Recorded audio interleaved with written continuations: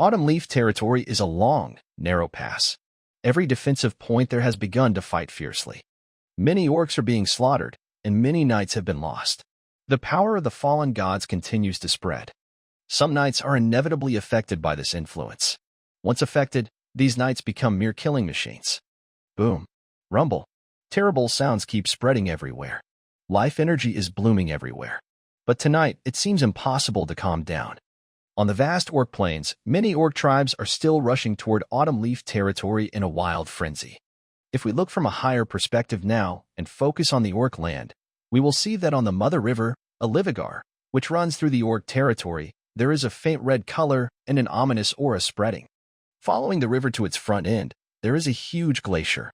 This glacier stretches across the northern part of the orc land.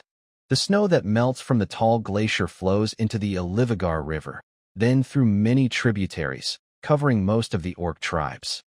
At the very center of the glacier is the sacred land of the Baiman Giant Beast, the place always controlled by the Baiman Giant Beast. No orc is allowed to step foot there. Even on the outskirts, other orc tribes are not permitted to enter. But at this moment, beneath the endless glacier, bloodthirsty wolves are appearing. These bloodthirsty wolves are pouring dark red substances into the Alivigar River, mixing with an ominous and violent aura. The river's source, which was originally clear, has now turned completely blood red. Next to the blood red substances being poured into the river, there is a huge bloodthirsty wolf. Its eyes are blood red, and a mixture of violence and ominous energy constantly swirl around it. If humans or other orcs were present, they would clearly see that this bloodthirsty wolf, which should be a 4th-rank creature, has now reached the 5th-rank level. With the orcs and wave after wave of blood sacrifices, it has broken through the limits of its race and advanced to a higher level. However, this 5th-rank aura is unstable, and the leader of these bloodthirsty wolves often appears in a frenzied state. Of course, at this moment, the bloodthirsty werewolf does not know all of this. It only wants more blood and more sacrifices. It seeks to strengthen its power and bring the gods into this world. However, after this period of intense temptation, it has reached its limit. Most of the level 4 orc tribes it can control have already been influenced. Level 2 and 3 orc tribes can still be driven, but that is not enough. It wants even more. To get more, it needs to control level 4 and even level 5 orc tribes. But level 5 is beyond its reach. After thinking, it comes up with a very crazy plan, to let the aura of the gods seep into them. The bloodthirsty aura of the wolf god will make all orc tribes become bloodthirsty and violent. Recently, with the chaos caused by the guided Autumn Leaf tribe, many orc tribes have been attacking, creating a pool of bloody energy. These infected tribes will naturally gather toward that area. When that happens, humans will once again fight them, and the blood energy will grow even stronger. Everything will then succeed. As for how to infect them, it has also thought of a way. The Alivigar River, the most important river among the orc tribes, is connected to other eastern rivers. If it can infuse the power of the wolf god Anubis into the upper reaches of this river, Anubis's power will not spread downstream. It doesn't need to infect all the orc tribes, just about 1/3 of the eastern tribes. At that point, the number of orc tribes it can influence will be huge, definitely meeting its needs. More importantly, it is the time of divine awakening for the Baiman tribe. They have a real chance to act. In fact, they are already doing so. They quietly arrived and have been infecting the Alivigar River for 3 or 4 days without anyone noticing. Meanwhile, distant blood energy continues to spread, making the bloodthirsty werewolf leader clear that the fighting has already begun. Bring more. Be even crazier. Great Anubis needs your service. The bloodthirsty werewolf leader's eyes are filled with madness and excitement. Amid his frenzy and joy, other bloodthirsty werewolves tremble with fear. Over time, their leader has become more and more crazy, and even they have to be very careful. However, amidst caution, there was also a bloodthirsty werewolf filled with tension. This place is the sacred land of the Baiman beasts. If they rashly enter and are caught by the Baiman beasts, the consequences would be unpredictable. Finally, a bloodthirsty werewolf couldn't hold back any longer. It carefully approached. Leader, if we do this and are discovered by the Baiman beasts, we will be doomed. It spoke cautiously. However, bright red blood splattered. The nearby bloodthirsty werewolf felt a sharp pain in its chest. Its heart was pierced. Bright red blood dripped, and its expression was blank and confused. Transform his body into the power of the gods, the bloodthirsty werewolf leader announced with a fierce and crazy voice. Yes. One by one, the bloodthirsty werewolves around responded carefully, but no one dared to move. Until the leader left this area, only then did the bloodthirsty werewolves dare to approach and carry away the body. A faint black mist spread, and the dead bloodthirsty werewolf's body gradually decomposed, turning into dark brown vapor. One by one, the bloodthirsty werewolves quickly placed it into the Alivigar River. Soon, the body was completely broken down, turning into a richer, blood-red color. Baiman, as soon as our god descends, the entire orc tribe, no, the whole continent, will belong to us, the bloodthirsty werewolf clan. The bloodthirsty werewolf leader was filled with madness. At this moment, he felt that the time for him to become the king of the orc tribe was near. Just a little more. Just a little more. He would be able to initiate the divine awakening. Once the divine awakening was complete, and the gods descended, he, the leader of the bloodthirsty werewolves, would surely become the king of the orc tribe, even the ruler of this continent. Those humans. No. And those Baiman, they were merely slaves of the gods. Why should they govern the entire orc tribe? And why should the orc tribe be confined to this desolate northern land? The vast human lands were their home. There were countless two-legged sheep there. That was where the orcs belonged. At this moment, the bloodthirsty werewolf saw the vast future of its clan and the orcs. And in its madness, dark, divine energy continuously tainted the Alivigar River. No one dared to speak about the unlucky person involved. The contaminated Alivigar River, carrying traces of Anubis's power, kept flowing downstream.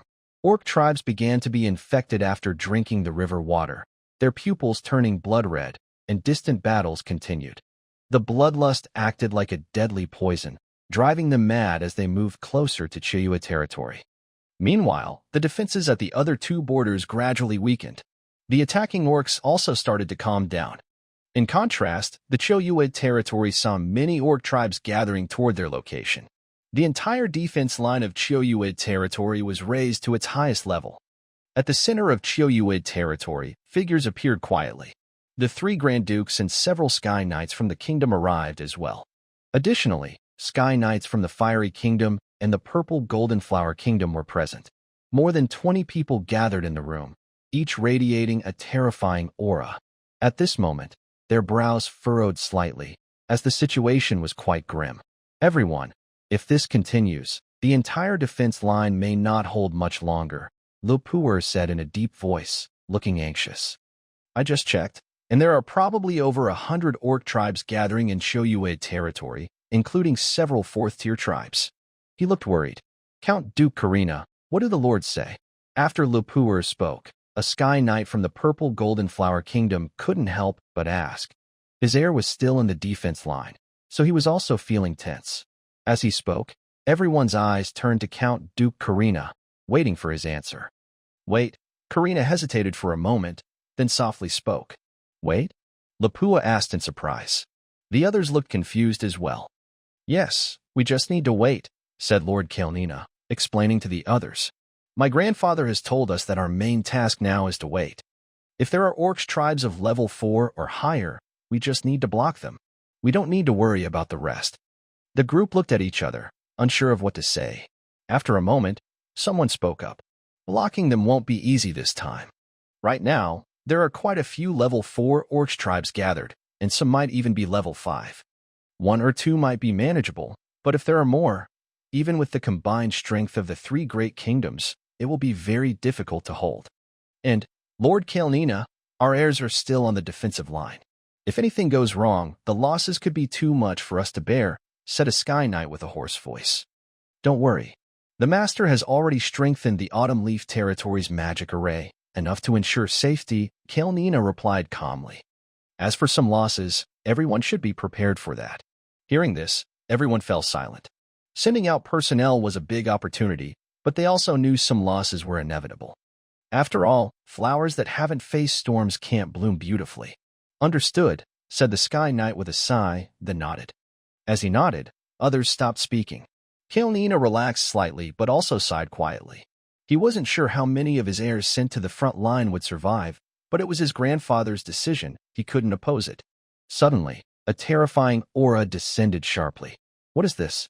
someone exclaimed inside the room as their expressions changed. In the next moment, more than 20 figures vanished instantly.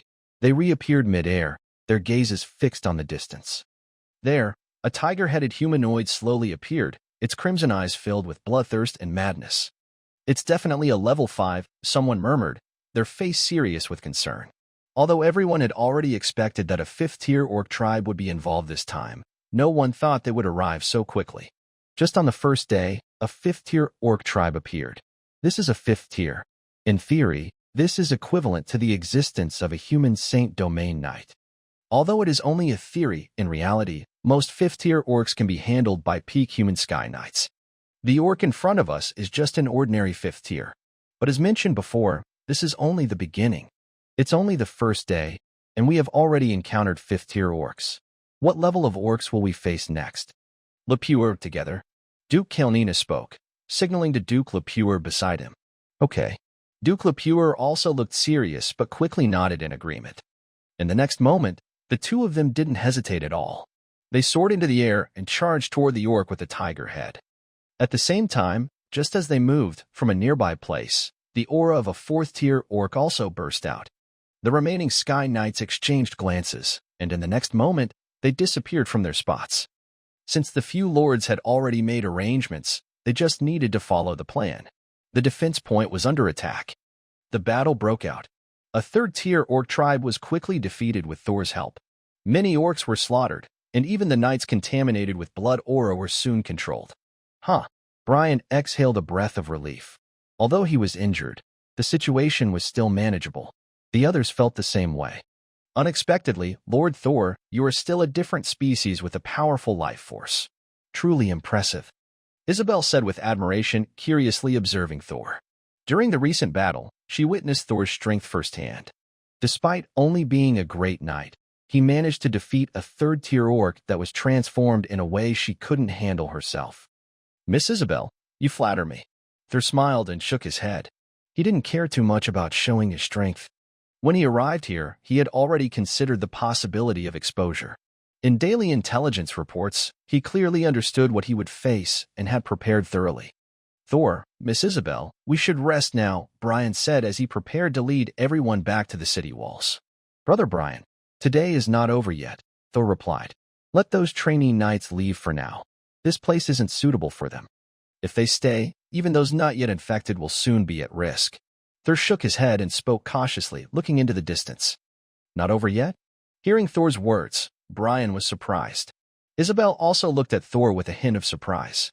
Tonight, we probably won't be able to sleep. Thor nodded but said nothing further. Soon, reality would make everything clear. At this moment, Thor clenched his knight's spear a little tighter, feeling serious. Reaching Choyua territory and trying to enter the sacred ruins, the first challenge is to survive the upcoming days of intense orc attacks. Even though the kingdom has made some preparations, losses are inevitable. After receiving the intelligence, Thor hesitated. He has a daily intelligence system that makes him stronger every day, so he didn't need to take such risks. No matter how small the risk, it was still a risk. Moreover, the threat from the orc attacks in those days was not small. But in the end, he made up his mind. This opportunity might not come again for many years, and it was crucial for his true breakthrough. Missing this chance, he wasn't sure if he would get another. The Holy Domain Knights are almost monopolized by the kingdom. He unexpectedly gained a way to break through to Sky Knights, but that didn't mean he could also become a Holy Domain Knight. Not to mention beyond the Holy Domain. If he could surround the sacred ruins, not only would he have a chance to break through to Holy Domain Knights, but also to go beyond them. Such an opportunity was something other powerful noble heirs wouldn't want to miss. If he missed it, he might not even convince himself. So, he finally decided to come. But even he had to stay alert during this orc attack, to avoid accidents or major losses. It seemed his words were being validated. A loud noise from a distance signaled the arrival of a large commotion, followed by clouds of dust. At the edge of the vision, many orcs quickly approached. With the appearance of the orcs, magic crystal cannons suddenly shone with bright light. Boom, boom, boom, rumble. 10 crystal cannons fired simultaneously, causing a terrifying explosion that swept across the area. The large group of orcs rushing forward was instantly covered by a sea of lightning, leaving a huge empty space in just a moment. Get ready. Brian spoke sharply, gripping his knight's spear tightly, prepared to face the attack again. But in the next moment, he froze in surprise.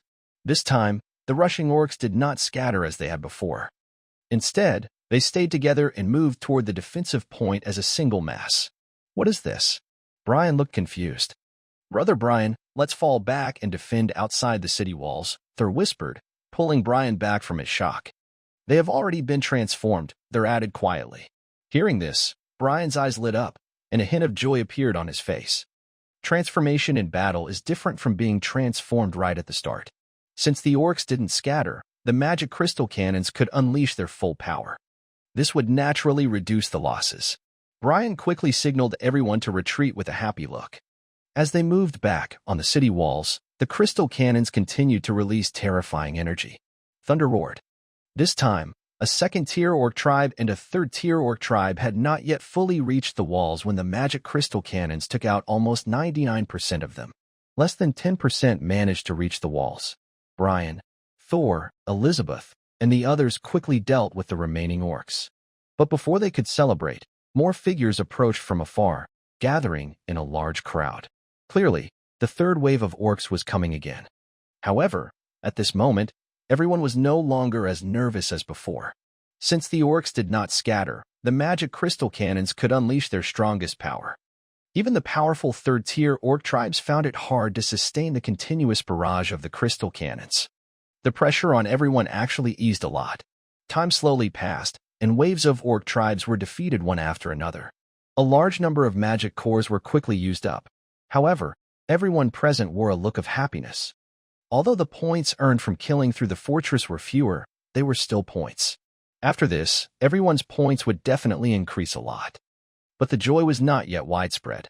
Next, a large gathering of orc tribes appeared, causing everyone's faces to change. Thud. Fourth level. The captain of the night team instinctively swallowed hard, looking at the endless orc tribes in the distance and an orc appearing in midair.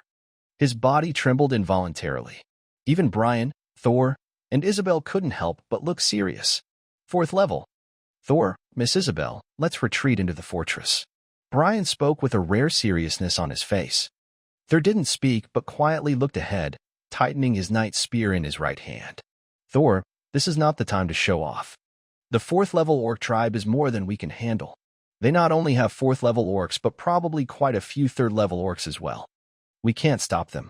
Brian looked at Thor, who didn't move, and hurriedly spoke. Don't worry, Brother Brian, we don't need to pay attention to the fourth-level orcs. Facing Brian's anxious words, Thor spoke calmly. Not paying attention, Isabel was stunned for a moment, then thought deeply. While everyone was talking in midair, a powerful life energy surged wildly. Suddenly, a figure appeared abruptly in the sky. Eliminate the other orcs. I will handle the fourth-level orcs. A calm voice came from above. This made Brian, who was initially confused, suddenly brighten his eyes. That's Marquis Mackin. Brian spoke excitedly. Brother Brian, get ready. This time, those orcs won't be defeated with simple magic crystal cannons. Thor softly said, then took out a bottle of life potion and drank it. The battle will last for several days. Thor must stay in peak condition at all times. Brian nodded and regained his composure, then began to drink a bottle of life potion. As he took the potion, a surge of life energy flooded out. The previously exhausted life force started to recover quickly, and everyone's vitality grew stronger. Boom. Rumbling sounds echoed loudly. The magic crystal cannons fired several more rounds. A large number of orcs were cut down. However, some orcs still managed to get close. Especially orcs above the second level, which suffered little damage. Thor and his team finally saw clearly the level of the approaching orcs, over 40 second-level orcs and 7 third-level orcs. This was undoubtedly a terrifying number. But under the barrage of magic crystal cannons, because they didn't dodge or hide, these third-level orcs sustained various injuries. One third-level orc had its arm and half of its body shattered, only half of its body remaining as it charged forward. Kill! Brian shouted softly, then charged forward with his knight's spear. Thor, Isabel, and Rachos followed closely behind. Behind them were the knights they brought, and further back were other knights defending the position. The battle erupted again. This fight lasted until the early morning of the next day before gradually ending. High above, that fourth-level orc had already fallen. Below the battlements, heaps of corpses piled up. Some belonged to orcs, others to human knights. Even the 20 knights brought by Thor lost 2 men and had 5 seriously injured after a day of fighting. Now, only Steve, Pelos, Rain, and 13 official knights remained by his side. And this was only the first day. According to daily reports, the attacks would continue for several more days. Everyone looked tired. Fortunately, after successfully repelling this 4th-level tribe attack, there were no further orc assaults in a short time, giving them a chance to breathe. During this break, everyone quickly ate some food and rested on the battlements. Blood had soaked their bodies, and many knights had a bloody look in their eyes, an unstoppable divine power that even life potions couldn't suppress. Even Thor, Brian, Isabel, and Rajuz are not in much better shape. The golden armor has turned brown from bloodstains. Isabel's pure white hair has turned black, and her body is covered in dirt and blood. Her delicate face is no longer visible. Joza Anabai is even worse off. As an ordinary knight, he has a large scar across his face caused by a beast claw. If it weren't for Thor pulling him back at a critical moment, Joza Anabai might have been seriously injured or worse. We only have half an hour before another attack. Are these guys crazy? Joza Anabai speaks in a rough voice. He never thought the battle would be so difficult. It's not that the enemies are too strong, but that there are too many of them. It feels like they can't be killed off completely. Even now, they can only rest briefly before another wave of beastmen charges at them. This situation, even after less than a day, makes him feel exhausted. Save your energy, Thor says, shaking his head. He takes out a health potion and drinks it, then pulls out 4 more bottles, handing them to Steve, Pelos, Rain, and Brian.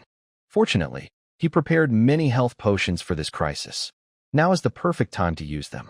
Lord Thor, you're really generous, Isabel says with a smile as she looks at him. A single health potion isn't much for her, but Thor is just a baron, which costs over 100 gold coins. He gave these to his subordinates and his cousin without hesitation, which surprises her. Thor simply smiles and shakes his head in response to Isabel's words. He doesn't explain. For him, low-level health potions are no longer a big deal.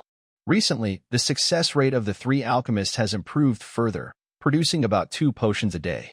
It's expected that the success rate will continue to increase. He isn't short of materials. Even the previous life grass, after the appearance of Ivira, is no longer scarce. In theory, he can produce health potions continuously. This time, he brought 30 bottles of low-level life potion, enough to meet the needs. While the group was talking, the sound of a horn rang out again. The battle began once more. The fighting continued to spread. Time slowly passed.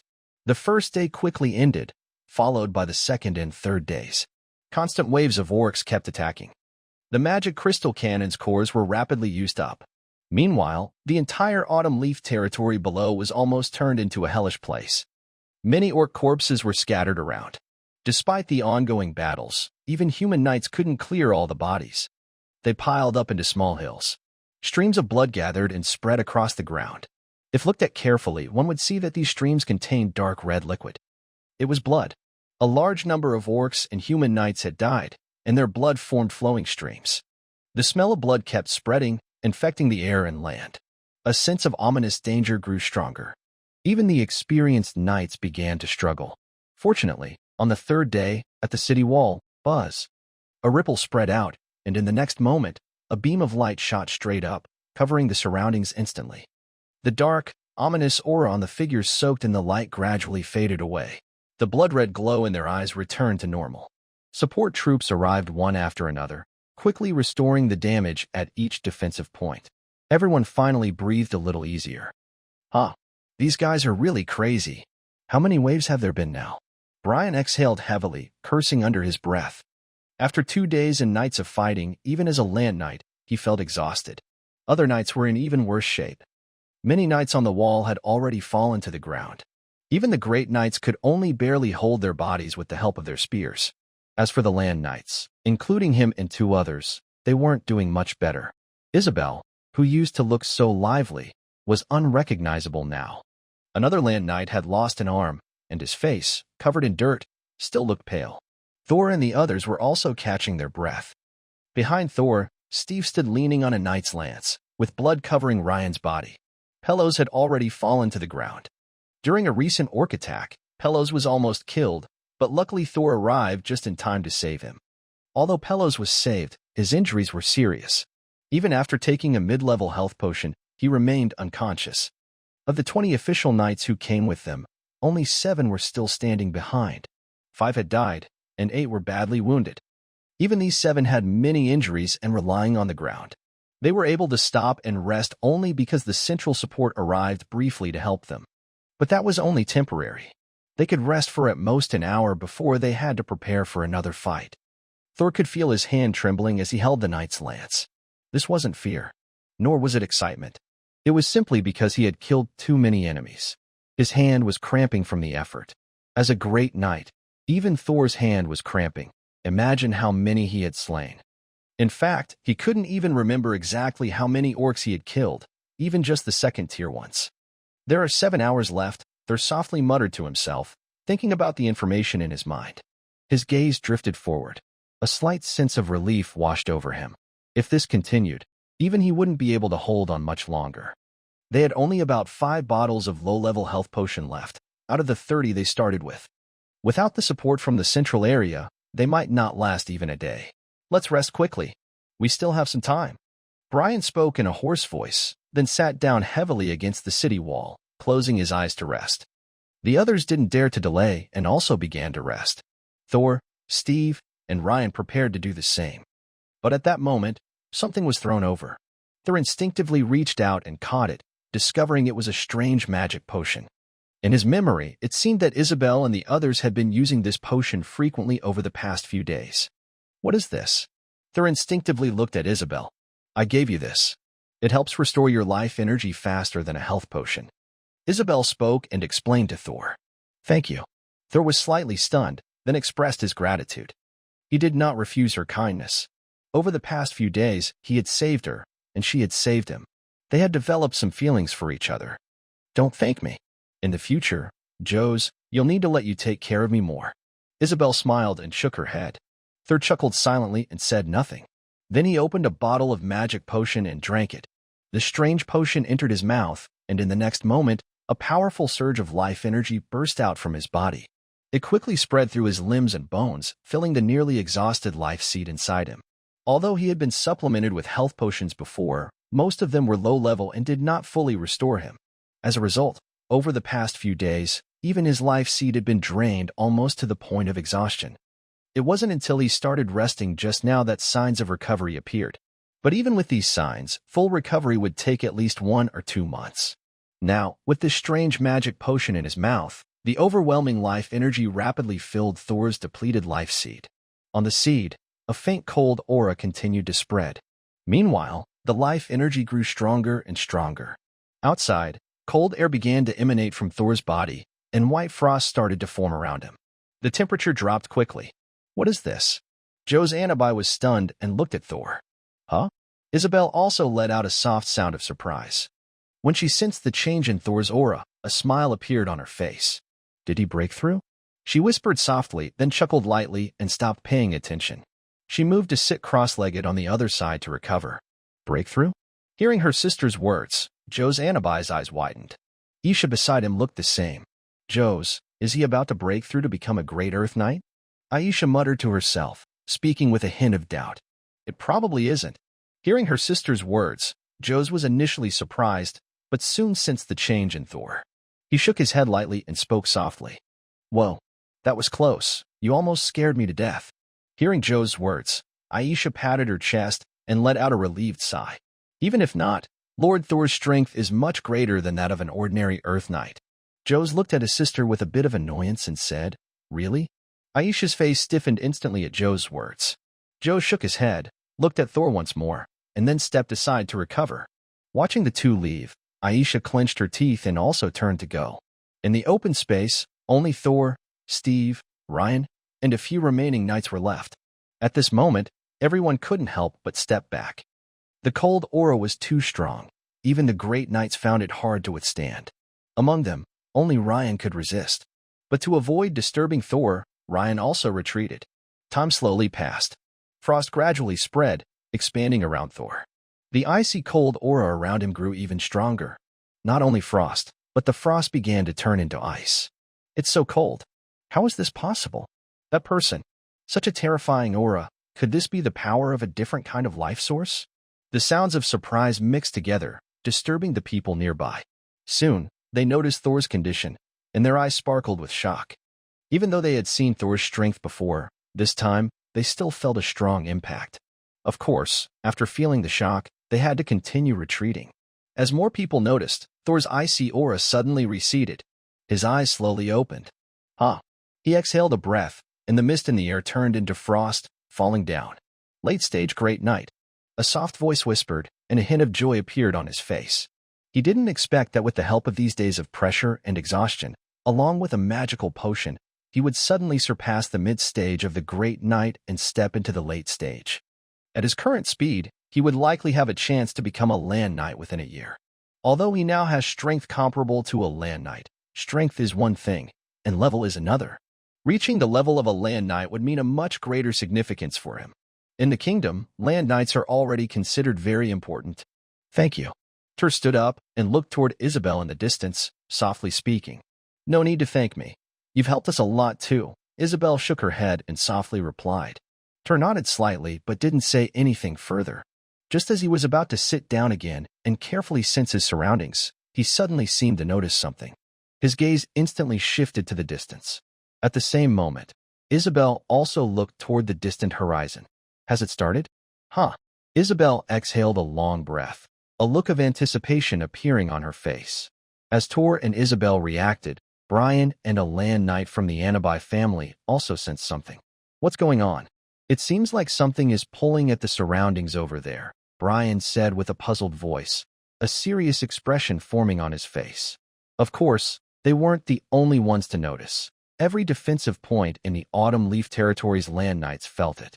In the very center of the Autumn Leaf Territory, a few of these figures had already sensed something unusual 15 minutes earlier. It's starting. Duke Karenina, whose clothes were stained with blood, didn't seem to care about it now. He was floating in midair, looking into the distance with a soft voice. Next to him was Duke Lopure. His gaze also looked toward the horizon, with a serious expression. Hopefully, it will go smoothly.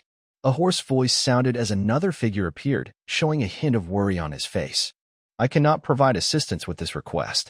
A wave of violence and ominous energy continued to swirl around him, as streaks of blood-red aura gathered in the sky and converged toward his body. Amidst this dark and deadly atmosphere, the leader of the bloodthirsty wolves seemed to undergo some subtle change. However, he himself was unaware of it at that moment. All he knew was that he needed more blood and more sacrifices. Only then could the great god Anubis descend to the human world. Keep filling it. The great god Anubis needs more blood, he rasped. A hoarse voice echoed. The bloodthirsty wolf's crimson eyes shimmered with a hint of ominous darkness. As the black mist spread across his pupils, a dark fog began to envelop the entire altar. Anubis! Anubis!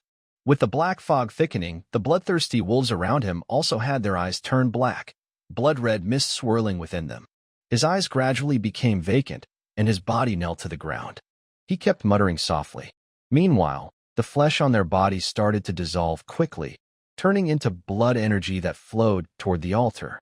Despite the terrifying scene, the bloodthirsty wolves kept chanting the names of the gods without noticing anything unusual. Their blood-red, ominous aura intensified as they continued their prayers. Suddenly, some of the wolves outside sensed that something was wrong. Gwalawu. A strange syllable sounded, and the wolves on the perimeter spoke urgently, signaling to those inside. However, in an instant, puff, a clear sound of flesh being pierced echoed. One frantic bloodthirsty wolf stared blankly at its chest, where a wolf's claw had pierced its heart. It could feel life slipping away. With difficulty, it turned its head and saw its father, gazing at it with a calm, vacant expression.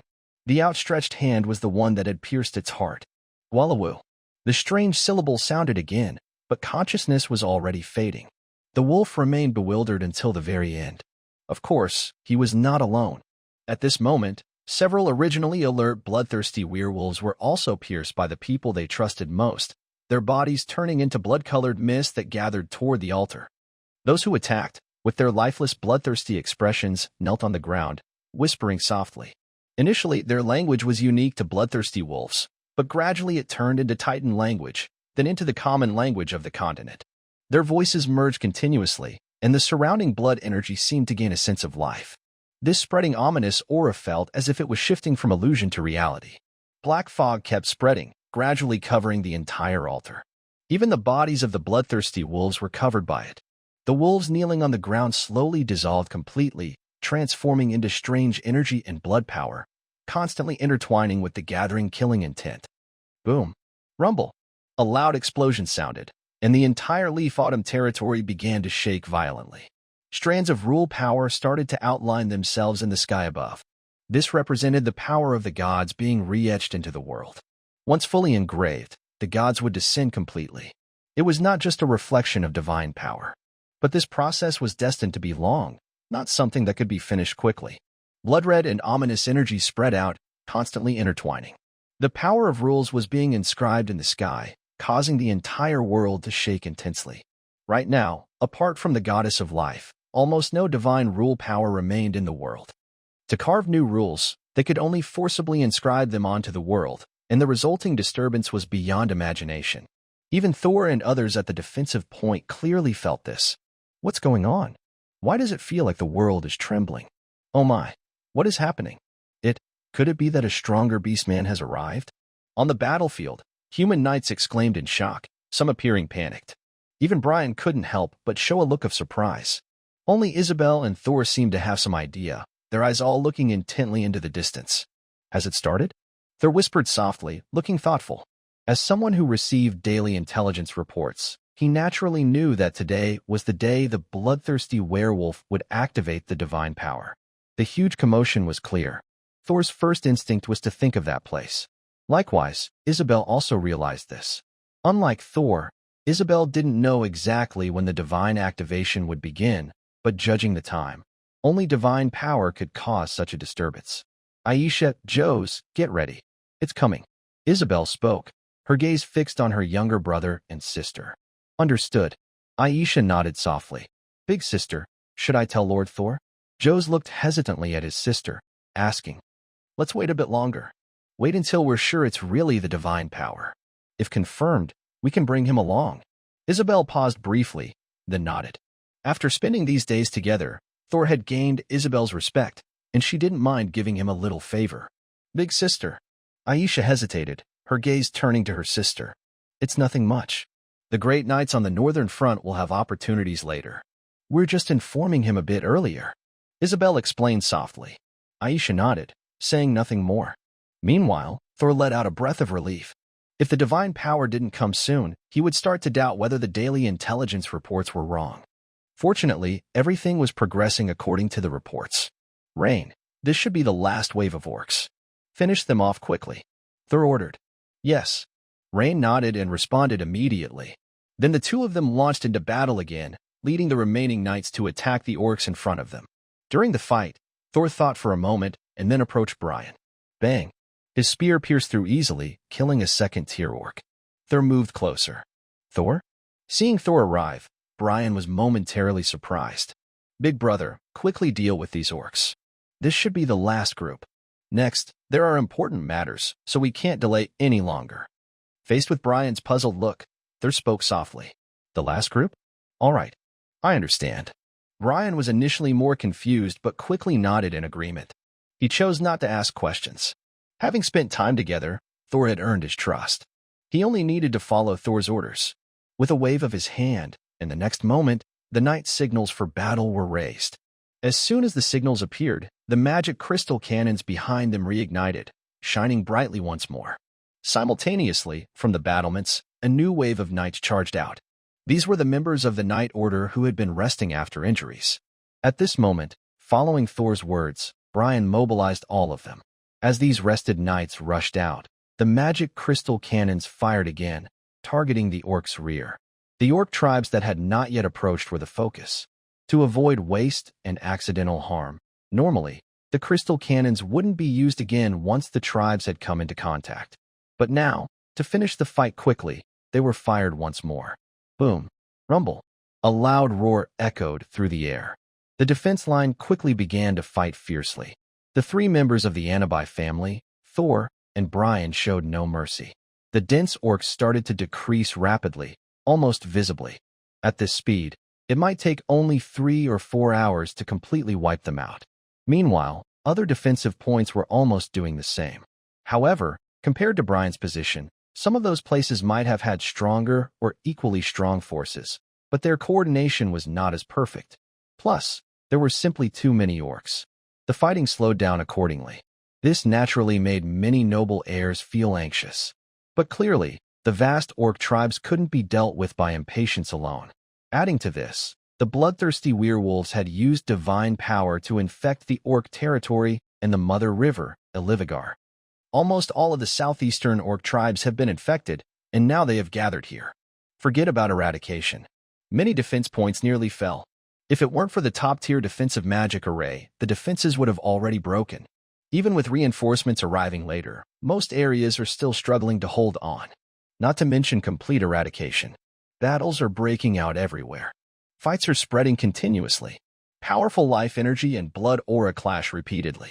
Above the sky, 5-stage orcs appear, and on the human side, Sacred Domain Knights also show up. Although there is only one, facing a 5-stage orc that has almost lost all reason, one person can handle 4 or 5 5-stage orcs. Amid these ongoing battles, endless blood energy and ominous aura gather fiercely toward the center. They turn into pure source power, outlining the magic array. Time slowly passes. 1 hour, 2 hours, 3 hours, until the evening glow colors the sky. In the distance, at the altar, the darkness has covered most of the sky. That ominous aura, even from a great distance, can be clearly seen. Anyone not blind can feel that something unusual is happening. Suddenly, there are exclamations from everywhere. Compared to the panic elsewhere, at the very center of Chiyoyue's territory, several figures stand in the void. Everyone's gaze is drawn to that central point. Their eyes are calm, with little emotion. After a moment, a gentle voice sounds. Anubis, the desert god Seth and his wife Nephthys' son, is the ruler of the 9 underworld judgment halls and the god-guiding souls.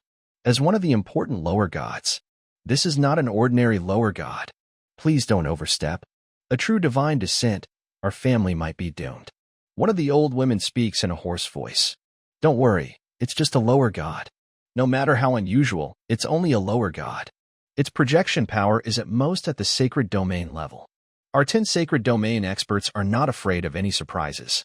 Accompanying the old woman's words, an elderly man couldn't help but chuckle softly and speak. Old fellow, I must remind you, once Anubis truly descends, those descendants you bring along will really have to stay here. And don't forget the divine pact. The old woman glanced at the speaking elder, her eyes narrowing with a cold expression as she spoke. Honestly, she didn't fully agree with this plan. If it succeeds, the gains would be significant. But the risks are just as great. If a god truly appears, the consequences are hard to imagine. Although it's only a lower-level god, in theory, there shouldn't be too many problems. But theory is theory. Summoning a god, even a low-level one, isn't easy to handle. If things go wrong, it could become a big joke.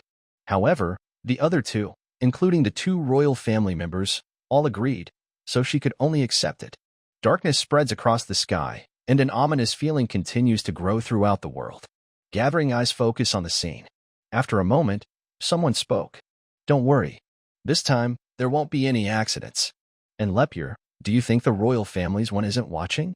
A hoarse voice sounded. The oldest man in the center spoke. His words made the old woman pause her initial words. Others also felt a ripple of tension in their hearts. Carolina, are you saying that the one has personally arrived? Someone among them couldn't help but ask, feeling a bit shaken. Even those from other kingdoms had heard of that person's reputation. Facing that individual, everyone suddenly became a little nervous. Of course. Otherwise, do you think that person isn't worried at all? According to the divine pact, if anything goes wrong, the royal status could be revoked. The old man chuckled softly. Listening to him, several figures around showed signs of deep thought. At the same time, some also relaxed a little.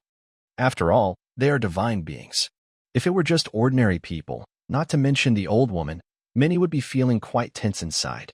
If that person were here, everything would be completely different. That individual is rumored to be so powerful that even true gods have been defeated by them. They are just a lower-level deity, and even if something goes wrong, that person could handle it.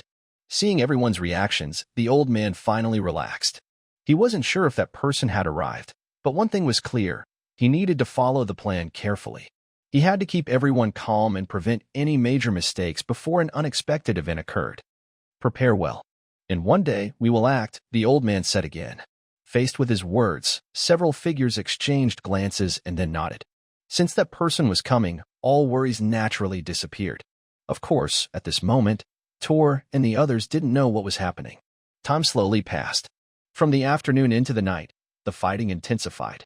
Under the continuous attacks of Brian, Tor, Isabel, and the magic crystal cannons, the number of orcs in front of them gradually decreased at a visible rate. Although this came at a heavy cost, the defending knight groups, including two that had completely vanished, suffered severe losses. The remaining groups were also heavily damaged, with hardly any intact. Even Brian's elite knights lost many during the fierce battles. Their numbers had fallen to less than a third of what they started with. Isabel, Joza, and Aisha's knight groups also lost more than half of their members. Tor's 20 elite knights had dwindled to only 7, and with Carter included, there were just 8 left. Many of these were injured, so the losses were over half. Steve had broken an arm, and Pelos had a large piercing wound in his chest. Despite the ongoing intense battles, there were some gains. Brian's strength had stabilized to the early stage of the Earth Knight level. Isabel had advanced to the mid-stage of the Earth Knight. Joza had reached the peak of the Great Knight level, and Aisha also reached the mid-stage of the Great Knight. Tor's team saw even more significant improvements. Thor's strength has reached the late stage of the Great Knight level.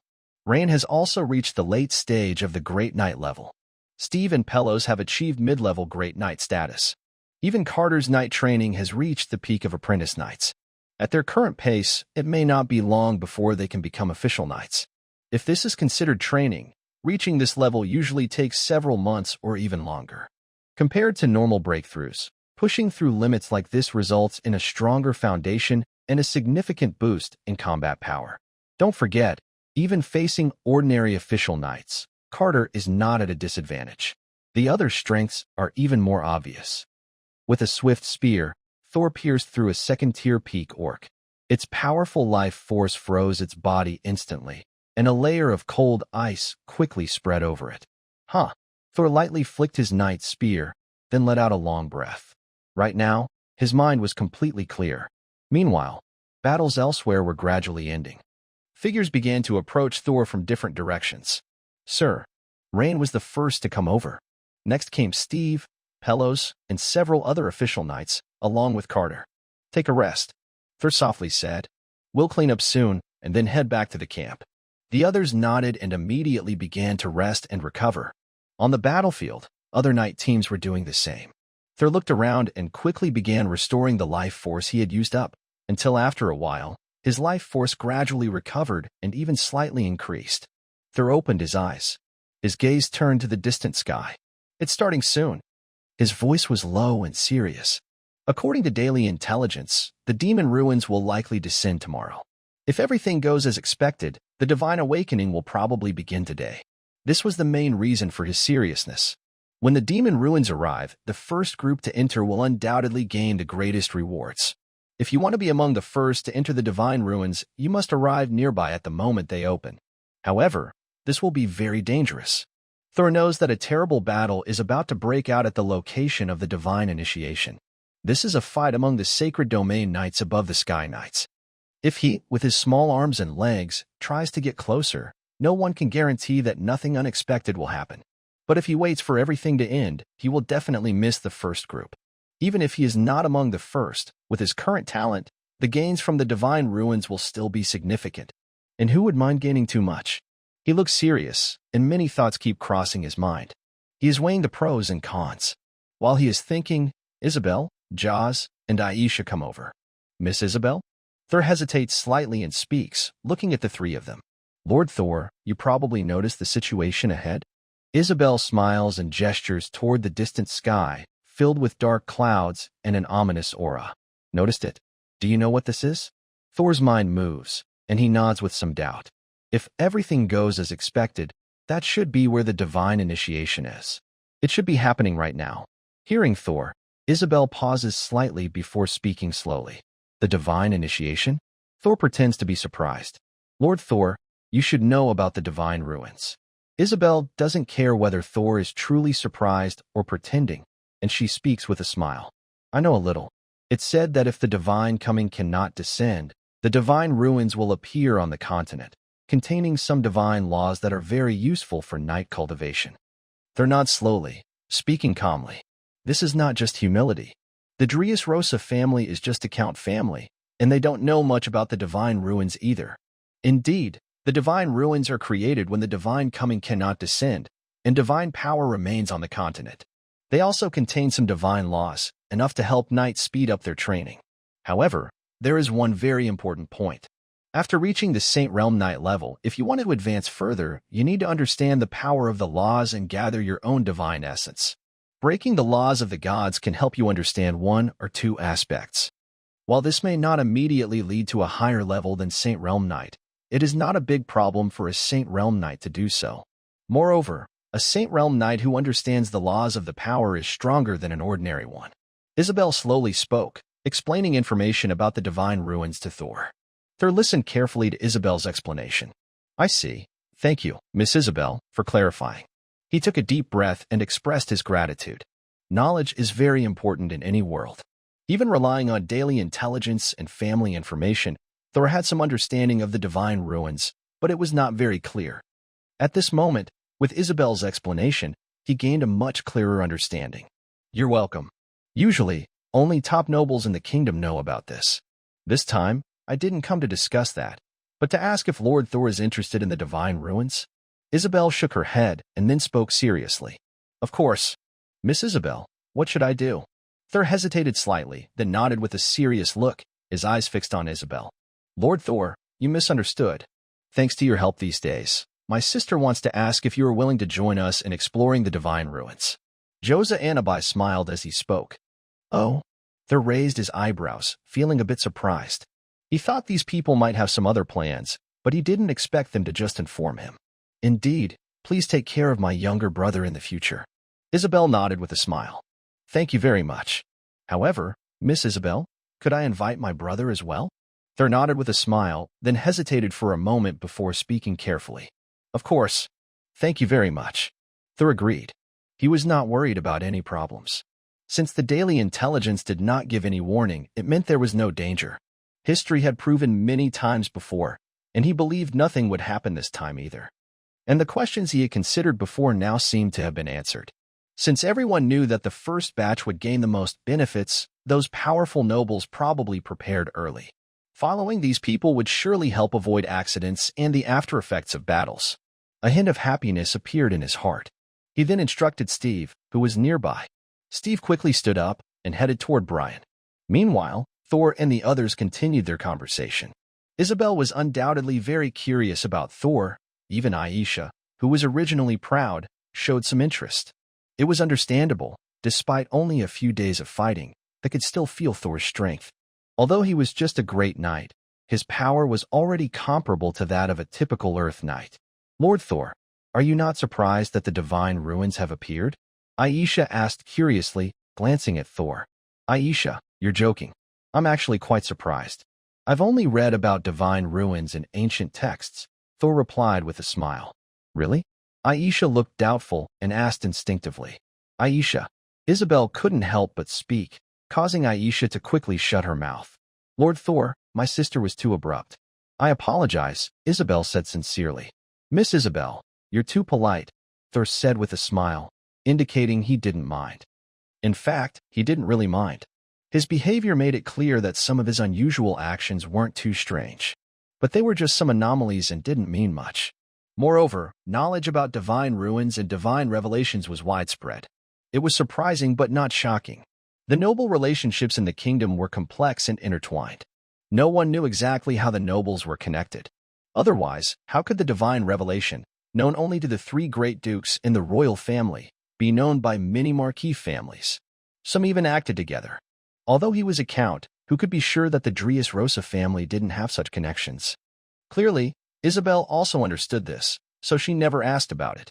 While they were talking, Brian was quickly brought over by Steve. Thor. Miss Isabel. Brian looked at everyone and was reminded of Thor's words to him earlier. Divine awakening, divine ruins. Hearing their words, Brian couldn't help but show a look of surprise. Yes, that's the Divine Ruins. Sir Brian, if nothing unexpected happens, that orc will complete the final step of the Divine Awakening. Someone will stop him then, causing the Divine Ruins to descend. Sir Brian, Lord Thor said he wants you to join us. If you're willing, you can leave with us tonight.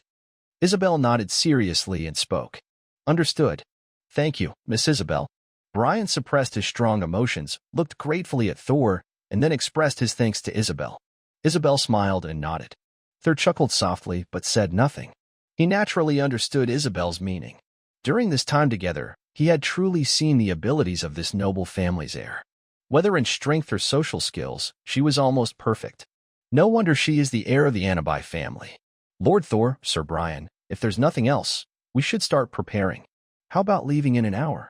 After everyone reached an agreement, Isabel looked at Thor and Brian with a questioning look. Yes.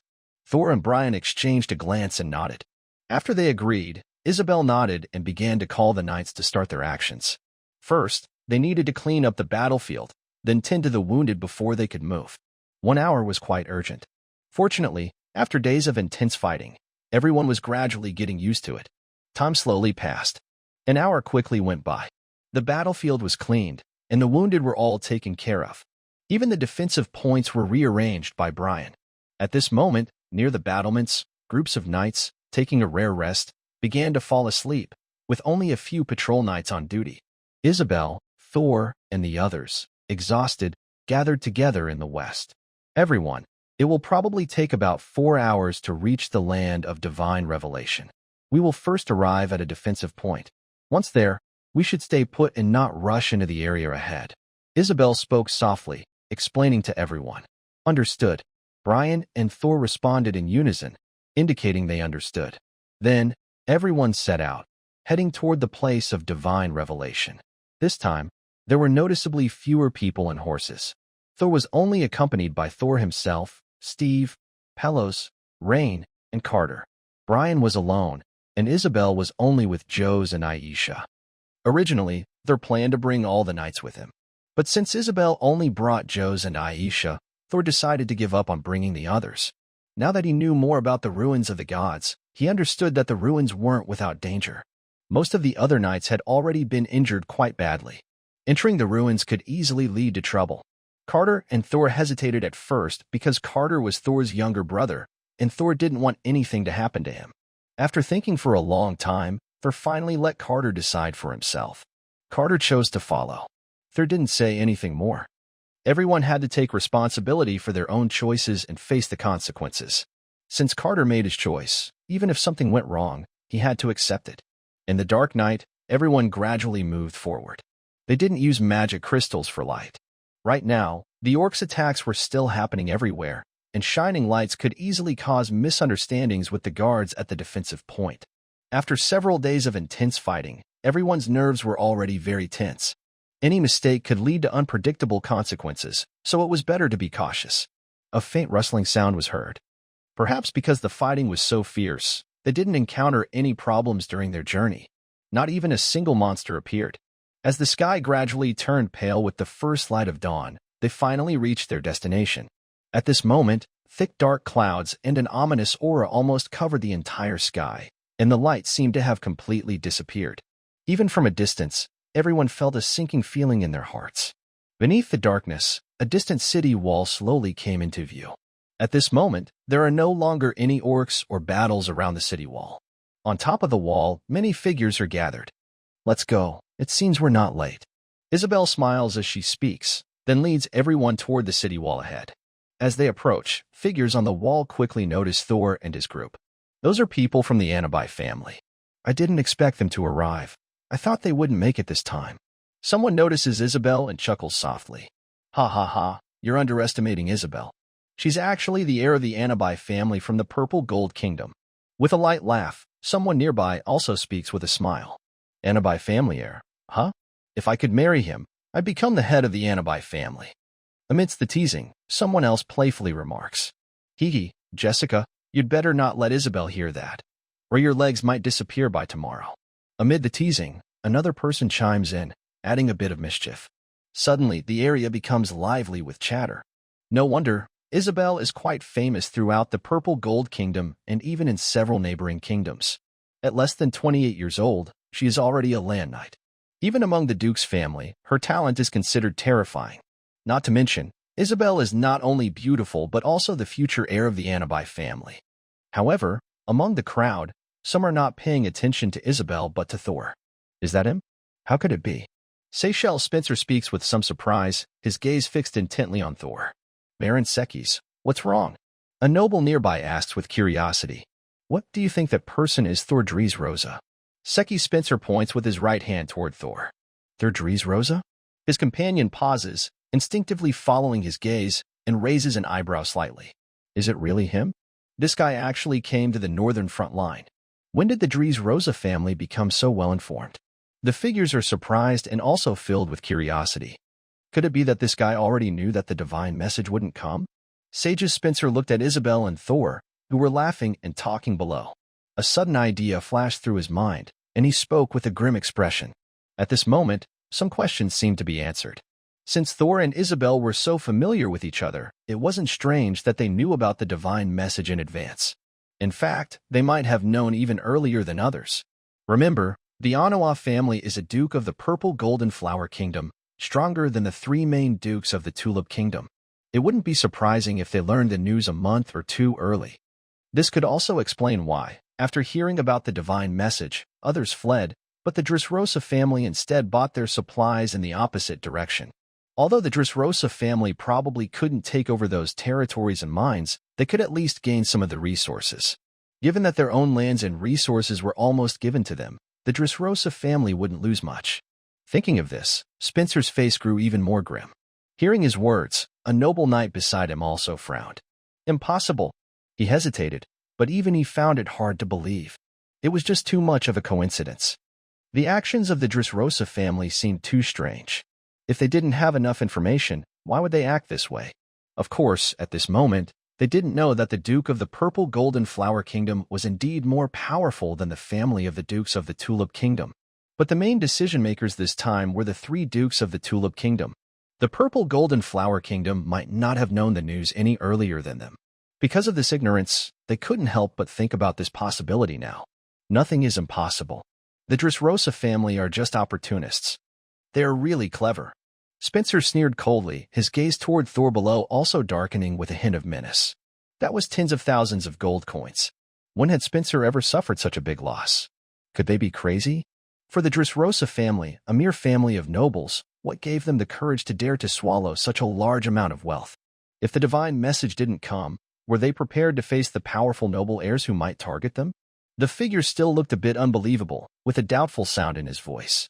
Humph, who knows? Maybe they really went crazy. Sages Spencer snorted coldly. This. The figure instinctively spoke, but for a moment, he was at a loss for words. Below, as the fortress walls drew closer and Thor was talking with Isabel, he seemed to sense something. He instinctively looked up and just happened to see Spencer. He also noticed the fierce light in Spencer's eyes. Thor was slightly stunned, a bit surprised. In his memory, he didn't seem to know this person. But despite the surprise, Thor remembered him. Even with daily intelligence reports, Thor didn't want any trouble. The best way was naturally to eliminate any problems. Earlier, in the northern province, he couldn't act openly, but on the northern front, fighting was less cautious. Even a duke's heir could die if things went wrong. Of course, it all depended on the situation. Miss Isabel, it seems this is where your noble family members gather. There are really many people. Pulling his thoughts back, Thor spoke with some emotion. Most of them are from your Tulip Kingdom. Our Purple Gold Kingdom and the Fiery Kingdom don't have many. Isabel smiled and shook her head. Oh, so there are actually more from our Tulip Kingdom? Brian spoke with surprise. Yes, this operation was led by your Tulip Kingdom. I have to say, those three noblemen are really brave. They dared to scheme against the gods. Isabel couldn't help but feel a bit emotional as she spoke. As the heir of the Anubis family, Isabel knew more about the gods. The gods, even the lower gods, are extremely terrifying. The divine ruins have a huge role. On the continent, for thousands of years, people have had ideas, but successful attempts are very rare. The difficulty lies in wanting divine intervention without actually summoning the gods, which would create divine ruins. This is no easy task. If done wrong, it could really summon a true god. If a god descends, it would be almost a disaster for the royal family. Usually, the royal family wouldn't agree. After all, if it succeeds, it's great. If it fails, the royal family would be replaced. Such risks are not something many royal families are willing to take. Now, the Tulip Kingdom's royal family actually agreed to it, and they have already begun. This is simply unbelievable. Faced with Isabel's response and feelings, Thor was not too surprised. The daily intelligence reports came one after another. Regarding the Divine Awakening, even if the details weren't completely clear, he already had a general idea. He even knew that the destruction of the Divine Ruins would happen completely. Unlike the people before him, even at this moment, they didn't have absolute certainty that the coming disaster would be caused by the Divine Ruins rather than a true deity. Thor thought carefully while the three of them talked among themselves. Soon, they entered the city walls. And as they stepped inside, Thor couldn't help but raise his eyebrows again. The number of people in this part of the city was more than he had expected, and most of them were Baron level, with quite a few already holding the title of Viscount. The only thing they had in common was that they were all very young. Most looked under 40, with the youngest less than 18, and the oldest only around 37 or so. This period was the prime time for knight training, with endless possibilities ahead. Despite their young appearances, each one was a terrifying knight in skill. There were even many Earth Knights among them. The apprentice knights, except for Carter who had just started, were non-existent. Inside the city walls, figures gathered in groups, numbering over 100. They were descendants of the top nobles from the three great kingdoms, either heirs or key trainees. Most of them came from the Tulip Kingdom, nearly half. Next were those from the Purple Gold Kingdom, and finally, the people from the Fiery Kingdom. As Thor entered, he immediately felt many unfriendly gazes fixed on him. Most of these were from nobles of the Tulip Kingdom. Thor couldn't help but recall the fierce glare he saw earlier. He looked at Isabel beside him, who now appeared thoughtful. He probably understood what was going on. It was clear these people had misunderstood something. They likely thought he already knew about the Divine Ruins and were trying to trap him.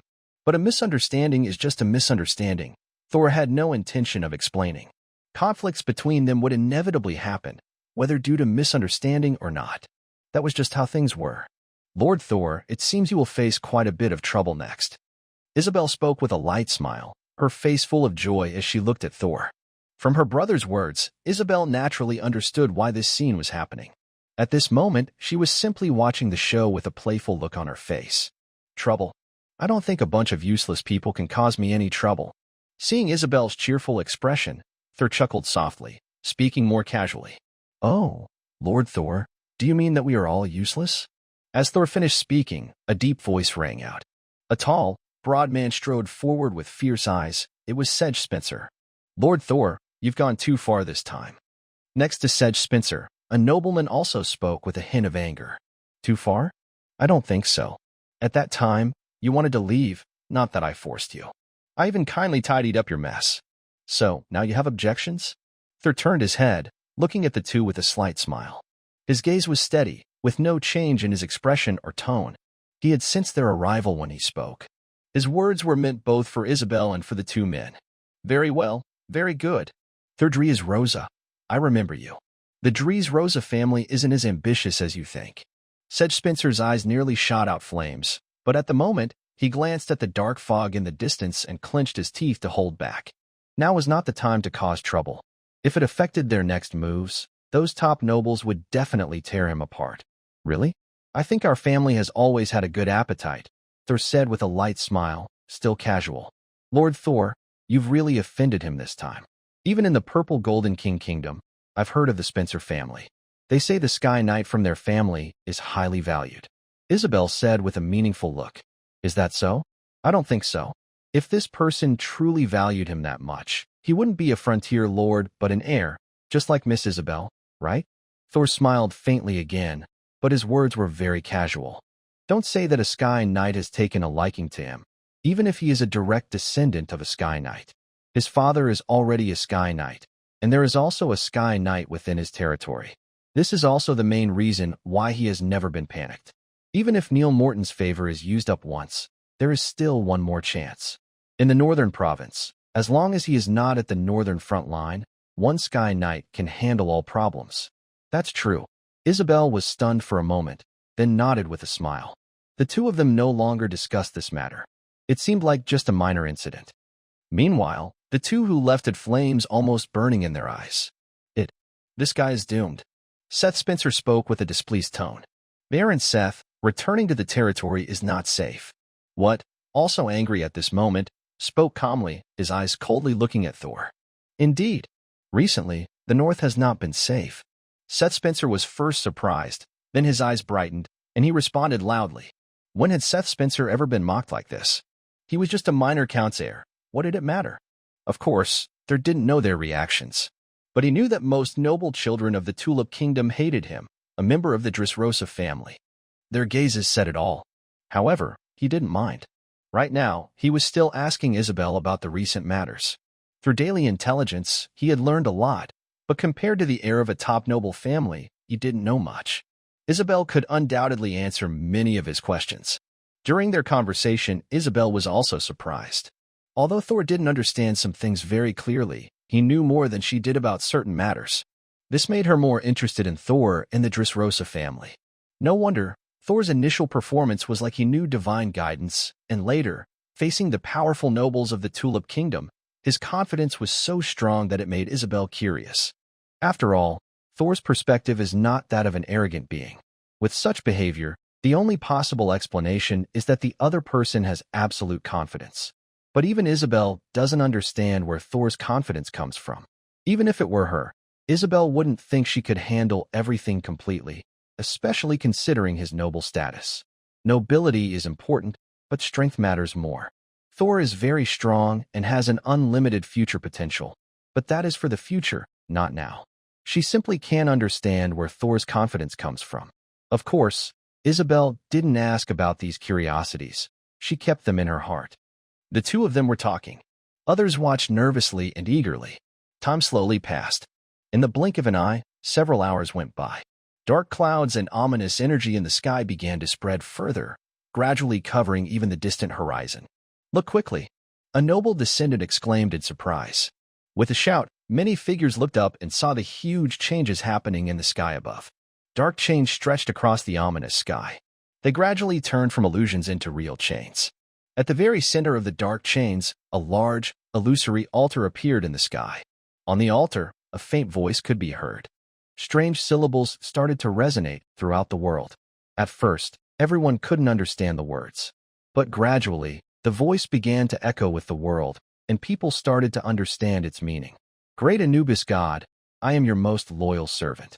Your brilliance shines like the sun, your divine power is vast like the ocean, and I, your humble servant, offer the blood of countless beings to awaken you.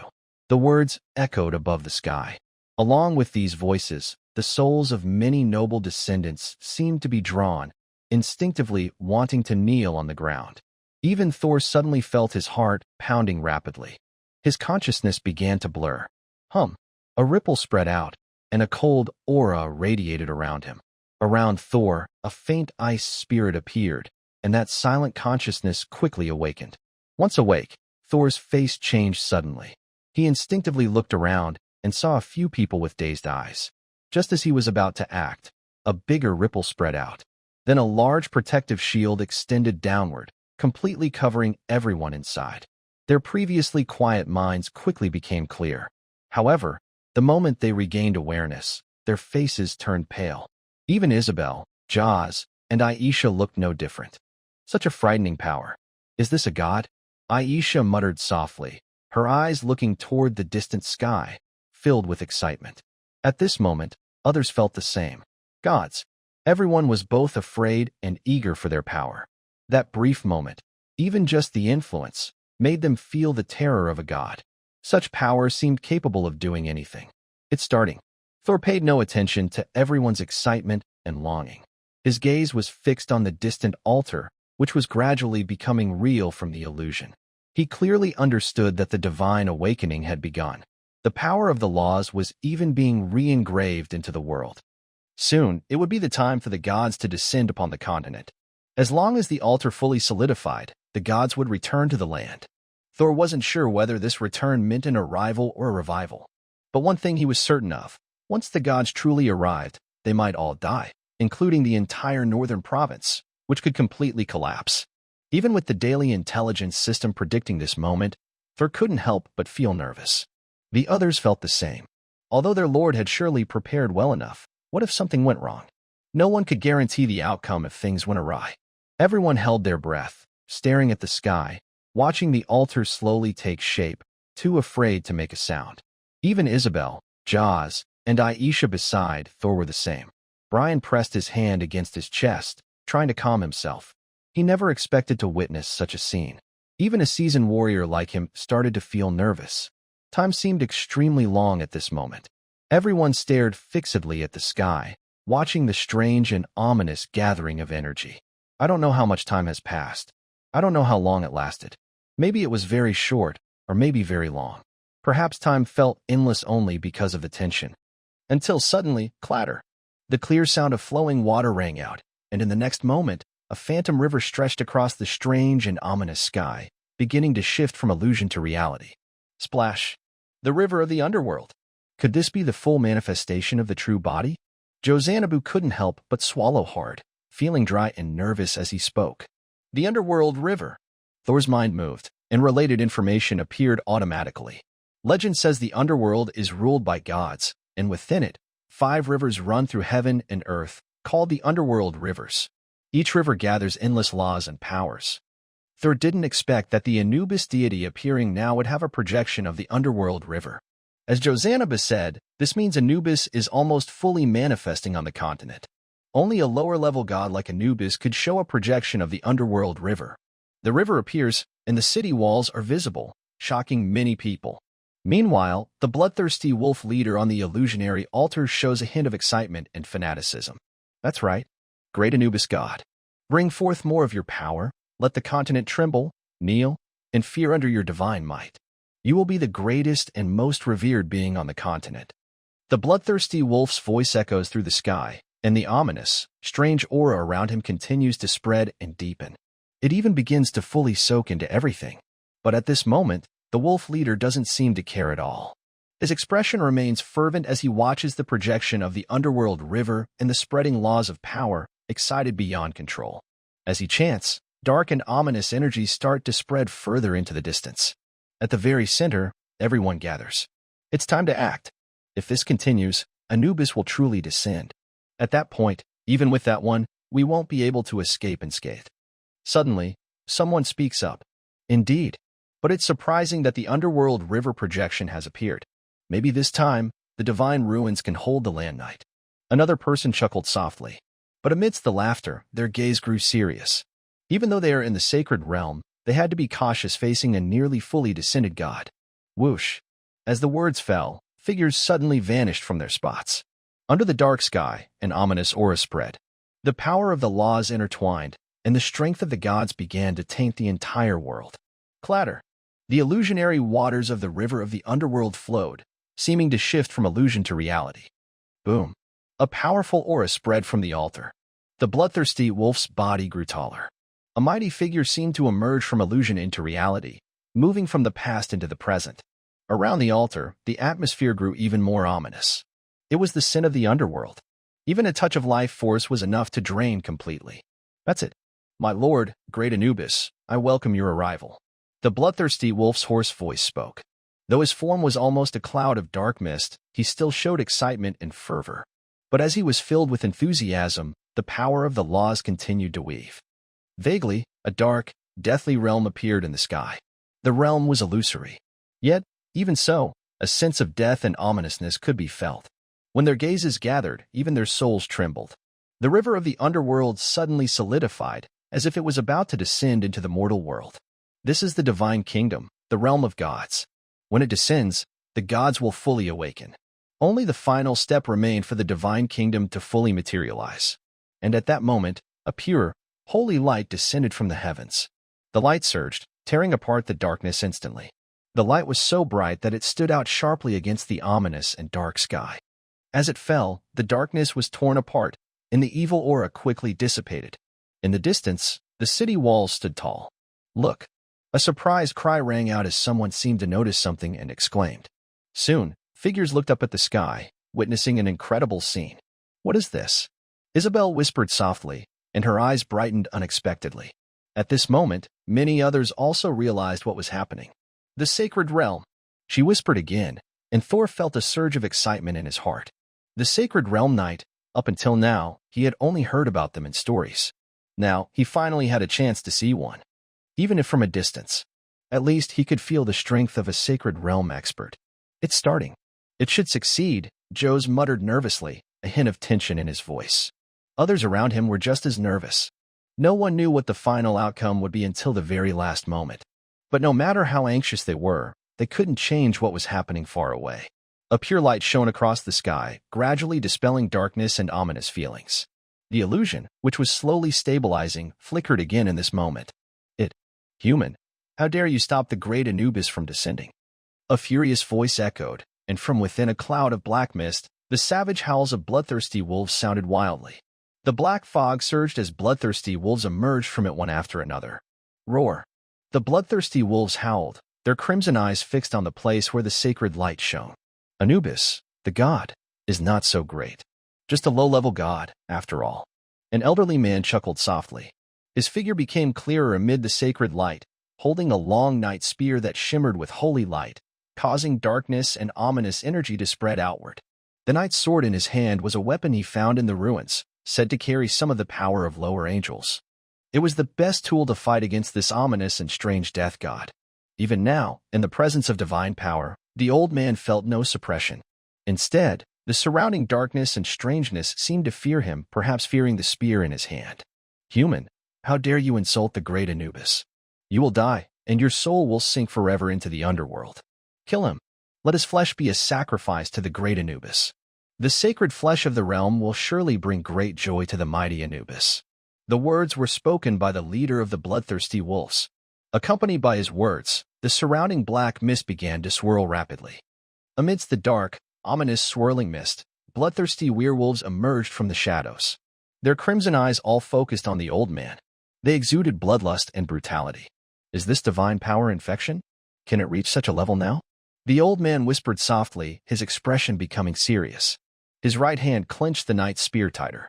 At this moment, the sky was torn apart again. 9 beams of light fell from the sky. A terrifying aura burst forth suddenly, shining like a blazing sun.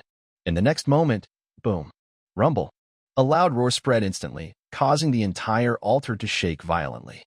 The projection of the river of the underworld, which had been floating in midair, began to blur. The laws engraved between heaven and earth started to destabilize, and even the strange divine kingdom began to tremble again.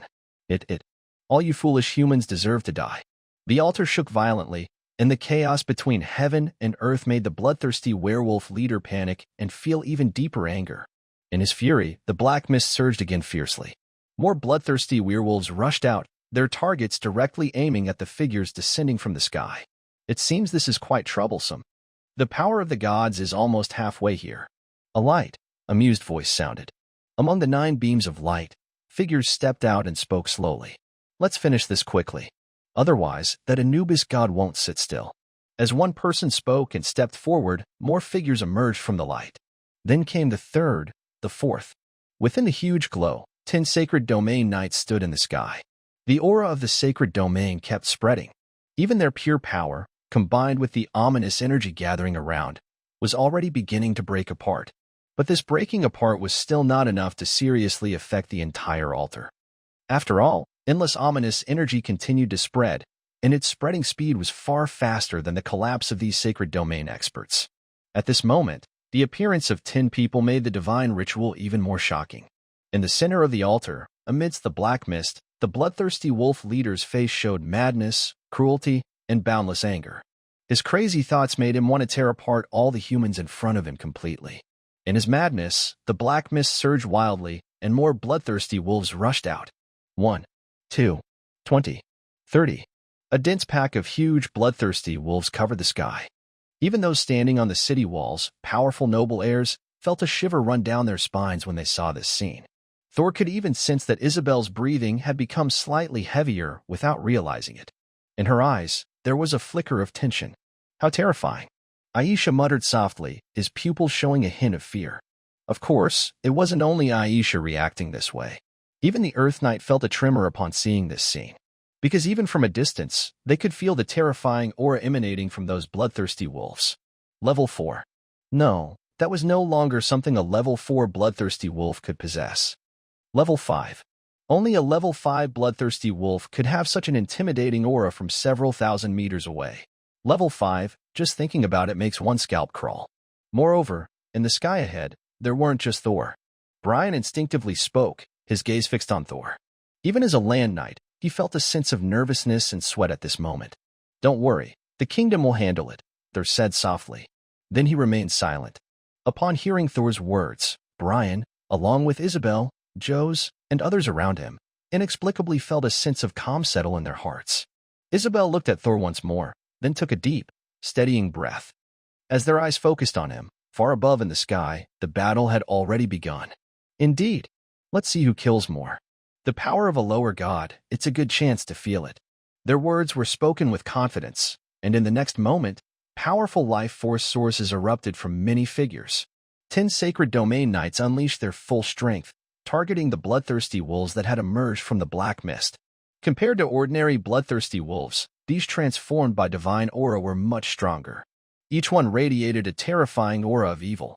Even if they were shattered, the surrounding evil energy would quickly gather again.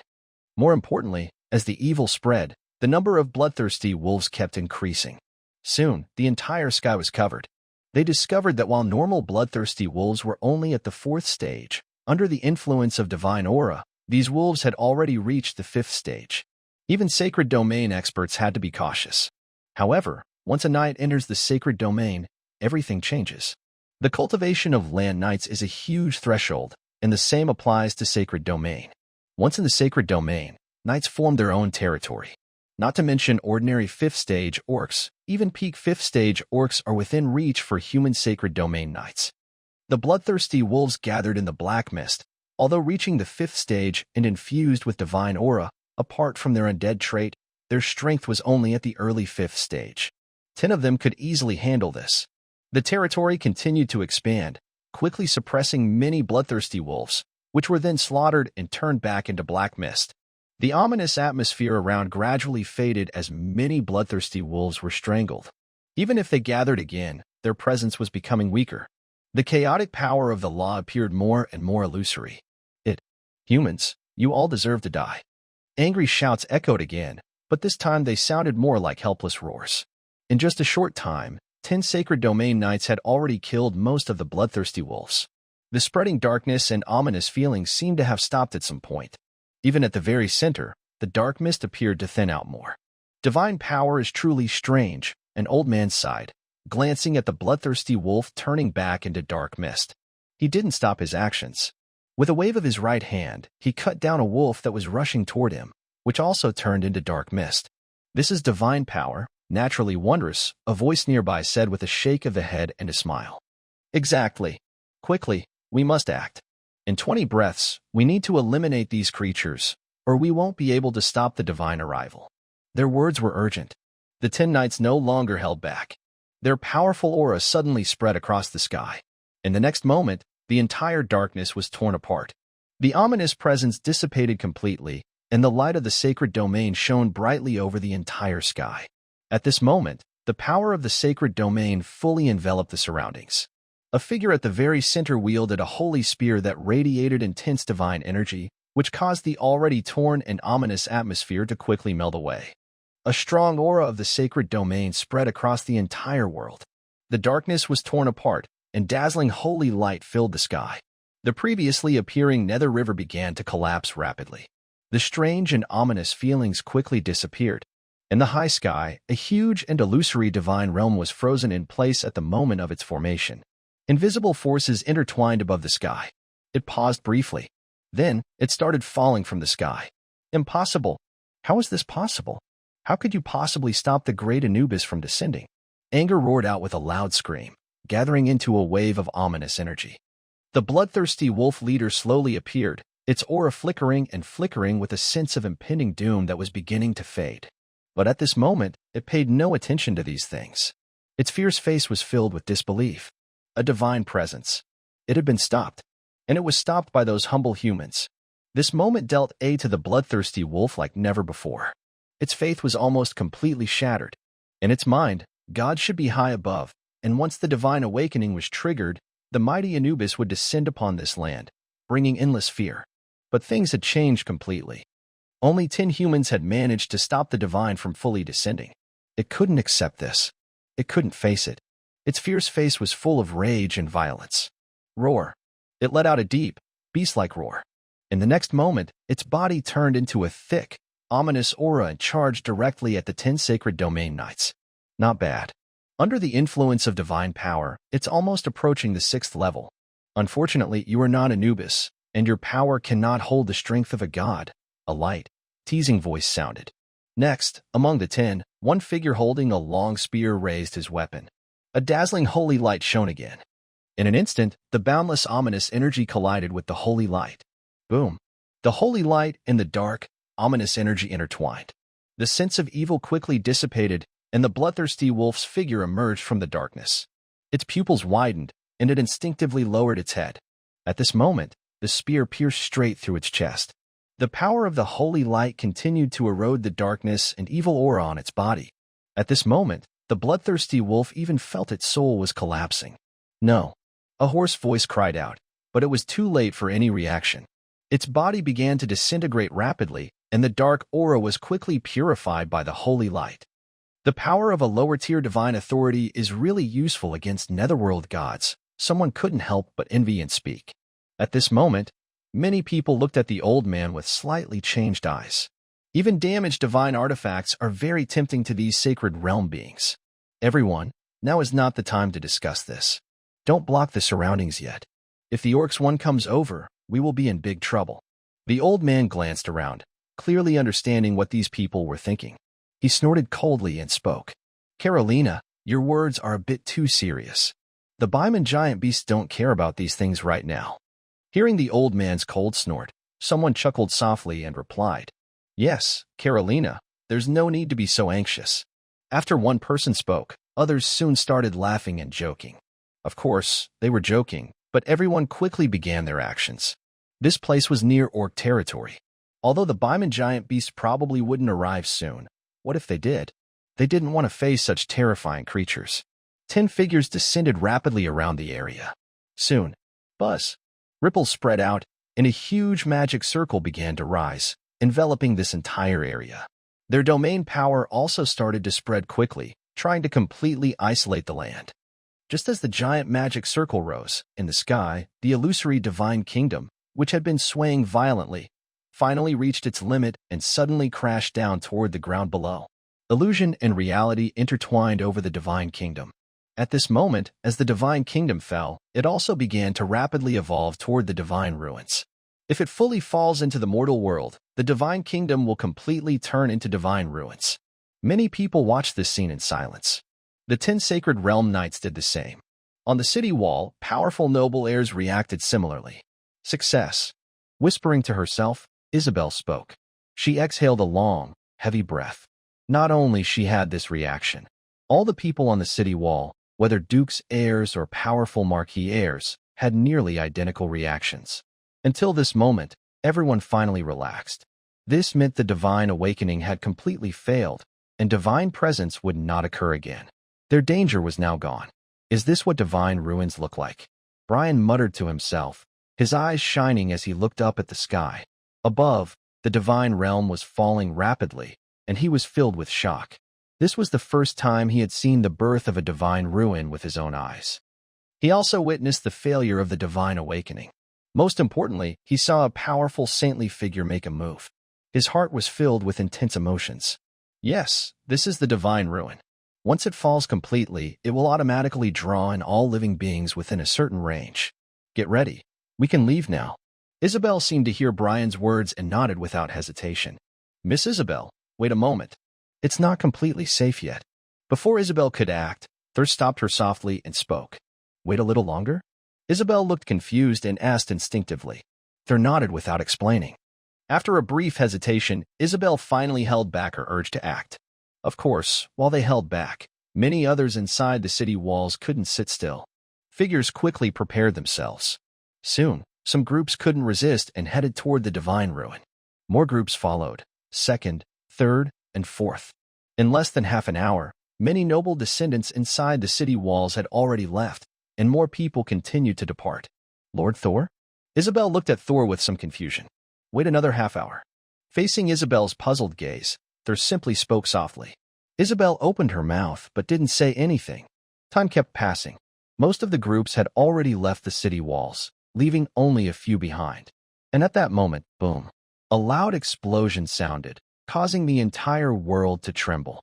The divine ruins suddenly fell into the space ahead. The whole world shook violently.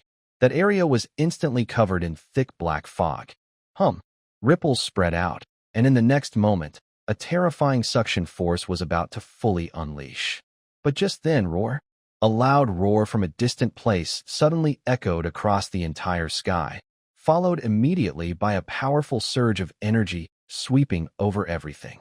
Buzz. A large magic circle lit up instantly. Ripples spread out quickly, trying to stop the terrifying roar. But it only lasted for a moment. A clear breaking sound rang out as the magic circle shattered completely in an instant. Blood sprayed out repeatedly. 10 Sacred Domain Knights didn't have time to react, and the next moment, their faces turned pale, and they staggered backward. At the same time, the divine ruins below suddenly paused. The force of attraction that was about to erupt suddenly stopped. Even at the moment the magic circle broke, several figures were rushing over from a distance.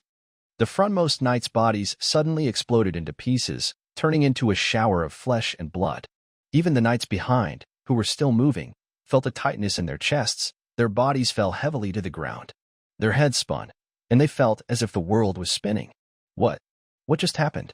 Someone stammered as they spoke. Although they had fallen to the ground, they had no time to care about their injuries. Instead, they looked blankly toward the distant divine ruins. At this moment, at the divine ruins, 10 Sacred Domain Knights looked pale, breathing heavily, with blood at the corners of their mouths. But they paid no attention to these injuries, instead staring in shock at the distant sky.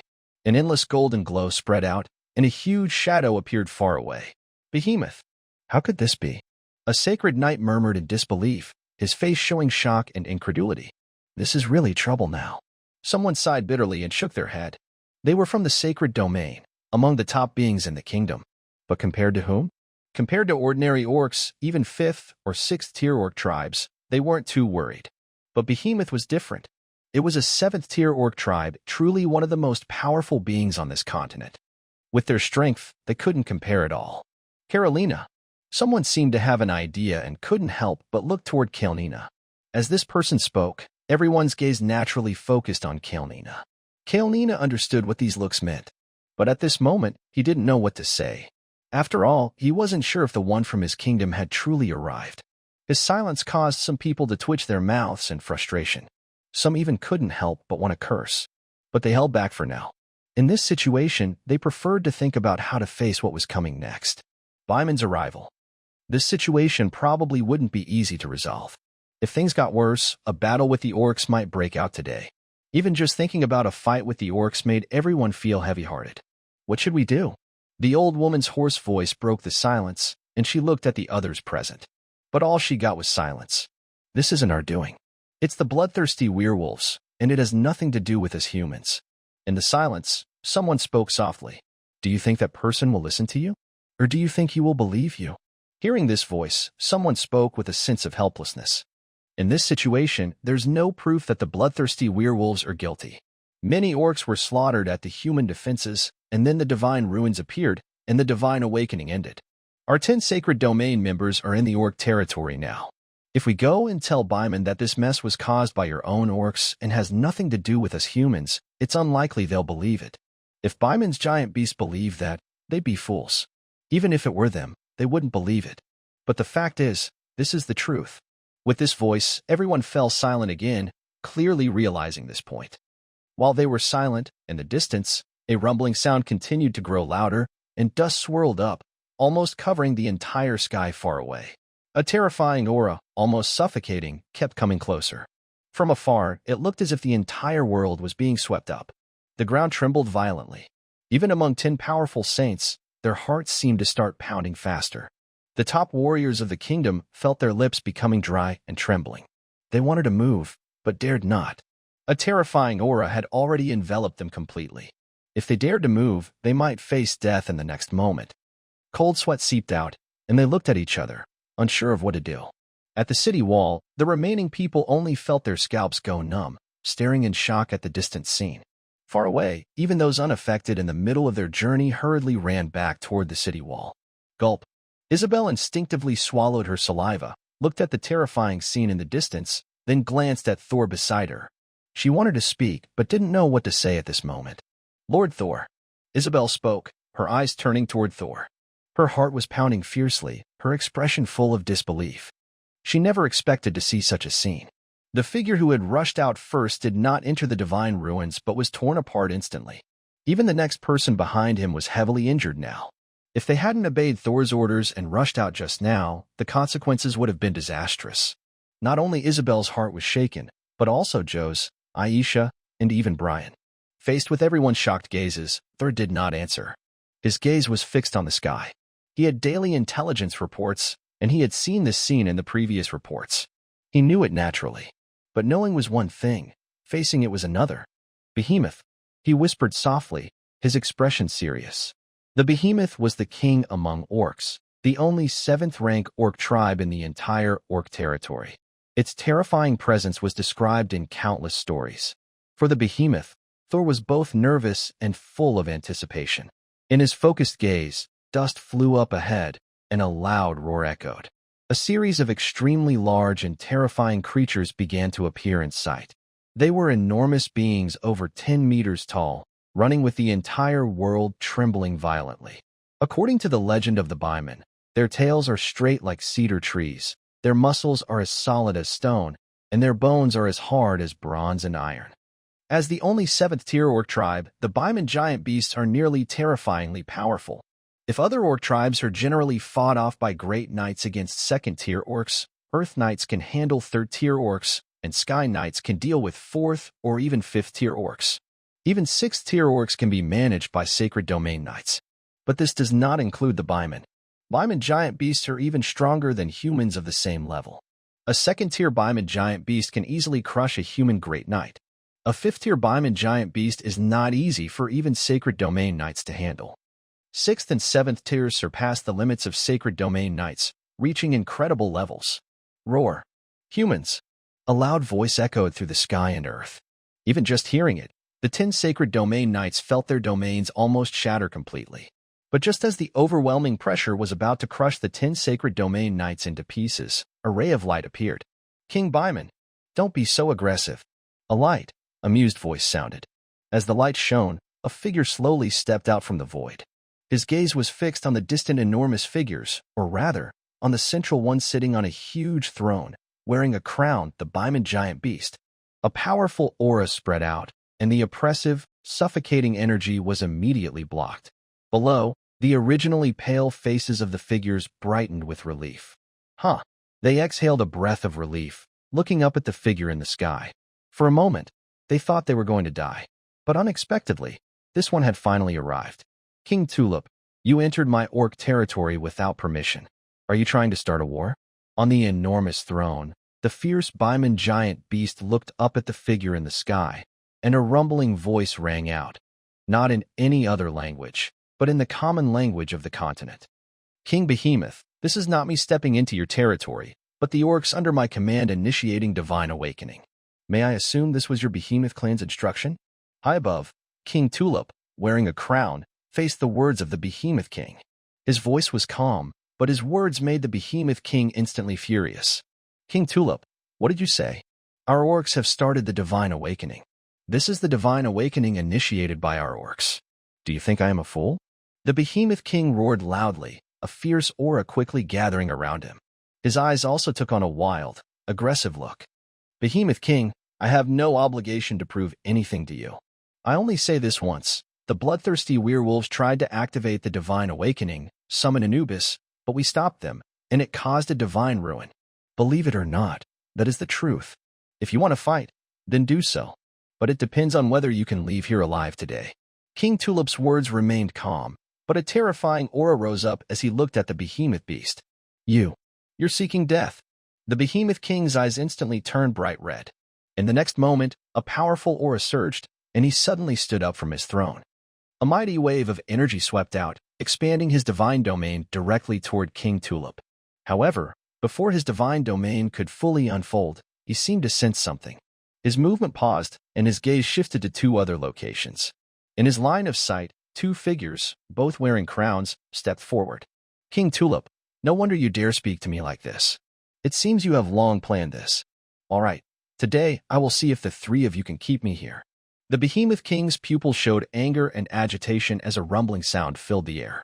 Behemoth King, you've been around too long. This continent no longer needs beings outside the Divine Alliance. If you're willing to sign today, you may leave. If not, then don't bother leaving today. A gentle voice sounded, coming from the figure on the left, who also wore a crown. This was the Purple Gold King. The crowned figure on the right was more direct, with a powerful divine domain spreading across the entire sky, covering the heavens. Good. However, the three high-level divine realms dared to act so boldly. It seems your human race has forgotten how terrifying the Baiman clan truly is. The Baiman King radiated a commanding aura, unleashing a power so strong it seemed to make the sky itself collapse. The divine energy of the realms spread out wildly, turning the sky blood-red in an instant. Really? I definitely want to see that. The Tulip King chuckled softly. In the next moment, his divine realm also expanded. As his realm spread, the divine energies of the other two kings also began to extend, intertwining instantly. The entire world was split apart at this moment. The Baiman King and the several Baiman beasts that followed him into this place were all enveloped in this power. Gulp. Wow. Seeing this scene, some of the 10 Holy Realm experts couldn't help but swallow hard. Their eyes filled with shock. Kalarina couldn't help but ask, are those three planning to deal with that one? Hearing the question, Kalarina hesitated, unsure of what to say. Can he really say he doesn't know? He didn't even expect the Tulip King to come personally, nor did he know that the three kings had united. His previous guesses were just that, guesses. Of course, others didn't need him to answer. Everyone was stunned, caught completely off guard by what they saw. The arrival of the Baiman and the three kings. Then, the battle between the Baiman King and the three kings began. No matter what the outcome, it seemed trouble was coming soon. If the three kings couldn't defeat the Baiman beast, the beast would surely start a war with the orcs, and the northern defense line would be in real danger. If the three kings were left behind by the Baiman beast, the consequences would be unimaginable. Even if the three kings managed to defeat the Baiman King, there would still be big problems ahead. The Baiman here are not all of the Baiman. Killing the Baiman King would inevitably lead to war. At this moment, the 10 Holy Realm experts looked at each other, unsure how to react. Someone instinctively spoke but couldn't find the right words. Let's wait and see. After a moment, someone sighed and finally spoke. With a gentle sigh, everyone else fell silent. At this moment, they seemed to be only able to wait. The strong in the sacred realm are powerful, but in front of the three kings and the Baiman giant beast, they seem insignificant. Of course, not only are they stunned, but also the powerful noble children are the same. One by one, they don't know what to do now. They're at the city wall. Let's go. Let's head there now. Thur spoke and immediately headed toward the city gate. Now? Are we going now? Isabel looked at Thor in shock. Yes. This is the best chance now. Thor nodded and didn't stop. Behind him, Steve, Pelos, Rain, Carter, and Brian quickly followed. Big sister. Joes looked at his sister. Aisha did the same. Let's go. With a determined look, Isabel nodded and then took her younger brother and sister, following behind. Everyone's actions quickly drew the attention of others. What are they trying to do? Someone couldn't help but ask, looking surprised. Aren't they crazy? That's the battle of the sacred realm. Others whispered to themselves, but Thor ignored them. He led everyone quickly toward the sacred ruins ahead. At this moment, as the Baiman giant beast left, the power suppressing the sacred ruins was beginning to break down. Soon, the ruins would fully erupt. If they didn't enter now, they might miss the chance later. Thor and his group quickly left the city and headed toward the sacred ruins. This scene shocked many and made some feel conflicted inside. In the end, some people still followed Thor toward the ruins. It was dangerous, indeed, full of great risk at this moment. But everyone also felt the intense turbulence ahead. It probably wouldn't be long before the sacred ruins opened for the first time. Missing this chance meant that the benefits they could gain inside would be greatly reduced. Even with the risk, some couldn't hold back anymore. Thor paid no attention to this. He led everyone quickly to the sacred ruins. At this moment, the entire sacred ruins were under a terrifying force of suppression. Dark fog constantly rolls and spreads an ominous feeling everywhere. As Thor and his group arrive, this oppressive force suddenly collapses. Boom! The black fog sweeps in quickly, covering everything around with a sense of dread. Before anyone can react, everything goes black in front of their eyes. Their bodies and minds are pulled in completely. The knights following Thor and his group are also caught in the same way. Seeing this scene, the faces of the noble children still lingering nearby change suddenly. They quickly try to follow, but it's too late. Soon, these knight groups are also pulled inside. In the blink of an eye, the divine ruins spread over several miles. At the city wall, watching this, the powerful noble heirs remaining here change color and panic, trying to move, but they cannot. The divine ruins expand across the world and then settle into a fixed shape. They can only wait for the next opening of the divine ruins to enter again. Usually, after the first opening, the ruins need some time to stabilize, often 7 or 8 days, sometimes even 10 days. Compared to the first time, the second entry into the ruins is much shorter, so the gains are naturally fewer. At this moment, many people feel like they want a blood when looking at the stable divine ruins. Especially Seiji Spencer, who looks at Thor and others being swallowed from afar, his eyes shining with cold light. He was lucky earlier, escaping the power of the Baiman beast because he was on the outskirts, and he managed to run back. Now, he is ready to watch Thor and his group have their turn.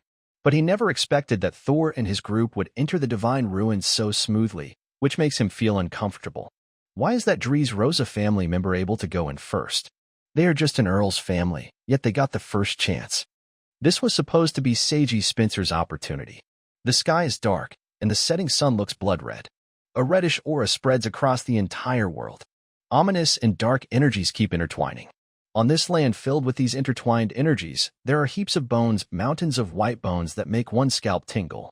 Ghostly figures float above the bones, creating a strange and eerie scene. Thor, in a daze, slowly regains consciousness. But the moment he wakes up, he is shocked because he cannot sense any trace of life energy. The life seed inside his body has completely disappeared. He instinctively raises his arm and looks, and he can see other objects clearly through his hand. What is this? At first, Thor feels confused, but soon the memory of the last scene floods his mind, helping him understand what has happened. Unsurprisingly, he has entered the realm of the gods. His current state is a special condition of being inside the divine realm.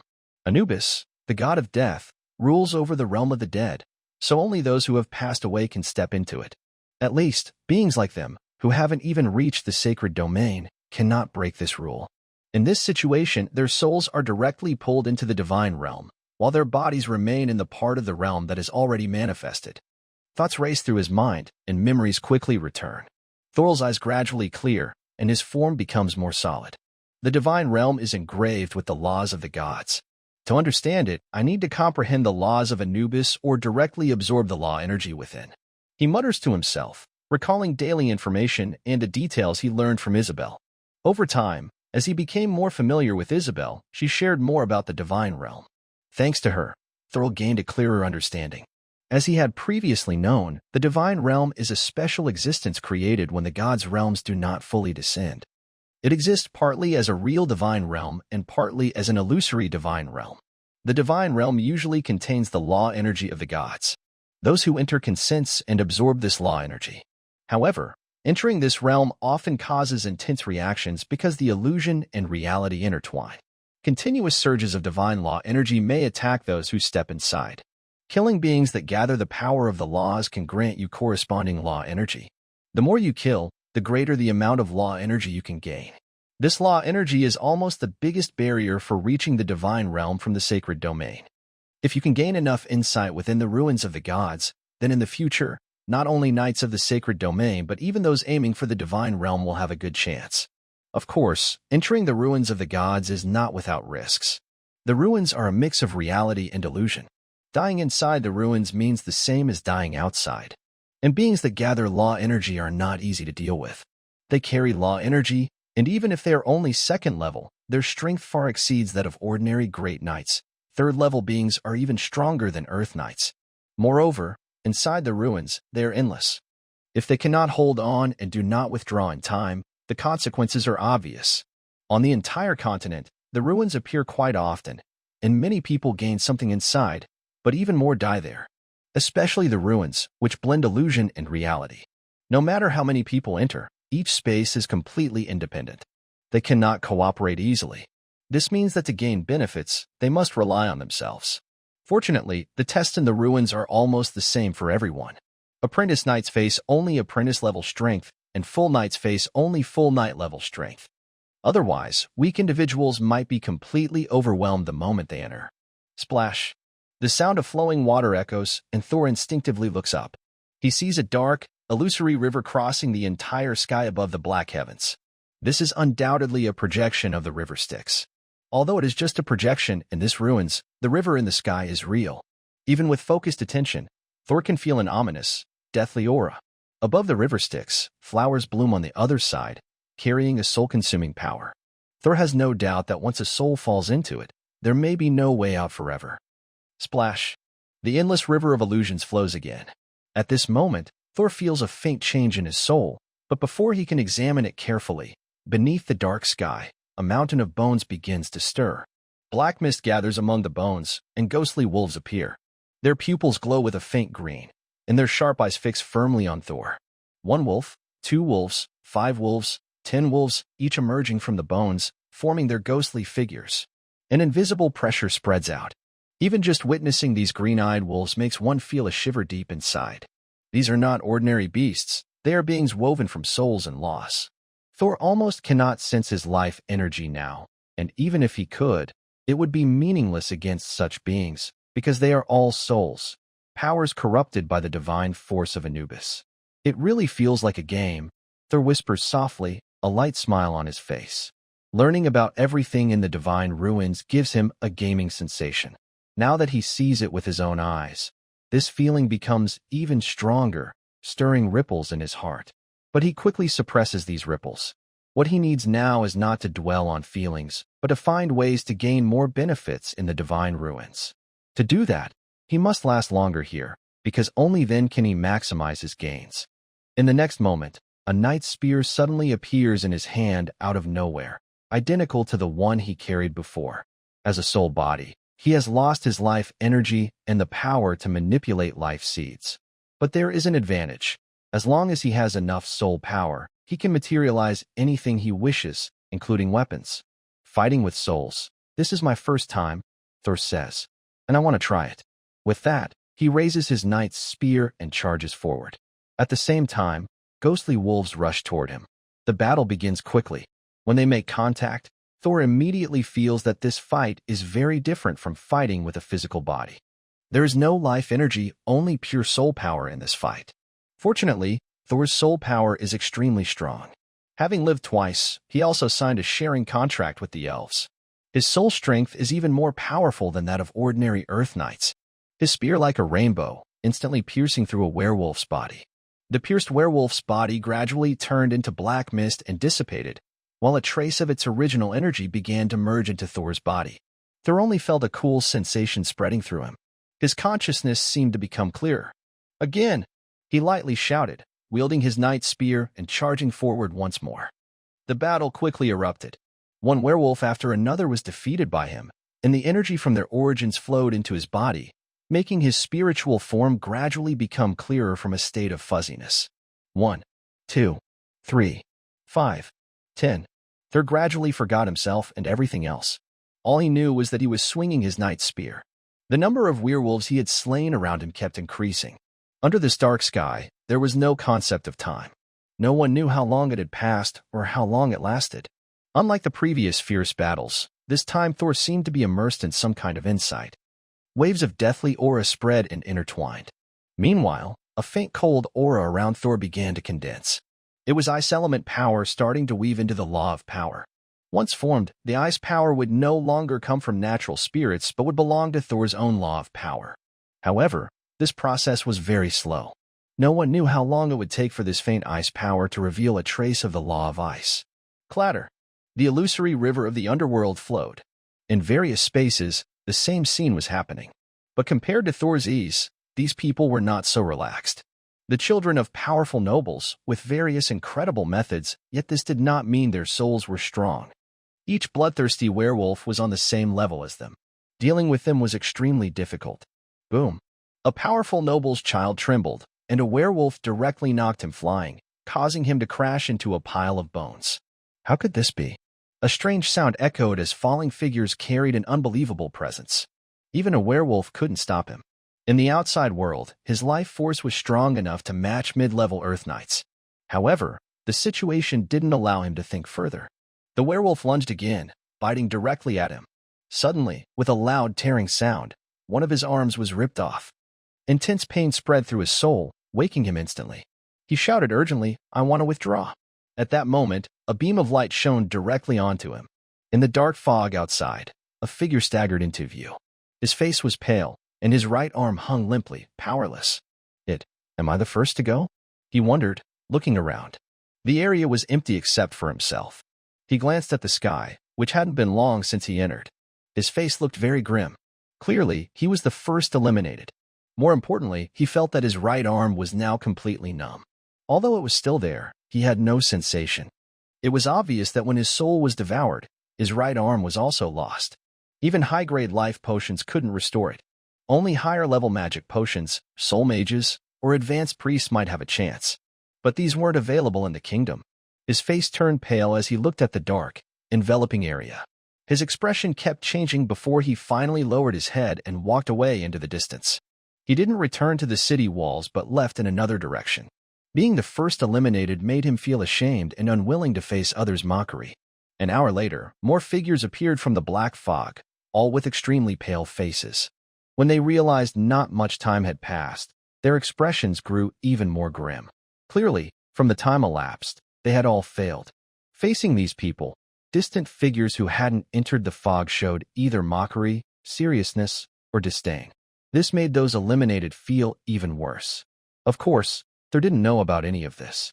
Time slowly passed, and Thor was completely immersed in his insights. Each defeated werewolf contributed a piece of primal power into his body, making his spiritual strength grow stronger. At the same time, a cold aura intertwined with the scent of death, causing a chill in his soul to gradually form. His body even began to solidify completely, almost indistinguishable from a real form. Gradually, his attacks carried traces of ice element power, almost indistinguishable from his use of life source energy. Note: recently, the story mainly introduces the worldview. Whether it is the three great kings or the three great dukes, they do not have much influence on the main character. The dukes and royal family rarely participate in domestic affairs, as seen earlier. Figures appeared one after another as time slowly shifted. In the blink of an eye, more than 10 people were eliminated from the Divine Ruins, most of whom were the powerful Marquis descendants from Tulip's side. It wasn't until over 2 hours later that a descendant of a duke's family was eliminated. When the figure appeared, among the 10 Sacred Domain Knights, one person's face instantly turned grim. "Ha ha ha, Sint, it seems that little guy from your family is here." Someone chuckled softly. Hearing the words, the old man with a grim expression looked even more gloomy. "Humph." He finally responded with a heavy, cold snort. Seeing the old man's displeased face, the other 9 also showed faint smiles. The pressure seemed to ease somewhat. After all, the battle in the Divine Realm was beyond their influence. They could only wait for the outcome. Moreover, it was clear that the result wouldn't be known in just a day or two. The kings of the 3 kingdoms had already reached the high-level Divine Realm stage. Their actions were clearly well prepared. Although the Baiman King exceeded the high-level Divine Realm, the 3 kings were confident, likely possessing corresponding methods. Their battle could very well escalate to the scale of a 1,000-day Divine Realm war. Compared to that, their attention seemed to have returned to the starting point. Seeing that other Sacred Domain descendants gained little, it was undoubtedly a somewhat pleasing outcome.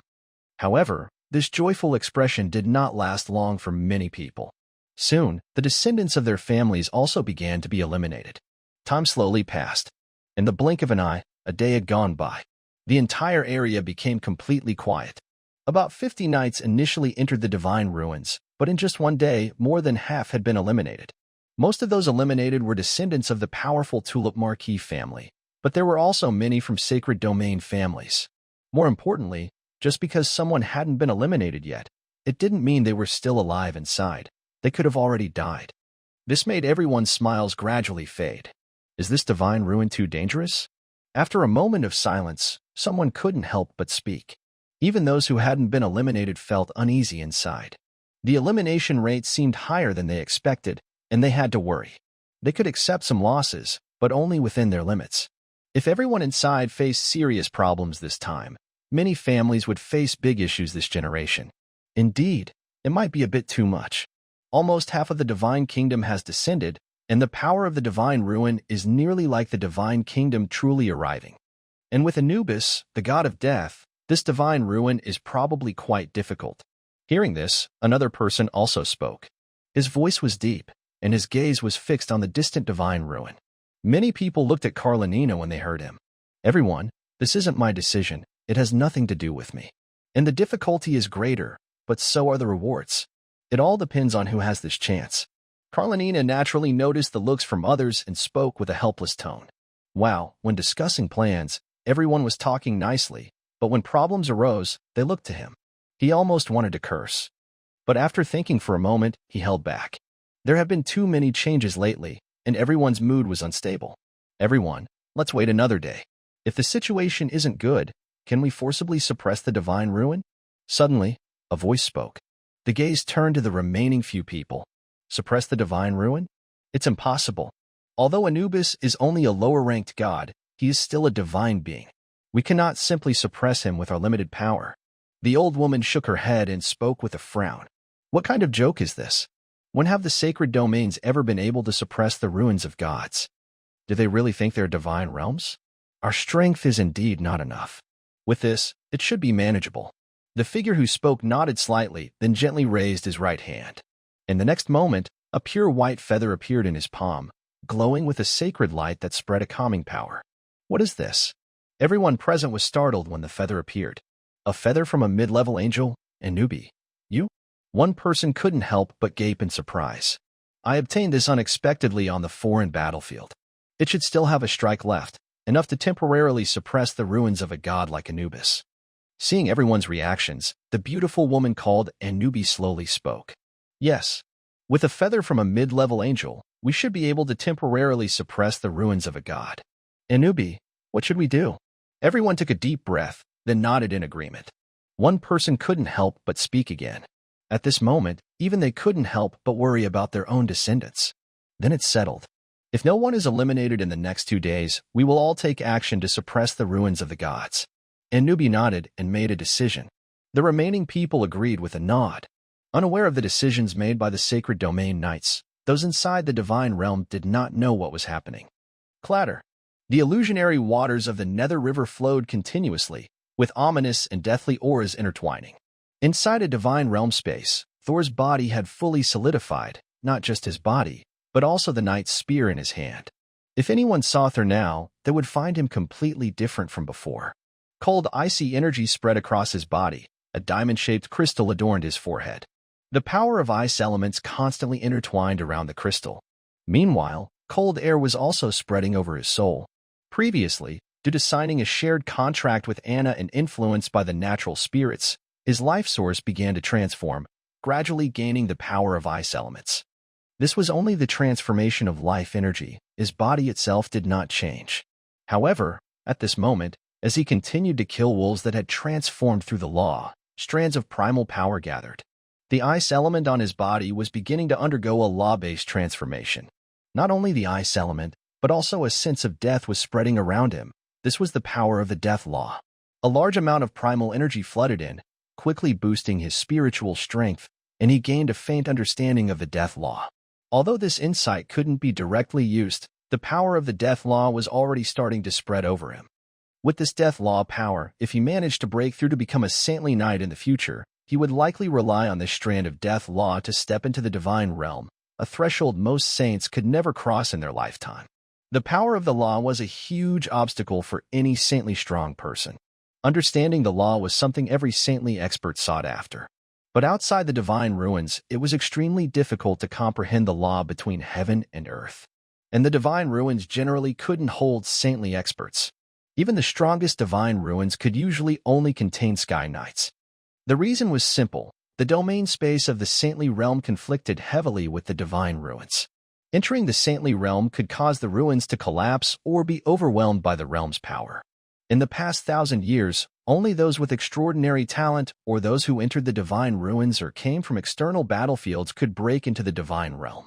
Otherwise, it was nearly impossible to step into the divine realm. At this moment, Thor saw a chance.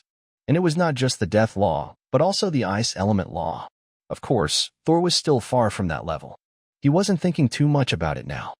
Countless wolves kept coming forward, and Thor was completely immersed in hunting. Compared to the beginning, hunting had become easier over time. But after reaching a certain critical point, something seemed to change again. The smell of death suddenly grew stronger, and in the next moment, the wolves formed from the aura of death appeared to grow larger. The surrounding death energy also expanded further. Boom! The long spear like a rainbow shot out instantly. However, the scene I imagined, the spear piercing through the wolfman in an instant, did not happen. Thor only felt a powerful force hit him, causing him to step back a few paces. The wolfman was knocked far away. Eh! A light exclamation sounded. Thor raised his eyebrows, showing a hint of surprise. His mind also pulled away from that feeling of obsession. A wolfman's roar came from nearby. In his slight surprise, the wolf charged at him again. The air was thick with death, making his soul tremble instinctively. Thor's brow furrowed slightly. In that moment, he also sensed the presence of death. The pure white knight's spear instantly turned black. Thor raised his hand, and the spear swept directly toward the rushing wolf. Boom! The wolf's huge body paused in midair, and Thor's spear struck its claws. Clang! The wolf's body fell, but this time it only stepped back 4 or 5 paces. Has it leveled up? He whispered softly. Watching this scene, Thor understood what was happening. Clearly, as he fought, the strength of the wolfmen he faced had increased significantly. In the ruins of the divine realm, there are beings that follow the law. As one reaches a certain level, these law-formed beings gradually improve. Killing these enhanced law-formed beings gathers their power, bringing greater rewards. It is said that if someone can persist until the end and hunt enough of these law-formed beings, it might even be possible to absorb all the power of the laws in the divine realm. Of course, reaching this level is extremely difficult. So far, only a few are said to have achieved it across the entire continent. This isn't about strength alone, but about how deeply one understands the power of the laws. The deeper the understanding, the longer one can persist, and the more law-formed beings they can kill. Otherwise, even if you keep fighting, if you don't kill many, you won't gather enough law power. At best, it's just a way to train yourself. Let's go again. Thinking of the information about the divine realm in his mind, Thor called out softly. In the next moment, icy coldness spread over the knight's spear intertwined with deathly aura, making the darkness even more bone-chilling. Thor took a step forward and charged again. A powerful aura of the soul burst out, intertwining the forces of death and cold ice. This time, a werewolf just managed to block, still entangled in the aura of death, but the cold aura froze it completely. In the next moment, its huge body was smashed into the distance. Then, a stronger flow of primal energy and death aura gathered together. Thor's body trembled slightly. His nearly solidified soul seemed to become even more tangible, and the aura of death around him grew stronger. Feeling the changes within himself, Thor's eyes lit up. His gaze immediately locked onto the remaining werewolves. The hunt quickly resumed. Although the auras of these wolves had increased further, Thor, with his ever-growing force of law, could still handle them. The only issue was that it became a bit more troublesome. Under these circumstances, time quickly passed to the 7th day. 7 days had gone by. While the 10 Holy Domain experts breathed a sigh of relief, they also looked at each other with some worry. In these 7 days, although fewer people were eliminated than on the first day, many still fell, causing them to hesitate before making a move. However, with successive eliminations and the children of various great families involved, everyone's faces looked less confident. Only a beautiful woman remained tense and anxious, because over the past few days of eliminations, she hadn't seen her own person. There were even times she almost couldn't help but act, but she ultimately held back. She couldn't be sure if her own person was still receiving the law of power. If she acted now, she might miss the chance. Fortunately, her anxiety only lasted until the 7th day, and she finally relaxed completely. Her gaze fell on Isabel's figure, whose life source energy had noticeably increased, almost reaching the later stage of the Earth Knight level. Is it over? Isabel's mind was a bit hazy. In that dull, gray space, it seemed all that remained was war, and more fighting.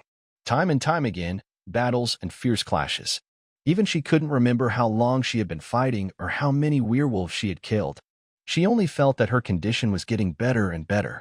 Until all the surrounding werewolves had disappeared, the reappearing werewolf's strength reached an unimaginable level. With a single strike, it caused her recently condensed soul to sway greatly. She suddenly snapped back to her senses and quickly withdrew from the divine ruins. Thinking of that final terrifying werewolf, her body trembled uncontrollably. She shook her head hard to shake off that feeling. Only then did Isabel focus on her current state. As she did, her body trembled again, and her eyes widened in surprise. "I've broken through," Isabel whispered to herself, her eyes filled with disbelief. Just a few days ago, she had just entered the early stage of the Earth Knight realm, and not long after, she advanced to the mid-stage. Now, she had already broken through to the late stage of the Earth Knight realm. From her perception of the source of life energy, she could tell that her late-stage Earth Knight state was very stable, only one step away from reaching the peak of the Earth Knight. At this moment, it was almost a significant leap forward. If she continued her training at her previous pace, without this breakthrough, it would take her several more years to reach this level. More importantly, Isabel felt that her greatest progress was not just her cultivation level. She sensed that she was touching a mysterious existence deep in her mind. Although she couldn't fully feel it now, once she reached a certain level, this existence would surely bring her unimaginable benefits. Rules. She whispered softly, clearly understanding what that meant. Taking a deep breath, she calmed her rising emotions, then looked toward the distant area covered in black fog and headed toward the city wall. There, Jose and Aisha had already been waiting. "Big sister. Big sister."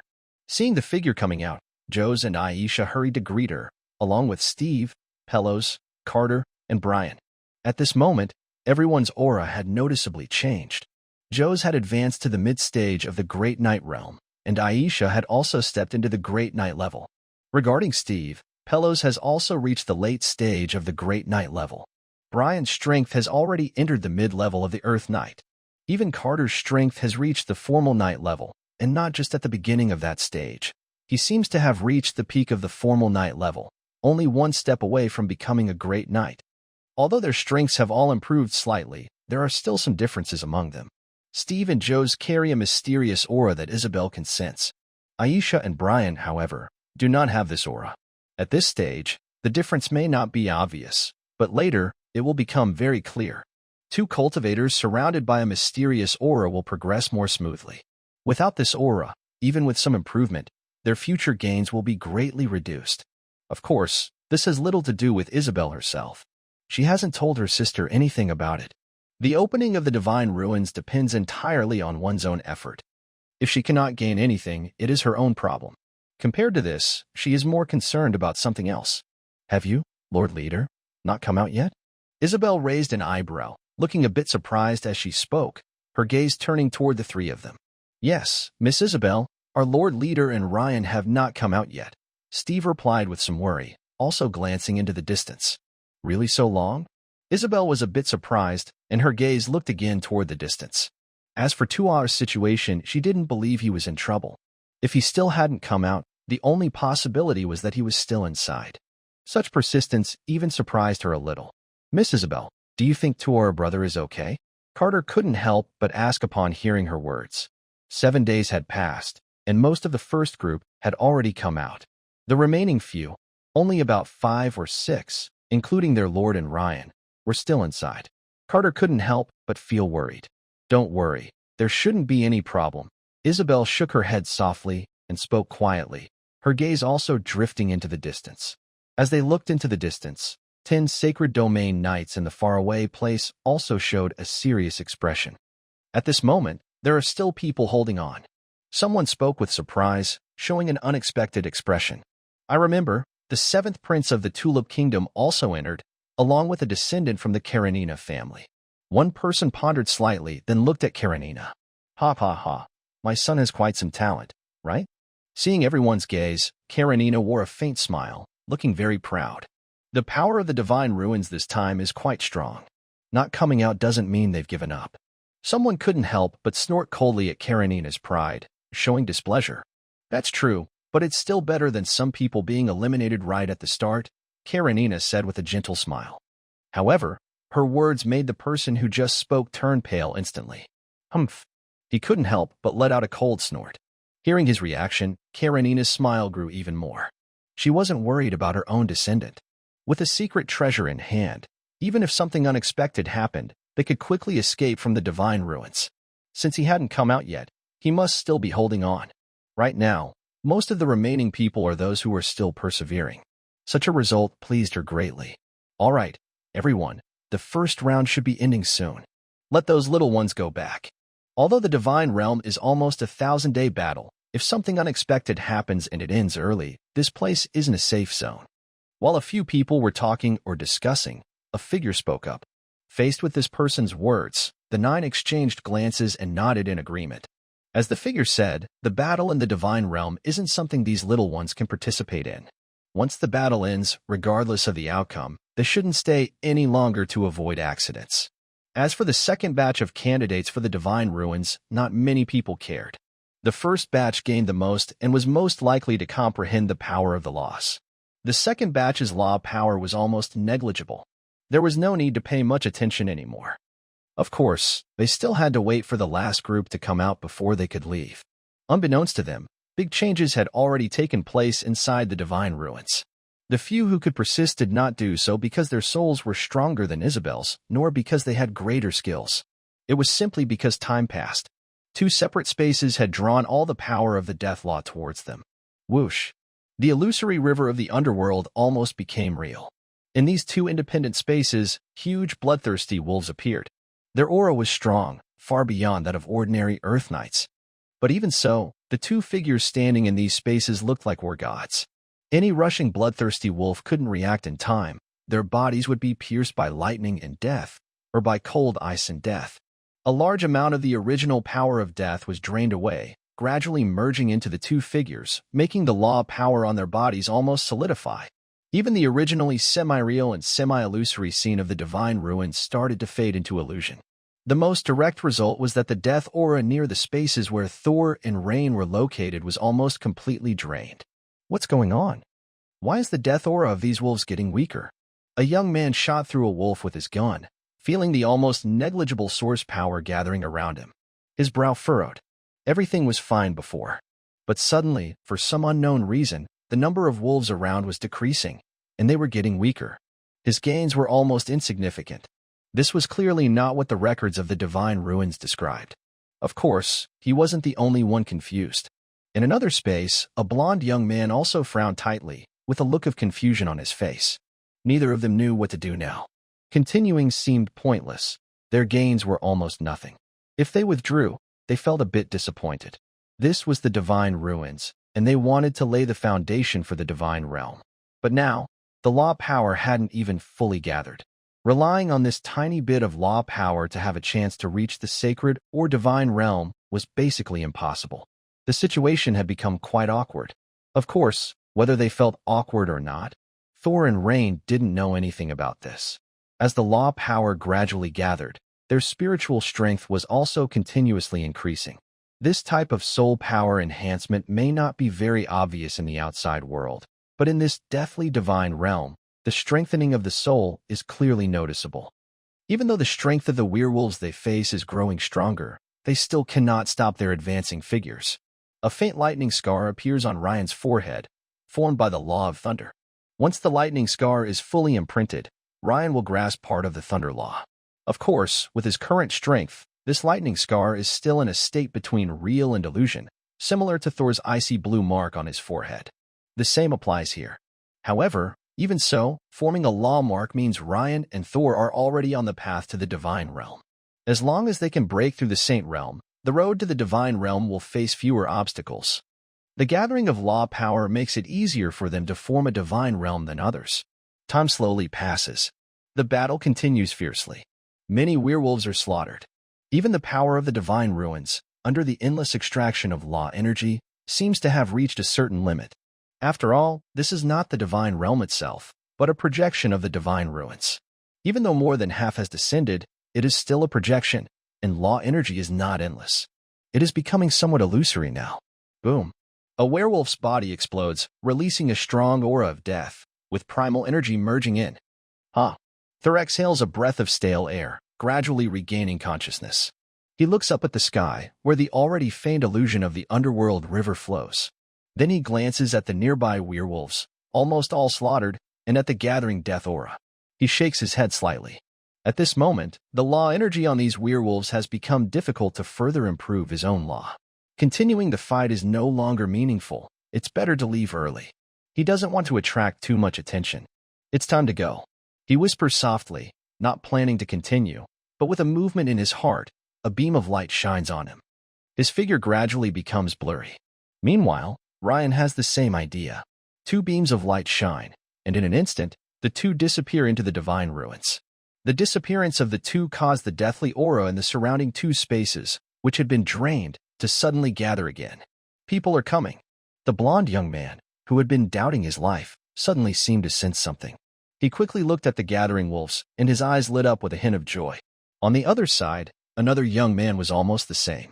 The two quickly started fighting. For some reason, even though the number of wolves increased, the two sensed that something was missing. But at this moment, they couldn't care about that. Gaining more fragments of the law was also good. As for what happened to the two, they didn't know. Two white lights flickered, and Ryan and Thor appeared outside almost at the same time. The moment Thor appeared, he could feel a clear change in himself.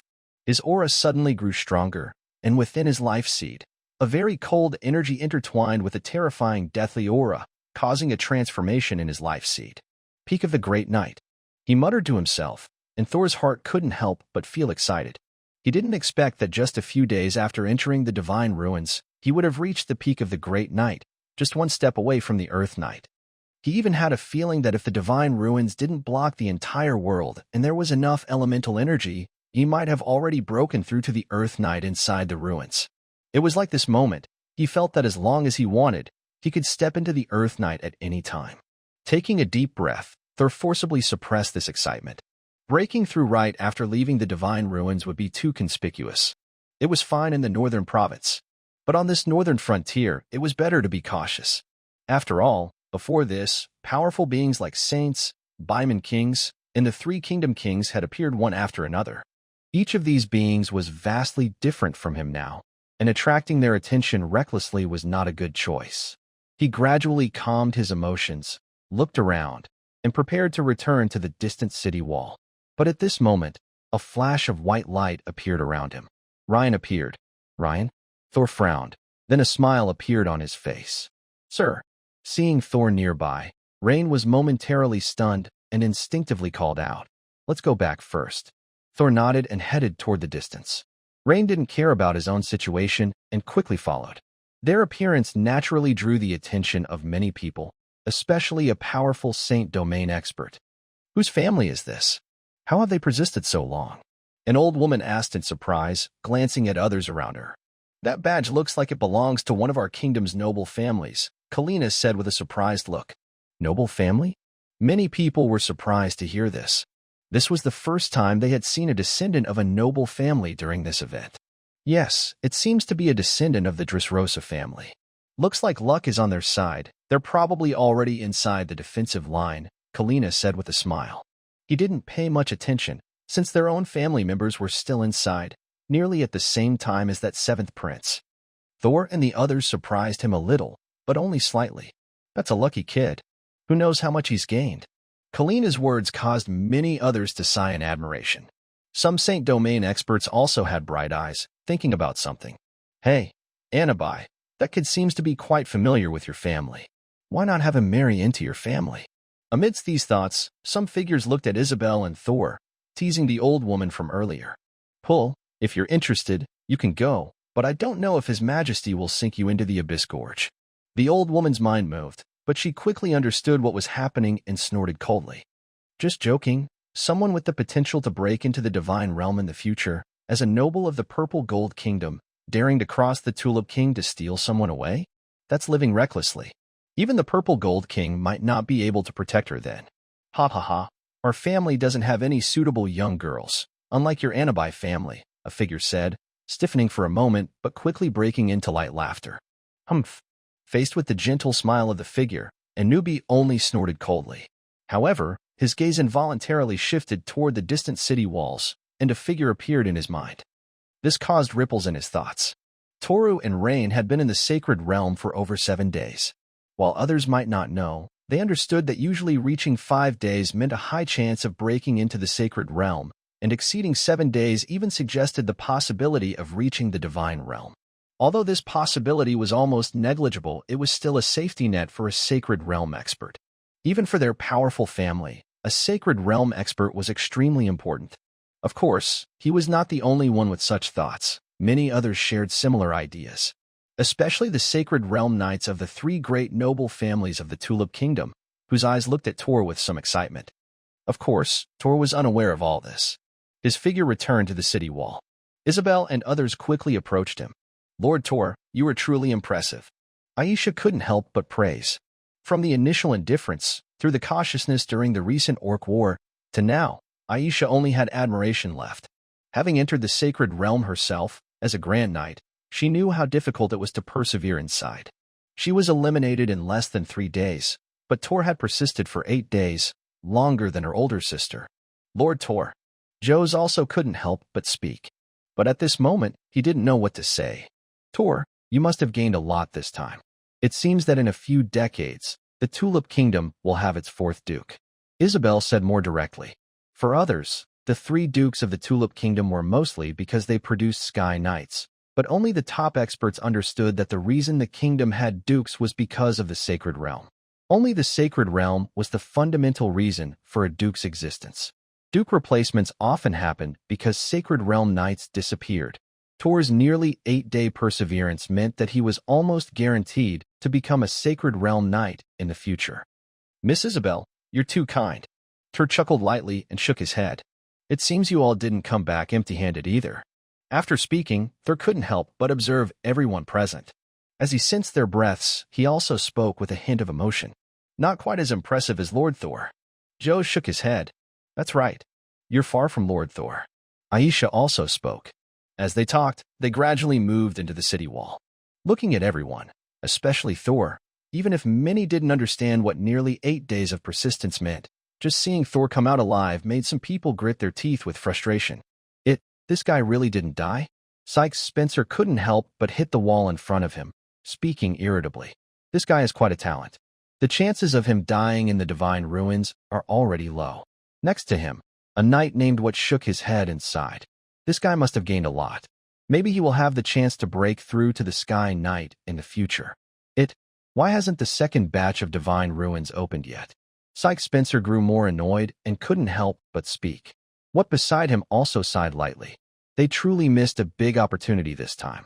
They arrived early but failed to reach the first batch. Even though they didn't know much, they vaguely understood that the first batch gained the most. Of course, it wasn't just them sighing, many others felt the same. Amidst these thoughts, the 8th day quickly passed. Thor and the others did not return but stayed temporarily at the city wall. When the 9th day arrived, 2 beams of light finally appeared. 2 young men appeared. As soon as they appeared, their figures instantly vanished from the spot. When they reappeared, they were already before 10 sacred domains. Their sudden flash startled their originally dazed figures, but they quickly reacted. Because right in front of them were family sacred domain knights. "Grandpa." One hurriedly greeted Carlinina. The other, a blond young man, curiously looked at a sacred domain knight. "Prince 7, how is it?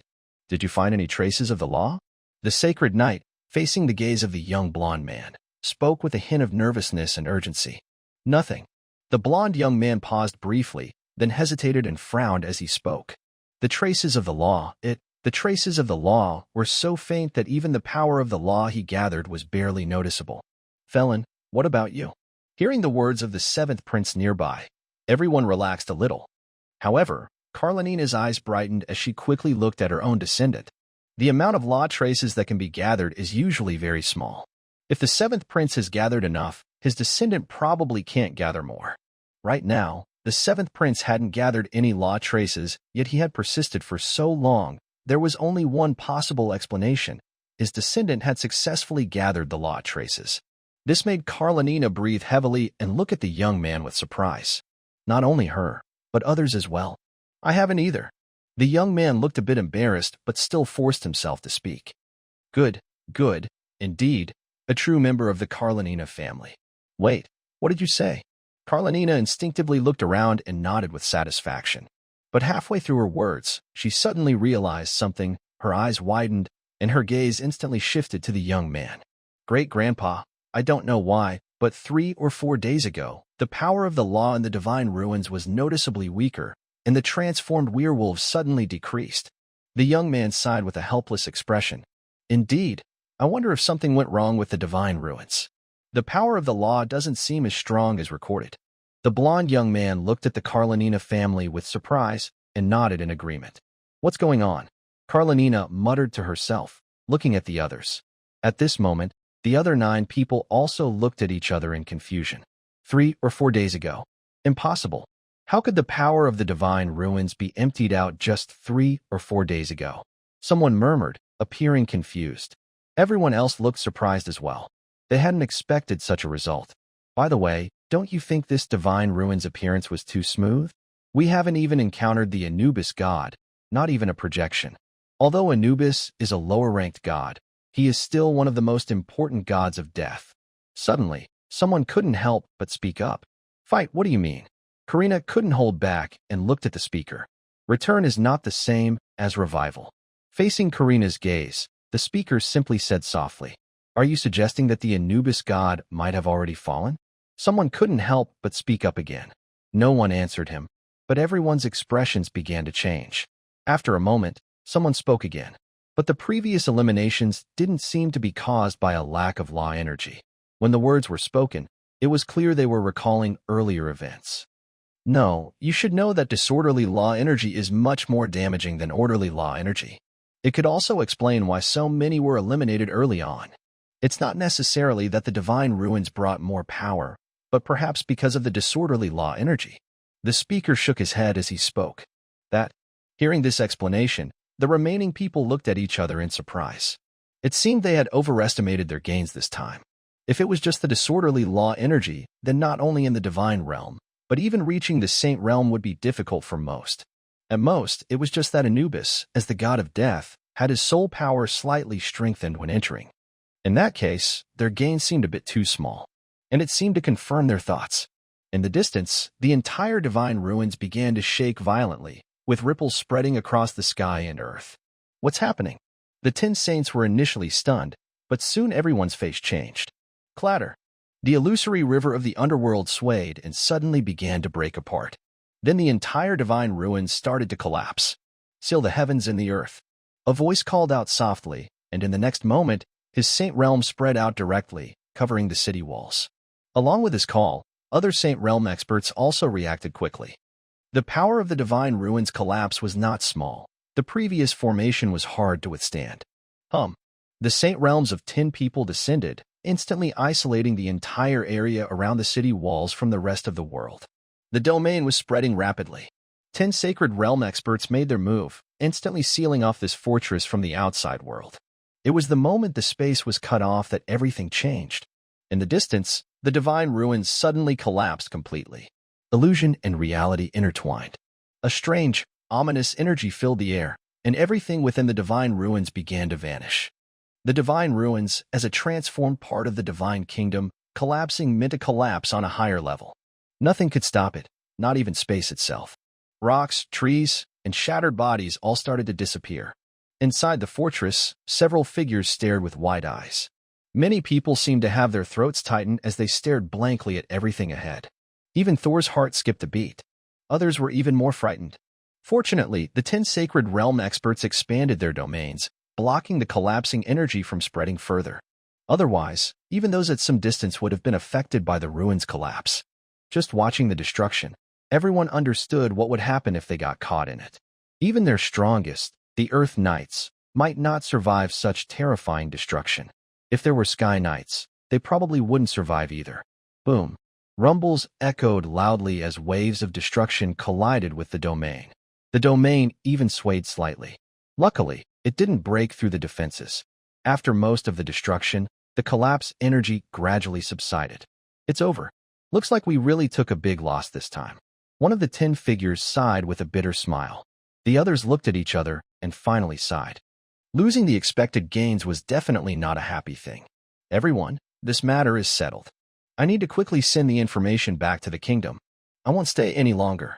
While everyone was lost in thought, one figure spoke. "Yes, this divine realm battle must be reported quickly to prevent any unexpected problems." As one person spoke, others soon followed. Out of 10 people, 4 quickly chose to leave, and even the last one shook his head with a sigh before disappearing in place. These people obviously did not really notify their homeland. Since the 3 great kings have joined forces, they must be well prepared. They are eager to leave now because they haven't reached their goal, and also because they want to return quickly to prepare their families. The appearance of the 3 great kings was unexpected even to them. Such an important event requires a quick return. Otherwise, there could be misunderstandings or big problems later. 5 people leave. Then, over the next half day, powerful noble children within the city walls also leave quickly, feeling frightened. In the blink of an eye, most of the city walls were empty. The collapse of the divine ruins was no longer meaningful. Most other noble children had already chosen to leave. But as they left, they couldn't help feeling disappointed. They thought this was a chance, but unexpectedly, it ended before they could even act. As these people left feeling disappointed, only the powerful noble children of the Tulip Kingdom and a few others like Isabel, Jose, and Aisha remained. The noble children of the Tulip Kingdom, whether they were the children of the 3 dukes or the powerful marquises, felt confused. They came to participate in the divine ruins, but before stepping inside, the ruins collapsed. They didn't know how to react at first, especially the children of the powerful marquises, who initially heard only rumors and weren't sure. It wasn't until they reached the northern defense line and talked with the children of the dukes that they understood what was happening. They had been looking forward to this for a long time. The divine ruins were a sacred place, holding the power of gods. If they could obtain it, not only would they become Holy Domain Knights, but Sky Knights might also have a 100% chance of reaching that level. As heirs or candidates to inherit the powerful marquis titles, they were full of hope. But no one expected that before they could act, the divine ruins would collapse so suddenly. It collapsed right in front of their eyes. This outcome was almost too hard for them to accept. Even if they couldn't accept it, there was nothing they could do, because he had truly disappeared. "Walter? Us?" Sage Spencer instinctively spoke, his gaze involuntarily shifting to his companion beside him. However, even Walter, who was usually calm, now widened his eyes and opened his mouth, unsure how to react for a long time. Walter's silence made Spencer's face look even worse. He couldn't help but curse inwardly. It seems only that guy gained something. While cursing silently, Spencer's eyes unconsciously looked toward Thor and the others in the distance. At this moment, his gaze toward Thor was filled with jealousy that he couldn't hide. But regardless of how he reacted, Thor had no intention of paying attention to these things now. At this moment, he was on one side of the battlements, saying farewell to Isabel. With the departure of other powerful noble heirs, they also needed to leave. "Lord Thor, if you wish to travel across the continent in the future, you can visit the Purple Golden Flower Kingdom," Isabel said with a smile. "Certainly. Miss Isabel, Miss Aisha, safe travels." Thor nodded, then waved goodbye to Isabel. Isabel and Aisha smiled and nodded back. Then everyone rode their horses and headed into the distance. "Brother Brian, Lord Jose, we should prepare too. Let's set out soon," Thor said with a smile as he watched Isabel leave. "Okay." Brian and Jose nodded slightly after a moment of thought. Now that everything was over, everyone present had gained a lot. It was time to leave, especially since they hadn't forgotten the terrifying Baiman beast earlier. Even they had to be cautious. After receiving their agreement, Thor and his group began packing their things. Half an hour later, they rode their horses back toward the northern land province. As they returned, 2 pairs of eyes also fixed on Thor and his group. "Let's go." Spencer's eyes flickered, then he called out to the nearby knight. Soon, less than half an hour after Thor left, Sage Spencer and the 2 knight groups quickly departed from the area, heading in the same direction as Thor. Many people noticed this scene. Some watched with teasing smiles, others with shining eyes. Some felt a sudden impulse and decided to follow. Their intentions were clear and obvious. No one intervened or paid attention. However, the 5 sacred domain knights did notice, but they only observed briefly before ignoring it. If there had been no suspicion that the divine ruins were problematic, and if someone might enter the divine realm in the future, they might have helped. But now that the divine ruins were compromised, those thoughts disappeared. As members of the sacred domain, they no longer involved themselves in the kingdom's affairs. Even if it was just the actions of some marquis children, they probably wouldn't care much. On the other side, Thor, who had left, naturally knew the figures following behind. He didn't really believe that the golden finger was harmless. Just a few days ago, information had already revealed relevant details in daily reports. Moreover, now his soul power had reached an incredible level, so even without the daily reports, he could sense that people were following him. Really confident. Thor chuckled lightly and shook his head, a cold glint flickering in his eyes. Since the other side wanted to die, he didn't mind giving them a ride. As for their strength, he wasn't concerned. Even though the two knight groups behind him had more than 6 Earth Knights, so what? The strength of his current team was completely different from before. During the Divine Ruins trip, he and Rain had almost transformed. Even relying only on themselves, they could easily handle the few Earth Knights behind them, not to mention with Brian, Steve, Pelos, and Jose. Brian's strength had even reached the mid-level of Earth Knights. This power was stronger than most Count families.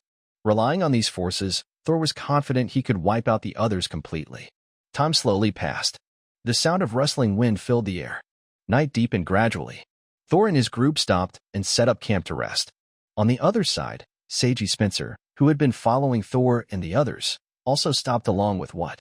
When do we start? Seiji Spencer looked at What, then glanced at the distant firelight, speaking in a deep voice. Around them, there were bodies, those of the people who had been with them earlier. Just moments ago, they had been dealt with by the Knights group of the two. After this stretch, we can act tomorrow. What hesitated slightly before speaking in a low tone. There should be others behind us. Seiji Spencer was silent for a moment before replying. I've already sent someone to handle it. After tomorrow, no one will be following us. What's tone was calm. Meanwhile, distant fighting quickly resumed and then ended. Soon, the entire jungle fell completely silent. Night gradually passed. Familiar mechanical sounds echoed. After scanning around, Thor began to continue his training. To prevent surprises, he planned to break through and become a land knight today. Not only him, Arain was also doing the same. Using the silver moon breathing technique, streams of life energy started to flow. Above the sky, moonlight bathed the jungle, plunging everything into deep silence. With each breath, wisps of white mist rose from Thor, and white frost spread beneath his feet, spreading and intertwining with a chilling aura. In the midst of this terrifying cold, there was also a faint sense of death hard for ordinary people to notice. At this moment, Thor had no time to pay attention to these details. His knight's breathing technique was pushed to its limit. His inner life energy surged continuously, and the life seed in his chest beat faster and faster. To become a land knight, he first needed a huge amount of life energy. Only with abundant life energy could he build the foundation of a land knight. When a knight advances from a novice to a knight, they need to gather a life seed. To reach the level of a land knight, they must find a piece of land large enough for the seed to grow. This step is almost like a chasm. Most peak grand knights cannot achieve it. But for Thor, this was not a big problem. Within the ruins of the gods, the vast amount of soul power has caused his life source to reach its limit. Now, breaking through is naturally very smooth. The cold aura gradually gathers beneath the seed of life, beginning to form a vast land. First, it appears as an illusion, then gradually solidifies.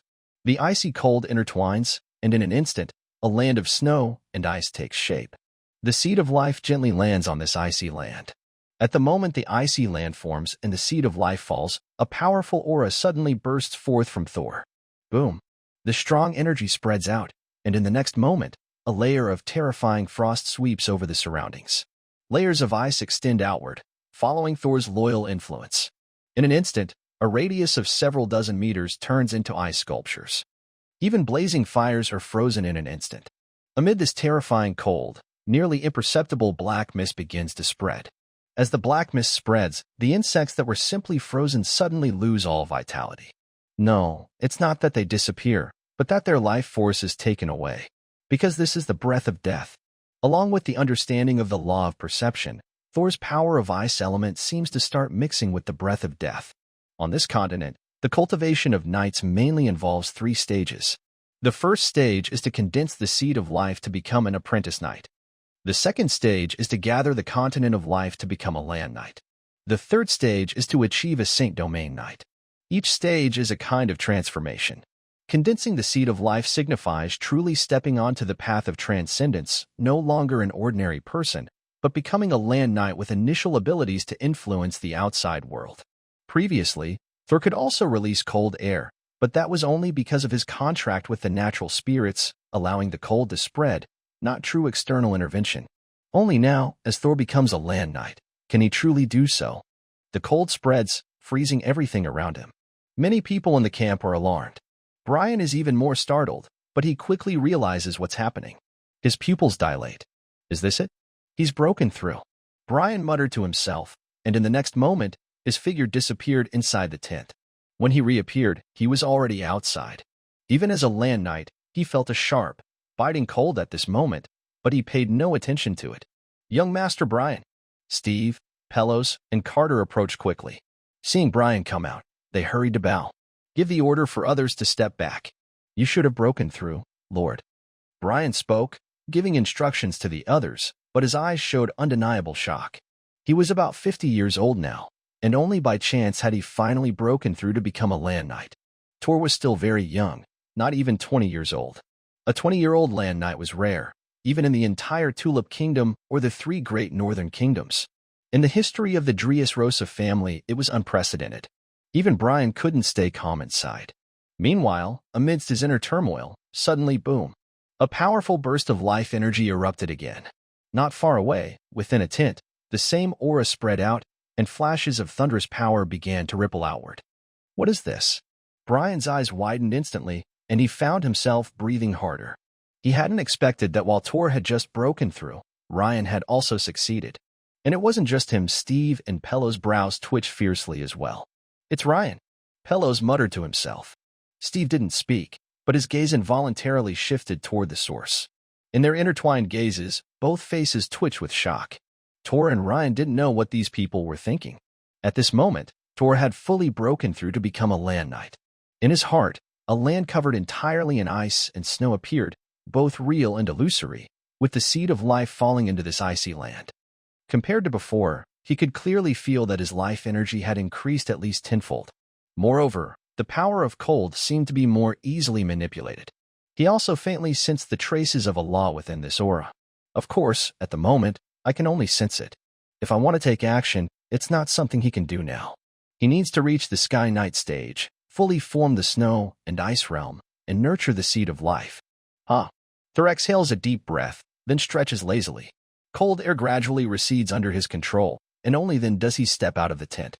Meanwhile, on the other side, Ryan is doing the same. Sir. Seeing Thor, Ryan can't help but smile. Good job, Ryan. Thor nods with a smile. Thank you, sir. Ryan says gratefully. Thor smiles and shakes his head. At this moment, Brian, Steve, and Pelos come over. Congratulations, sir. Sir. They all speak in unison. Thor, your talent is probably the strongest in the Dressrosa family in the last 300 years. I believe you will definitely break through to become a Sky Knight in the future. Brian can't help but feel amazed and speaks with admiration, looking at Thor. Brother Brian, I thank you for your kind words. Thor nods with a smile, not arguing. For him, becoming a Sky Knight is no longer a barrier, not even a sacred domain knight. Of course, there's no need to say more about that. After all, talking about things that haven't happened yet sounds more like bragging. Ha ha ha, Thor, you better take care of your nephew when the time comes. Brian laughs and nods. Certainly. Thor responds with a smile. Oh, Brother Brian, you should prepare yourself. The ones behind might be a bit restless. While talking, Thor suddenly remembers something. He glances into the distance and speaks with a smile. Are you sure you want to make a move? This time, those following you are probably not simple beings. We could actually leave from the right side. There's a path there that few know about. If we erase our traces, it will be hard for them to find us. Hearing Thor's words, Brian's smile gradually fades, and he speaks seriously. Brother Brian, I don't want to be on guard all the time. Instead of waiting for them to cause trouble again, it's better to deal with it all at once. Thor shakes his head, his expression serious. He wasn't joking this time. Although he had a daily intelligence system to avoid almost all trouble, he still didn't want surprises to catch him off guard. Now someone was watching him, and it was better to handle it quickly. This time, there was even an unexpected discovery in the daily reports, making it impossible to ignore. I understand. Hearing Thor's words, Brian paused briefly and then nodded in agreement. Carter, this is for you. It should help you break through. Remember to earn enough merit points when the time comes. Thor spoke, then took out a divine wood fruit from his pocket. Thank you, Thor, Carter respectfully said, looking excited. Go ahead. Thor waved his hand. Then he began planning. Since they intended to leave those people behind, they needed to be prepared. Finally, Thor and his team decided to operate in a canyon ahead to prevent anyone from escaping. The next morning, sunlight shone down. The team set out again, and Carter had already advanced to the Great Knight level. At 18, being a Great Knight was already impressive. His training speed was now quite fast, much stronger than Thor's initial progress, even comparable to Rain. This was normal, as opportunities like the Divine Ruins were rare and not everyone could get them. Carter gained a lot from the Divine Ruins, especially with enough resources. His strength increased noticeably. Thor nodded, and everyone quickly moved out. In about half a day, they reached the canyon. The narrow entrance was flanked by steep cliffs, with only a small path about 10 feet wide in the middle. If they dumped large rocks down, they could completely block the canyon. Upon arriving, Thor immediately began giving orders. Knights, including Thor and Brian, started acting. Half a day passed, and everything was prepared. Thor waited quietly at the end of the canyon. Time passed second by second. Gradually, the sky darkened. From the canyon, distant rumbling sounds grew louder. Those guys are so stubborn. Are they going to run away? What couldn't help but speak, his face looking a bit grim. Yesterday, he was responsible for dealing with the people following behind him, but he didn't expect that those people were quite strong, nearly causing him heavy losses. Although he managed to resolve it later, it also cost him a lot of time. It shouldn't be far now. We should be able to catch up soon. Sage Spencer's face also looked unpleasant, but he still shook his head and spoke. As the two talked, they suddenly paused because a group of figures appeared ahead. Whoa! The horses neighed loudly, and both groups of knights stopped abruptly. Sage Spencer and What looked at each other, both stunned for a moment. Because at this moment, right in front of them, was Thor and his group, appearing relaxed and confident. Lord Sages, Lord What? You two are really diligent, a light, teasing voice said. Thor's figure carried a faint smile, but coldness was spreading in his eyes. Thor, What muttered to himself, glancing at the entire canyon. Thor gives you a chance. Pay me 50,000 gold coins and hand over all the territories taken from the Dressrosa family. I can pretend that nothing happened a month ago. You can also leave safely. Sage Spencer spoke slowly. Hand everything over? Lord Sages, your appetite is really big, but it seems you don't have that ability, Thor chuckled lightly. As he spoke, a loud rumbling suddenly erupted. The horses became restless, and behind them, on the road, huge rocks suddenly fell from the canyon above. The roaring sound completely blocked their retreat. It seems you've made a very foolish decision. Sage Spencer looked at the blocked road behind him, but didn't seem too concerned, his words carrying a cold tone. Foolish? I don't think so, Thor chuckled softly. In the next moment, a powerful burst of life energy exploded outward. He stepped forward, gripping his knight's spear tightly. As he moved, layers of frost began spreading, gradually freezing the surrounding area. What's this? A Earth Knight. An alien life source energy. Sage Spencer and Watt's expressions changed suddenly. However, there was no time for them to think further, because at that moment, Thor suddenly moved and charged directly at Sage Spencer. At the instant Thor moved, Ryan and Brian, behind him, also acted. Then came the knights from Thor's group and Brian's group. Of course, they moved too. Sage Spencer and Watt's knights behind them also responded. Even 4 Earth Knights charged straight at the 3 of Thor. But Thor's speed was too fast. Even as a Great Knight, he could already fight against Earth Knights. Now that he was a great Earth Knight, his strength was extraordinary. Compared to Sky Knights, who can fly, Earth Knights, even in their late stages, couldn't compare to him now. Sage Spencer barely had time to instinctively raise his hand. In the next moment, boom. His figure was hit as if by a rushing giant dragon, causing his internal organs to shake. A very cold aura began to spread upward. Clang. Ah, my hand. His figure fell, and Sage Spencer's terrified voice sounded. Because at this moment, his right hand, holding the knight's spear, was covered in layers of ice, with a deadly aura spreading within. The vitality in his arm was rapidly fading. Not good. Young Master Sages. 2 Earth Knights' faces changed as they hurried to rush over. But Thor was even faster. Thud. Amid Sage Spencer's scream, the knight's spear pierced through his chest. A layer of ice instantly silenced his scream, turning him into an ice sculpture. This scene made the two Earth Knights stop in their tracks immediately. First, Thor's calm voice sounded. The cold aura spread out. Even though it hadn't yet affected the two Earth Knights, they still felt a bone-chilling cold. Their minds went completely blank. Of course, they were blank. But Thor wouldn't be blank. His figure moved again. He charged toward the two Earth Knights. Meanwhile, Ryan also shot What down with a spear. What was heavily injured, but Ryan didn't finish him off quickly because What's two Earth Knights had already rushed forward. His figure was blocked. But his figure was indeed blocked. Brian, Steve, Pelos, Carter, Thor, and Brian's knights had no one to stop them. A knight group led by a Earth Knight was facing two other groups, and it was almost a one-sided slaughter. Especially now that Brian's strength had reached the mid-level of Earth Knights, it was even less likely to be stopped. Before Thor broke through to become a great knight, he was already capable of fighting some Earth Knights who advanced through secret magic. After breaking through to the mid-level of Great Knights, even facing normal Earth Knights, he was confident he could handle them. Later, at the Northern Front, after breaking into the late stage of Great Knights, his strength improved again, enough to deal with mid-level Earth Knights. Now, after breaking through to the Earth Knight level, he was confident even against peak Earth Knights, not just mid-level ones. Seychelles Spencer's strength had reached the mid-level of Earth Knights, but when facing Thor, he was instantly killed. Two Earth Knights led by Seychelles Spencer, both at the late stage of Earth Knights, but none had reached the peak level. In just a moment, two figures fell. One was smashed into the distance and could no longer get up. Cold ice completely froze his aura. The other was pierced through the chest, and icy cold aura froze him solid in place. Thor arrived at the body, forcefully pulled out his knight spear. His gaze then looked at the entire battlefield. The situation had now stabilized. Not far away, Raynor had also killed an Earth Knight, while What and another Earth Knight were still struggling to resist. However, both of them now carried a strong smell of burning flesh, and their faces had turned pale. When Thor looked over, both of them felt a sudden tightening in their hearts. Lord Thor, this is a misunderstanding. What hurriedly spoke. They were struggling to defend against Raynor's attack. But at the moment he finished speaking, a sudden sense of danger arose. He instinctively raised his knight spear. But that was all he could do. Boom.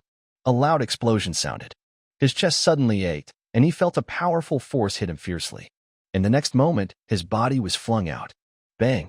Cough, cough. A figure falls, and a quick coughing sound follows. Walter can't help but see blood at the corner of his mouth. But at this moment, he ignores his injury and quickly looks toward the distant scene. His eyes widen in shock. Because at that instant, Ryan's spear has pierced through the last Earth Knight's chest. How is that possible? Walter's eyes are wide with disbelief. This was a late-stage Earth Knight, a powerful warrior. Even some marquee families wouldn't have such strength. Yet, he was defeated so easily. Amidst his disbelief, Walter's heart skips a beat. He quickly speaks again. Lord Thor, this is a misunderstanding. It's all the act of Seychelles Spencer. I was trying to stop him. Yes, Lord Thor, my father will give gold, lots of gold. 10,000, no, 30,000. I'm sure we can come up with 30,000. Walter's urgent voice rings out. At this moment, he doesn't care about anything else. Sir. Ryan's eyes turn to Thor as he approaches. Finish it. Glancing at Walter, Thor pauses slightly before softly speaking. Understood. Without hesitation, Ryan quickly steps forward, holding his knight's spear. Thor, you can't do this. I'm a noble's son. My father is a marquis. What are you trying to do? No, Lord Thor, I'm telling the truth. Thor, are you crazy? What are you doing? Walter's voice rises as Ryan gets closer, full of concern. But it's no use. When Ryan looks over, Thor simply nods. Faced with Thor's nod, Ryan no longer hesitates. Thud. Lightning flashes, and the knight's spear pierces through his chest, pinning Walter to the ground. This scene causes the remaining people's eyes to widen in horror. Their lord has been killed by Thor and his group. Fear spreads uncontrollably. Everyone instinctively tries to run away, but it's already too late. Thor and Ryan have joined the fight. Half an hour later, Seychelles Spencer and What, along with 4 other Earth Knights, were all defeated by the crowd. The ground was littered with terrified, lifeless bodies lying in disarray. Only fewer than 10 of Thor's group were injured. This scene caused Brian to feel a strong emotional upheaval. Thor, your strength. As he spoke, Brian looked at Thor and then at Rain, unsure of what to say. Even though he had seen Thor and Rain's previous strength, their recent breakthroughs had greatly shocked him. 6 Earth Knights had been defeated so easily. Thinking about his own mid-level Earth Knight strength, Brian's heart pounded faster. "Brother Brian, thank you so much this time." Thor smiled and didn't mind much, expressing his gratitude to Brian. Brian had followed him this time partly to visit his son in the northern province and partly to protect Thor and others. Thor was very grateful for this. "It seems I am truly getting old." Brian, coming back from his shock, looked deeply at Thor, then sighed lightly and shook his head, walking to the side. Watching Brian walk away, Thor pondered briefly before approaching What's body, which had been killed by Rain. He crouched down and started searching. Soon, Thor found a hard object on What's chest. Without hesitation, he took it out. It was a strange gold pocket watch. When he first entered the Northern Defense Line, he received daily intelligence reports, one of which mentioned a nobleman from the royal capital, Baron Muhan. That nobleman had an unexpectedly valuable pocket watch containing secrets unknown to others. Thor had initially wanted to check it out, hoping to get that pocket watch, as the daily intelligence suggested it might be very important.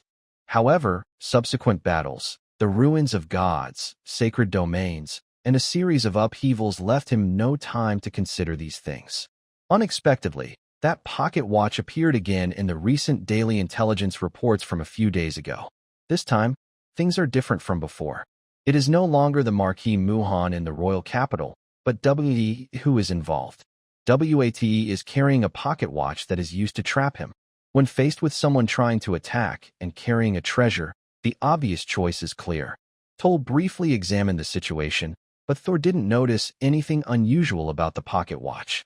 Clearly, like the silver moon breathing technique before, detecting its abnormality requires a specific environment. After a moment of thought, Thor decided not to investigate further and simply put the watch into his pocket. With the daily intelligence system in place, Thor believed that even if he couldn't find out everything immediately, the outcome was already certain. There was no need to rush to understand everything right now. He looked at WATE and then searched again.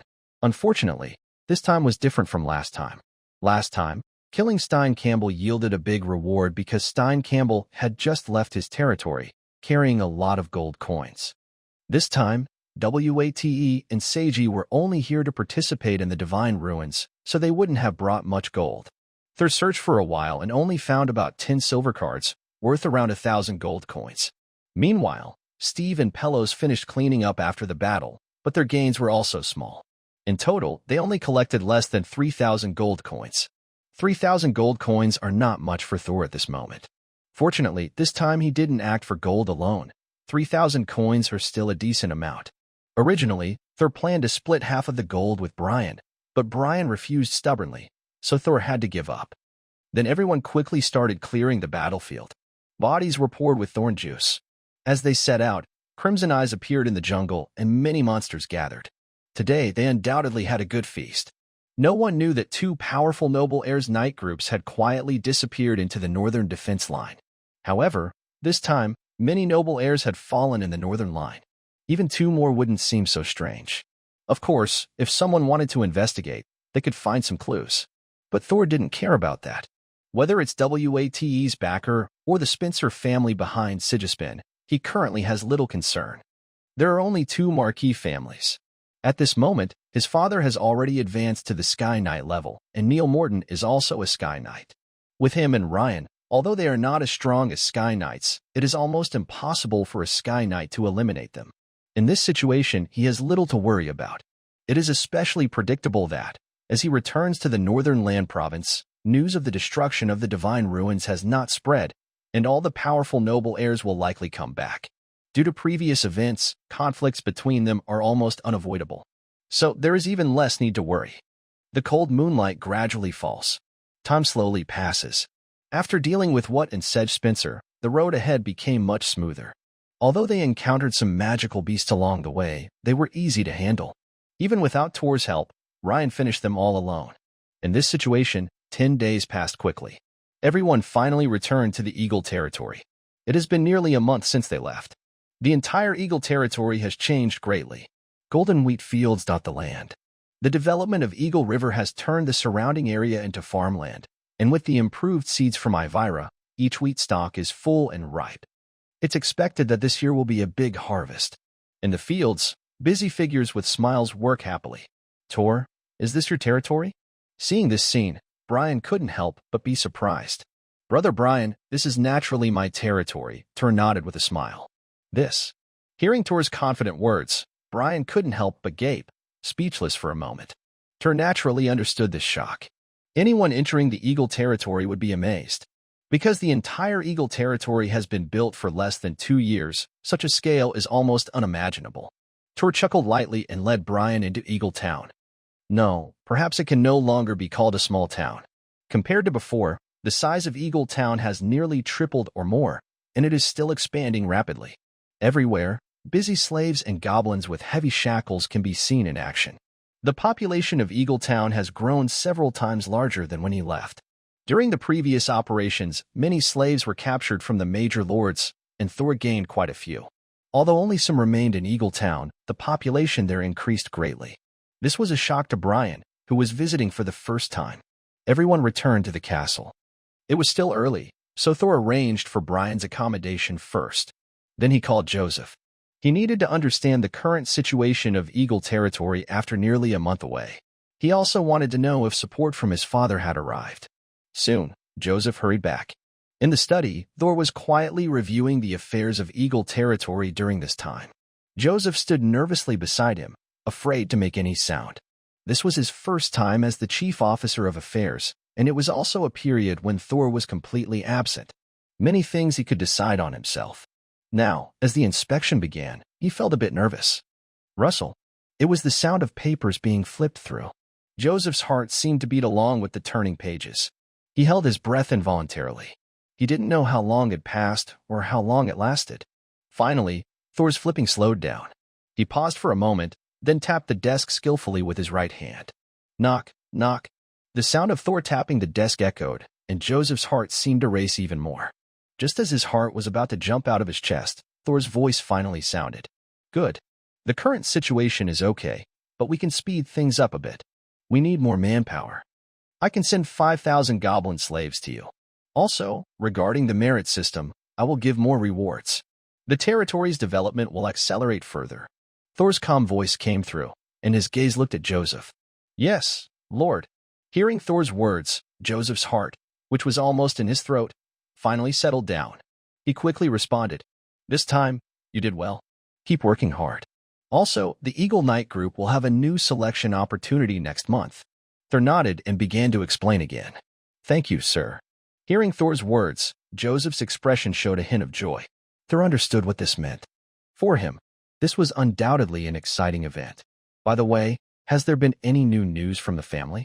Thinking of something, Thor looked at Joseph and softly asked, Sir, 3 days ago, we received a reply from your father, in the bookshelf on your right. Joseph nodded respectfully. Good. You may go now. Thor nodded and waved his hand, signaling Joseph to leave. Joseph, excited, slowly stepped back. Thor then opened the bookshelf on the right. This is where he keeps some files. He opened the drawer and quickly found the letter. Without hesitation, Thor opened the letter. The handwriting of Count Engelbert appeared before him. Thor read the letter carefully, and a smile appeared on his face.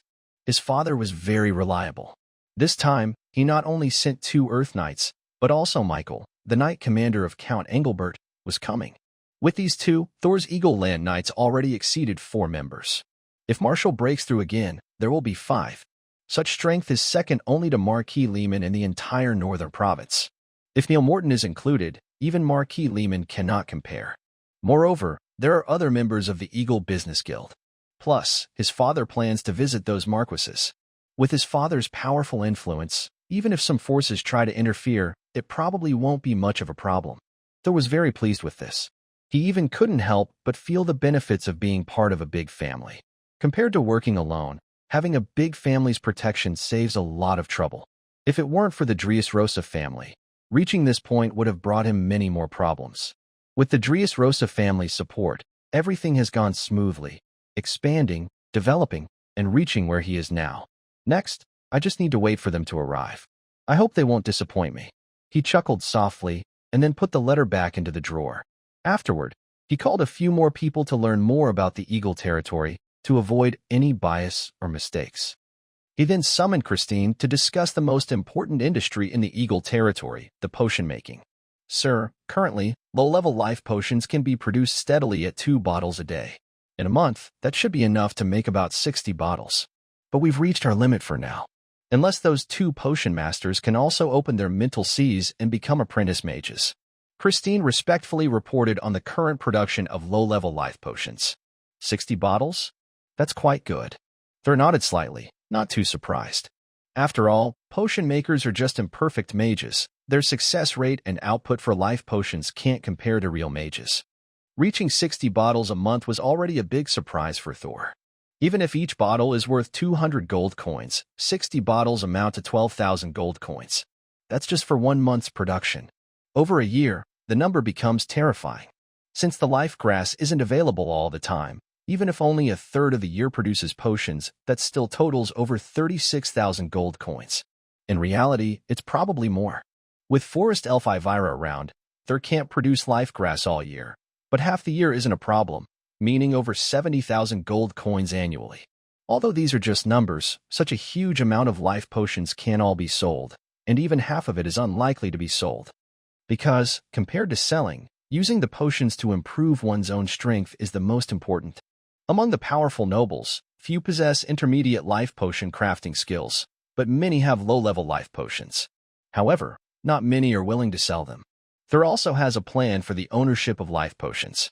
Some are used for sale within the Eagle Commerce Guild, a smaller part is sold by the guild, and most are kept in the Eagle territory to improve strength. His young Eagle Knights have grown from over 300 to more than 400, with the number expected to increase further. They need many life potions. Christine, how are you doing now? Thor asked, looking at the woman with a curious expression. Sir, I have already opened my spiritual sea. I believe I have reached the peak of an apprentice mage, Christine replied respectfully. Peak of an apprentice mage? Good. Thor nodded. I can give you 500 merit points. Later, you can go find the person in charge to exchange for a fruit from the spirit tree, which should be enough to help you advance to a first-level mage. He lightly tapped the desk and pondered for a moment before speaking. Sir. Christine's eyes widened in surprise when she heard Thor. She was aware of how valuable 500 merit points were.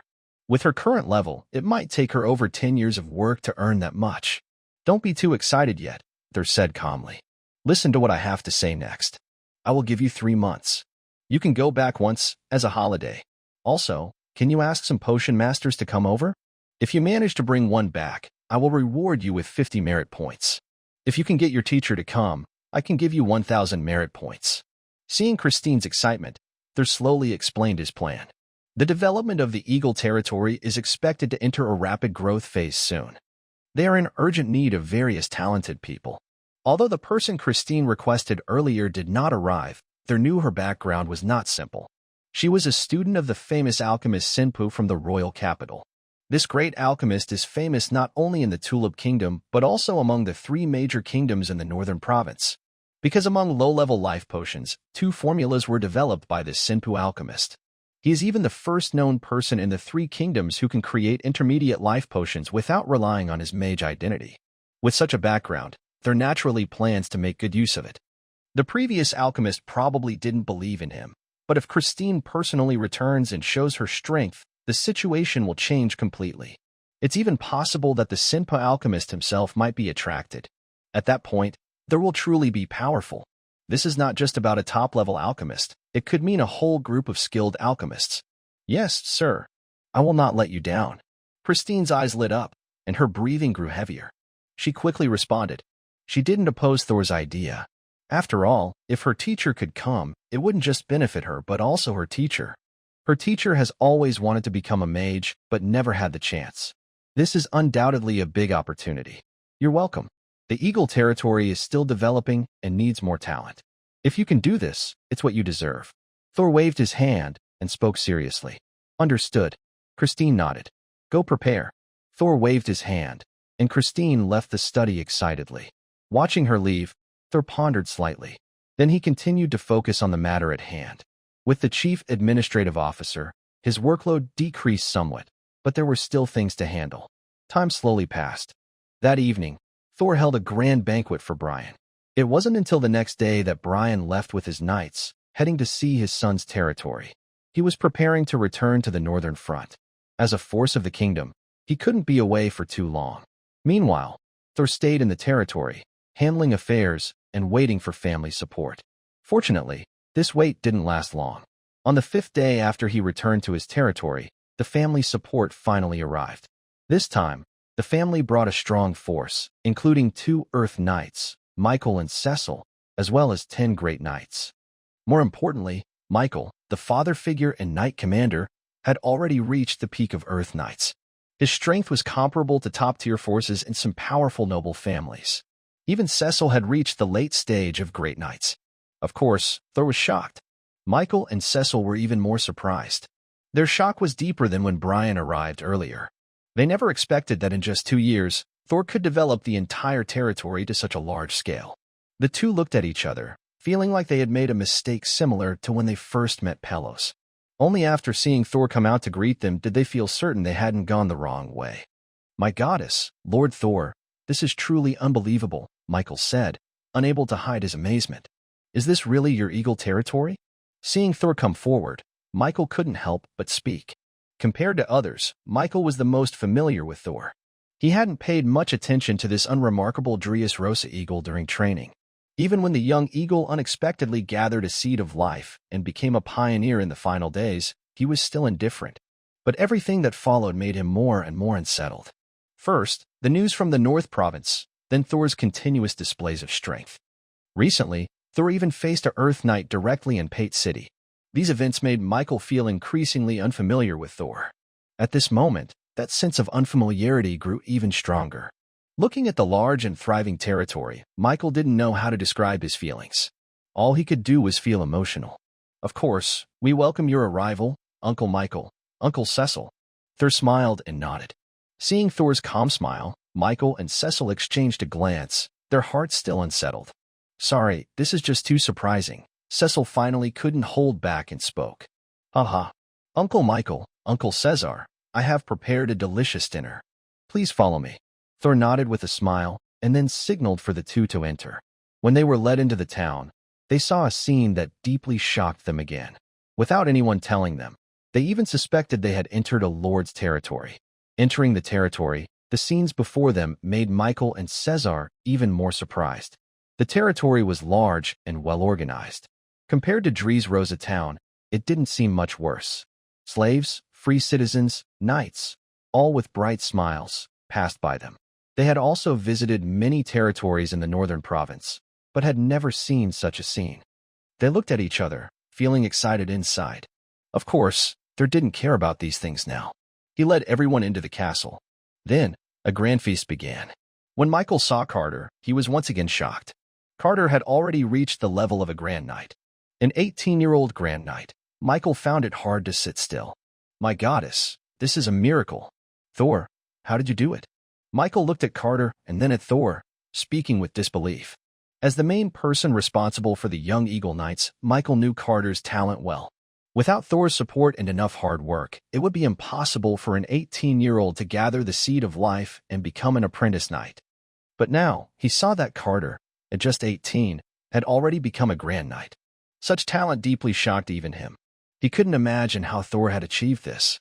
"Uncle Michael, it's not just me who did it. Carter is hardworking and brave enough," Thor said with a light smile. Hearing Thor's answer, Michael instinctively opened his mouth but didn't know what to say. Hard work and courage, he admitted Carter had those qualities. But knight training requires more than that, or rather, those are only a small part. Most depend on talent and luck. With enough talent, even without hard work, many problems can be solved. "Uncle Michael, thank you for coming to help this time. Sorry to bother you. I toast to you. And Uncle Cecil as well." Thor smiled and raised his glass. "Young Master Thor, you are too kind." Michael quickly raised his glass in response, and Cecil did the same. "That's not too much to say. In the future, there may be many more challenges in the territory." Thor shook his head with a smile. Then they began to discuss business. Compared to Thor himself, the two had much more experience, especially Michael, who was the right-hand man of his father and the leader of the Dressrosa Knights. Michael had been through a lot. Facing the upcoming situation, they naturally had many ideas. Thor planned to make good use of this. He was not arrogant or overconfident. Are you saying that you have already taken over more than 80% of the large mineral resources and the Danube River output? Hearing Thor's words, Michael and Cecil couldn't help but be shocked. Michael even stood up involuntarily. Yes, it's even more than that. The Danube River output probably exceeds 80%, and the known large mineral deposits are over 75%. Except for some remote territories that haven't been involved, most of the area is now under control. Thor nodded. Over this period, he had further learned about the situation. Compared to when he left, the Eagle Trading Company's control had expanded significantly. Even though this month's income hadn't been calculated yet, it was expected to be a terrifying number. Wow. Hearing Thor's confident words, Michael and Cecil exchanged surprised looks, both with wide eyes. Although they had some understanding before coming here, it was only based on Thor's use of powerful noble heirs to occupy some minds. They never expected that these would reach such a level. They knew the situation in the northern provinces well, especially that the most valuable part was in the western region. Now, their young master Thor had directly taken all the resources in the west. At this moment, they finally understood why Thor asked for help. If we don't seek help, Michael and Caesar think that their young master will likely be forcibly taken by the angry and powerful noble heirs. This isn't just a matter of one or two families, but many unknown families. Most of these families are stronger than the Dressrosa family before. Some are even well known within the Marquis family. After the shock, Michael and Caesar couldn't help but fall into quiet thinking. The situation is more complicated than they imagined, and even they have to reconsider. Thor didn't interrupt but waited quietly. After a moment, Michael spoke slowly. Young Master Thor, if nothing unexpected happens, those strong noble heirs will probably return within a month or two. With our current strength, even combined, we might not be able to stop them. May I see the territory controlled by the Eagle Commerce Guild now? Michael looked at Thor as he spoke. Of course. Uncle Michael, Uncle Caesar, let's go to the study. Thor nodded with a smile. The two didn't refuse. The three of them then left the dining room and headed to Thor's study. Inside the study, a maid quickly spread out a brand new map. This wasn't a map of the Eagle territory, but a map of the northern province. However, the western part and the Eagle territory were marked on it. Seeing the map, Michael and Caesar exchanged a surprised look, their hearts pounding. Just hearing Thor's words had already shocked them greatly. Now, looking at the map, they realized how extensive Thor's influence was. Most of the western region was under Thor's control, almost connecting the west and east together. Uncle Michael, Uncle Caesar, we currently have more than 45 mines, located here, here, and here. Thor explained further to the two. Young Master Thor, how many Grand Knights and Land Knights does the Eagle Commerce Guild currently have? Suddenly, Caesar asked, looking directly at Thor. Currently, besides the two uncles and Uncle Marshall, there should only be 4 Land Knights. Looking at the two of them, Thor hesitated slightly before speaking. 4 of them? The two exchanged a surprised look. They hadn't expected Thor, besides them and the still-breaking Marshall, to have 4 Earth Knights. This was not ordinary. It was Earth Knights. Even noble families of counts would find it hard to produce 4 Earth Knights. Now Thor had 4 Earth Knights. How could they not be amazed? Yes, currently I have advanced to Earth Knight. In addition, there is Ryan, a follower from the Anabai family, and a follower from the Rachos Assad family, making 4 in total. Thor nodded and explained slowly. In the northern province, Isabel had given her own Earth Knight follower to Joe's Anabai, and Rachos Assad also gained a supporter who was an Earth Knight from his family. With these two, there are now 4. Really? What? Lord Thor? Michael nodded, about to speak, but suddenly realized something. His eyes widened as he looked at Thor with disbelief. Cecil beside him was also the same. By the goddess of life, what had they just heard? Faced with their shock, Thor was very direct. A powerful source of life energy burst from him. Layers of cold ice began to spread beneath his feet. A chilling aura expanded. Even Michael, at the peak of Earth Knight and in the late stage, and Cecil couldn't help but shiver instinctively. They instinctively stepped back. But in this retreat, they also reacted. The shock on their faces was almost impossible to hide. An Earth Knight, that was truly an Earth Knight. Thor was only about 20 years old now.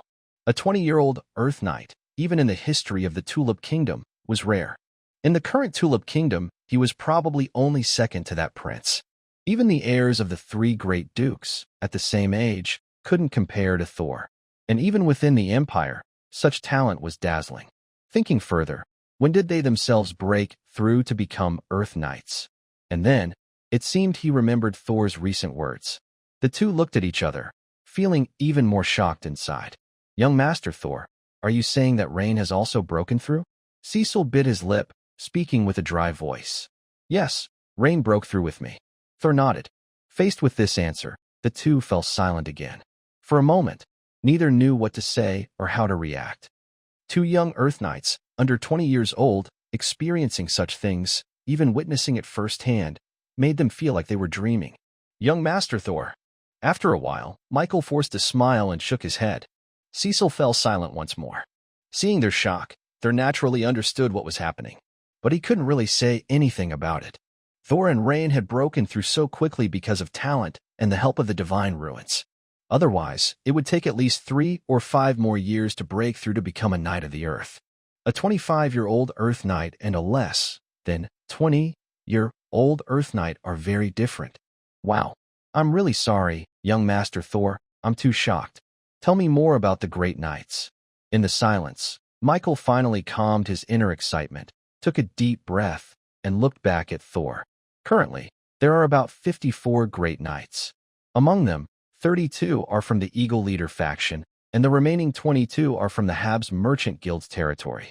Thor thought for a moment and then answered. Recently, thanks to Thor's previous arrangements, the number of Great Knights in the Eagle Guild had increased quite a bit. 32? Michael took a deep breath. This time, he wasn't too surprised. Earth Knights had 4, so 32 Great Knights was quite normal. Well, normal as. But they were now numb from shock. Young Master Thor, that means, including us, there are 6 Earth Knights in total. If Marshall breaks through, that will be 7 Earth Knights and 32 Great Knights. Michael forced himself to suppress his excitement, his eyes flickering as he slowly spoke. Yes. Thor nodded, but looked at Michael with a somewhat puzzled expression. 7 Earth Knights are already strong enough. Young Lord Thor, I think it's better to take the initiative and attack rather than wait for them to counterattack. Facing Thor's confusion, Michael slowly explained his recent idea. All his previous considerations had been abandoned now. His thoughts were based on the assumption that Thor's strength was not enough. But now, that is no longer necessary. If this level of strength isn't enough, then no amount of strength will be sufficient. Take the initiative and attack? Thor raised his eyebrows, showing a look of doubt. Yes, take the initiative and attack. In 1 or 2 months at most, those powerful noble children will return. Young Lord Thor, what do you think will be their first move when they come back? Michael's eyes sparkled as he spoke slowly. What will they do? They will probably come to trouble me, or find an excuse, or even attack the places I occupy without any excuse, to take back what originally belonged to them. Thor thought for a moment, and then spoke slowly. Yes, they will want to take back what belongs to them. They might even start a war of expansion. The Lehman Marquis in the northern province doesn't manage things well. Once one appears, others will follow second and third. Even if you're very strong, you'll gradually become overwhelmed. Michael nodded, his words cautious and serious. Michael's voice slowly spoke, and hearing his explanation, Thor's expression also grew serious. Indeed, as Michael said, even if Thor is very powerful, the relentless return of these noble children will exhaust him. He also realized that once they see opportunities, it won't just be the noble children who have been wronged coming after him. Every local lord might also turn to banditry. If he can't control the situation well, he risks becoming a prime target in the entire northern province. He considered that each location is guarded by at least 1 Grand Knight, which is usually enough. But that is only in normal circumstances, and this situation is different. Uncle Michael, what should I do? He took a deep breath, calming his restless mind. Thor looked at Michael again, and his words carried a serious tone as he asked. Young Master Thor, to avoid this situation, you must show your strength quickly. First, to completely break the confidence of those powerful nobles, and second, to scare other territorial lords. Hearing Thor's question, Michael nodded and then spoke in a low voice. Show your strength? Thor was a bit confused and asked instinctively. Yes, exactly. Show your strength. At first, those powerful nobles will have their own ideas, but they probably won't unite easily. Young Master Thor, what you need to do is quickly defeat one or several of them, so everyone fears your power and is willing to join forces. Once united, young Master Thor can completely crush them. And if you do that, then these problems won't be problems anymore. Michael nodded and explained slowly. Listening to Michael's explanation, Thor roughly understood his method. The method is simple. First, make others afraid, then get them to unite voluntarily, and finally, destroy them with overwhelming strength. As Michael said, if you can do this, 90% of the problems will disappear completely. It could even firmly establish his position in the northern province. Of course, with such benefits, the risks are also high. In the entire northern province, many of the powerful noble heirs he took over have suffered losses exceeding several million gold coins. Such a huge value makes those people fight desperately. Once they unite, their combined strength is not to be underestimated. At this moment, Thor fell into a slight deep thought. Although this idea was proposed by Michael, Thor naturally couldn't ignore it completely. Michael and Cecile didn't disturb him and waited quietly. Uncle Michael, this method is indeed feasible, but how should I choose? I can't just attack any family recklessly. In the kingdom, even here in the northern province, there is a basic order. He gently tapped the table with his right hand, then paused for a moment before looking at Michael with a thoughtful expression and speaking. Although the current reckless attacks are not causing major problems, they will inevitably affect future developments, which is not good for Thor's progress. He can't help but feel a bit worried. Young Master Thor, this really isn't good enough. But what if the large iron mine where you are located produces a lot of refined gold? Faced with Thor's question, before Michael could speak, Caesar responded first. His words made Thor's eyebrows jump slightly. Refined gold is very expensive, and its production requires very strict conditions. Usually, it can only be found in super-large iron mines, and even then, it's only a possibility, not a certainty. Refined gold can be used not only as a main material for golden armor, but also as a key component in various magical devices. A single batch of refined gold sufficient to make golden armor is as valuable as a bottle of mid-level life potion. Like mithril iron, refined gold can also be produced continuously. Typically, a large iron mine's value, including mithril, can be multiplied tenfold or more, and having refined gold would undoubtedly elevate its value even further. Even some marquee families might not be able to resist, let alone powerful noble heirs. What could happen is almost obvious. Once it happens, everything previously mentioned will follow its natural course.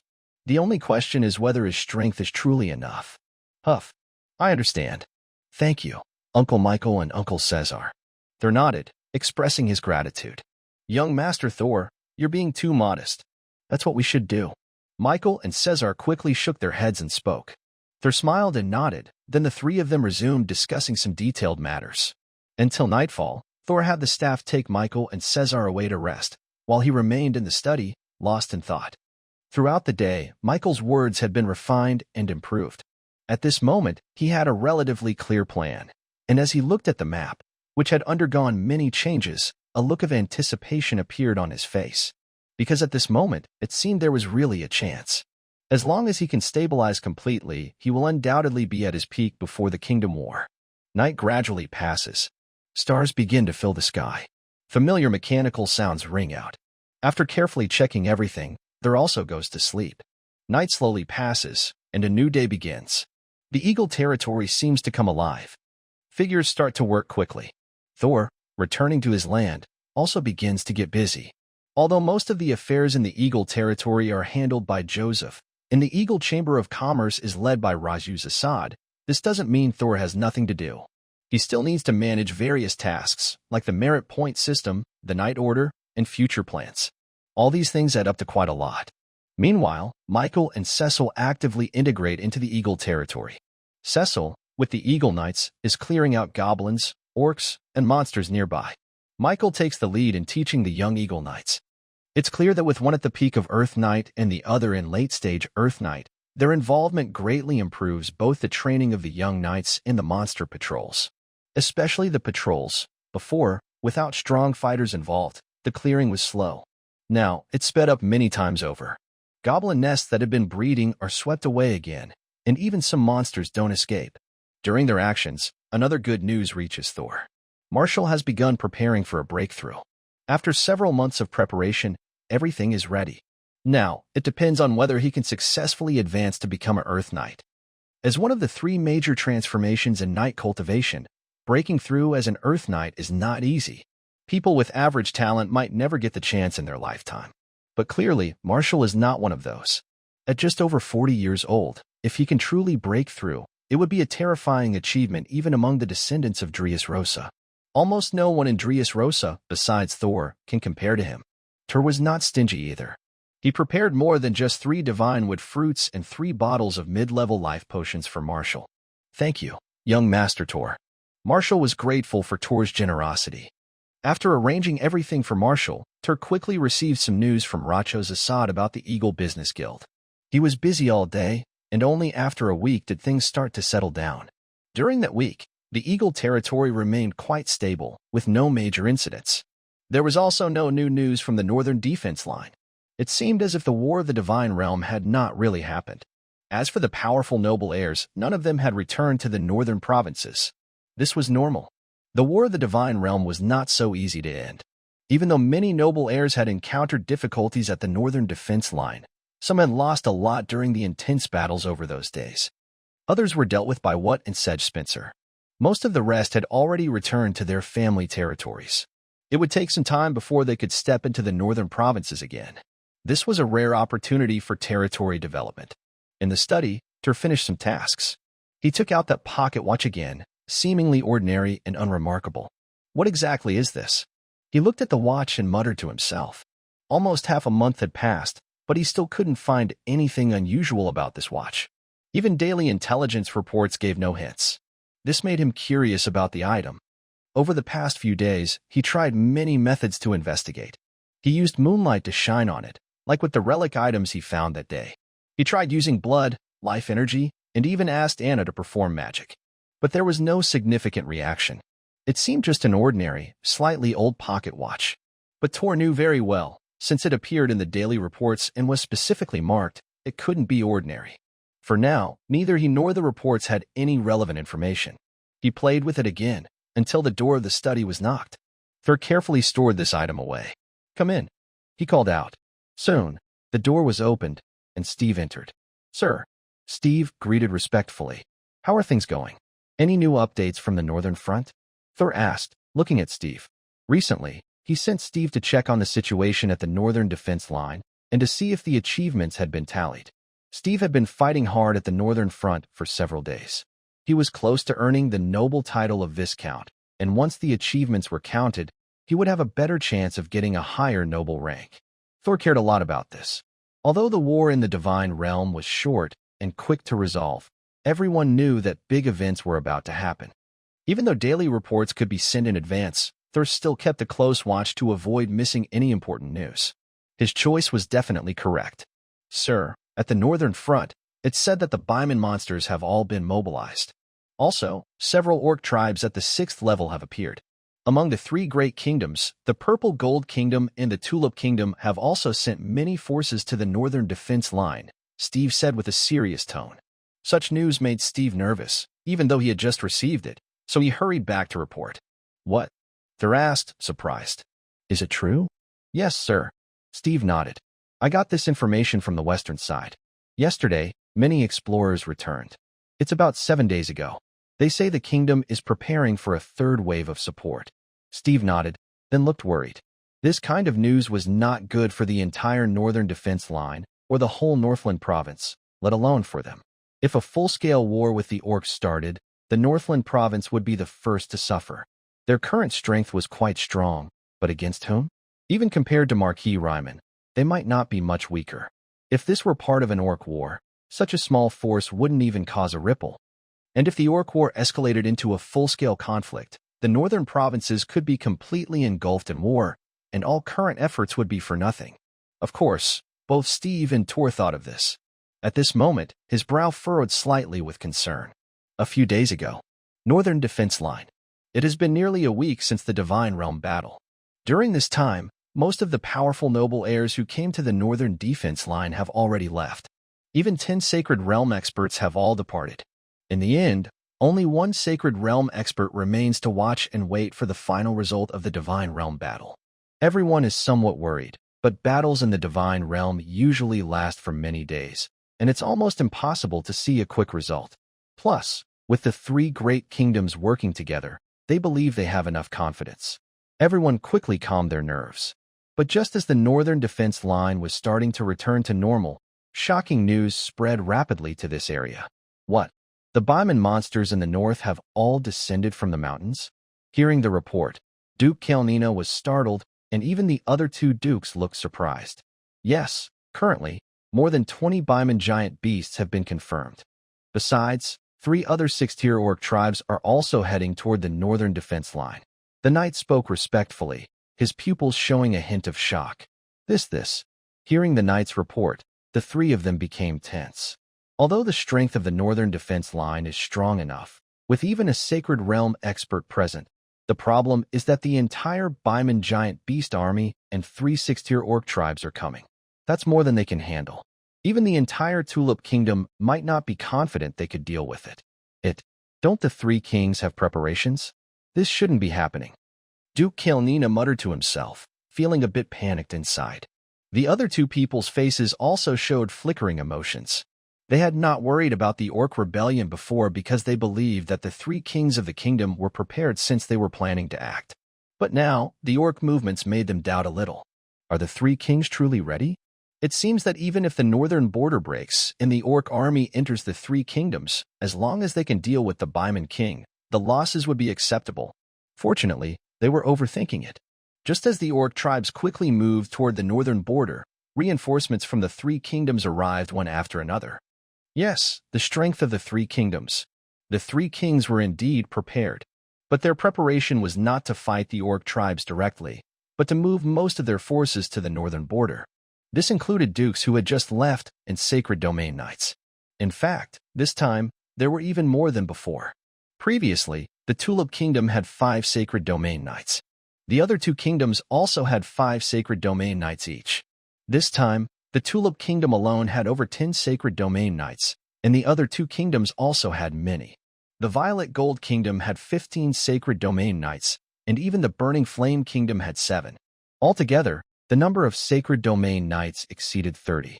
Even in a kingdom war, such a large force was rarely mobilized at once. But now, not only were they mobilized, but also the most elite knight groups from the kingdoms.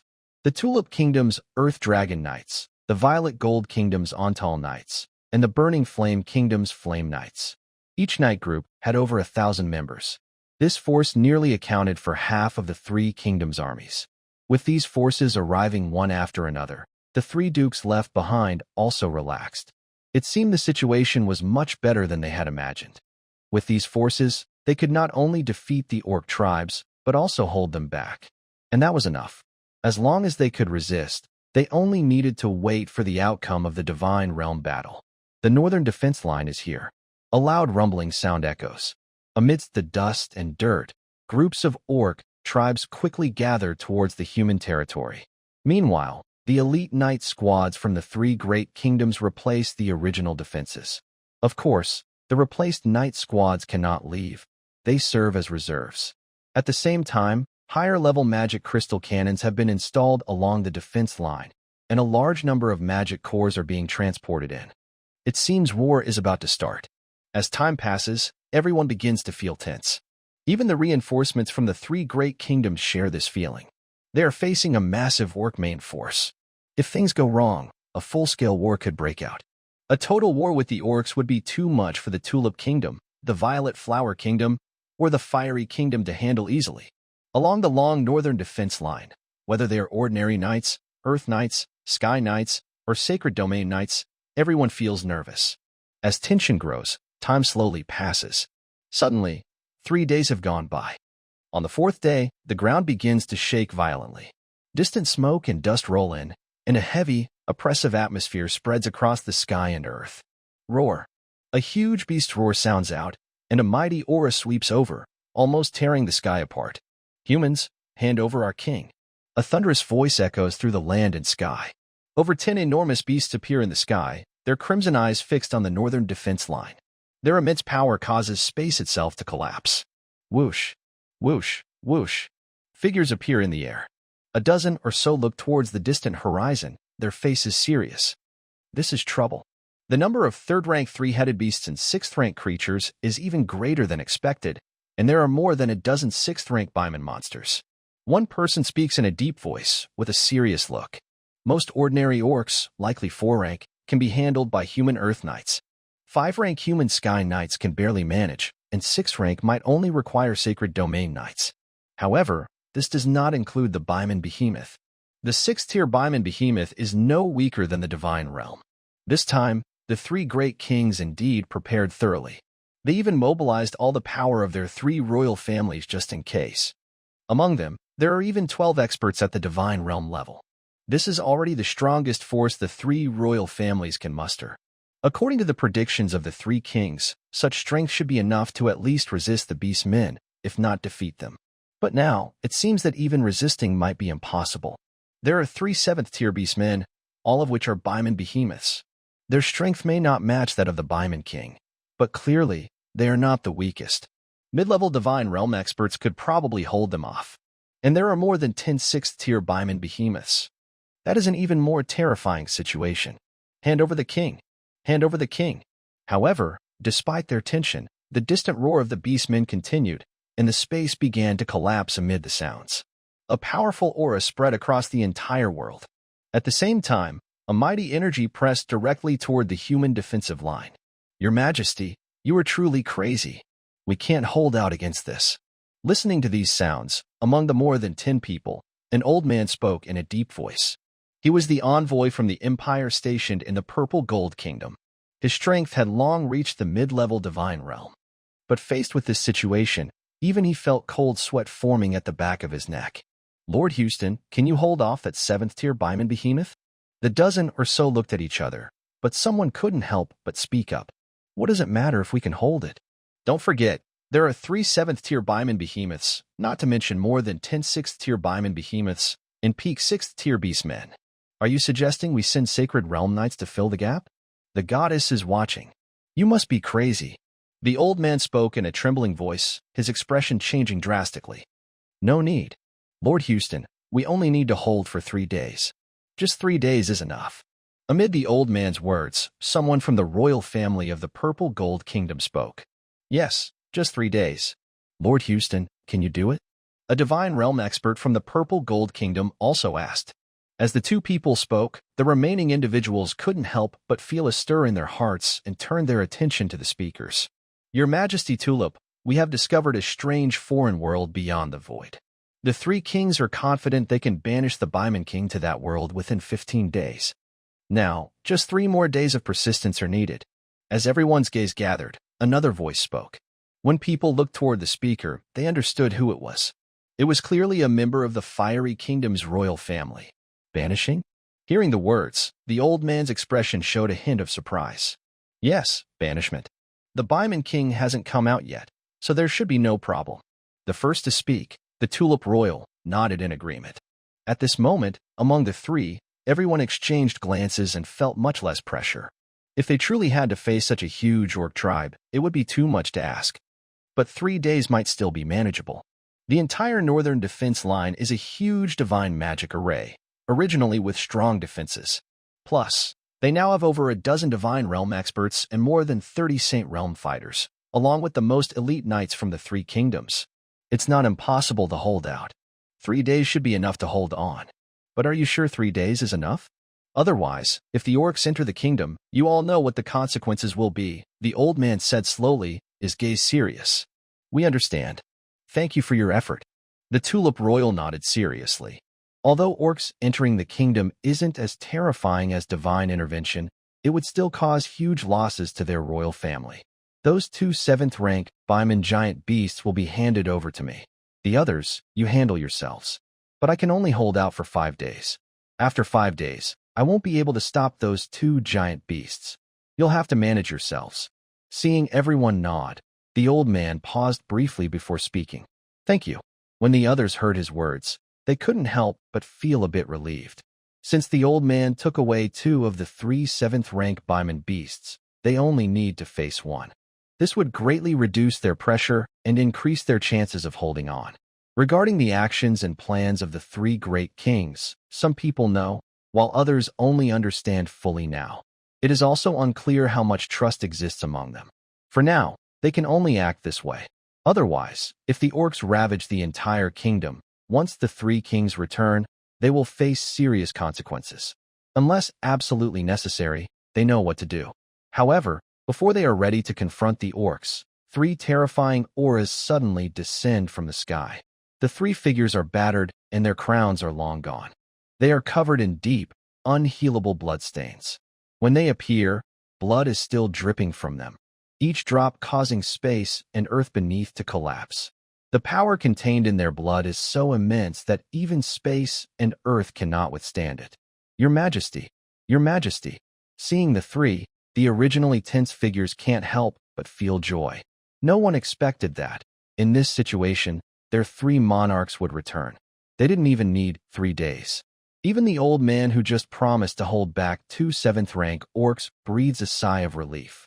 When they see the terrifying aura from the orcs suddenly falters. Many orcs' faces change color. Especially on the Baiman giant beast's side, a look of panic appears in their eyes. Because now, the 3 human kings have appeared, but their king has not shown up. The 3 terrifying auras fill the entire sky. Although the 3 are in bad shape, their appearance causes the entire northern defense line to erupt with thunderous excitement. King, king, king. The roaring voices drown out the entire northern defense line. Everyone breathes a sigh of relief, and happiness spreads uncontrollably. Even the dozen or so strong beings from the divine realm show smiles.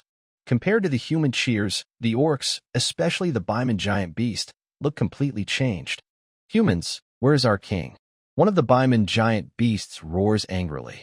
Its violent aura sweeps across, and with its voice, the entire void begins to collapse layer by layer. A 3-headed demon beast appeared high in the sky, its huge body pressing down on the entire world. Its blood-red eyes fixed firmly on the 3 kings. King Baiman, of course, has been defeated. The king of the Purple Gold Kingdom chuckled softly. His face was pale, blood still dripping from his body, but his aura remained terrifying. By the way, it seems there are a few other Baiman beasts that were also killed. Is it this one? The king of the Tulip also chuckled lightly, as if he remembered something. He raised his hand.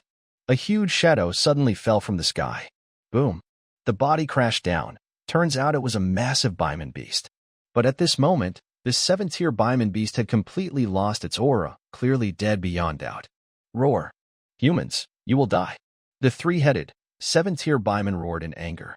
Its powerful aura spread across the entire sky and land. In the next moment, its huge body charged straight at the 3 kings. At this moment, their anger almost blinded their reason. A powerful surge of energy swept through the sky, and the bodies of the 3 Baiman beasts grew even larger. They wanted to tear apart the humans before them. But just as they moved, the 3 kings also made their move. Buzz. A terrifying divine domain power spread out, instantly intertwining strong auras across the entire world. The 3 of them attacked simultaneously. The divine domain energy expanded, and the aura of a high-level divine domain spread throughout the land. In the next moment, spears, fists, and knightly swords descended. Before the 3 charging Baiman beasts could react, they felt a terrifying force suddenly pour down on them. Their huge bodies were struck with such force that they were knocked flying. Boom, boom, boom. 3 figures crashed down, causing space along their paths to collapse. In just one strike, the 3 Baiman beasts were heavily wounded. Cough, cough, cough. Don't think that just because you're barely at the 7th level, you can handle this. A light-hearted voice came from the king of the Fiery Kingdom. The 3 figures stood silently in the void, not making a move, but an invisible pressure pressed down on the entire orc tribe. Let the Baiman be filled with anger, unable to speak, while the 6th-tier orc tribes instinctively retreat. They have lost the restraint of the Baiman king and several peak 7th-tier Baiman beasts. With their strength, they cannot withstand the 3 kings, even though the king's breath is much weaker and almost faltering at this moment. But those 3 figures seem like a great barrier, blocking all their eyes and strength. 3 huge Baiman beasts struggle to get up, their massive bodies still filled with terrifying divine power, constantly destroying their forms. Retreat. Among the 3 Baiman beasts, the tallest one looks at the 3 kings with angry eyes, his huge pupils full of fury, but at this moment, he understands they must retreat. Even though the 3 human kings are clearly injured and may not be able to fight again, they cannot take this risk anymore. The Baiman beasts have already lost one Baiman king and several peak 7th-tier Baiman beasts. They cannot let the Baiman race be destroyed here. As long as they retreat back to the Holy Mountain and use the power of the Titan God, they still have a chance. Daguli. One of the Baiman beasts utters a reluctant sound. Retreat to the Holy Mountain. The hoarse voice speaks again. The Baiman beasts, full of reluctance and anger, lower their heads and cast fierce glances at the humans in the distance, then step back. As the Baiman retreat, the 6th-tier orc tribes change their expressions and also begin to withdraw. A loud rumbling sound echoes through the air. Their retreat is even faster than their approach. Huff. Watching the orcs retreat one after another, the king of the Tulip Kingdom exhales a breath of foul air, staggering slightly. Fortunately, the Purple Flower King beside him supports him. That guy is probably almost 8th tier now, nearly meeting the goddess of life. The Tulip King sighs lightly. Let's go. This is our chance now. I hope those little guys can be a bit more effective. The Purple Flower King also shows a smile. Even though the cost of this battle was enormous, damaging 3 divine artifacts and leaving all 3 severely wounded, taking at least a decade to recover, they gained unimaginable rewards. The Baiman King was banished after killing a peak 7th rank orc. It is inevitable that the strength of the entire orc tribe will continue to shrink toward the north, as their northern provinces can still expand further north. This expansion will greatly increase the power of their kingdom quickly. As long as the kingdom's strength grows, they will gain more in future wars. With more gains, they will also benefit more from external battles. Compared to that, the effort involved is not too much. The 3 of them exchanged glances, each with a faint smile. Then, commands were quickly issued. The entire northern defense line began to move swiftly. The Purple Gold King Kingdom's knights quickly withdrew from the northern front, needing to return to their kingdom as soon as possible. Meanwhile, the Tulip Kingdom's forces started to expand further north. Knight groups began to act. Even Divine Realm experts joined in at this moment. It is expected that in the coming months, the other 2 great kingdoms will also act simultaneously. The scope of the northern provinces might expand even further. No, perhaps a new province is about to be born. At this moment, all knights on the northern defense line had shining eyes. This represented endless opportunities. If they seized the chance, they could be granted titles like Baron, Viscount, even Count, or Marquis. Figures moved into action. Meanwhile, powerful orc tribes were retreating. The loss of the Baiman King broke the fragile balance between the orcs and the 3 great kingdoms. As high-level orc tribes, they understood what to do. However, they only received news of retreat. The 2nd, 3rd, 4th, and even 5th rank orc tribes did not get the message to withdraw. Human knight groups entering orc territory soon encountered these northern orc tribes. Battles quickly broke out. It is expected that this will be a long war of expansion. The entire northern province and the northern situation will undergo dramatic changes. In the Eagle territory, they only received more accurate news after about 10 days. The news Steve brought earlier surprised him greatly. The orc invasion was massive, and the 3 great kingdoms had gathered their forces. He was truly worried about a full-scale war breaking out. Although daily intelligence reports didn't show any signs, as long as the orc war didn't affect him directly and happened within 3 months, it was hard to get clear news. A full-scale war could still happen in the future. While he was tense and hopeful, new information arrived after about 10 days.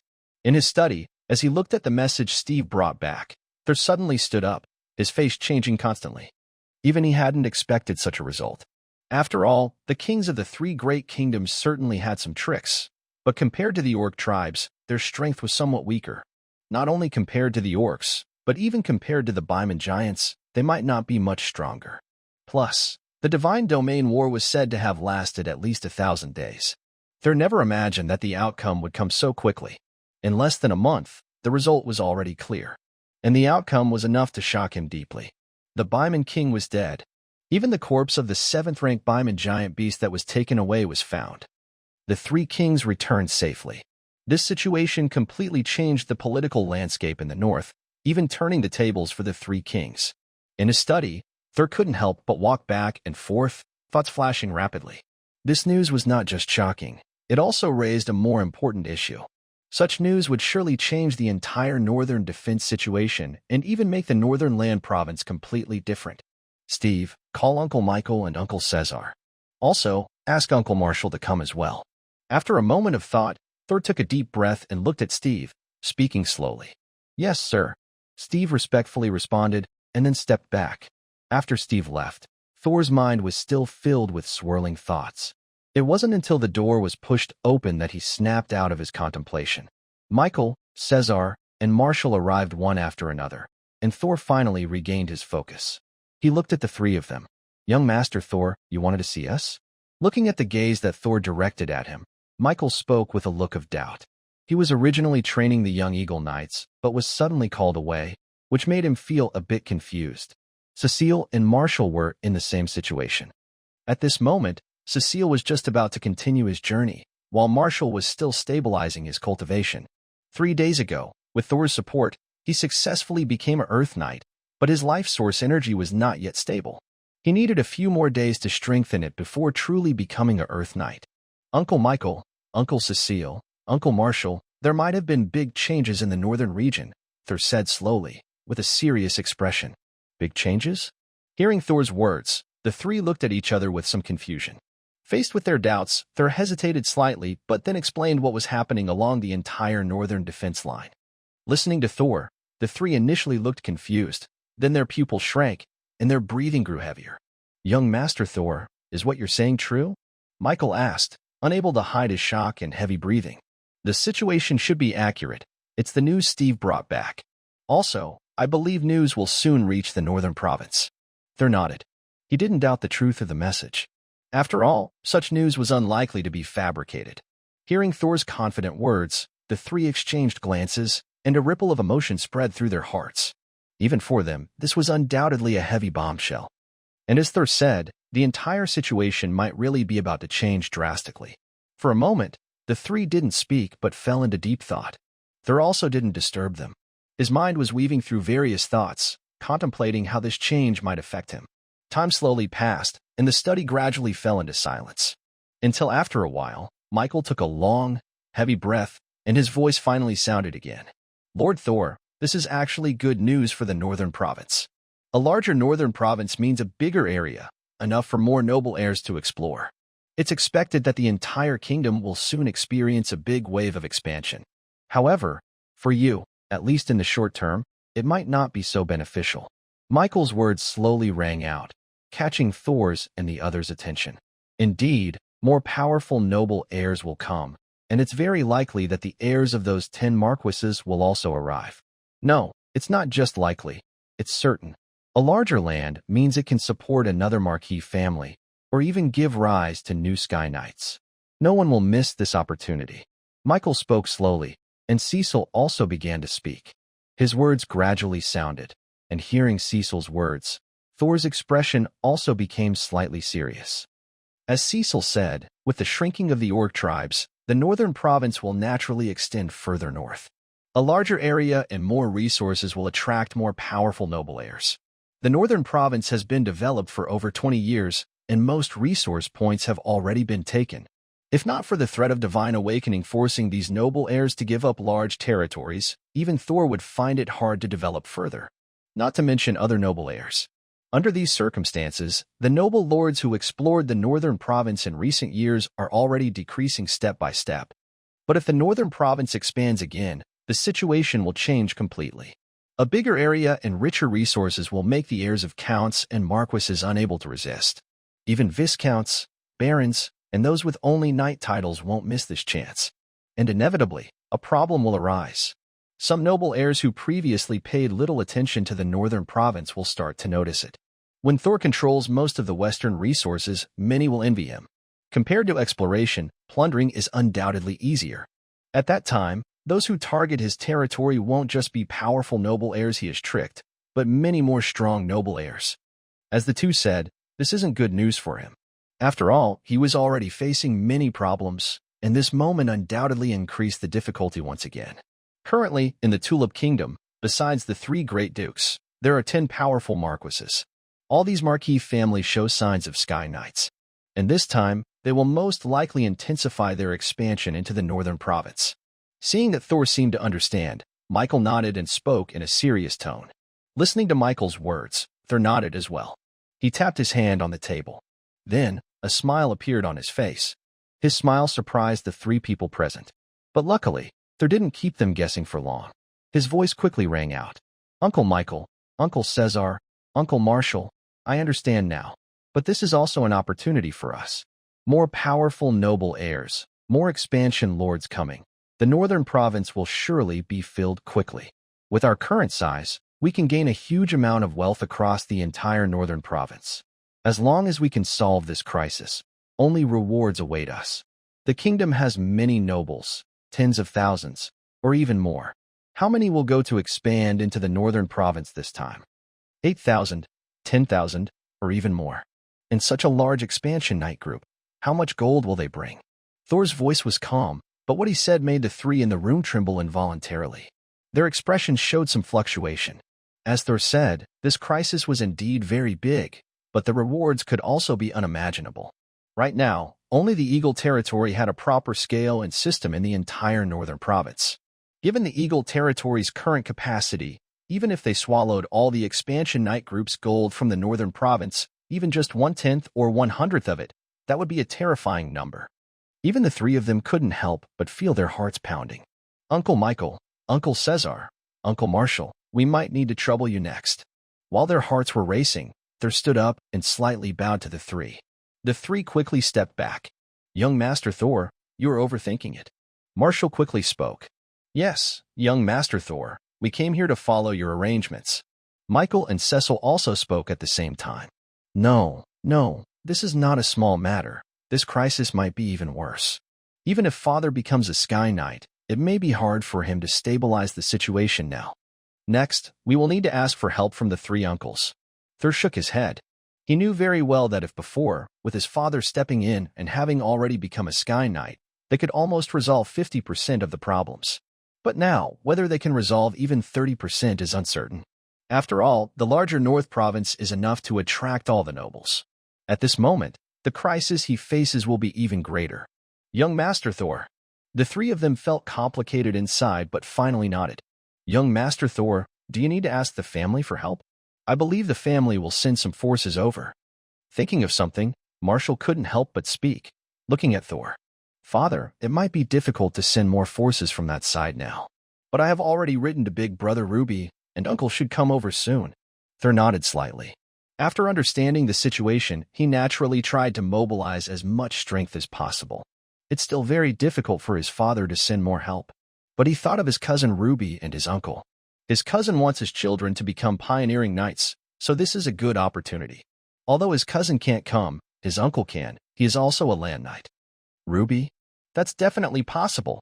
Hearing Thor's words, the three of them nodded slightly. They all knew about Ruby Dressrosa. The Dressrosa family is quite famous, especially Ruby's family, which has 2 land knights. Their strength is even stronger than some weaker counts. The Ruby family probably has a lot of power to mobilize. Uncles, if you have children, you can also send them here. The North Province has endless opportunities now, and I can also give them some shares from the Eagle Business Guild, as long as they can provide enough strength. Seeing the others nod, Thor's heart moved, and he couldn't help but smile as he spoke. Hearing Thor's words, the 3 people's eyes brightened. Young Master Thor, this might not be very good. Cecil couldn't help but speak.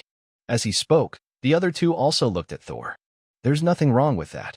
The Eagle Guild will always welcome you. Thor smiled as he spoke. This was also what he had just thought of. The best way to bring everyone together was through shared interests. It was not a big problem for the Eagle Guild to recruit some more members. His goal was to make an unrivaled ruler of the Northern Province.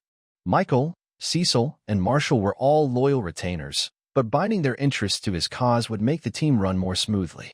Thank you, young Master Thor. Marshall and Cecil quickly spoke, feeling excited and grateful. Even Michael had a faint smile on his face. No need to thank me.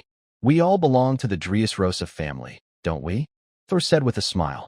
Yes, we are from the Dressrosa family. The 3 nodded and also smiled. Then, they continued some discussions. After a while, the 3 slowly left the study. They watched them leave. Thor sank back into deep thought. He was considering whether there were any new forces he could mobilize. The Northern Province was about to enter a period of great development, but also a time of chaos. More land and more lords opening up new territories brought endless possibilities, but it would also shake the stable order. Without thorough preparation, the Eagle territory and the Eagle Guild would inevitably be affected. These were things he needed to arrange himself. Meanwhile, Michael, Cecil, and Marshall, who had just left, felt a surge of excitement inside. They could already see the endless possibilities ahead. Young Master Thor is really generous. So, Marshall, are you planning to bring Jessica over? Cecil asked with a smile, looking at Marshall beside him. Yeah, Jessica is now a full knight. It's a good chance for her to come and follow young Master Thor. And you? I remember Flinchy is already quite a powerful knight. Marshall nodded with a smile, then looked at Cecil. Only 3 months ago, I was lucky to break through. I also had this idea. Cecil smiled and nodded. The two talked, and no one asked about Michael. Unlike them, Michael belonged to the Dressrosa Knight Order's leader and was also under Count Engel's power. Naturally, this power only belonged to the future Dressrosa Count, not Toll. Especially since Michael only had one son, it was even less likely. Let's go. Today is a rare free day, so we can take a walk. As they talked, their figures started wandering around the Eagle territory. Even though they had been in the Eagle territory for several days, every time they saw everything here, they couldn't help but feel excited inside. The Eagle territory is developing so fast. It won't be long before young Master Toll should be able to become a Viscount. Cecil looked at the busy streets and the smiling, busy figures, and couldn't help but comment with emotion. Viscount. No, Cecil, you probably don't know, but young Master Toll has probably already earned enough merit to be promoted to Viscount. Once the northern situation stabilizes, he should be able to get the title. Marshall shook his head with a smile, his expression full of emotion. Among the three, he had been in the northern province longer, so he knew more about the Eagle territory and Toll. At the same time, his inner impact was the greatest. Others didn't know, but he knew that recently, young Master Toll had gone to the northern front to fight against the orcs. Getting promoted to Viscount might be difficult for others, but for Toll, it might not be so hard. Marshall, my goddess, are you joking? Hearing Marshall's words, Michael and Cecil's eyes widened, and Cecil couldn't help but shout in surprise. Of course it's true. You've probably heard about the Sacred Ruins recently, right? Marshall sighed and looked toward the castle. Sacred Ruins? Michael and Cecil's expressions froze, and they instinctively spoke. Yes, the Sacred Ruins. This time, most people didn't gain much from opening the Sacred Ruins, but young Master Toll probably entered. Marshall softly said, some things, even if he doesn't understand the situation.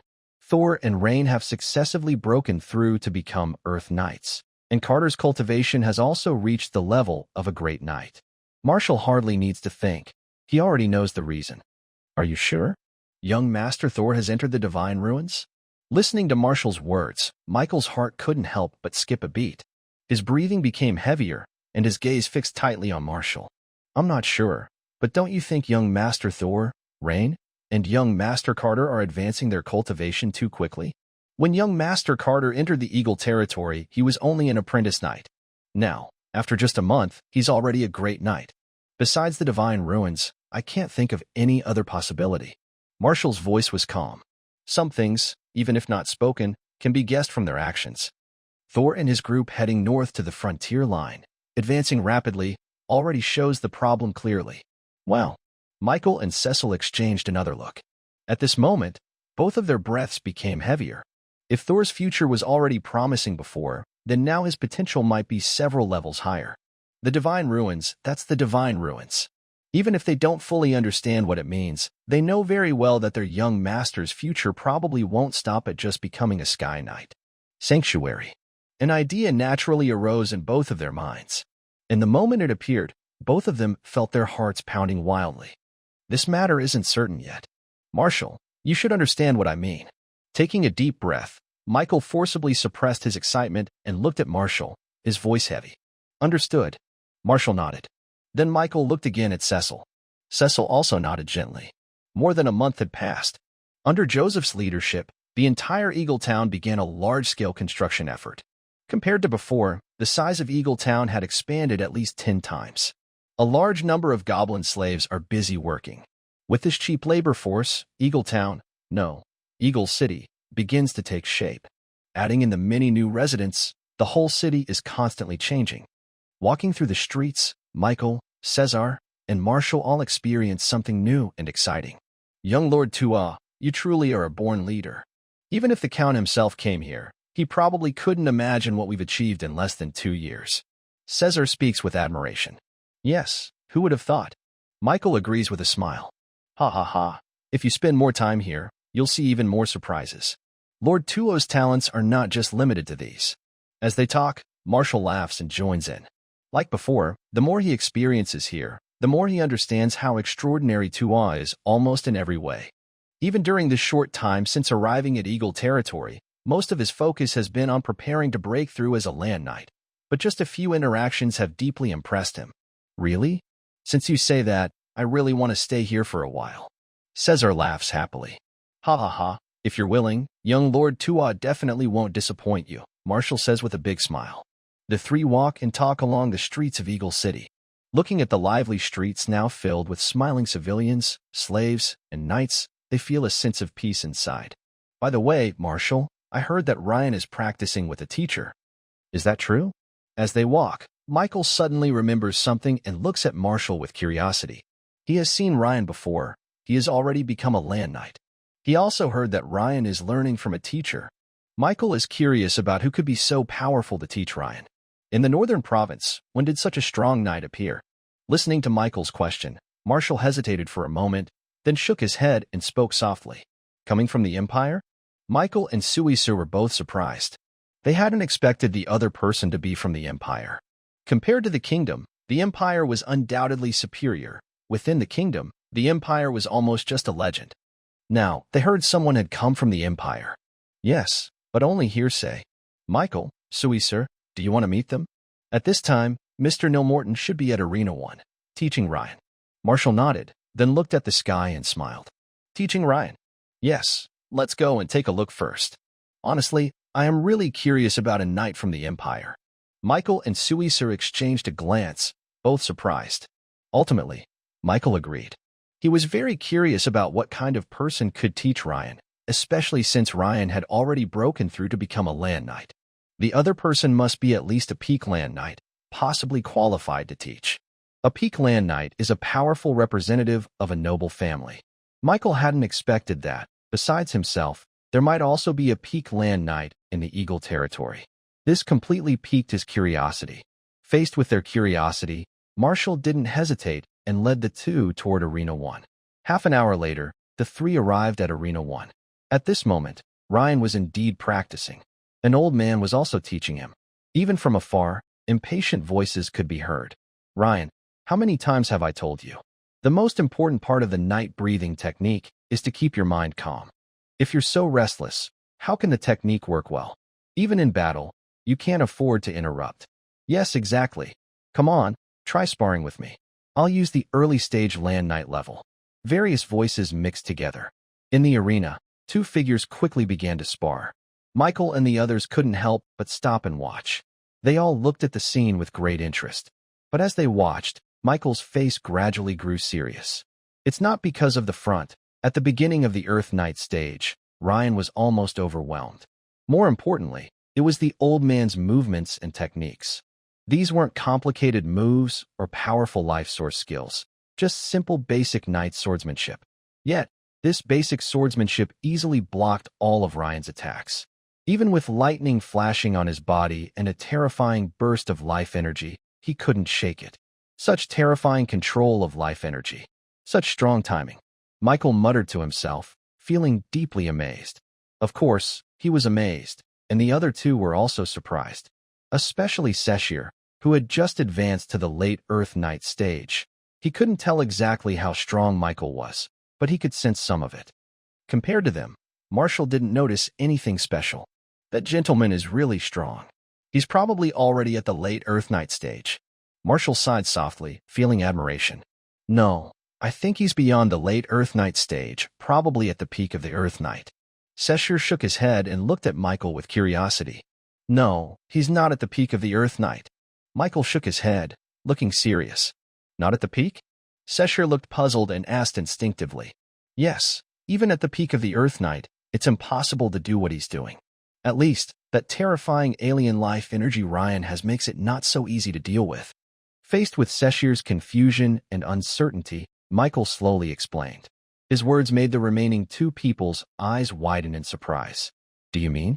Seshir's eyes widened as he looked at Michael. That aura feels very similar to Count's. Michael spoke softly, but that one sentence was enough. Are you joking? How is that possible? Both voices almost spoke at the same time. They looked back toward the training ground and then at Michael again. I can't be sure either. Let's go and check it out. Michael also felt very uneasy inside. After hesitating for a moment, he still called the two people to move forward. Meanwhile, during their conversation at the training ground, the old man was already teaching Ryan combat skills. Try this and this, and also this. What are you doing? Do you want your arm to be cut off? Thunder life source power is strong enough, but if you face a creature with a different type of life source power, your thunder might not be enough. A deep voice sounded. Nilmaton was seriously teaching Ryan. Michael and the others noticed their arrival but didn't pay much attention. They already knew the identities of the three, so they didn't hide anything. Ryan, however, didn't notice. His whole focus was on Nilmaton's teaching. To be honest, Nilmaton's guidance was very helpful for him. Even though Ryan had reached the level of an Earth Knight, under Nilmaton's instruction, his strength had improved a lot beyond his original level. As for Nilmaton cursing and complaining, he was used to it. Different streams of life source power were being adjusted according to some key points he had just memorized. Nilmaton was quite satisfied with Ryan's corrections. The young man in front of him had truly remarkable talent, considered outstanding throughout the entire empire. Within the Empire's academy, he could even participate in the exchange competitions between the two great imperial academies. If all went well, he would at least become a sacred domain knight in the future. Even more, after returning this time, Nilmaton could sense that Ryan had changed again. Perhaps not just sacred domain, but even higher levels might be within his reach. Even Nilmaton couldn't help but feel a bit envious of such potential. All right, that's it for today. Spend the next few days consolidating your progress. Don't rush to breakthrough again. Your last breakthrough was too hasty, and it affected your foundation. After a moment, Nilmaton waved his hand, signaling Ryan to stop, and spoke seriously to remind him. Yes, teacher. Ryan nodded respectfully, a smile on his face. But soon, he noticed the three people beside Michael. Lord Michael, Lord Cecil, Lord Marshall. Rain quickly spoke, his expression respectful. Rain, who is this person? Seeing Rain notice, the three of them nodded with smiles. Michael then asked out of curiosity. I am Neil Morton. Neil Morton scowled and replied impatiently. Mr. Neil, sorry to bother you. May I ask what level your knight training is at now? Faced with Neil Morton's impatient words, Cecil didn't hesitate and asked with curiosity. I'm a Sky Knight. Neil Morton looked at the three again and replied irritably. Indeed, a Sky Knight. Hearing Neil Morton's words, Michael and the others trembled slightly, and Cecil couldn't help but murmur to himself. Even though they had guessed from Michael's words, learning the truth still caused a shock inside. A Sky Knight is one of the top beings in the kingdom. In the divine realm, they almost never appear in the sacred domain. Now, having a Sky Knight can support a family for 100 years. The Dressrosa family now has a Sky Knight, giving them a chance to enter the Marquis family. A Sky Knight is extremely important in the kingdom. They never expected that within Thor's Eagle territory, there would be a Sky Knight. Of course, they didn't yet know that Neil Morton's Sky Knight was different from Count Engel's Sky Knight. That one was at the peak of Sky Knights, nearly as powerful as Sacred Domain Knights. Even though Neil Morton was injured and not fully recovered, his strength far exceeded almost all Sky Knights in the Tulip Kingdom. Just the news of having a Sky Knight was enough to cause a big shock. The three exchanged glances. Their hearts surged with strong emotions. Michael's mind was filled with thoughts, and his expression grew serious. A Sky Knight. Appearing in Eagle territory, even Michael, after recovering from the shock, couldn't help but feel worried. Mr. Neil, I heard you come from the Empire? Michael was the first to stabilize himself, hesitating slightly before speaking cautiously. With Michael's words, Cecil and Marshall also reacted. A hint of worry also appeared in the eyes of the two people. A Sky Knight is not a simple existence within the kingdom. There are not many Sky Knights in the entire kingdom. Ignoring the royal family and the power of the three great dukes, only the top 10 marquis families have Sky Knights, usually just one each. Everyone is unsure about the purpose of the person who appeared now, or whether this person might be part of the heretical church. They certainly do not want young Master Tor to get involved in any trouble. It seems they understand the doubts and worries of the others. Nilmorton glanced at the three of them and spoke with a helpless tone. You three, there's no need to test anymore. I owe the Lord a favor, so I agreed to stay here for a while. As for my identity, I am Nilmorton, a lecturer at Canaan Academy in the Empire. On the training ground, the sunset gradually spread, and as Nilmorton left, the three could still not calm their minds. Canaan Academy. Could it be the same academy in the Empire? Cecil instinctively spoke, feeling his lips dry. It should be. Within the Empire, besides that one called Canaan, no other academy dares to use this name. Michael muttered to himself, unable to hide his excitement. He was just thinking about the identity of the person in front of him, but turning his head, he was hit with a shocking piece of news. Canaan Academy is the top night school in the Empire, gathering the most talented individuals from the entire Empire and its many duchies and kingdoms. Legend says that even if someone breaks through to become a Grand Knight by age 20, they might not qualify to enter Canaan Academy as a student. He never expected that the mysterious person appearing in Eagle's Nest was not only a Sky Knight but also a lecturer at Canaan Academy. Well, hearing Michael's words, Cecil was at a loss for words. Let's go. Michael withdrew his gaze from afar, suppressing his own excitement, and spoke to the others. But inside, his heart was stirring with ripples. Entering the Eagle territory, each scene undoubtedly surprised him. He originally thought that what he had seen before was already incredible. But now he realized he had underestimated Lord Thor. Even the instructors from the Canaan Empire Academy had stopped in the Eagle territory because of Lord Thor. The familiar Lord Thor he knew seemed to be shrouded in a fog, making him feel completely unfamiliar. The dull and quiet boy from his memories was gradually fading, replaced by a strong and determined young man he saw this time. Michael's face slowly showed a smile.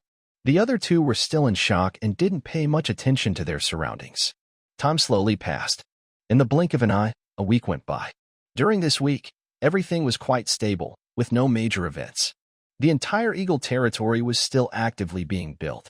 Meanwhile, the expansion of the Eagle Chamber of Commerce was progressing smoothly. As things gradually stabilized, it was now time to harvest. It was expected that by the end of this month, the Chamber of Commerce's profits in the Eagle territory would increase again. Of course, Thor hadn't forgotten about possible future events. He had been preparing how to respond during this time. However, in the midst of his preparations, news from the Northern Front spread like wildfire across the Tulip Kingdom in just half a month. The fall of the Baiman King and the complete retreat of the orcs were undoubtedly shocking news, unprecedented in history. For hundreds of years, since the Tulip Kingdom was founded, the threat of the Northern Orcs had always existed. Under this huge threat, the kingdom invested enormous forces along the northern border every year. Many powerful figures had fallen. Not to mention the Orc Wars, even recent conflicts with the Orcs had resulted in over 20 counts dying in the Tulip Kingdom, most of whom were court counts. But this was just an Orc attack, not a full-scale war. If a war with the Orcs broke out, even the fall of a marquis was not uncommon or inevitable. During the last Orc War, the Tulip Kingdom mobilized nearly all its forces. Although the final result was that the Tulip Kingdom expanded into the northern province, the losses were so great that they are still hard to forget. A Sacred Knight was seriously injured, and 3 Marquis Lords, 10 Sky Knights, and over 30 counts fell. The number of knights reached a terrifying level. But now, they have heard that the Beast King has fallen, and all orcs are retreating, allowing further expansion into the north. Currently, the Tulip Kingdom's power extends beyond the original northern defense line by over 1,000 miles. And this is just the current data. As the 2 major knight orders in the north continue to expand, the range of their influence is definitely more than 1,000 miles. It could even reach 2,000 or 3,000 miles. Even if it is only 1,000 miles, such a vast area makes many nobles breathe heavily. When the news spreads through the capital and across various provinces, many nobles begin to feel uneasy. The 3 great dukes are fine and not too worried. For them, the gains from the northern province are far less than those from the external battlefield, so they naturally pay less attention. Only some heirs with little future prospects might be concerned. But beyond the 3 dukes, the other nobles are completely different. Even powerful marquises can't help but feel restless. Such an expansive and boundless northern province might even give rise to a new marquis family.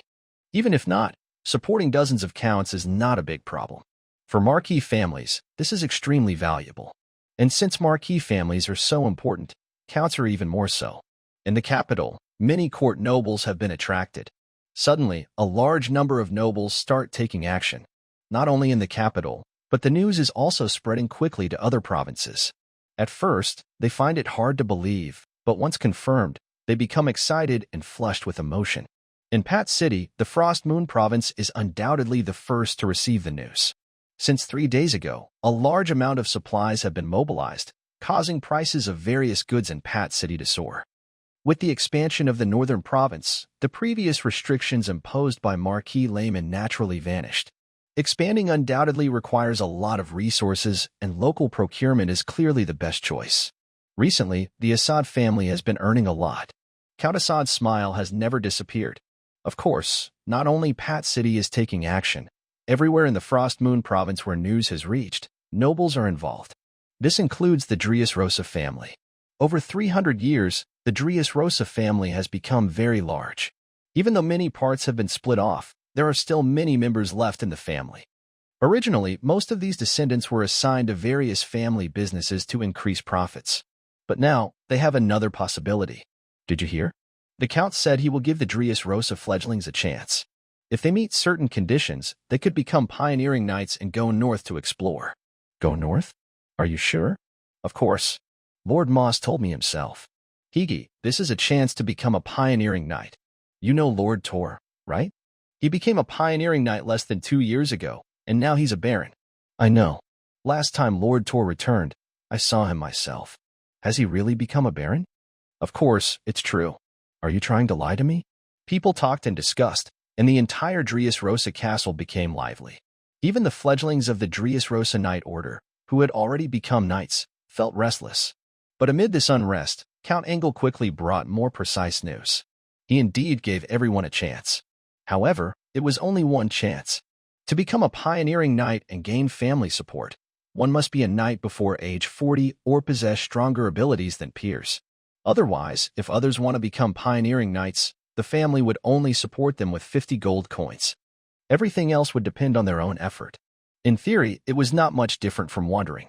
At the same time, Count Engel began to explain the risks faced in the northern exploration. When this news spread, many people's hearts cooled down. Of course, besides those who lost hope, many still held on to their ideas. Morris is just like that. When he saw Thor that day, his heart already started to ripple. Now, with his father giving them a chance, Morris clenched his teeth and decided to try. In the study, he arrived cautiously. You're here? Count Engelbert put down his book and looked at his son. Father. Morris instinctively spoke, but halfway through, he didn't know what to say. If you have ideas, go ahead and do it. I will re-enroll you as a knight. Additionally, I will support you with 10 official knights and 5,000 gold coins. Seeing his son hesitating, Count Engelbert chuckled softly and then spoke slowly. Thank you, father.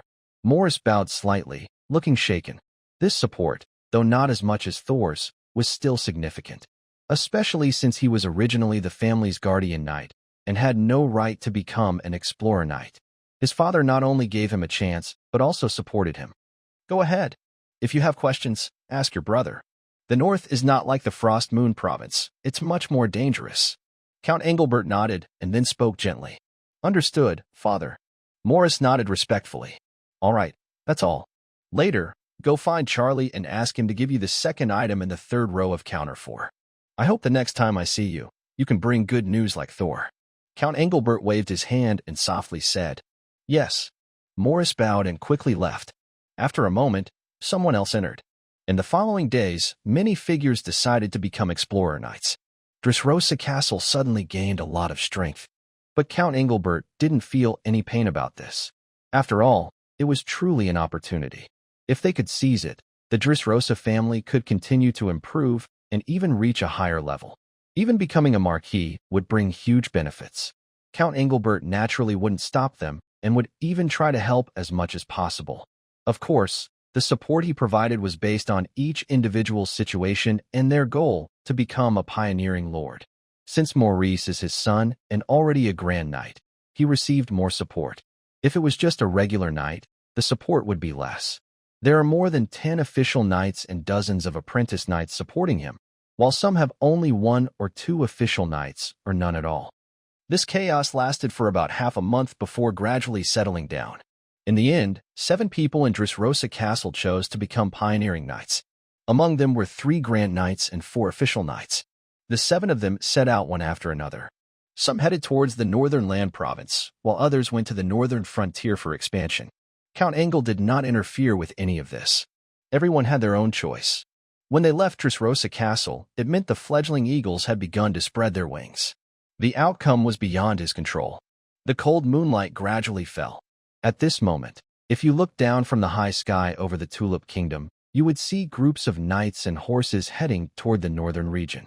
Many noble children were in action, including some from powerful noble families.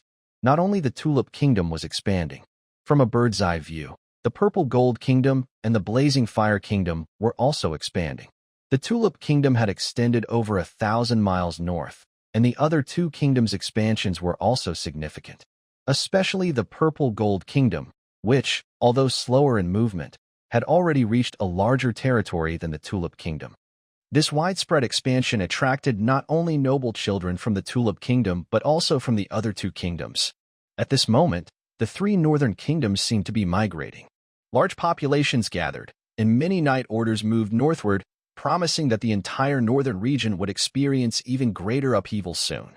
The 3 kingdoms, the Tulip Kingdom, the Purple Gold Kingdom, and the Blazing Fire Kingdom, were all in action. Their northern defenses were rapidly expanding northward, and more territories became part of their domains. Among these, many noble children from all 3 kingdoms were also taking part. The Tulip Kingdom. A large number of knights are heading towards the northern land province. Many of them are directly going to the current northern region, but quite a few have arrived at the northern land province. Over the past month, Lorenz City has become much livelier than usual, with many noble heirs gathering here. Some of these heirs are very powerful nobles. In fact, Lorenz City is even more bustling now than it was before. As a result, the prices of various goods in Lorenz City have risen significantly, and it is expected that prices will continue to go up. For the people of Lorenz City, this is another grand event. Many are excitedly talking among themselves. Their excitement is shared by the powerful noble heirs arriving in the northern land province. Even though they already knew a lot about the region before arriving, once they actually set foot here, they realized there were opportunities they had never imagined. In the western part of the northern land province, which is the most central area, about 70 to 80% of the assets are controlled by the Dressrosa family. Who is the Dressrosa family? They are just a count's family. Yet, they control such vast resources. After the shock wore off, many powerful noble heirs became excited. They saw these resources as opportunities meant for them. Even a small share of these resources could help their territories grow quickly. If they could get a large part of it, becoming a count would be easy. Soon, many of them started to think about how to acquire these assets. After a few days, these noble heirs, along with their exploration knights, headed west to claim their own territories. However, their goal was not the wildlands but the resource points controlled by the Eagle Business Guild. The Eagle Territory. When these noble heirs arrived in Lorenz City, they already received the news. In his study, his expression grew serious as he lightly tapped on the table with his right hand. After a moment, there was a gentle knock on the door. He stopped his tapping and said, "Come in." The door opened, and Michael, Cecil, and Marshall entered. Over half a month has passed, and Marshall's fluctuating aura has gradually calmed down. Michael and Cecile haven't changed much. After all, one is at the peak of Earth Knight level, and the other is in the late stage. Breaking through is not easy for either of them. Sir. The 3 approach and see Thor, who bows politely. News from Lorenz City has arrived. Currently, the powerful noble heirs who have reached Lorenz City include 7 top marquee families, Spencer, Campbell, and Water, among others. Additionally, 3 more families are expected to arrive within the next month. Besides that, the Assad family and the Emerson family, along with several other strong Count noble heirs, have also arrived in Lorenz City. They are all gathering at resource points controlled by the Western Eagle Trading Company. Thor waves his hand in response to their bows and then speaks with a serious tone. Even though he had already expected many powerful noble heirs to come this time, the initial number still made his brow furrow. This opening includes 7 heirs of powerful marquee families, along with many heirs from strong Count families. For example, the Assad family's heirs are nearly as strong as those from marquee families. All these forces combined are quite formidable. From what he currently knows about their strength, even he feels a sense of seriousness. Almost every one of the arriving Marquis heirs leads a knightly force with at least one Earth Knight. The 7 Marquis heirs each have their own Earth Knight, meaning there are 7 Earth Knights among them. In addition, many of the other Marquis heirs also have Earth Knights. The total number of Earth Knights might not be less than 10. Right now, he has only 7 Earth Knights: himself, Michael, Cecile, Marshall, Rain, Rachos, and Josen. Among them, one is at the peak of Earth Knight, another is in the late stage, and his strength is comparable to a peak Earth Knight. Rain is also very strong and theoretically even stronger now. But the scope controlled by the Eagle Trading Company is enormous. If these powerful noble heirs start to unite against him, as Michael said, he will quickly become overwhelmed. No matter how strong he is, he will be exhausted trying to handle everything. Even if he is not overwhelmed, once signs of weakness appear, other expansion lords in the northern province will see an opportunity. The entire northern province, including noble heirs who have entered the north as expansion knights, wouldn't mind taking a big piece of the pie from him. At that time, unless he is willing to use Neil Morton, it will be hard to solve the problem. In the study, Thor's voice began to speak, and the 3 people's expressions gradually grew serious. Even though they had expected this, hearing about such a large expansion knight group still surprised them. This kind of strength is almost like starting a small orc war. Right now, they are just the vanguard of the expansion knight group. It can be expected that more expansion knight groups will enter the north in the future. Even if only 1/10 choose the northern province, it will be enough to raise the number of expansion knights in the northern province to a new level. The 3 of them felt a bit excited inside. Young Master Thor, this is probably only part of it. In the next half year, the expansion knight groups in the entire northern province might increase several times. The number of expansion knights in the northern region will only grow more. The existence of the Danube River probably tempts everyone. Young Master Thor, I want to know how much help Mr. Neil can give you? Michael spoke slowly, with a serious look. As one of the main ingredients for low-level life potions, the now from the Danube River is very important for both powerful Count heirs and powerful Marquis heirs. Controlling this resource means having the chance to produce low-level life potions continuously, which is crucial for their future development. Right now, Thor's Eagle business almost accounts for 70 to 80% of the output. Such benefits are enough to make powerful noble heirs unable to resist. As mentioned before, even if the Drius Rosa family is a Count family, they might not be able to protect it, let alone a powerful Marquis family. So now, he asked the most critical question: how much can that Sky Knight help Thor? Only by knowing this can he decide on the right course of action. Uncle Michael, I saved Mr. Neil once, but this time I don't want to use his power. Thor looked at Michael. He understood what Michael meant, but he shook his head and spoke in a serious tone. Young Master Thor, you? Hearing Thor's words, Michael was a bit shocked. First, he was surprised that Thor had helped Neil Morton before, and then he was surprised that Thor didn't plan to use Neil Morton. Not only Michael, but the other 2 were also surprised. Faced with their shocked expressions, Thor stood up. He slowly exhaled a deep breath. He knew he needed to give them confidence now and also make them understand some things. Amid their confusion, he began to speak slowly. Uncle Michael, Cecil, there are some things you might not fully understand yet. My strength has just broken through to become a land knight, but I am not yet at the early stage of a land knight. His voice was soft, but what he said made the 3 of them pause and look at him with slight surprise. Young Master Thor, what do you mean? Cecil asked instinctively, looking a bit confused. As he spoke, the others also looked at Thor with curiosity. Michael focused his attention more closely. Young Master Thor, your strength may be very strong, but even at mid-stage Land Knight, it might not be enough to handle the current situation. Only at the peak of Land Knight might there be a chance. His words carried a hint of regret. It's hard for a peak Land Knight to solve this problem, but 2 of them might be able to hold it steady. Even if they have to give up some benefits, it wouldn't be too much. Uncles, let's go down and try. We'll find out then. Thor smiled and shook his head, not saying anything more. Instead, he stepped toward the door. The 3 of them looked a bit confused but followed Thor closely. Soon, everyone left the castle and arrived at the training ground below. Uncle Michael, could you please give some guidance? Thor asked with a smile as he approached the training ground. Young Master Thor, are you serious? Michael was surprised to hear Thor's words. He instinctively looked at Thor. By now, after coming to the training ground, the 3 of them clearly understood what was happening. They were all a bit shocked. But no matter how surprised they didn't expect Thor to want to train with Michael. Michael is truly at the peak of the Earth Knight level. That's really true. Uncle Michael, don't hold back, or the outcome won't look good. Despite Michael's surprise, Thor didn't seem too concerned. He spoke with a light smile, his gaze fixed on Michael. Young Master Thor, you should know that being at the peak of the Earth Knight level is different from being in the late stage. You have just broken through.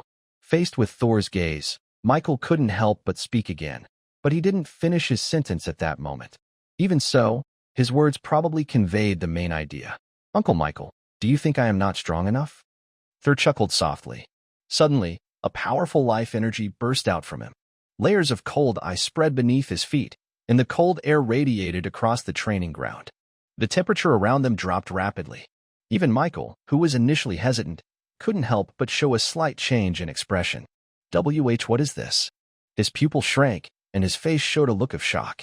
No matter how highly he estimated Thor, at this moment, the life energy Thor displayed, along with the terrifying cold aura within it, made even him feel a shiver down his spine. Nearby, Cecil and Marshall, who were standing beside him, couldn't help but step back. Such terrifying life energy. How is this possible? What is this? Their voices almost echoed together, and expressions of surprise appeared on their faces. Young Master Thor, it seems I was wrong. Feeling the cold that could freeze his blood, Michael couldn't help but speak. His right hand involuntarily clenched his knight's sword. Even he hadn't considered that Thor's level of life energy had reached such a degree. More importantly, this strange kind of life energy and the cold aura it produced clearly affected even him, a peak Earth Knight. It was as if even his blood and life energy inside him were about to freeze. Be careful, Thor spoke softly with a serious look on his face. In the next moment, in the snowstorm, Thor's figure suddenly disappeared from the spot. At this moment, he seemed to become the king of the icy world, with powerful cold spreading everywhere. The terrifying aura had already locked onto Michael. His body was a bit stiff, but his instincts still made Michael react. He raised his sword. Boom. A terrifying clash of life energy collided. In the next moment, Michael's life energy was almost instantly torn apart, and the cold spread over him. A chill quickly crept up his arm, as if about to freeze it. But Michael couldn't care about that now. He felt like he had been hit by a huge boulder and was thrown backward. Bang! A dull sound rang out. After falling, Michael struggled to steady himself, but the powerful force still made him retreat. With each step back, a faint layer of frost spread from his feet. Not only under his feet, but cold air was also spreading over his body. The strong life energy surged, gradually pushing back the cold. Michael's pupils widened, showing disbelief. Not only him, but even Cecil and Marshall also stared with wide eyes, their faces filled with shock. The goddess of life was watching. What had they just seen? Michael, a peak Earth Knight, was actually pushed back directly by young Thor. How could this be? How could this happen? But it seemed like it was really happening. They both instinctively looked at Thor, then at Michael, unsure of what to say. Of course, neither Thor nor Michael paid much attention to their shock. Michael was still in shock. Thor, on the other hand, raised an eyebrow. Although he didn't use the power of death, only cold ice energy, such strength should surpass that of a typical peak Earth Knight. Normally, Michael shouldn't have just taken a few steps back to handle it. Being frozen for a few breaths was quite normal. Uncle Michael, it seems you're much stronger than I thought, Thor said with a smile, as his surprise gradually faded. Listening to Thor's words, Michael's mouth twitched slightly, but at this moment, a glimmer of light appeared in his eyes. Again, he softly commanded. In the next instant, a powerful burst of life energy erupted. His figure once more charged forward holding a knight's sword toward Thor. The fight between the two quickly resumed. Michael's speed was very fast, and his life energy was immense. It was clear he had not just broken through to the peak of the Earth Knight level. He might already be close to the Sky Knight level, probably similar to Count Engelbert. With such strength, he was considered a strong fighter even among Earth Knights. However, as they fought, Michael was soon shocked again. He had no reservations, but despite that, he was still being suppressed. Thor's speed was even faster, his life energy even more powerful, and more terrifying was the cold aura contained within Thor's life energy. Even Michael had to respond with full effort. If he was careless, he could be frozen. This was almost unimaginable to him. Thor should have just recently broken through to the Earth Knight level, So how could he have such terrifying strength? Of course, Michael was surprised, but Cecil and Marshall were already completely numb. The two stared in shock at the ongoing collisions before them. Cecil, give me a hand. Am I dreaming? Marshall muttered to himself, instinctively speaking to Cecil beside him. But as soon as he finished speaking, bang! His figure was flung through the air, crashing into a distant fake mountain. Rumble!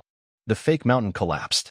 Cecil looked at the real feeling of contact in his hand, then at the distant battle, and his expression grew more confused.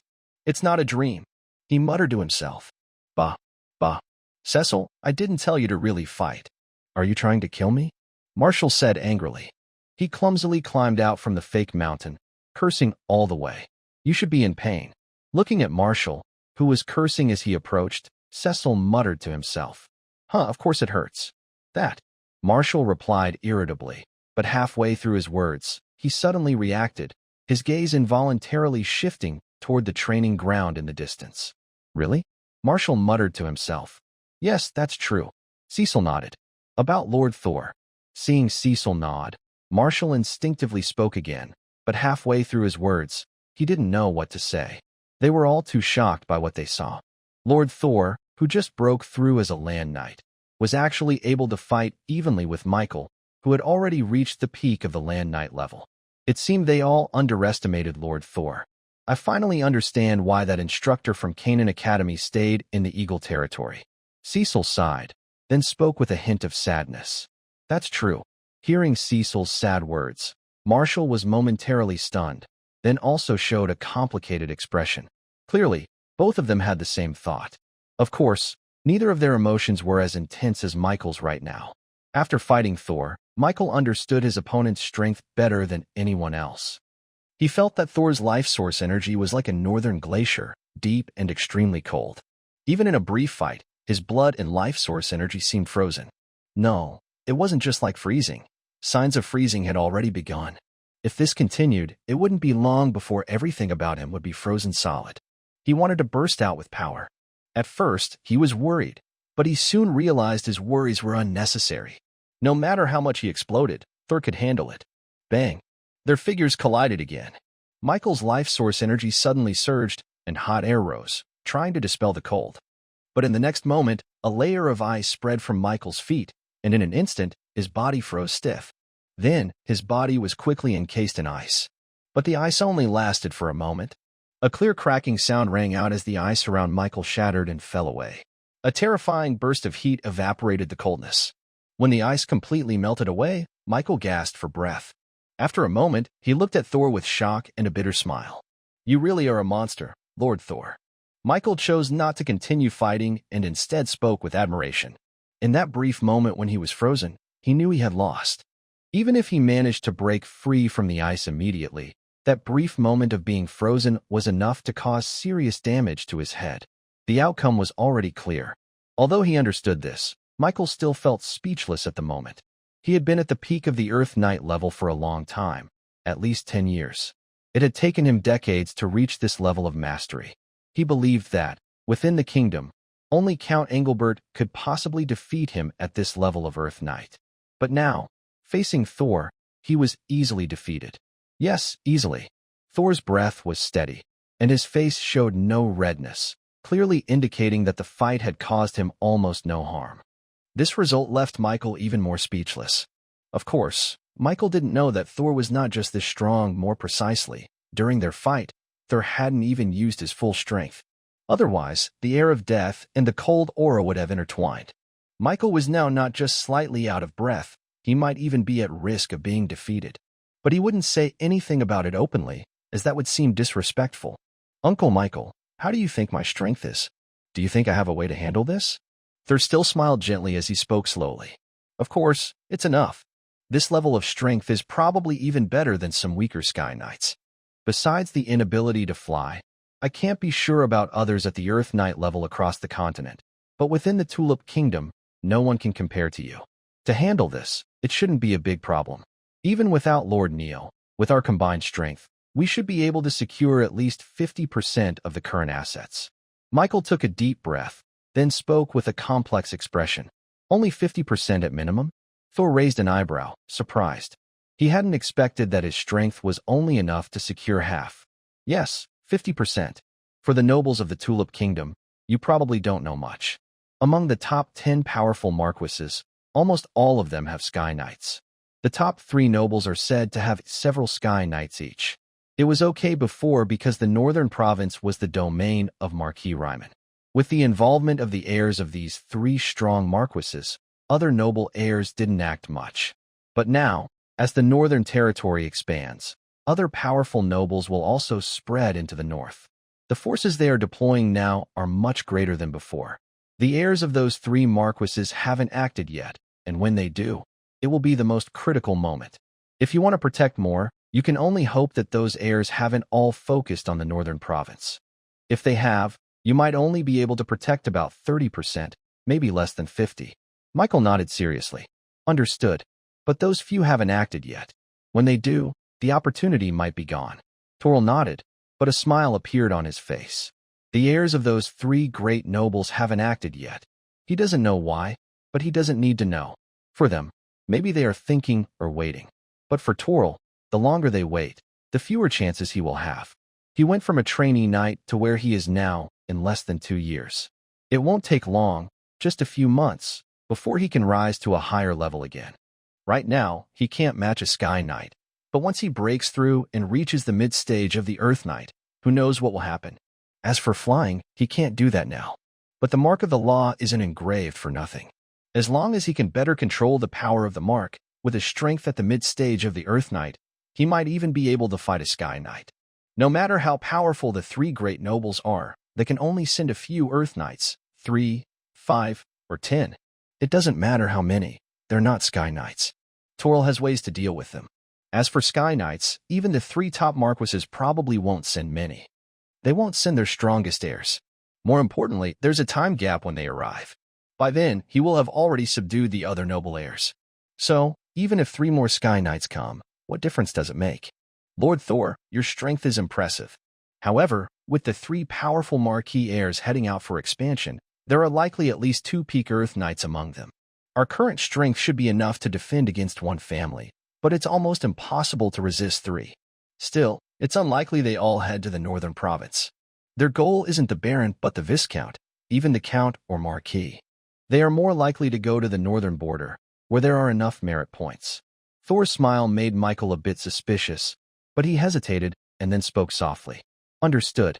Thank you for your help, Uncle Michael, during this time. Thor nodded with a smile. Then he discussed some matters with Cecile and Marcel, who were still shocked. Only after that did he return to the castle. Watching Thor leave, the 3 of them felt their hearts pounding with excitement. They didn't know what to say for a moment. Lord Thor's strength probably surpasses everyone in the Tulip Kingdom. Maybe it's really possible. Cecile murmured, his eyes shining. It's still too early to tell. Let's prepare first. Things won't be peaceful soon. Cecile, finish clearing out the enemies as soon as possible. Marcel, come here.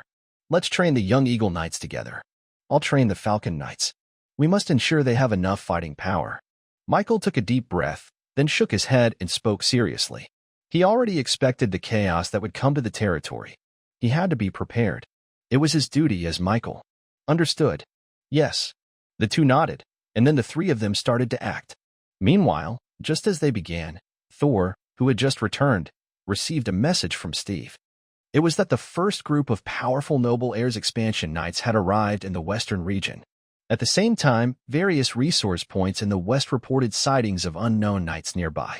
Clearly, those noble heirs had already started taking action as soon as they arrived. Recently, the children of the powerful noble families have arrived at their own territories one after another. However, upon arrival, they did not settle down immediately. Instead, they quickly began exploring and developing the land.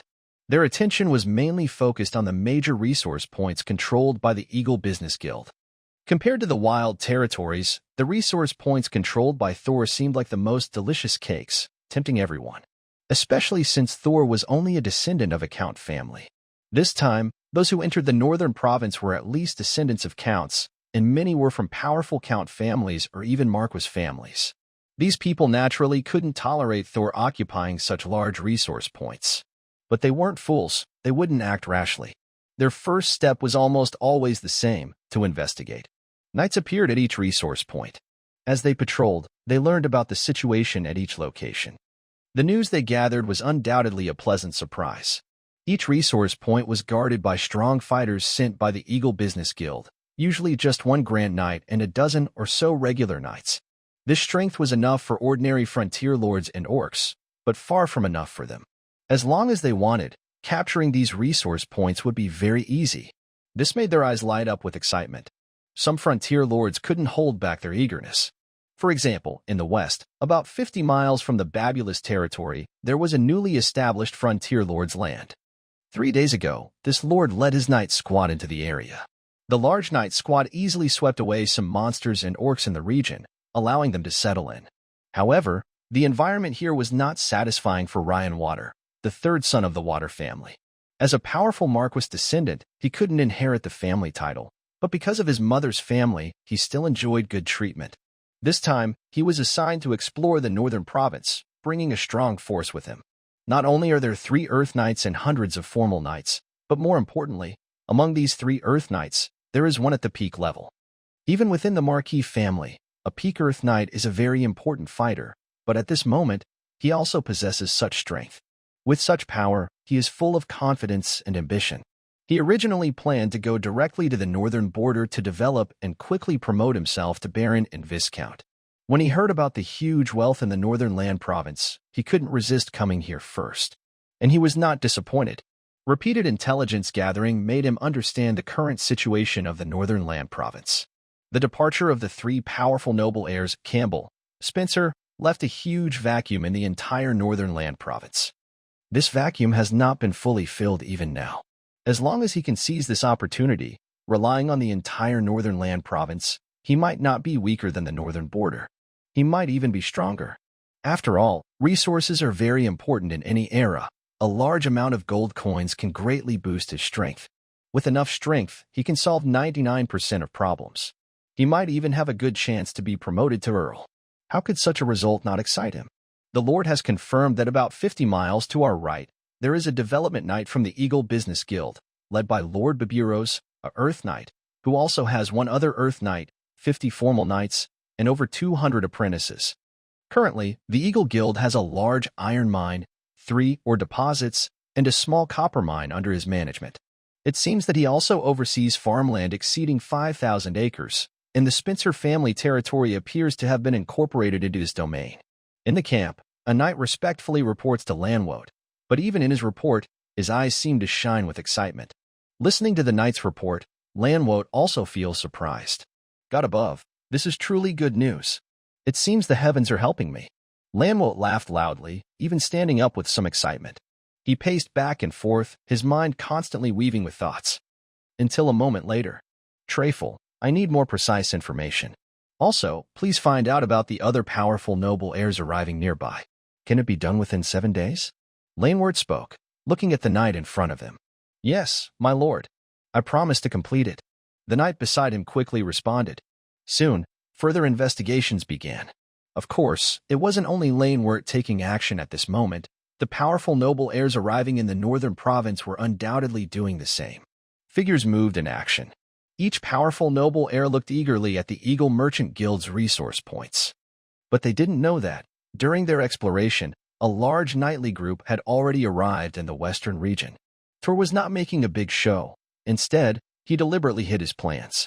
He didn't even go to Tono's territory. Instead, he stayed in an abandoned frontier land in the west. No one knew he had arrived. Even if they did, these powerful noble heirs probably wouldn't care much. After all, Tor was just the heir of a count in their view, and he didn't seem very strong. The Drius Rosa family, for example, and most of the knightly groups arriving in the northern province are stronger than the Drius Rosa family. Night gradually fell. In the abandoned territory, a bonfire was burning. Above, stars began to fill the sky.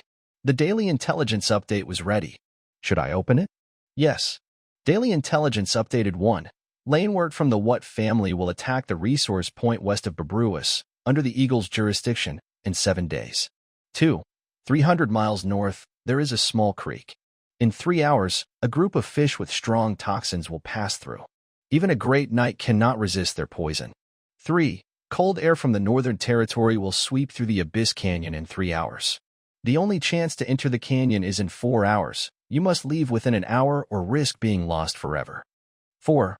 Fesson Campbell from the Campbell family will attack the resource point in Bourne, west of the Eagle Territory, in 8 days. After 9 days, Vorosbinsk will launch an attack on 3 resource points north of the Eagle Territory. In 2 hours, a group of boar-like beasts will pass through 30 miles west of your location. Lines of text appeared one after another. Even after reading them countless times over the past few days, Thor couldn't help but shake his head and sigh. He has truly become a valuable asset now. Among the dense information, at least a long list of threats targeting his Eagle Territory resource points was present. The Watt family, the Spencer family, the Campbell family, the Emerson family, families he knew and didn't know, were all involved. Several powerful marquee families were among them. And it was only the first wave. If they couldn't withstand this initial attack, the threats he would face next would be even greater. Perhaps 10 daily intelligence reports wouldn't be enough to cover all the information these attackers had. This was no joke. Such situations could happen at any time. That was also the main reason he gathered his forces days ago. The simplest and most direct way to prevent such a situation was to make everyone understand how strong he was. Only then could he avoid any accidents. His gaze moved over each piece of daily intelligence, finally settling on Lane Watt. Lane Watt, he muttered to himself, a faint smile appearing on his face. Lane Watt, the eldest son of the Watt family, was the first to take action among the intelligence reports, and as a powerful marquee family heir, he was undoubtedly the best candidate for Thor to target first. He was strong enough, and also quite foolish. If Thor didn't deal with him, he would feel somewhat guilty for not doing so. A smile appeared on his face. Night gradually passed. The next day, Thor called Steve to investigate Lane Watt's strength. His own nightly group remained on this abandoned territory to rest and repair. Time slowly passed. In the blink of an eye, 5 days had gone by. During these 5 days, Steve quickly returned with information about Lane Watt's nightly force. There are 4 great knights, including Lane Watt and 3 others. One of them is a peak Earth Knight, and there are also hundreds of official knights. This level of strength is truly terrifying. It is even stronger than Stein Campbell's strength in the past. However, Thor only raised an eyebrow in response, because at this moment, his strength is not weaker than the opponent's. The official knights he brought are few, only about 50, but more than 20 of them are at the Grand Knight level, and there are also 7 Earth Knights. Not only him, but also Rain, Michael, Seshir, Marshall, along with a Earth Knight from Ragos, and another Earth Knight from Jozanabai. This time, he has mobilized almost all of his top combat power. Among them, 3 have peak Earth Knight strength, enough to easily crush the enemy. He is planning to give these powerful noble heirs a shock from the northern province. As the sun rises gradually, a new day begins. During this period, the entire West has been strangely quiet, with little disturbance.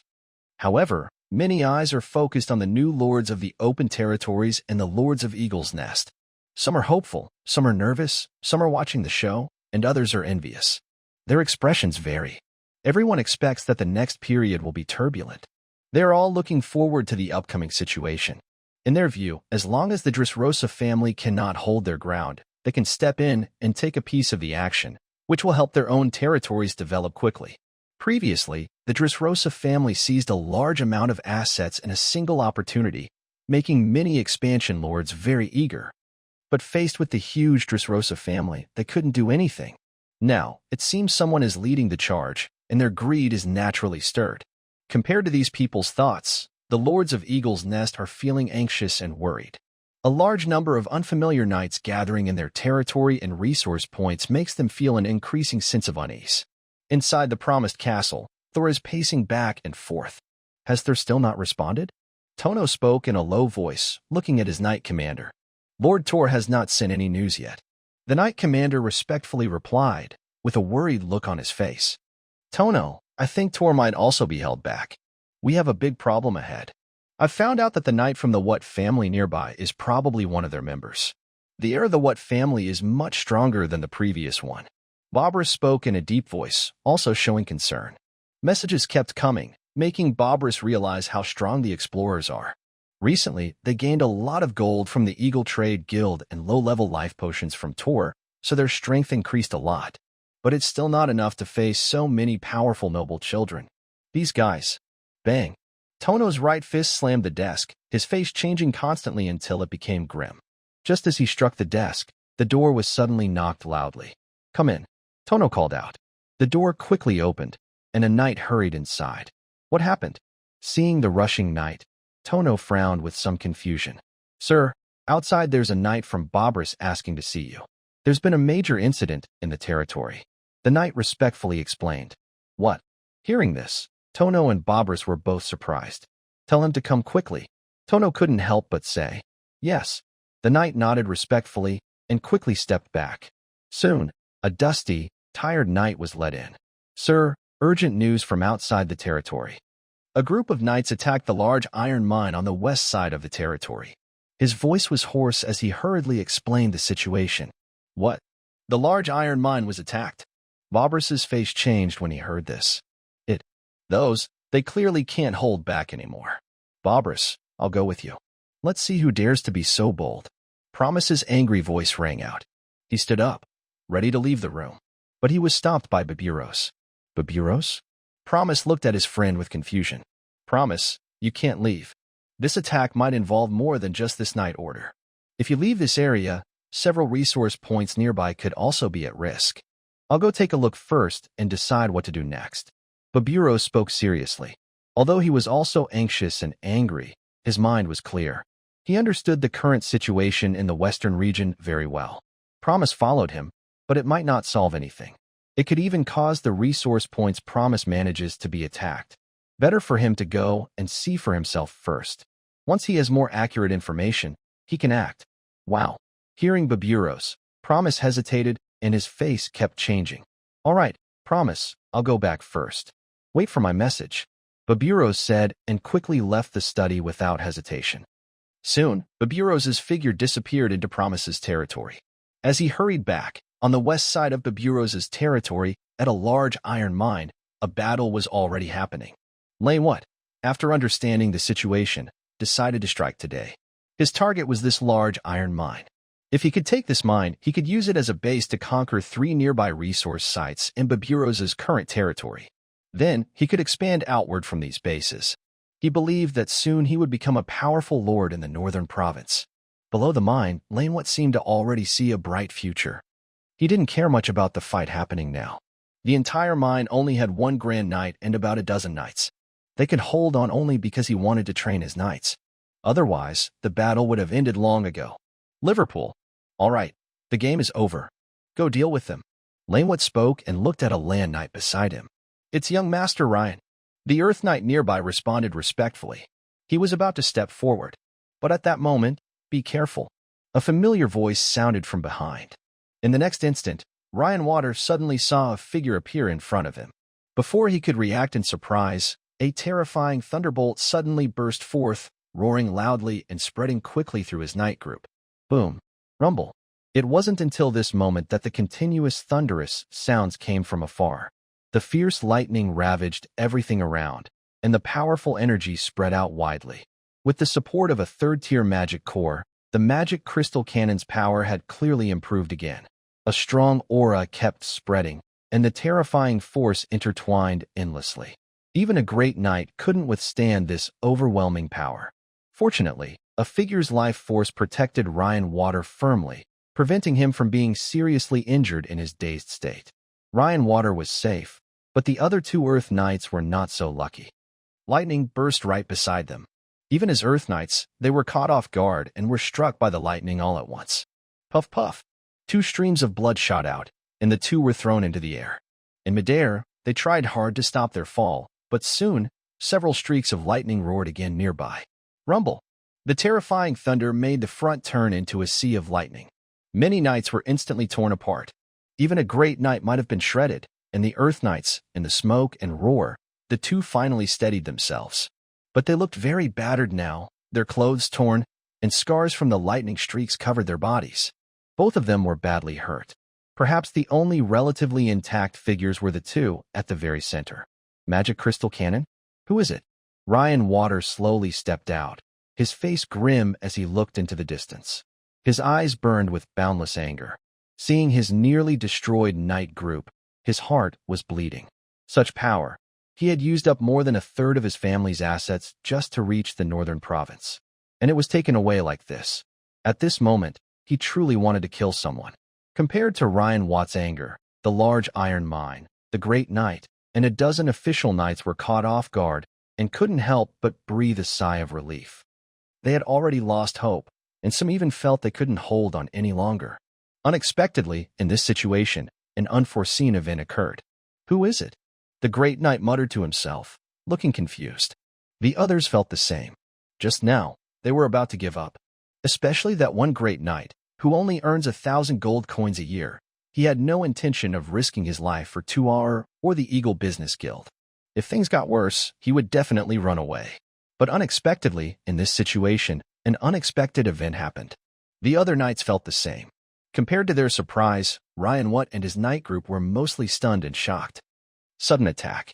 That terrifying lightning power caught everyone off guard. The magic crystal cannon fire from the third-level magic core was much more powerful than that of the second level. For this kind of sudden attack on the knight group, it was extremely destructive. In just a moment, one-third of the knight group was wiped out. Another third was badly injured. More importantly, from a distance, terrifying energy was gathering again. It was clear that a second wave of attack was about to come. With the current power, just 2 or 3 more rounds, and the forces led by Ryan Watt might suffer 99% loss. Manchester. Ryan Watt's voice rang out. Understood.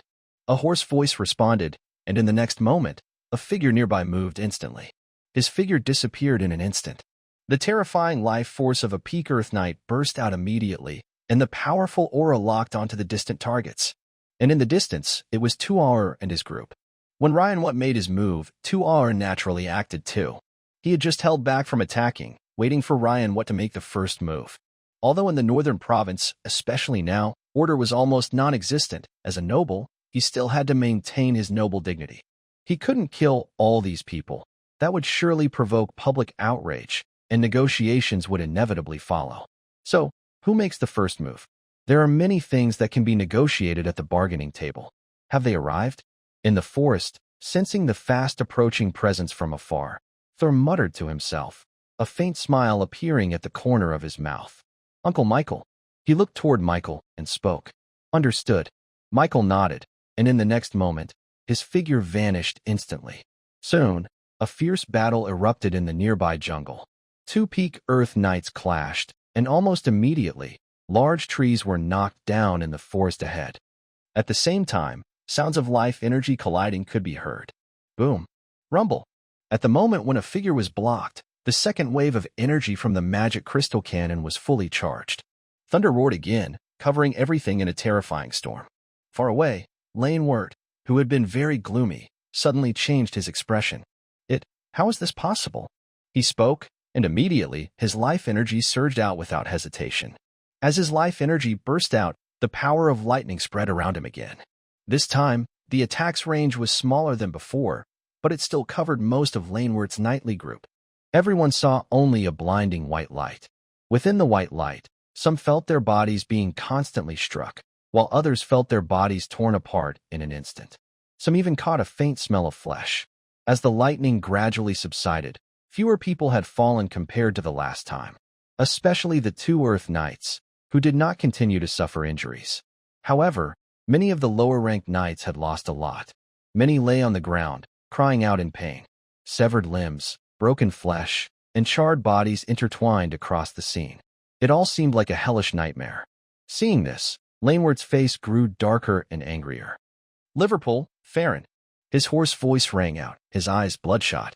In the next moment, he moved directly, wielding his knightly sword and rushing toward the magic crystal cannon. Behind him, 2 Earth Knights were hit by magic crystal cannons and exchanged a quick glance. They felt a bit nervous, but still held their knight swords and followed closely.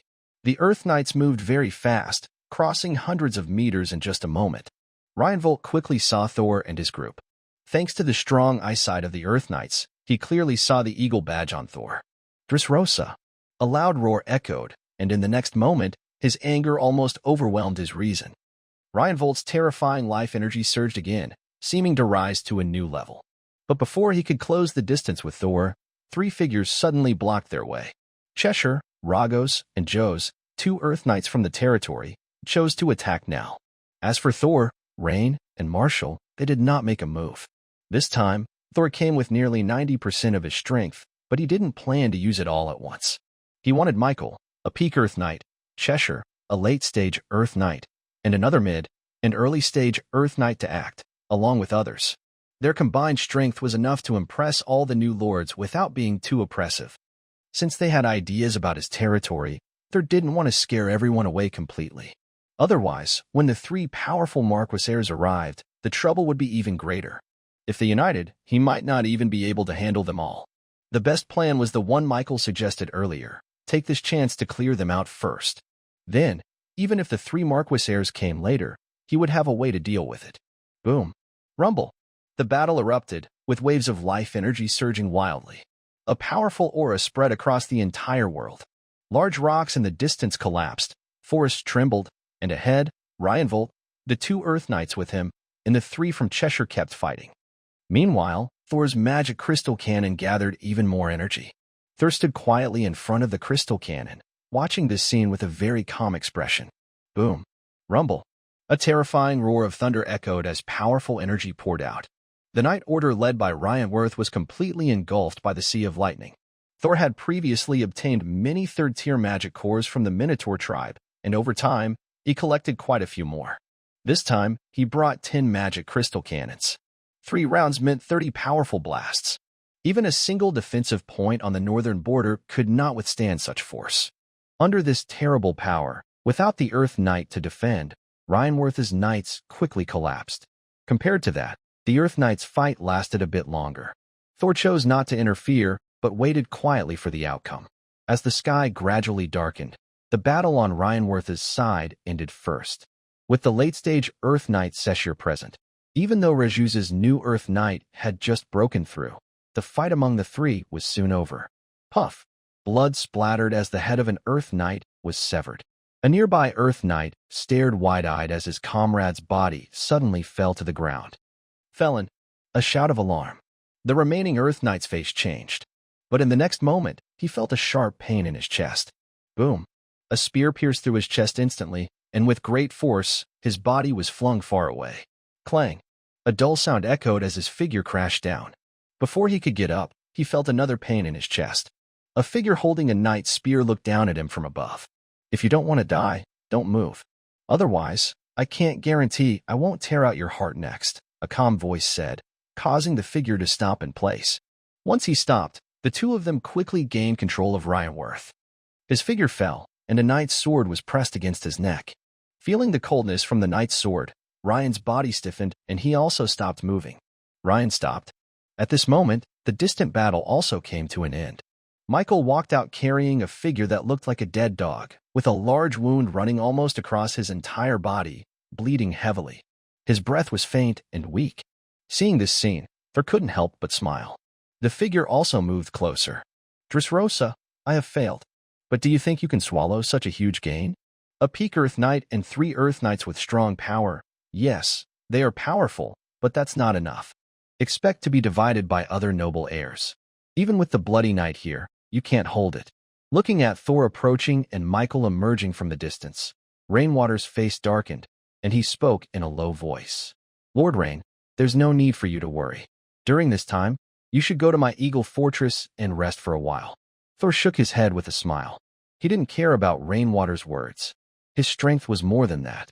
Not only him, but also Rain, Marshall, and a few other Earth Knights from the Dressrosa family were about to arrive.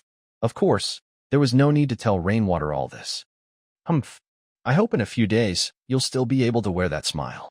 Rainwater's face grew even gloomier at Thor's words, and he snorted coldly. Thor smiled and soon let the knights these people to the back. Steve, tell the miners to help clean up the battlefield. Also, all knights still on the mine, each regular knight will be rewarded 10 gold coins, and each Grand Knight 50. Thor glanced into the distance and then gave instructions to Steve beside him. Yes. Steve responded respectfully and quickly rode his horse toward the distant location. Meanwhile, even without Thor's orders, some knights at the mine had already begun commanding goblins to clear the battlefield. When Steve and the others arrived, their expressions changed as they looked at him. They had just witnessed the fierce battle.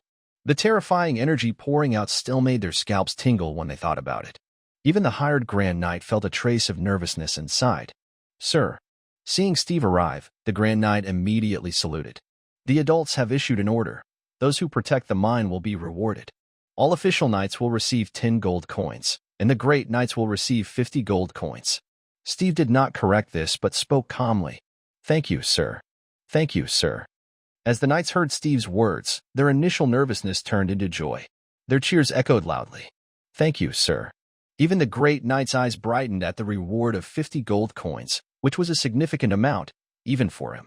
He hadn't expected that just a little effort would bring such a reward, especially without any loss. "All right, let's finish cleaning up here quickly." Once the cheers subsided, Steve spoke slowly. "Yes, yes." The voices grew louder.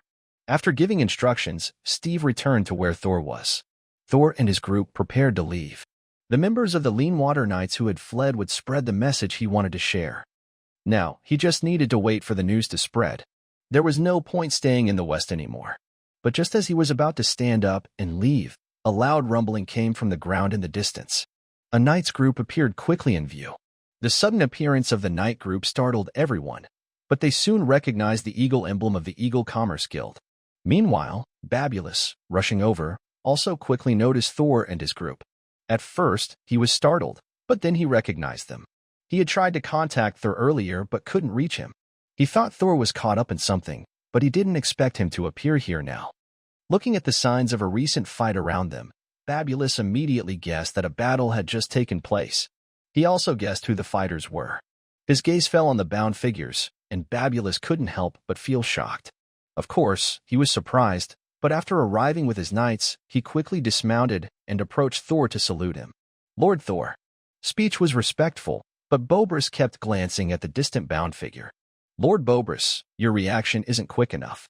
Once you come over, everything here will probably be over."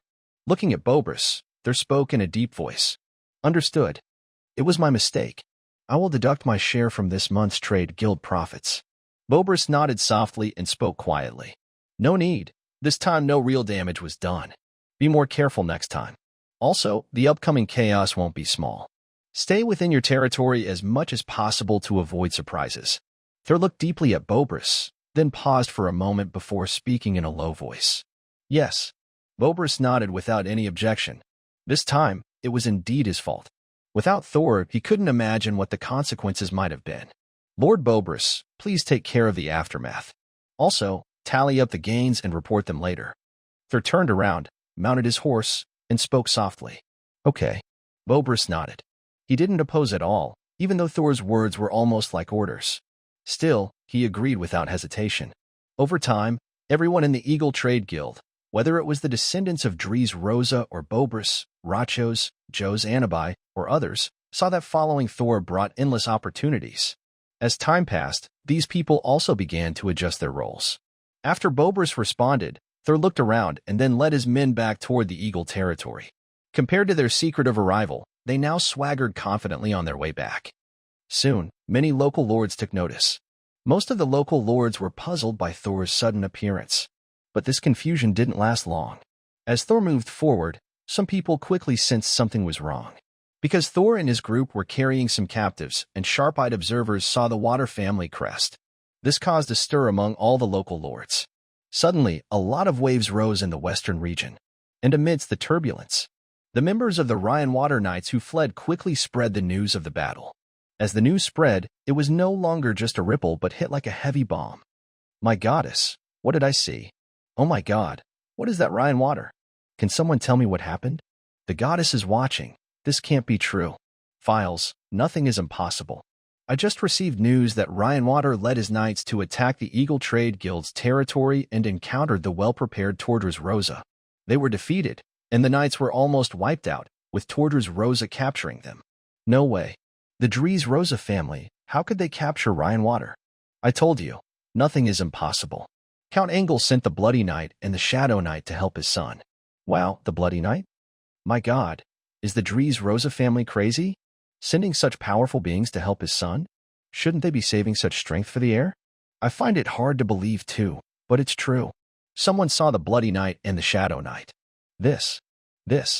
It. Am I going crazy, or is the world going crazy? Voices mixed with shock and disbelief filled the air. Ryan Water, descended from a powerful marquis of the kingdom, was different from the previous member of the Warder family. He was a direct heir. He was quite a prominent figure in the western region. Yet, he was easily defeated by Tordris. Everyone's first reaction was that it was impossible.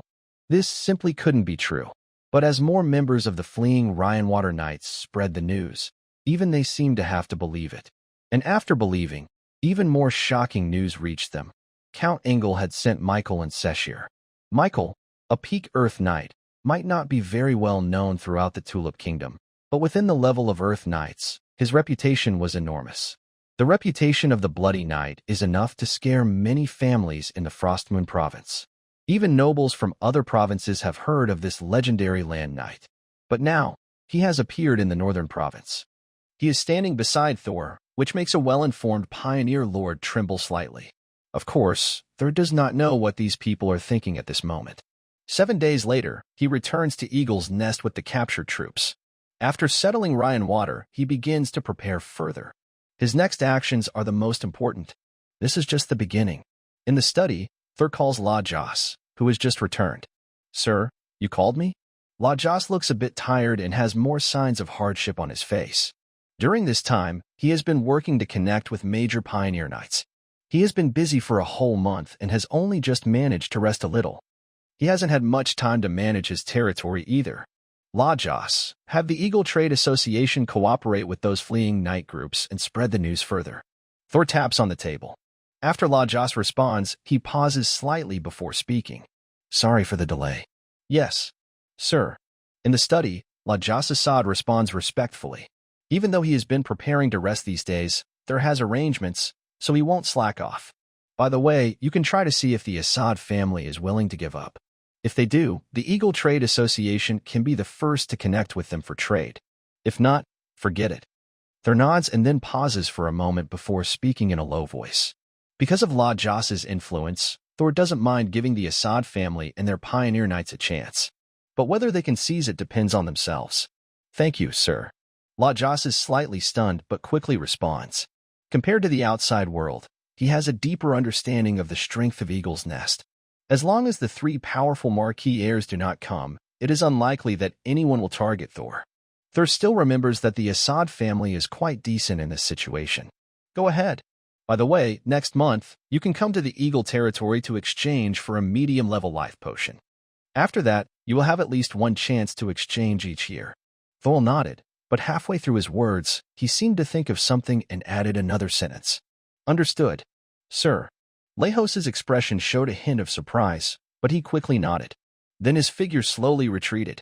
As Lehos left the castle and looked at the Eagle territory, he couldn't help but feel a bit emotional. Clearly, his previous choice was correct. In just 2 years, the Eagle territory had grown to this size. Once this challenge was passed, the Eagle territory could undoubtedly take another step forward. More importantly, with Thordris Rose's ability, in just a few months, they went from providing low-level life potions to now having medium-level ones. In 2 more years, even Lehos couldn't help but feel excited inside. Under the setting sun, he moved his steps and headed into the distance. In the study, Thor was handling related matters. Time slowly passed. In the blink of an eye, several days went by again. These days, things were relatively stable for Thor. The only difference was that the Dressrosa family, including his cousin Ruby's father, Burton Dressrosa, and 2 other land knights from the Dressrosa family, arrived in the northern province. This increased his number of land knights once again. Now, the Eagle Business Guild had 10 land knights. It could be said that it was a true giant in the entire northern province. Of course, the outside world still didn't know about this. Most who knew only included Michael, the Bloody Knight, Cecile, the Shadow Knight, Lehos Assad, and 2 land knights under Jazanabai. Plus, Burton Dressrosa and the other 2 land knights from the Dressrosa family who came this time, they might have learned about it. Others still didn't know. And that's normal.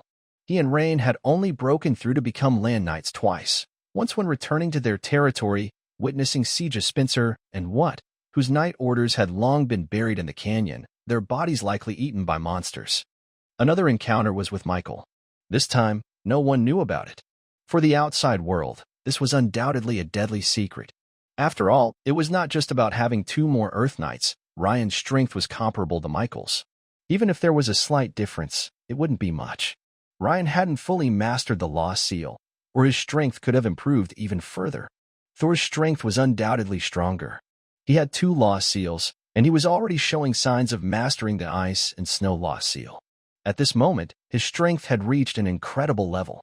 Apart from being unable to fly, his power was probably not much weaker than the newly breakthrough Sky Knights. With these 2 powerful individuals, the entire northern province could be said to be under their control. Of course, because no one knew about this, news continued to spread, and powerful nobles began to think differently after the shock. Michael was a peak Earth Knight, Seshir was a late-stage Earth Knight, plus Joza Anabai, who was a mid-level Earth Knight, and 3 early-stage Earth Knights from the Dressrosa family. Such strength was enough to scare them. Although their family was difficult to deal with, it didn't mean that everyone couldn't work together. Especially during this time, more powerful noble heirs arrived in the northern province, and they undoubtedly had new ideas. In the western region, about 100 miles from the burned Dressrosa territory, there was a territory once held by a powerful noble heir. However, due to the Divine Awakening incident, this powerful noble heir chose to withdraw. Although he left safely during the Divine Awakening event when the God Ruins opened, he was directly overwhelmed by the aura of a Baiman King. The territory naturally became vacant. Currently, it was occupied by Moravi Spencer, a knight pioneer of the Spencer family. As a powerful marquis heir, Moravi Spencer was quite strong among the noble heirs who had arrived in the northern province. This time, he brought not only a peak Earth Knight but also 4 Earth Knights. His goal was not just the northern province but also the northern border. He planned to establish a foothold in the northern province first and then go to the northern border to earn enough merit points. However, his first step was blocked. I originally thought the Dressrosa family was just a soft target that could be easily controlled. They cleverly used their large resources, and I didn't say much about it. Taking a third of their assets shouldn't have been a problem. But to be safe, I didn't act rashly. Instead, I started investigating. However, just as I was about to make my move, shocking news suddenly spread. I was stunned. Lanewert, a noble heir not much weaker than me, attacked the Eagle Territory's resource point. The result was a terrible defeat. Not only did almost all of the knight's forces get wiped out, but Lanewert was also captured. The Dressrosa family went crazy, sending both the Blood Knight and the Shadow Knight. The Shadow Knight is okay. Even though he's powerful, he's only a late-stage Earth Knight. The Earth Knight he brought is at the peak level, enough to handle or even defeat the Shadow Knight. But the Blood Knight is different. He's famous in the northern lands. I know for sure that the Earth Knight he brought can't match him. And within just a few days, more news came. The Dressrosa family sent 3 more Earth Knights to the northern province. At this moment, I really want to ask Count Engelbert, are they crazy? Or does the entire Dressrosa family no longer need their assets?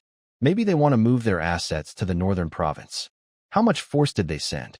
The Dressrosa family, a noble family, sent their most important Earth Knight, the Blood Knight, and the Shadow Knight. Then 2 more Earth Knights arrived. The Dressrosa family is just a Count family. Even if they don't send all their forces, that's probably enough. But no matter what they think, I seem to face a very serious problem. With my current strength, I can't take on the Eagle Business Alliance. Not a third, not even a part. I can't even swallow a bite. As for asking my family for help, I am only the legitimate son, not the heir. My father isn't Count Engelbert, so he can't support me much more. This is the limit. The situation has completely turned around. This has made Moravi Spencer quite anxious. And as he grew impatient, more news kept coming. There was even news that made him furrow his brow with worry. 3 powerful marquis heirs had already decided to go to the northern province. Although only one had confirmed, as powerful marquis families, they knew these 3 families were not on the same level as theirs. Each of these families had at least 1 Sky Knight. Among the top 3 marquis families, it was rumored they each had at least 3 Sky Knights. However, this was just a rumor. Because Moravi Spencer was favored by his grandfather, he knew that these top marquis heirs probably possessed more than just 3 Sky Knights. Some were said to be close to the peak of Sky Knights, nearly reaching the level of Sacred Realm Knights. Such strength was beyond what their family could match. When that powerful marquis heir arrived, they might lose their chance altogether. On the other hand, if they could secure some advantages early, even if they had to give up a little later, they could still retain some benefits.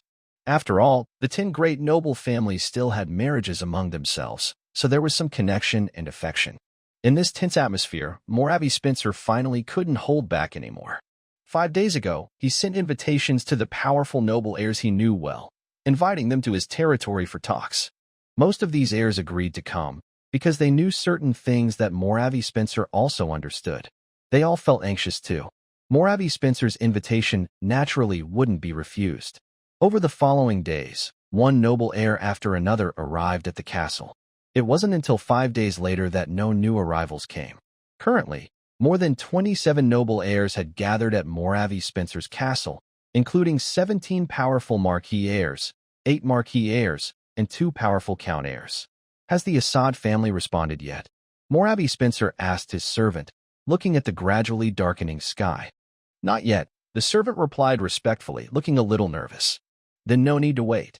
Inform those people to come to the banquet hall. Moravi Spencer frowned slightly, but quickly nodded, and then stood up to speak. Yes. The attendant sighed in relief and nodded in agreement. His figure quickly retreated. Meanwhile, Moravi Spencer headed toward the banquet hall. When he arrived, 27 powerful noble heirs had already gathered in the meeting room, exchanging greetings. Lord Moravi Spencer. Lord Moravi. As Moravi Spencer entered, each of the strong noble heirs greeted him. Among them, Moravi Spencer was undoubtedly one of the strongest, so most people paid close attention to him. There's no need to be formal. Our only purpose in bringing you here is probably something everyone already knows about from the news a few days ago. His deep voice spoke as he looked at everyone. Yes, we already know. I heard that the fool Ryan Worth has been captured by the Dressrosa family. It's really stupid. Someone chuckled lightly, showing a bit of schadenfreude. But his laughter didn't get any support from others, making him feel a little awkward. Moravi Spencer glanced at the speaker, his brow slightly furrowed, but he said nothing. Of course, his silence didn't mean others wouldn't speak. Pal, just because you're foolish doesn't mean everyone else is.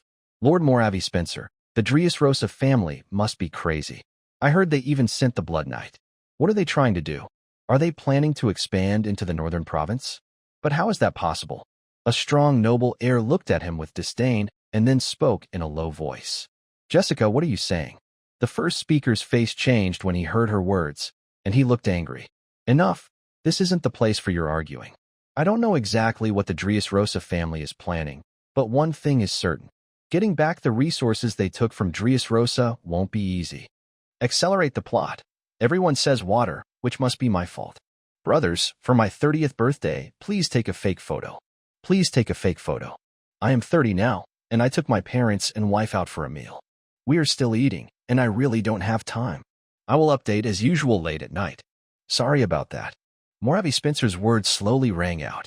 As he spoke, the whole banquet hall suddenly quieted down.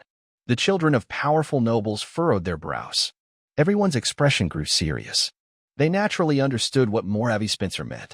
Before this, they thought the Eagle Business Guild and the Dressrosa family were easy targets, not only Ryan Watt's family.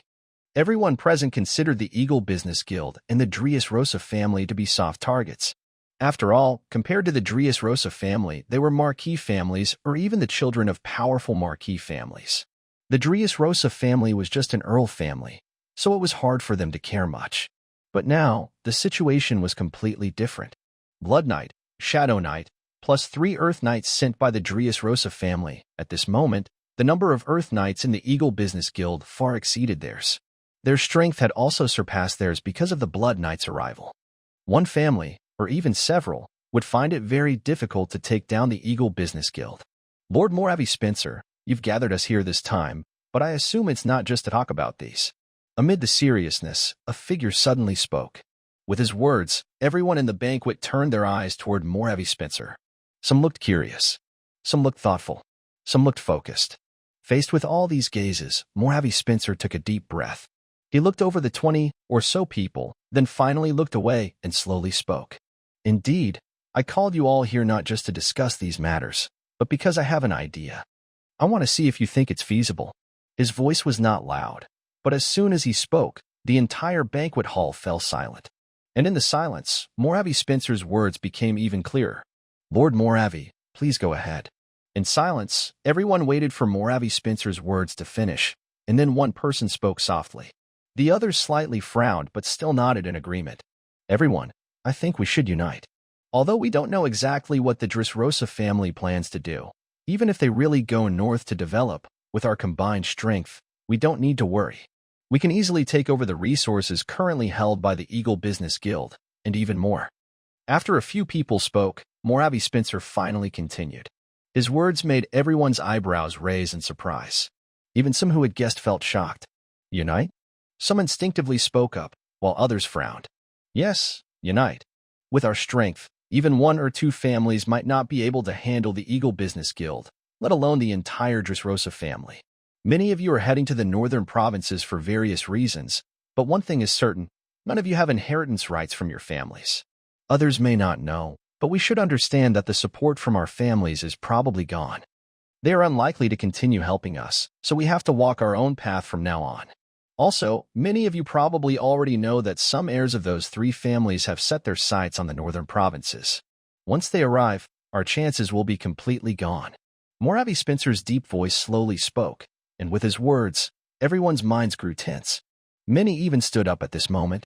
Lord Moravi, is what you're saying true? Do those three families also have heirs coming? One person couldn't help but ask, directly looking at Moravi Spencer. As he spoke, many others became nervous. What Moravi was worried about, they also worried about. If those three families send heirs, the situation in the northern provinces will change again, and they might not have a chance. That's definitely true. One of the Adams family members, Stir Adams, is already on his way to the northern provinces. It should take no more than 2 months to arrive. Moravi Spencer looked at everyone's tense and fluctuating emotions. He nodded again and spoke in a deep voice. His affirmation immediately caused the gathering of the frontier lords to become noisy. Voices mixed together, and many people's expressions changed. After a moment, the noise gradually calmed down. Everyone, by now you should understand. We don't have much time left. The Eagle Trade Guild can unite with other lords, and we can do the same. As long as we work together, we can not only seize these resource points but also have a chance even if the three powerful noble heirs arrive. Moravi Spencer spoke, and his words seemed to carry a kind of captivating magic. Many figures couldn't help but imagine that future scene. Some people started to breathe more heavily. Yes, the heirs of the three top marquee families are indeed stronger than them, but if they unite, even facing those three powerful heirs, they wouldn't be much weaker, perhaps even stronger. After all, like them, these heirs are not the family's direct successors. Only the true heirs have unlimited power, and this limited power would surely be insufficient to oppose their united strength. There are 27 frontier lords here, most of whom are children of marquee families. Each has at least one Earth Knight, and the total number of Earth Knights alone exceeds 40. Such a large number makes them not much weaker than actual marquee families. And that's not even counting the family heirs. Every noble child present has thought of this. But amidst the excitement, someone also thought of a deeper question. Lord Moravi, how should we unite? In the midst of their thoughts, someone spoke up. Yes, Lord Moravi, how should we unite? And how should we divide the resource points we gain? Exactly, Lord Moravi. As soon as one person spoke, voices quickly followed in the banquet hall, all focusing again on Moravi Spencer. Everyone, look at this. What do you think of it? Facing the repeated questions from everyone, Moravi Spencer was clearly well prepared. As he spoke, he waved his hand, and quickly, attendants handed over several joint strategy documents to a leading lord. What's this? Looking at the documents, everyone was a bit confused but instinctively took them. Their gazes naturally focused on the papers, and as they looked, their thoughts were drawn into them. Some people's eyes narrowed slightly as they looked at Moravi Spencer with suspicion. Others became absorbed, lost in thought. Moravi didn't mind their reactions. He understood the strange looks. They probably realized that his joint plan was copied from the Eagle Business Guild. But so what? He was just going to use it briefly. It's not like only the Eagle Business Guild can do this. His expression remained calm as he waited for everyone to finish reading the plan. Then his voice rang out again. Everyone, what do you think of this joint plan? Moravi Spencer asked. Many frowned at his words, but nodded slightly. Of course, some had opinions. Lord Moravi, in this joint plan, the Grand Knight only holds 1/10,000th. Isn't that too little? Someone spoke up. Soon, others echoed the same concern. Most of these were weaker marquee families and two counts families. After all, in this alliance, the Earth Knights held 2%, but the Grand Knight only had 1/10,000th. Even though there is a gap between Earth Knights and Grand Knights, this difference is too large. Humph. Having won 10,000 for the Grand Knight is already quite good. This time, the main focus is on the Earth Knights. Before Moravi could speak, someone couldn't help but snort coldly. Yes, the Earth Knights are the key. The Grand Knight's role in the Alliance isn't that important. Superior, you are right. Some people had opinions, but others did not. Soon, disagreements arose. The banquet became very noisy. Until suddenly, boom. A powerful burst of life energy suddenly exploded. In an instant, the entire banquet hall fell silent. Everyone immediately looked up, their eyes fixed on Moravi. Their eyes widened with disbelief. Moravi, you've broken through? Feeling the powerful source of life energy, some couldn't help but whisper to themselves, their hearts pounding with excitement. At this moment, Moravi's displayed life energy had already reached the late stage of the Earth Knight, just one step away from the peak of the Earth Knight. Moravi was only in his early 40s, still young in the Knight cultivation world. Being able to break through to the Earth Knight at this age was already considered extraordinary talent. But no one expected that Moravi not only broke through to the Earth Knight but had already reached the late stage. Everyone looked at him with shock and amazement. Moravi Spencer remained very calm. "All right," he said in a deep voice. "Everyone, this is my proposal. If anyone has objections, they can choose not to join. It's not mandatory." His gaze swept over everyone present, a cold light flickering in his eyes. This made many lower their heads instinctively. Even those who had just voiced opinions did so in a subdued manner. The strength Moravi displayed at this moment made their hearts race. Such talent meant he had about a 70 to 80% chance of breaking through to become a Sky Knight in the future.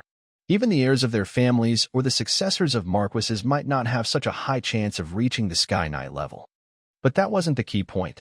The real issue was that someone with such talent had left the Spencer family and gone to the Northern Province. This made them think more deeply. Some unavoidably began to have certain ideas. And as soon as these thoughts appeared, they startled everyone. They quickly suppressed these ideas. After all, they couldn't be sure whether the Spencer family had other plans, but they were certain about their own family's intentions. There was no doubt they had no such plans. If they voiced any disagreement now, they were afraid they might face unexpected trouble. Anyone who could grow up safely among noble children was not foolish. "Lord Moravi, we have no objections. Just follow Lord Moravi's instructions." "Yes, we are willing to listen to Lord Moravi's arrangements." Voices spoke one after another, and suddenly the noisy banquet hall became completely quiet, making the scene feel much more harmonious. Even though some people still had doubts in their hearts, they did not voice any opposition amid the chorus of agreement. With everyone in agreement, the alliance of the new Frontier Lords was initially planned under Moravi Spencer's leadership. 27 Frontier Lords gathered together. This strength had already clearly surpassed the power of the Eagle Trading Company. Among them, the number of Earth Knights was not even 40, but reached 42, and the number of Great Knights was even higher, totaling over 100. Such a large force, even Marquis Ryman could not compare. Although Marquis Ryman was a noble, as a new noble, his strength was undoubtedly among the weakest of the Marquises. The number of Earth Knights he commanded might not even match some powerful Count families. While Ryman's own strength had already reached the peak of Earth Knights, with records of fighting 4th-tier beast men, he was still far behind the current Moravi alliance. The alliance was quickly formed, and then Moravi and others began to plan within the castle. The 42 Earth Knights were already strong enough to dominate, in theory. However, Moravi Spencer also understood that this kind of alliance was very loose. If interests were not carefully planned in advance, big problems could easily arise. Even with some shareholding arrangements, it was still not enough. More detailed distribution and planning were needed. In fact, this was indeed the case. Even just deciding on the alliance's name, the 27 Frontier Lords argued for 2 days. In the end, Moravi Spencer couldn't hold back and set the tone himself. The alliance was finally named the Northern Alliance. Once the name was decided, distributing the benefits became another major issue. Inside the castle, the 27 Frontier Lords argued for 10 days before reaching a relatively acceptable agreement. It has been 17 days since Moravi Spencer called the Exploration Lords, and 12 days since the alliance was formed. The efficiency is so low that it's almost embarrassing. However, each Exploration Lord is very satisfied with this. In less than half a month, the alliance has become a huge force in the Northern Province. Everyone expects great rewards ahead. The Drius Rosa family sent more Earth Knights.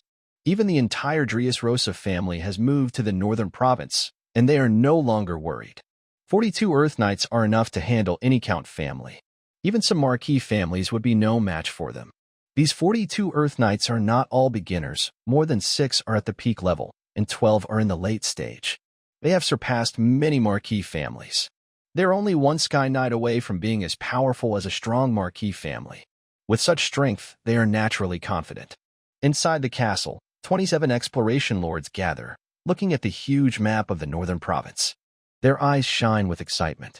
Everyone, it's now confirmed that the core of the Eagle commerce is the Eagle territory. Its lord is Thordris Rosa, the 9th son of Count Engel, head of the Drius Rosa family.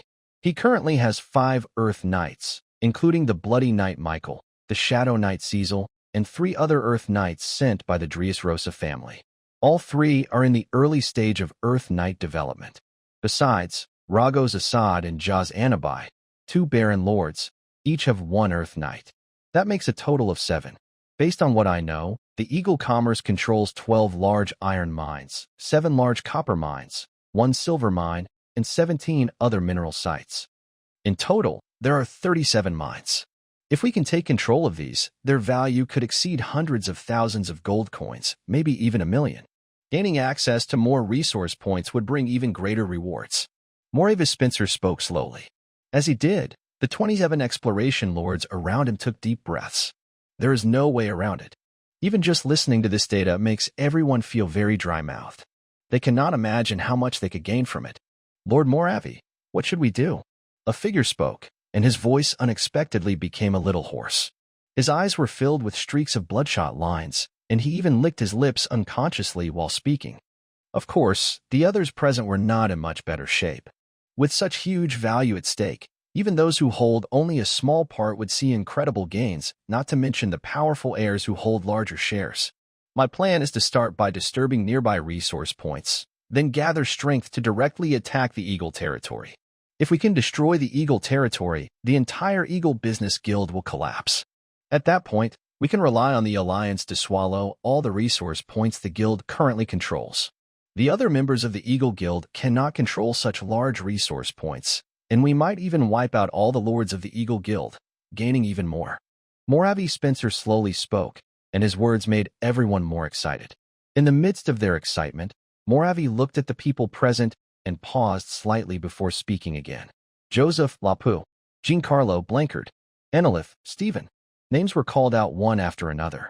When each person heard their name, their faces slightly changed with excitement. Some instinctively wanted to speak up. At that moment, when their names were called, they almost anticipated what would happen next. They naturally wanted to oppose it. But before they could speak, Moravi Spencer was the first to speak. You 7 Pioneer Lords, lead your troops to disturb the nearby resource points. The rest of you, organize the knights within 3 days and follow me to attack the Eagle territory. Moravi Spencer's words rang out. Lord Moravi! Lord Moravi! One by one, the Pioneer Lords whose names had just been called quickly spoke up, looking somewhat anxious. What's the matter? Do you have objections? Moravi Spencer paused and looked at the person who had spoken. I. Lord Moravi, we can also attack the Eagle territory together. Faced with cold stares, the figures instinctively shrank back, but some still dared to speak up. Just joking. Although, according to the Earth Knights, the strength of the Grand Knights grants the Alliance more influence, but that is only influence, not profit. The real benefit comes from how much effort is put in and the value created. Invading the Eagle territory means facing battles, but with only 7 Grand Knights defending, dozens of Earth Knights pose no real danger. The gains would be enormous. On the other hand, attacking resource points would likely mean sharing less profit later. No need, Moravi calmly said.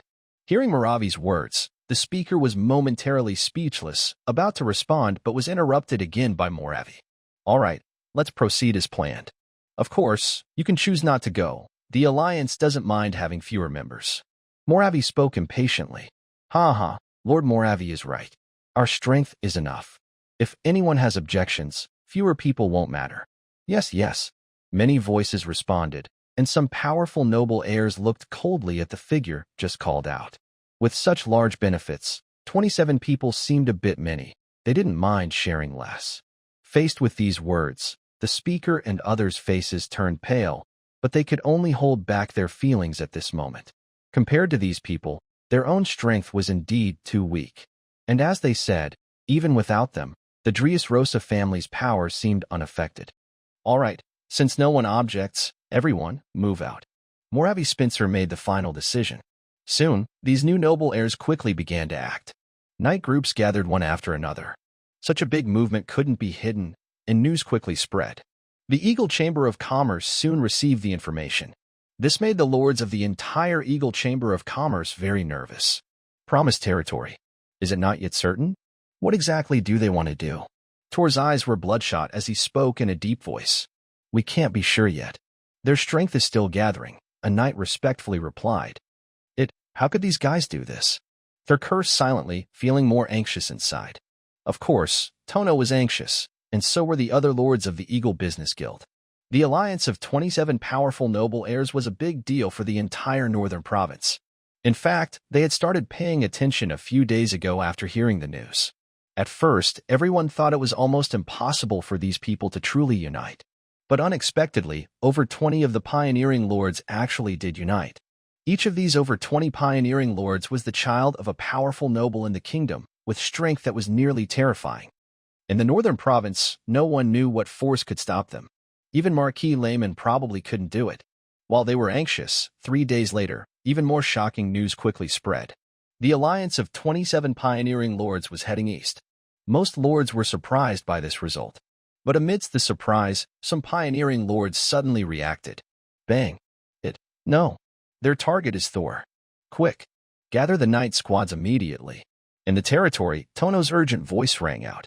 Soon, Tono couldn't hold back anymore and hurriedly ran out of the castle. Knight squads quickly assembled, and his figure rushed urgently toward the Eagle territory. Of course, it wasn't only Tono who responded. Many pioneering lords of the Eagle Business Guild also reacted. Almost none of them hesitated. They quickly mobilized troops to support Thor. Most even led their own teams, knowing that this might not be something they could solve just by themselves. But at this moment, these leaders still charged forward with their knight squads without hesitation. Suddenly, the whole western region became quite lively. First, 27 pioneering lords set out eastward, followed closely by others. This lively activity naturally attracted many lords from the entire northern province. Some were nervous, some curious, some worried, and some delighted at others' misfortune. For a time, each lord had their own thoughts. Of course, even with these thoughts, no one dared to follow. It is likely that a war will break out soon. No matter the outcome, if they get involved, they might not know how they will die. Time slowly passed. The excitement continued to grow, and news began to spread to Loren City. Meanwhile, the Northern Alliance Knights quickly headed toward the Eagle territory as the excitement increased. At this rate, they could reach the Eagle territory in 10 days. Everyone seemed to see the hope of victory. But no one knew that what awaited them was not victory, but danger. Inside the Eagle territory, Thor already knew the situation, even from information that appeared a month ago. Even the recent actions of the Northern Alliance were reflected in his daily intelligence updates. He was prepared for this. The entire Eagle Trade Guild had been mobilized, and he had already chosen the battlefield. The morning sun shone down. The place where the main alliance fought the Minotaur tribe was now clear of the traces left by the Minotaurs. Only the marks of floodwaters could still be seen on the ground. Thor and a large group of knights had arrived here yesterday. This was also the main route from the west to the east. If the Northern Alliance wanted to reach the east, they had to cross this point. With such a good environment, Thor saw this as the best place for battle. It was wide open, and even if something went wrong, the dam nearby could provide a chance to respond. An even more important reason was that external warfare would cause the least damage to the Eagle territory. Otherwise, a large-scale battle involving Earth Knights would likely cause serious harm to the entire Eagle Trade Guild. Thor definitely did not want to see that happen. Sir, they are less than 300 miles away from here. It will only take at most 5 days to reach this place. A figure on horseback arrived, and Steve came beside him. Soon, a respectful voice spoke. On the hillside, all 15 magic crystal cannons controlled by the Eagle territory had been moved here. In addition, Thor prepared over 100 third-tier magic cores. This was enough to allow the 15 crystal cannons to fire nearly 10 rounds in a row. Furthermore, the entire strength of the Eagle territory had been fully mobilized. Thor, Rain, Michael, Cecil, Marshall, Rachos Assad, and Jaz Anabai, 2 Earth Knights, plus 2 Earth Knights from the Dries Rosa family, totaling 9 Earth Knights. Steve, Pelos, and Mark, along with over 10 Grant Knights and hundreds of regular Knights, were present. Besides them, Anna and Ivira were also there. Now, except for Neil Morton, who was not summoned, all the high-level forces of the Eagle territory had gathered here. His goal was to completely destroy the Northern Alliance in one decisive battle. If he succeeded, he would have no obstacles in the entire Northern Land province. Even if the 3 powerful noble families came together, he wouldn't need to worry. In the jungle, after hearing Steve's report, he quickly issued a series of commands. Time passed slowly as everyone moved. In just a few days, the entire surrounding battlefield was prepared by Thor. Ahead of everyone, large amounts of flaming oil were poured out. With Marquis Lehman losing control of the Northern Land province, transporting the oil no longer needed to be secretive. This time, Thor directly ordered Racho Assad to buy over 10,000 pounds of flaming oil. At this moment, over 5,000 pounds of flaming oil were poured out in front. Once anyone stepped into the area, combined with the roar of the magic crystal cannons, the outcome was almost obvious. 10 miles away, the vast Northern Alliance set out in a mighty procession. After several days, they finally crossed the northern border and reached the eastern boundary. They advanced loudly, almost without any concealment. This completely shocked the frontier lords along the way. But they didn't care at all. Even if such a result meant Thor would learn of the news, so what? With such strong strength, the 42 Earth Knights are still powerful enough to dominate everything, even if a few are missing now. Even the Eagle leader wouldn't get any results just by receiving news. As for Thor escaping after getting the message, that is even better. Without Thor and the Eagle leader, the Eagle Business Guild will naturally cease to exist. Sir, we are just ahead in the east. Crossing this area, it will only take at most a day to reach the Eagle leader, a knight respectfully reports to Moravi. One day? Finally almost there. I wonder if Lord Thor is fleeing now, or if he's waiting quietly for us. Ha ha ha, by the goddess of life. I believe Lord Thor has probably already been so scared he's peed himself. Hee hee. Honestly, this time I want to laugh at Lane Watt. As a powerful Marquis heir, he was captured by a barren family. That's a real shame for our noble family. Yes, yes. Listening to the knights, the surrounding pioneers couldn't help but chuckle, showing pride and teasing expressions. For them, the outcome was almost already decided. They didn't need to think about anything else.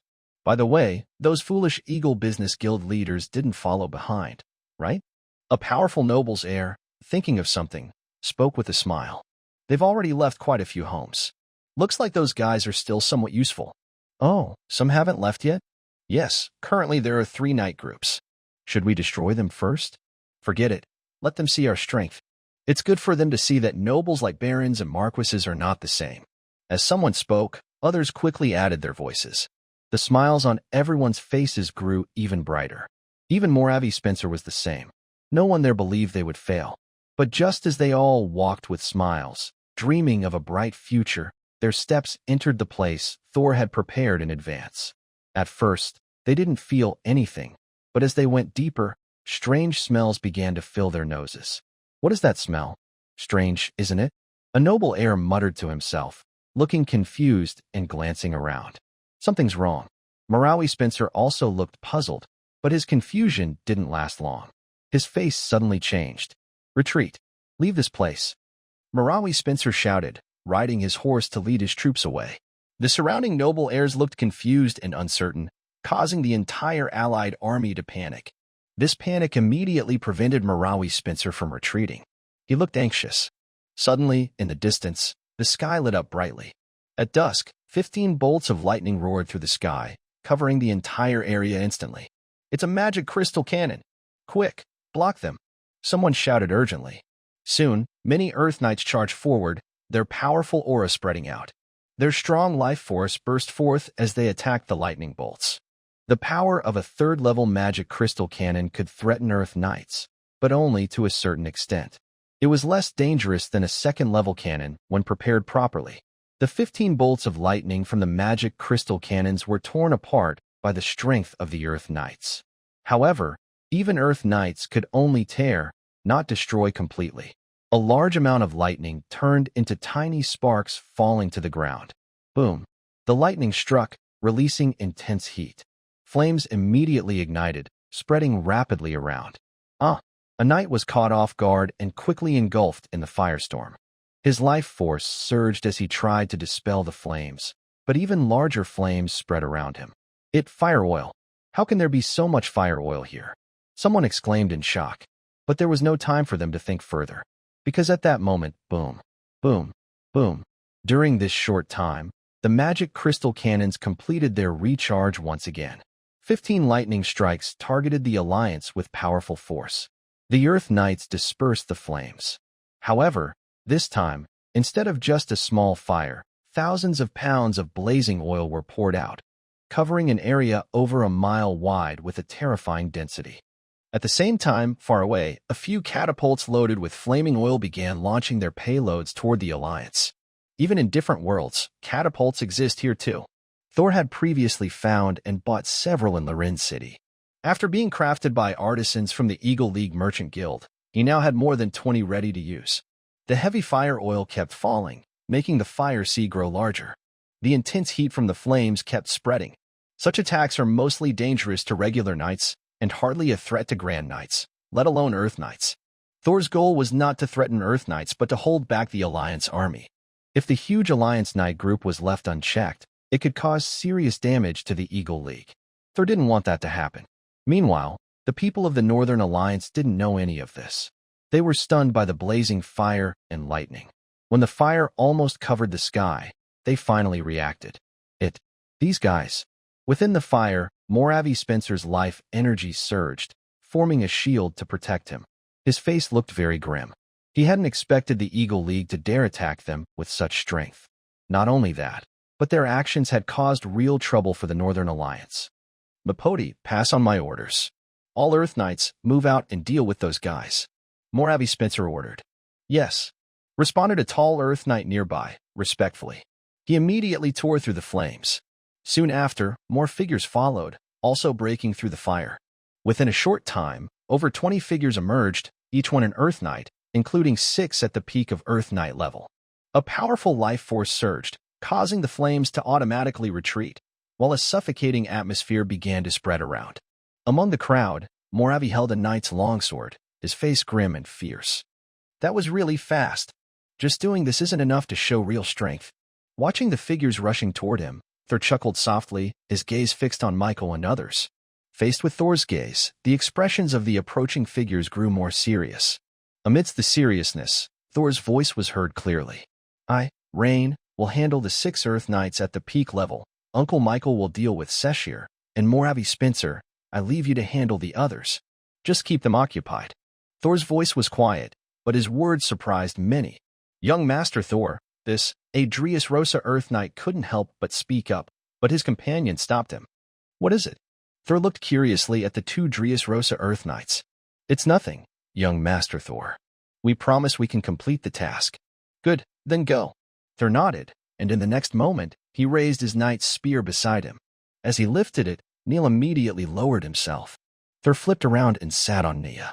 Unlike before, with 3 Earth Knights at the peak, even he had to be cautious. So this time, he brought not only more people but also Nia, a 3rd-tier unicorn. He even replaced his usual knight's longsword with a knight's spear. Compared to the sword, which was good for duels, the spear was more suitable for battlefields. Let's go. Nia, fight with me. Thor chuckled softly, then pulled the reins. Understanding his excitement and anticipation, Nia also let out a spirited cry. In the next moment, wind element power gathered onto him. Thor's figure swept forward like a whirlwind. With Nia by his side, he almost immediately collided with over 20 figures. Boom. Spit. A clear sound of flesh being pierced rang out, and in the next moment, one of the 20 figures was flung out directly. His eyes widened as layers of icy cold spread rapidly across his body. In midair, his body turned into an ice sculpture. Next, a loud bang sounded as this figure crashed onto the ground far away, shattering into ice fragments. Silence fell, dead silence. Over 20 figures rushed forward, but suddenly stopped, all eyes turning in shock toward Thor. In just one strike, a powerful Earth Knight was easily killed. This result was completely unexpected for everyone. Even Moravi Spencer, who had charged out with fierce eyes, was stunned. His pupils contracted, and a huge wave of shock surged inside him. The badge on Thor's chest, the Dressrosa family crest, clearly indicated his identity. The Dressrosa family, aside from Count Angle, the only other known Earth Knight was the Blood Knight. So how could this be happening? Just one attack had taken down an Earth Knight, probably at the peak of the Earth Knight level. Things seemed to have changed completely. When did the Dressrosa family become so powerful? The Dressrosa family was strong within the Count family. Although they only had Count Angle and Michael as Earth Knights on the surface, even just these two were enough to support the family's strength. The reputation of the Eagle Knight and the Blood Knight was well known, even among Marquis families. However, that was only true for ordinary Marquis families. For such a powerful family like the Dressrosa, even with hidden strength, they were somewhat insignificant. After all, a Sky Knight's resources and opportunities far surpassed those of an Earth Knight. Typically, only Marquis families with a Sky Knight could be considered truly strong. Once a family had a Sky Knight, training Earth Knights became much easier. Generally, the noble family's Land Knights are few, usually 2 or 3. Even the strongest noble families only have about 10 or so. However, the powerful Marquis families have at least 20 Land Knights, and often more. Many of these top-tier Land Knights are at the peak level. Moraway Spencer came to find someone who could become a peak Land Knight. The other powerful Marquis heirs also could become peak Land Knights, which shows how strong they are. This time, they were very confident. First, their number of Land Knights far exceeded that of the Eagle Territory. In the intelligence reports, the Eagle Territory only had 6 or 7 Land Knights, but they had 35. Second, they had 6 peak Land Knights. Not only was there the Bloody Knight, but even Count Engelbert arriving here wouldn't shake their confidence. But what Moraway saw shocked him. The number of Land Knights in the Eagle Territory was not only 9 but also, the leader of Dressrosa had already reached the peak Land Knight level. While Moraway was still stunned, a loud explosion sounded. In the next moment, thunder roared from afar. A figure of a Land Knight charged out and was flung backward, crashing into a distant sea of fire. In Moraway's sight, his life force was instantly shattered. How could this happen? Moraway instinctively stopped walking. His face changed, and he quickly looked toward that spot. There, a young figure appeared in his view. His heart was shaken. His expression kept changing. Of course, Moraway Spencer was not the only one stunned. The Land Knights who rushed out together were also shocked by what they saw. In just a moment of fighting, 2 Land Knights were instantly killed. It all happened in the blink of an eye. This speed made some of the newly promoted early-stage Land Knights feel a tingling sensation on their scalp and stop in their tracks. Even the peak Land Knights couldn't help but narrow their eyes slightly, their gaze fixed on Tordras and Rain. The entire scene fell into a strange silence. Behind more than 20 knights, flames burned fiercely. In front of them stood several Land Knights, led by Tordras. Dressrosa. Moraway Spencer muttered to himself, glancing at Ryan, then finally fixing his eyes on Thor. His heart couldn't help but tremble. He wasn't sure how old Thor was, but according to Dressrosa's rules, the opponent was at most 20 years old, at the peak of a Land Knight. Even he, usually proud, didn't know how to respond in this moment. Of course, he also understood that he had no way out now. Mapoti, go block the Bloodthirsty Knight. Knight Layler, Ander, block Dressrosa. Alcius, Munsaw, have your people stop that knight. Taking a deep breath, Moraway Spencer quickly made up his mind. His eyes flashed with a fierce light, and he spoke swiftly. Yes. Understood.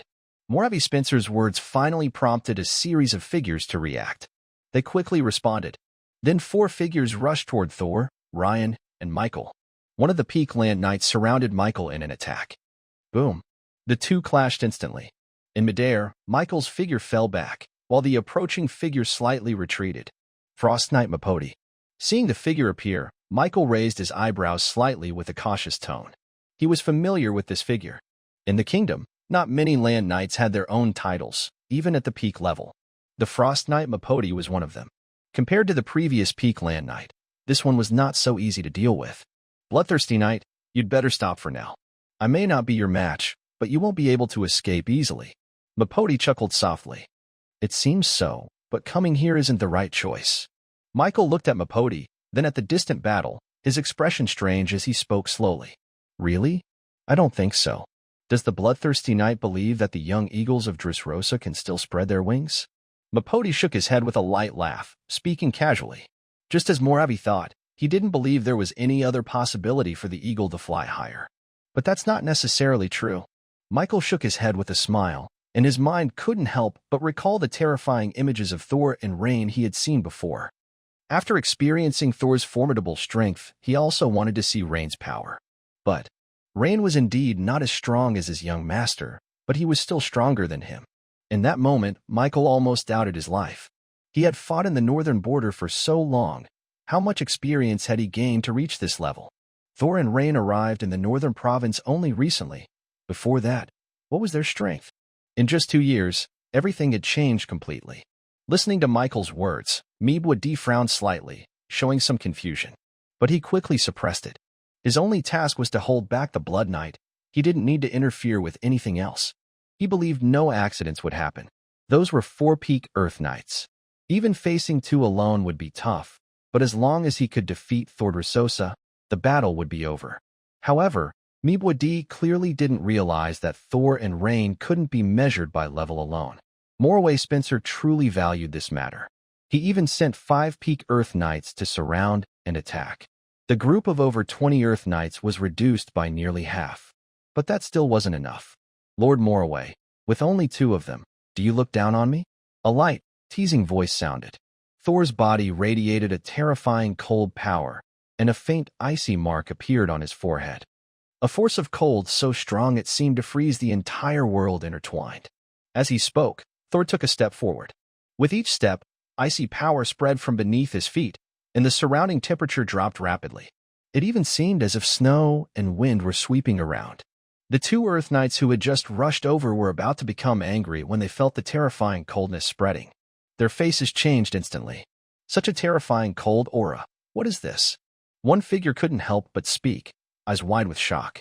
But before his shock could fully spread, in the next moment, his eyes widened in disbelief because there suddenly appeared right in front of him. Oh no. With a sudden cry, he instinctively raised his knight's sword, and life energy surged within him. However, the life energy only rose for a moment. Boom. A dull sound rang out. First, a great force struck his arm, like a fierce collision from a giant beast. Then, an extremely cold aura spread directly from the contact point. As the cold spread, his life energy instinctively tried to resist, but even his life energy seemed to feel like it was freezing. Clang. In the next moment, his figure was flung away and crashed to the ground far away. Thor's figure landed where he had been. The icy aura under his feet continued to spread, gradually expanding around him. So fast. At this moment, the peak Earth Knight nearby finally reacted, and a look of unprecedented shock appeared in his eyes. He didn't even have time to respond to that quick attack. His companion was defeated head-on. Such speed, even after seeing it with his own eyes, made him feel a shiver down his spine. Moreover, the strength Thor showed seemed to surpass that of an ordinary peak Earth Knight. Just as Thor knocked a figure flying, distant thunder roared loudly. Boom. Rumble. A huge explosion sounded, and the entire ground ahead collapsed. A knight's spear, along with a figure, crashed onto the ground. Countless lightning forces howled through the air. A sin of flesh wafted out. Silence. Deathly quiet. Everyone stared blankly at this scene. In an instant, and in another instant, 2 peak Earth Knights were severely injured. It seemed their outcome was similar to the 2 Earth Knights before. Perhaps the only difference was that they were still alive, their bodies struggling to stand up quickly. The 2 Earth Knights' bodies had already gone cold. Yet, even so, this scene still made all Earth Knights feel a chilling sensation spreading from their feet upward. Even Morway Spencer couldn't help but widen his eyes. Gulp. Is this a joke? This, someone instinctively spoke, but at this moment, no one answered him. Even Morway Spencer was like that. Regarding the Frost Knight Meebwadi, who just spoke, at this moment, Michael caught a glimpse of the scene. His pupils widened in shock, and because of his surprise, he couldn't dodge in time and was kicked away by Michael. Fortunately, Michael was also stunned by what he saw. Even though he knew Thor and Rain's strength, the power they showed now was even more terrifying than when they fought him before. Is this the strength of young Master Thor and Rain? Michael muttered to himself, feeling a mix of awe and fear. Despite the shock from the Northern Alliance and Michael himself, Thor and Rain did not stop. They quickly defeated 2 peak Earth Knights with a single strike. The 2 were slightly out of breath, but quickly steadied themselves and charged toward another opponent. Currently, the Eagle Territory and the Northern Alliance still had a significant gap in strength. If they didn't take this opportunity to quickly deal with some enemies, things would become very troublesome later. As for their strength, it wasn't because they were hiding much during their fight with Michael. Thor was fine. He had hidden the Death Law seal. Rain, however, did not. The reason they now appeared stronger than Michael was because both of them had begun to master the use of the Law seals. With the power of the Ice and Snow Law and the Thunder Law, even if they couldn't fully activate the Law power, Earth Knights couldn't resist them. Plus, their surprise attack made their efforts even more effective. Boom! A powerful burst of life energy erupted. The two immediately charged toward the remaining two peak Earth Knights. In an instant, the two Earth Knights reacted suddenly. They quickly started to retreat, their pupils showing a hint of fear. Meanwhile, Moravi Spencer also reacted quickly. Greg Cassiers, hurry, send your people over. Jurgen Vincent, send your people out. Moravi Spencer's urgent voice rang out. At this moment, he didn't care about anything else. He spoke quickly and even ordered some Earth Knights in the Sea of Fire to rush out. As for the Sea of Fire, they no longer cared about anything else. They had to deal with Thor and Rain, or Moravi already sensed what was coming next. However, as his words fell, everything around became silent. No one moved. Some people instinctively took a step forward but then stopped themselves. The Northern Alliance and the Eagle Alliance are very different. The Eagle Alliance is built on the entire Dressrosa family, which Thor belongs to. There are still outsiders, like Joe's Anabai, Rajuzasad, Babulus, and Papiro Rents. But these few, Rajuzasad, have already fully submitted to Thor. Joe's Anabai, after traveling through the north, also listens to Thor. As for Babulus and Papiro Rents, the former is Thor's close companion in life and death, and the latter has no more objections to Thor after a series of events. Additionally, Thor controls 50% of the Eagle Business Guild, giving him absolute influence. In contrast, Moravi Spencer of the Northern Alliance holds only about 18%, and more importantly, his strength cannot dominate everyone, so he doesn't have real power to speak. Usually, this isn't a problem, but in this situation, his words are less persuasive. After his speech, no one in the crowd moved. Even those who hesitated held back. Thor and Rain's strength are just too powerful. That scene deeply shocked everyone, making them afraid to act rashly. This result made Moravi Spencer's face look unhappy. He quickly looked at the nearby Earth Knights he had just called by name. Greg Caceres. Jurgen Vincent. His voice was strained with anger. Moravi Spencer looked annoyed. Lord Moravi. Faced with Moravi Spencer's almost murderous gaze, one person trembled but still prepared to speak. Greg, if we don't stop him now, once they deal with those 4 Earth Knights, do you think we still have hope? Now, if we all attack together, he's not a Sky Knight. He can defeat 1 Earth Knight at the peak, but not 5, 7, or even 10. Later, I will go up. Your people should also join. 20 of us against them. 11 will focus on defeating the other Earth Knights. Moravi Spencer's cold voice rang out as he raised his knight's sword, unleashing a powerful surge of life energy. He knew he had to act now. If he hesitated, their 35 Earth Knights might be defeated by the 9 Earth Knights of the Eagle Guild. Losing 4 peak Earth Knights would be disastrous. With the Northland Alliance so loosely organized, it would surely fall apart. And if it collapsed, the consequences would be dire. Even now, Moravi Spencer felt a hint of worry. If they couldn't defeat the Eagle Guild in this battle, the entire northern province would have nowhere to stand. As for peace talks, Moravi Spencer had known from the moment he formed the alliance that negotiations were impossible. The northern province couldn't support 2 alliances. Either they would be destroyed, or the Eagle Guild would be defeated. If they failed this time, they would definitely be finished. There was no other option. Losing heavily in the Northland, even if they tried to go north, it would have a big impact. Boom. A powerful aura erupted as Moravi Spencer charged directly at Thor. Along with him, several powerful noble heirs quickly responded. Moravi Spencer's words were clear, and they understood his meaning. As noble heirs, they were smart. Some of them had already thought of what Moravi Spencer was planning, and naturally, they had also considered it. They had been frightened earlier, but now they reacted quickly and made their decisions. In the next moment, the Sea of Fire was torn apart again, and figures rushed out once more. This time, 35 Earth Knights arrived, having just lost 2 Earth Knights and 2 peak Earth Knights severely wounded. The entire Northland Alliance still had 31 Earth Knights, which was a terrifying number. All 31 Earth Knights were now mobilized. They abandoned the Knights covered in flames, the Full Knights, and the Apprentice Knights in the fire. It was likely that the Full Knights could still hold on, but the outcome for the Full and Apprentice Knights was clear. At this moment, they had no time to think about anything else. 31 Earth Knights, including several powerful noble lords, charged directly toward the Eagle Knight Order. Their Earth Knights surrounded and attacked Thor and Rain, while they fought against a single Earth Knight brought by Thor. Leaders from the Northern Alliance clashed first with the Earth Knights of the Eagle Order. There were 11 Earth Knights from the Northern Alliance fighting against 6 Earth Knights from the Eagle Order, mostly in one-on-one or two-on-one battles. Meanwhile, 20 Earth Knights faced Thor, Rain, and Michael. Yes, Michael was also involved. Thor and Rain each had 6 Earth Knights supporting them, while Michael had 3. The pressure suddenly increased, especially for Thor and Rain. They initially planned to take the opportunity to defeat one more Earth Knight. However, the 2 Earth Knights responded very quickly, retreating in an instant, preventing their attacks from landing. Before their second wave of attacks could arrive, the remaining Earth Knights had already surrounded them completely. 7 Earth Knights appeared in front of Thor, and the same happened beside Rain. Michael was supported by 4 Earth Knights. Faced with such a large enemy force, Thor's expression grew serious.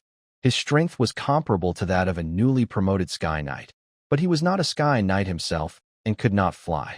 Trying to fight 7 Earth Knights alone, especially with one at the peak of the Earth Knight level, was extremely difficult. Fortunately, he was well prepared. At this moment, almost all of the Northern Alliance's forces were deployed, but the Eagle Order's strength was not yet fully engaged. Ivira and Anna, the 2 mages, could unleash powers far beyond what ordinary knights could compare to, especially Ivira. Once she took action, the battle could end quickly. However, Thor did not let Ivira attack at this moment.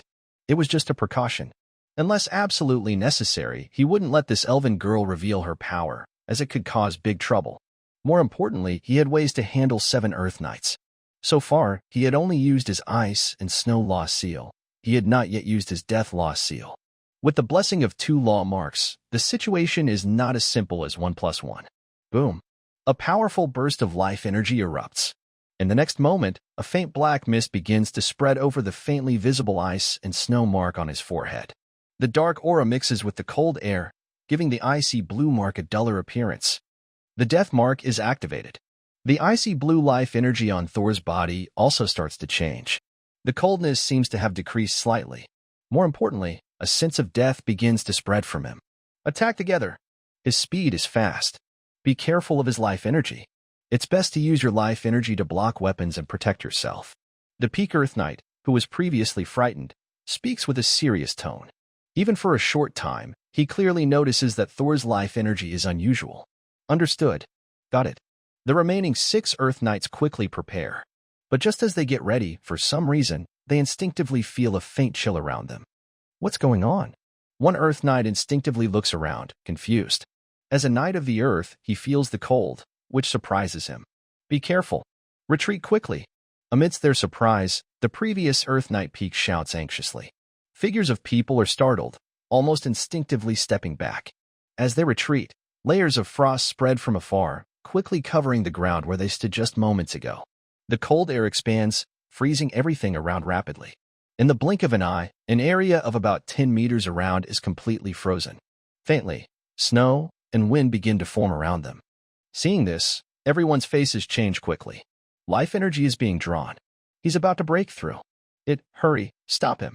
The Peak Earth Knight shouts loudly, no longer caring about anything else. He channels a powerful burst of life energy and charges directly toward Thor. Following his lead, the other Earth Knights also react. Faces changed color one after another, and they quickly followed behind. At this moment, this scene made them think of the Sky Knight. If Thor broke through the Sky Knight, the consequences would be unpredictable.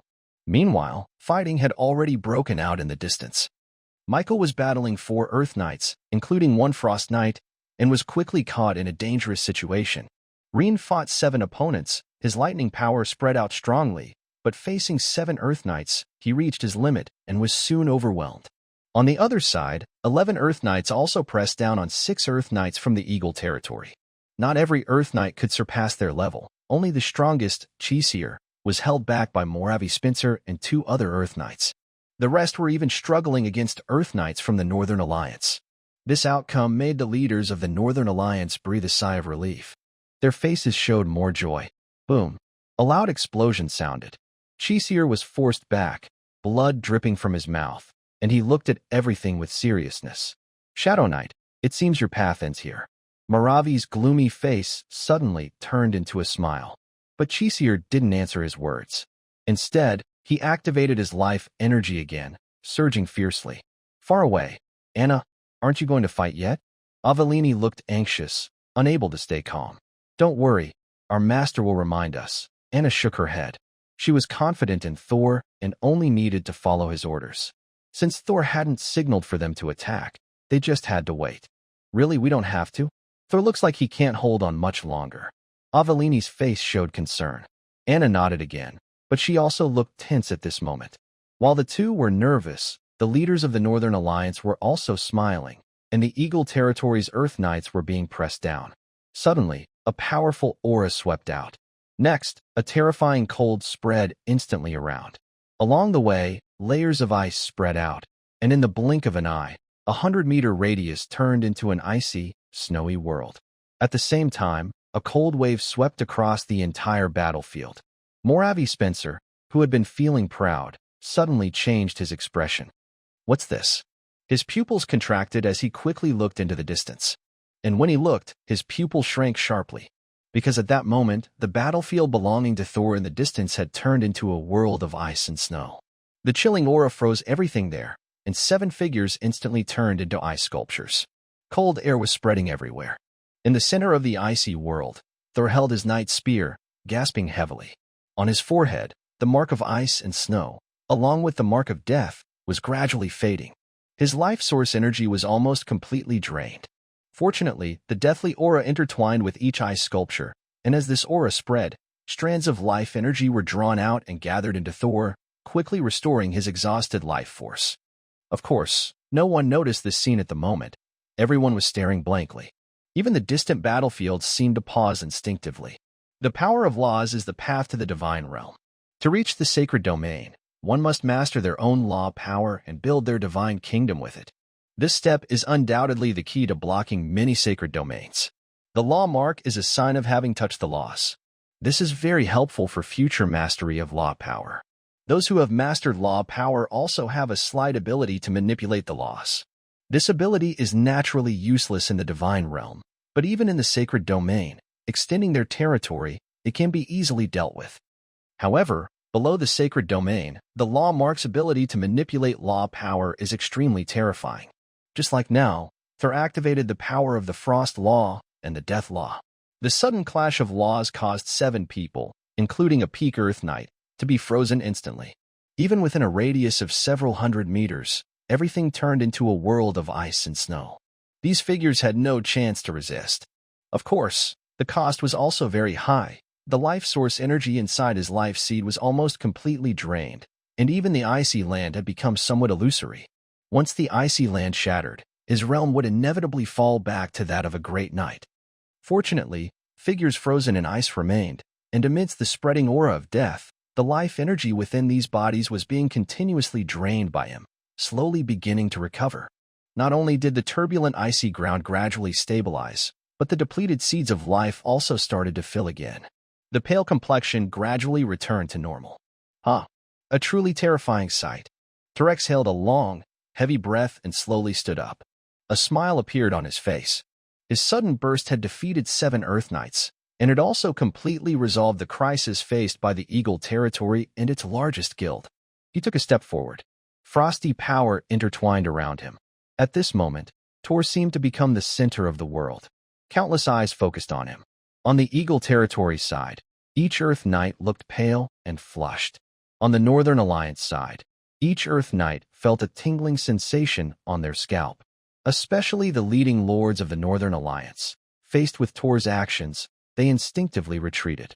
Even the knights far away surrounding Ryan and Michael felt a tingling sensation on their scalps. The entire world was eerily silent at this moment. No one spoke. No one said a word. In the view of the world, it seemed only to be Thor's advancing figure and the spreading cold ice power. Gulp. After a long while, a voice involuntarily swallowed saliva. In this quiet environment, it sounded particularly loud. But at this moment, no one paid attention to who made the sound. Everyone's gaze remained fixed on Thor. Thor had now come beside Ryan. Ryan's mouth was bleeding, and his face looked pale. Sir. Ryan felt a bit embarrassed.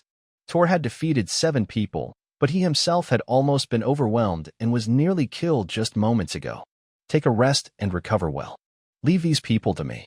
Thor spoke softly, nodded at Ryan, and then turned his gaze toward the 7. At this moment, the 7 people felt like they had encountered a terrible beast.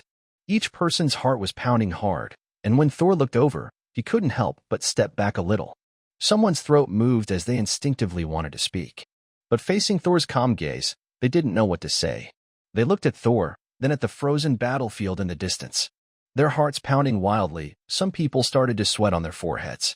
The pressure. An unimaginable pressure. Even though only Thor was present and his face was still pale, this moment's pressure reached an unprecedented level. Not only the 7 people here, but on the entire battlefield, the great Earth Knights and the leading lords of the Northern Alliance also felt the terrifying pressure coming from Thor. Clang. Lord Thor. Someone seemed unable to bear the pressure and dropped their weapon, trying to force a smile as they spoke. As they spoke, Thor's gaze turned toward them. The noble heir quickly forced a strained smile and said, Lord Thor, this is a misunderstanding. It's Moravi. Moravi is the one attacking you. We came to help you. He hurriedly spoke, wiping cold sweat from his face. Yes, Lord Thor, you must have misunderstood. We have no other intentions. This is all Moravi's doing. Soon after one person spoke, others, including the leading lords, also couldn't hold back and started to speak. The reason they didn't want to negotiate earlier was because the Northern Province couldn't hold 2 alliances. With the Eagle Trade Association involved, it was impossible for the Northern Alliance to still exist.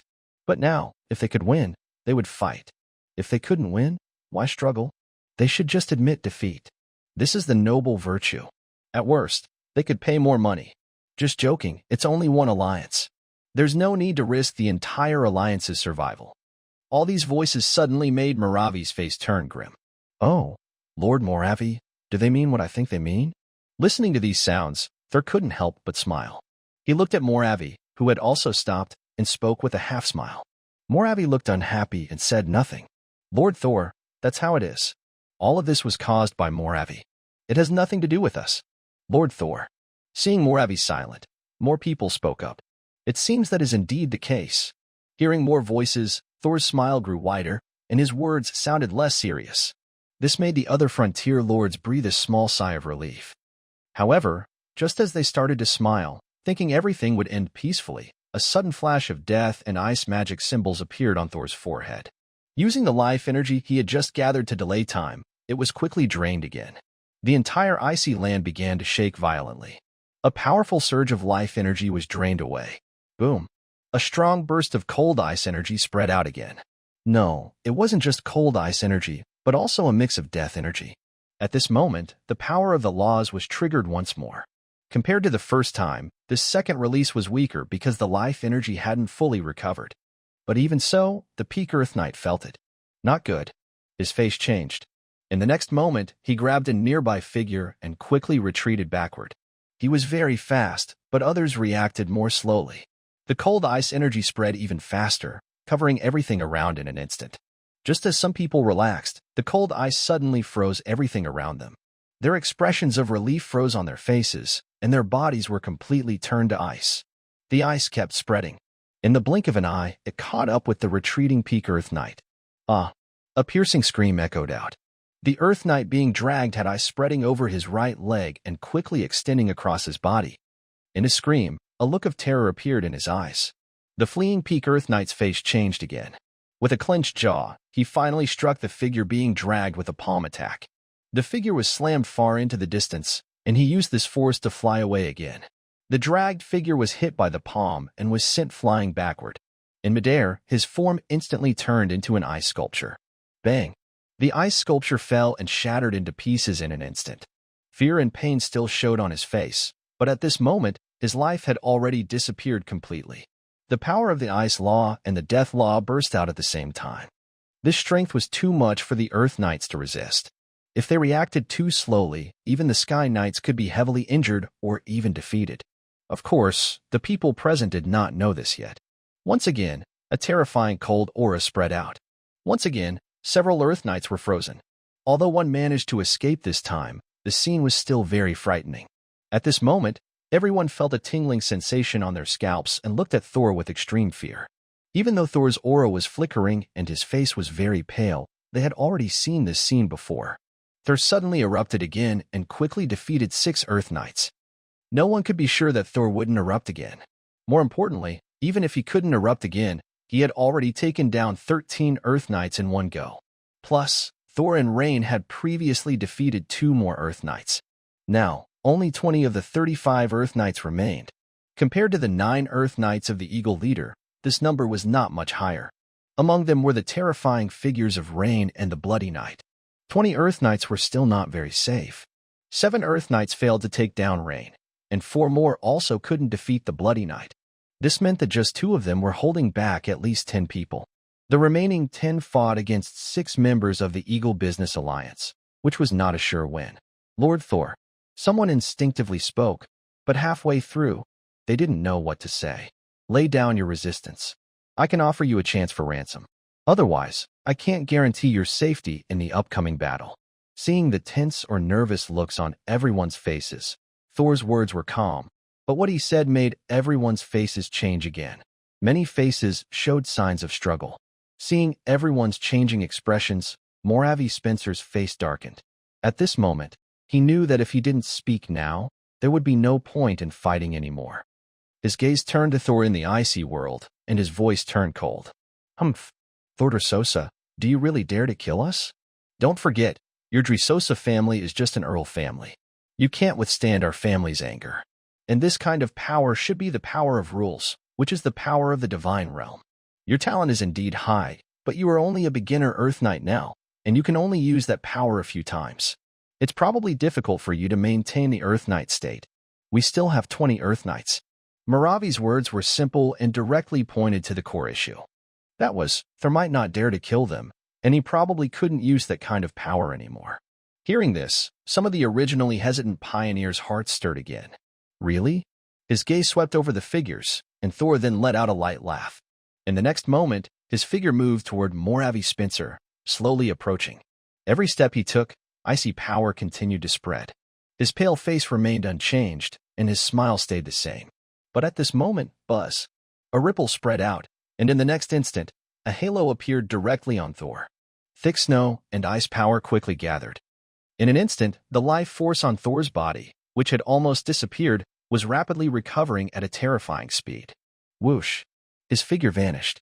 The next moment, Moravi Spencer instinctively felt a terrible crisis approaching. He reacted subconsciously, but it was too late. Splurt! Moravi Spencer's pupils widened, and in the next moment, his chest was pierced. Bright red blood had not yet seeped out when it was instantly frozen. Not only his chest, but all the blood, bones, cells, and flesh inside his body began to freeze with cold ice. In his final moment of consciousness, a gentle voice echoed in his mind. It seems you still don't quite understand. Lord Moravi Spencer, this is the Northern Province, not your family's territory. Many noble heirs die here every year. Ice spreads, and Moravi's body stiffens. In his last moment, only one thought remains. How dare Thor Dressrosa act? He is the heir of a powerful marquis, and his grandfather is a Sky Knight. However, no matter how his thoughts race, his heart is pierced, and the power of ice freezes everything. An aura of death intertwines, and his life is completely ended. Bang! His body falls and instantly shatters into pieces. At this moment, the scene becomes even quieter.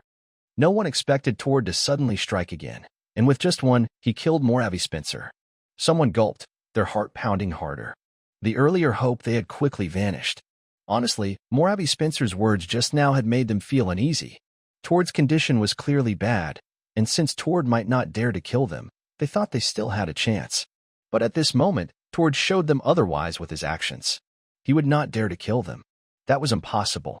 If Moravi Spencer could be killed, then they could be killed too. I told you, surrender and I will give you a chance to pay a ransom. Otherwise, I cannot guarantee your safety in the upcoming fight. Seeing the tense or nervous looks in everyone's eyes, Tord's words remained calm. But at this moment, no one in the crowd had any other thoughts. Clang! The sound of weapons dropping. Someone truly put down their weapon. And once one person did, surely others would follow, second, third. One by one, the Earth Knights completely gave up resistance. Only one figure remained with blood-red eyes. A powerful life force erupted, and cold air spread from his massive knight's sword, rushing toward Tord. But Michael blocked him. "Rain, deal with him." Tord glanced at him and spoke calmly. "Yes." Rain responded respectfully, and in the next moment, his figure suddenly moved. He charged straight into the distant battlefield. With Rain's arrival, the other 3 Earth Knights voluntarily withdrew. The battle ended in just a few breaths. Boom. The shattered body fell, causing the ground in the distance to collapse. The Frost Knight was blackened all over and lay stiffly in a deep pit, completely unconscious. Seeing this scene, many people felt disappointed, but no one dared to make a move. After a brief pause, the Lord of the Expanses forced himself to speak. "Lord Thor, this is truly a misunderstanding. All of this was led by Moravi Spencer, as you just saw." Yes, Lord Thor, this is definitely a misunderstanding. Lord Thor." Following the Lord of the Expanse's words, more lords spoke up. These days, these powerful noble heirs, who once looked down from above, now appeared very friendly and even a bit humble. Both Thor's strength and the current situation made it clear to them how to choose. Seeing these voices, a faint smile appeared on Thor's face. After everyone finished speaking, he finally spoke. "Everyone, the Northern Province warmly welcomes you, but this is not just a misunderstanding. We all belong to the Tulip nobility, and I am willing to give you a chance. Please stay at my Eagle's Nest for a while. As long as your families pay the appropriate ransom, you can continue to return to your territories." Thor's words were not loud, which made some of the lords feel a little awkward. But at this moment, they dared not argue. Yes, that's right. We will follow Lord Thor's arrangements." "Absolutely." The figures, though awkward and with forced smiles, could only grit their teeth and agree. Moravi Spencer's body still lay quietly there. None of these lords wanted to be the next. "Uncle Cecil." Thor smiled and looked at Cecil. "Young Master Thor." Cecil was still in shock from what had just happened, but at this moment, he didn't have time to think and quickly moved forward. "Uncle Cecil, please, control these people. Later, Ivira will help you seal their life force." Thor said. "Yes." Cecil nodded without hesitation. "Uncle Marshall." After arranging Cecil, Thor immediately looked at Marshall. "Young Master Marshall." Marshall also hurried forward. "Uncle Marshall, you go inform the others." Yes. Commands were given one after another. As these people gave up resisting, the battle was completely over. Thor's task now was to start planning how to clear the battlefield. Fortunately, solving this problem wasn't very difficult. Even the distant spreading fire was the same. When Thor planned to use fire attack, he had already decided how to extinguish it. He signaled briefly. Soon, a thunderous force from a magic crystal cannon shot toward the sky. Boom. Thunder exploded above the sky. This was at the second dam site. It was built for breeding tilapia, located downstream of the previous dam. The reservoir held less water than before, but it was still enough. As thunder cracked in the sky, Marshall, who had already prepared, immediately ordered someone to open the dam's gate. Boom. Rumble. A huge rush of water instantly poured down, rolling toward the bottom. In just a moment, it crossed several hundred meters. An hour later, the massive flow of water completely covered the fire sea, destroying it instantly, and also swept many members of the Knight group into the water. This would inevitably cause heavy losses. Many territorial lords watching this scene twitched their faces. They instinctively wanted to speak, but in the end, they held back. At this moment, they had no power to object. They could only grit their teeth and accept these losses. And indeed, that was the case. Thor's ability to wipe out the fire sea was already a fair effort. He wouldn't bother to do something thankless. He was destroying it himself. Right now, his life source force was almost completely exhausted. Even with the magic halo given by Anna, he was barely able to sustain this overuse. Trying to make him extinguish the flames again is simply a joke. As for the Earth Knights, even at their peak, the flames now spreading over several dozen miles are beyond their power to destroy. Even if all the Earth Knights combined, they are in a very dangerous situation right now. Over 10,000 pounds of blazing oil poured into the fire, initially manageable, but as the battle spread, the entire area ahead has almost turned into a sea of flames. Even the Sky Knights are having a hard time. Fewer than 30 Earth Knights cannot possibly be defeated.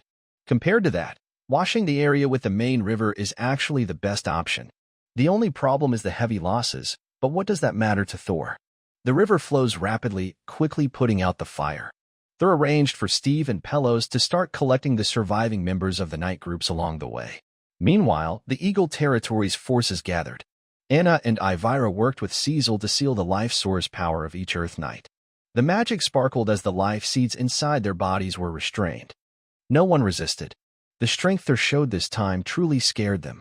His powerful strength, so overwhelming that it made their scalps tingle. Even as they looked at Thor, they trembled with fear.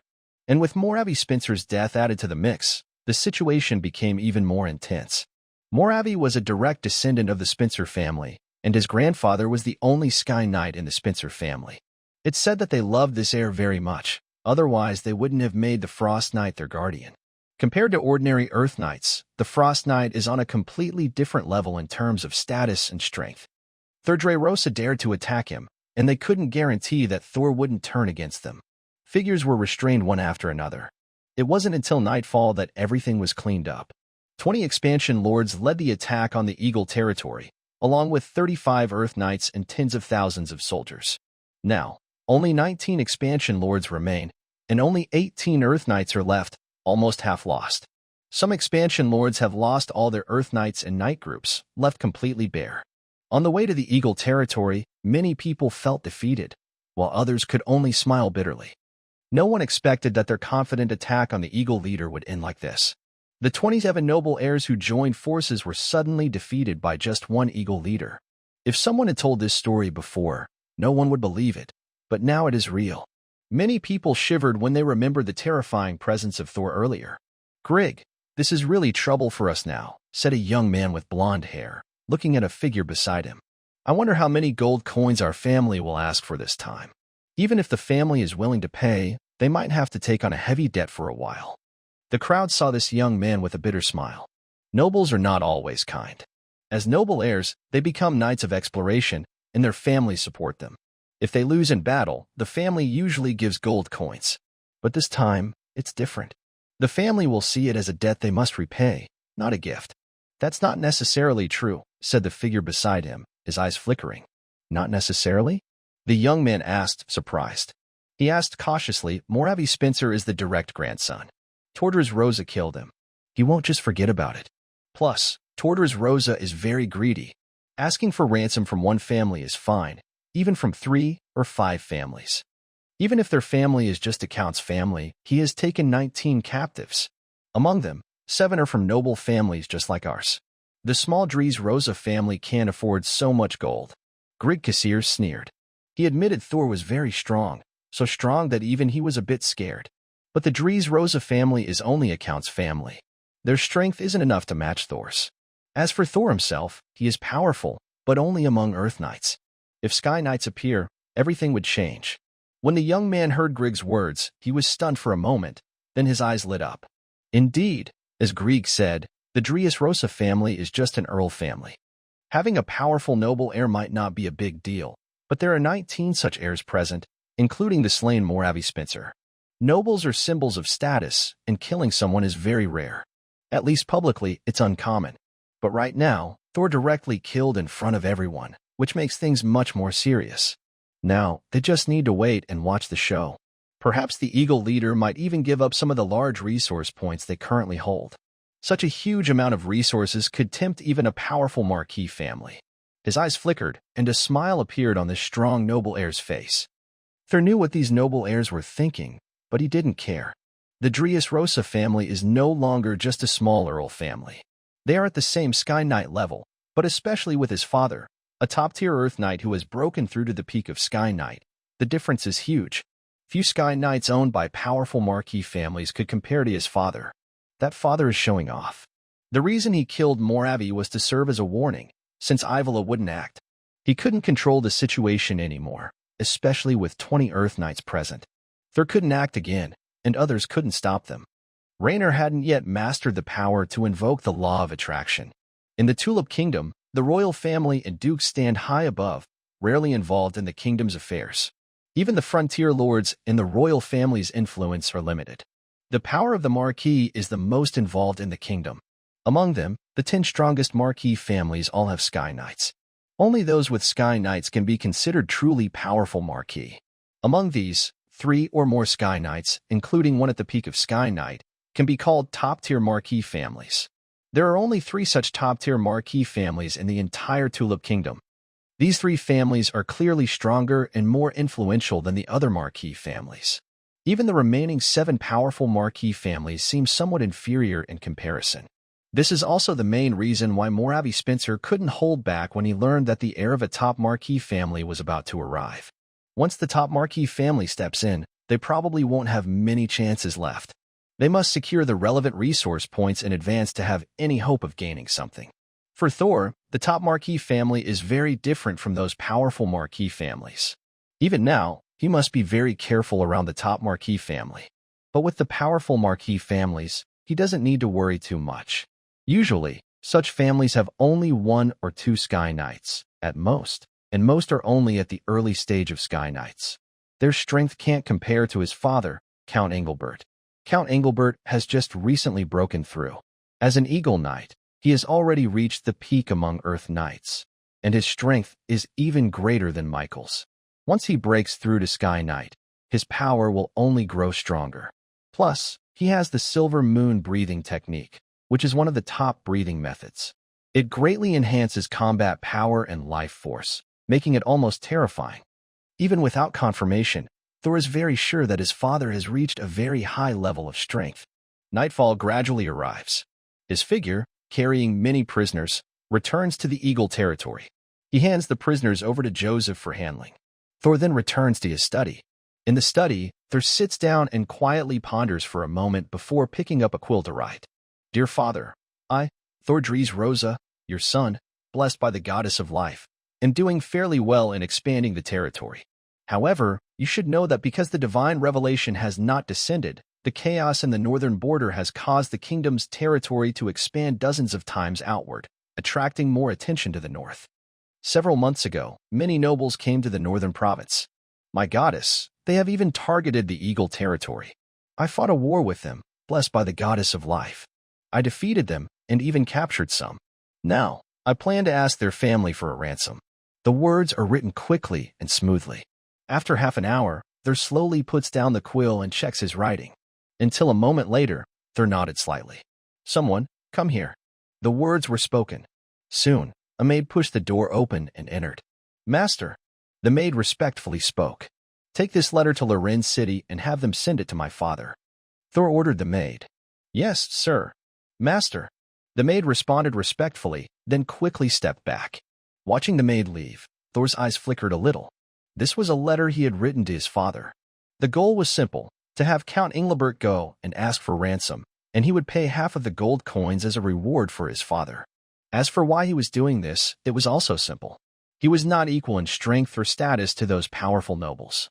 If his father went to ask for ransom, problems could easily arise. Compared to that, his father, Engelder Rosa, was not only a count of the kingdom but also a powerful Sky Knight. Engelder Rosa's way of speaking was very different from his.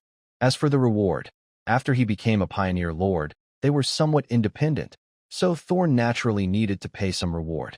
More importantly, this was also a good chance for his father to earn some money. 20 powerful Marquis heirs. The gold he asked for was within the range each family could bear, but it was still a lot. Each Marquis heir was asked for 10,000 gold coins, each Earth Knight for 10,000, each Great Knight for 1,000, each Formal Knight for 100, and each Apprentice Knight for 50. 19 noble heirs remained from the 20 powerful nobles, 18 Earth Knights, over 100 Great Knights, and about 400 to 500 Formal Knights. This added up to roughly 400,000 gold coins. Half of that would be 200,000 gold coins, which would be a very good gift for the Dressrosa family at this moment. Count Engelbert had just been promoted to Sky Knight, and the family needed to grow. Growth definitely required a large amount of gold. 20,000 gold coins might not solve all problems, but it could solve most. As for whether the other side would give it or not, Thor was not worried at all. If the Dries Rosa family remained the same as before, even the powerful Count family couldn't swallow so many gold coins. But now, Count Engel has been promoted to Sky Knight, and everything has changed completely. Probably about a month will be needed. The next step is to fully control the northern province. Thoughts raced through Thor's mind as his right hand tapped on the table, with ideas constantly crossing and intertwining. Soon, Thor ordered someone to summon Rahcho's back. They began to discuss the next move for the Eagle Guild. With the defeat of the alliance of powerful noble heirs, he felt there was nothing to worry about before the arrival of the 3 top noble heirs. In fact, whether those 3 top noble heirs would come or not was already a question. No one was foolish. Thor believed that once the news spread, those 3 top noble heirs would know what to choose. They are indeed top noble heirs, but only heirs. They do not represent the entire top noble family. Since they chose to expand, there naturally are divisions among them. With Thor's strength, anyone rushing over without caution could lead to unpredictable outcomes. If they could survive this upheaval safely, Thor had no doubt that his position in the entire northern province would become even more secure. 3 days later, Rahcho's Assad hurried back to the Eagle territory. After receiving the news, he quickly sent troops to support. Unfortunately, some nobles blocked his way. In his panic, the noble heirs blocking him chose to retreat directly. This surprised him greatly, but he couldn't care less and hurried to speed up. Finally, after 3 days, he arrived at the Eagle territory. However, the scene there, completely untouched by war, left him feeling confused and overwhelmed. He had heard that 20 powerful noble heirs led knight groups to attack the Eagle territory. What is going on now? The entire Eagle territory was intact. Rahcho's. In his confusion, a voice called out. Rahcho's quickly looked over and saw 2 familiar figures. Lord Tono, Lord Baburos. Seeing the figure, Rajuz was momentarily stunned, then quickly reacted and spoke. Lord Rajuz, do you know what's happening? Is that Moravi guy coming to attack Thor? Looking at Rajuz, Tono was the first to ask. Baburos also looked confused. Yes, that's the information I received too. Rajuz was even more confused. He looked at Tono, then Baburos, and then at the scene in front of him. He nodded instinctively. Hee, gentlemen, you probably don't know this, but those powerful noble heirs did attack us. However, they were defeated by the Lord. Look, that's Spencer family's land knight. Seeing their shock, a knight at the door smiled and spoke. Then he gestured to the side. The 3 looked over automatically. When they saw, their pupils shrank, because there was a tall man busy working there, and many were chained up. In Eagle territory, even slaves are not usually chained, unless they are goblins, but these humans were chained. Thinking about the previous words, the 3 exchanged glances, all showing shock. Thor, he really defeated them? Tono muttered to himself, his eyes filled with disbelief. There were 20 frontier lords, including several powerful Marquis heirs. Even the remaining ones were Marquis heirs. Yet, Thor had defeated them all. This was so shocking that they couldn't quite believe it. It must be true. Lord Thor, this strength. Baburos muttered, staring at the distant castle with his eyes flickering. Even Rajuz Assad's eyes were shining. Thor's strength was even greater, which would benefit them and the entire Eagle Trade Guild even more. Let's go. We should meet Lord Thor first. Baburos took a deep breath and spoke to the others. With his words, Tono also snapped out of his shock and nodded quickly. Then the group hurried toward the castle. A moment later, the 3 were led inside the castle. In the study, Thor was handling some matters. The arrival of the 3 people surprised him, but only a little. After all, he knew that the Eagle Business Guild's expansion lords had all provided support, but they were all blocked. Sir. Thor. Lord Thor. When they saw Thor, the 3 spoke up. Your speed is really fast. How is it? No major losses, I hope? Thor nodded slightly, looking at the 3 present, and asked in a serious tone. Fortunately, yes. Thank you, Lord Thor, for your concern. Bablis nodded respectfully and spoke. Thor, did you really handle everything? Tono hesitated a bit but finally couldn't hold back and spoke quickly. Yes, everything is resolved. Currently, more than 10 expansion lords are still in Eagle territory. Thor smiled as he spoke. Wow, Tono's face turned a bit red. These past few days, he had been restrained and felt very frustrated. Hearing Thor's confirmation, Tono was almost too excited to contain himself. Lehos was also shaken and excited. He didn't know exactly how Thor managed to solve it, especially since it involved 20 expansion lords, all powerful noble descendants, strong enough to rival ordinary marquises. But Thor had done it, which meant Thor's strength and ability were even greater than he imagined. At that moment, his gaze toward Thor was filled with disbelief. Sir, what do you need us to do next? Taking a deep breath, Lehos spoke with respect. Yes, yes, Thor, what should we do next? Tono also reacted and quickly spoke up. Babylos nodded lightly as well. Facing the three's gazes, Thor hesitated slightly before speaking slowly. When you return, inform all the expansion knights of the Eagle Business Guild to tell the remaining 7 lords to come to my Eagle territory. Of course, they don't have to come if they don't want to. Otherwise, the northern province is full of danger. They are new to the northern province, and no one can guarantee that nothing unexpected will happen. Thor's eyes carried a cold glint as he spoke. Understood. Good. Yes. The three exchanged glances, each with a look of shock, but none of them raised any objections, even though Thor's words were clearly a threat. But now, the Eagle Commerce Guild has truly become a giant. They defeated the Northern Alliance. Even if it's unclear how Thor managed it, the strength they showed is impressive. Even Marquis Layman might not need to take the Eagle Guild seriously right now, so they naturally don't need to worry about anything. The 3 people left, and soon the entire Eagle Guild began to act.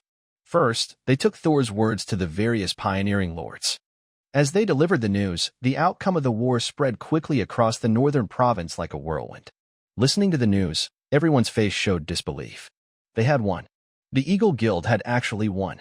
This result was beyond what all the other pioneering lords expected.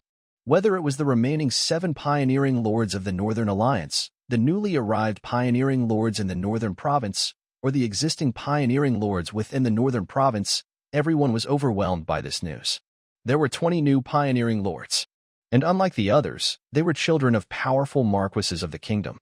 The combined strength of these groups was enough to rival Marquis Layman himself. No one expected them to fail. Even Thor, who was confident, thought he probably wouldn't have a chance this time. But no one expected that within just a few days, the Northern Alliance in the eastern region, led by Moravi, would simply disappear. Thor had easily defeated them. How could they believe such news? Many were in doubt at first. However, soon, the knights sent to investigate returned one after another. The Eagle Guild was intact, but the knights from the Northern Alliance were struggling with heavy work.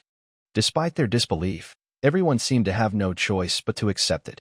Fortunately, the 7 pioneering lords involved in the Northern Alliance were not only shocked but also deeply shaken. In an abandoned territory, clang, waste, all worthless. How could this happen? A voice spoke. A noble lord's face looked grim, and he appeared panicked. Yes, at this moment, he was truly panicked. The Northern Alliance's attempt to attack the Eagle territory was of little benefit to him if successful. If they failed, the consequences would fall entirely on him. From the earlier reports, only 7 members of the Northern Alliance remained. They faced the still unknown strength of the Eagle Guild. Panic and fear spread inevitably. Amidst this chaos, a soft knock came at the door. Come in. A hoarse voice responded. Soon, the door was pushed open, and a figure entered. What's going on? Looking at the knight entering, the figure's eyes were red, and he spoke in a deep voice. This scene caused the knight to tremble slightly. But at this moment, he couldn't care less and quickly spoke. Sir, Lord Tono of the Eagle Guild has sent a letter. He quickly produced a letter as he spoke. Eagle Guild. Tono. The figure's expression changed as he spoke. When he opened the letter and saw its contents, his face instantly turned pale. Not only that, but the remaining 6 territorial lords also received letters from the Eagle Guild's territorial lord. When they saw what was written, their emotions ranged from anger to nervousness to anxiety. Each one felt different. But regardless of their feelings, none of the 7 territorial lords dared to refuse Tono's request. That day, one after another, the territorial lords set out eastward. In the following days, the remaining territorial lords also headed east. More than 10 days later, the 7 territorial lords arrived one after another at the Eagle territory. However, upon arrival, seeing the once powerful noble Scions Knights groups working like slaves, their faces turned even paler. They became more cautious. Even when they met Tono face to face, they instinctively lowered their heads a few inches. Seeing them, Tono also showed a hint of satisfaction.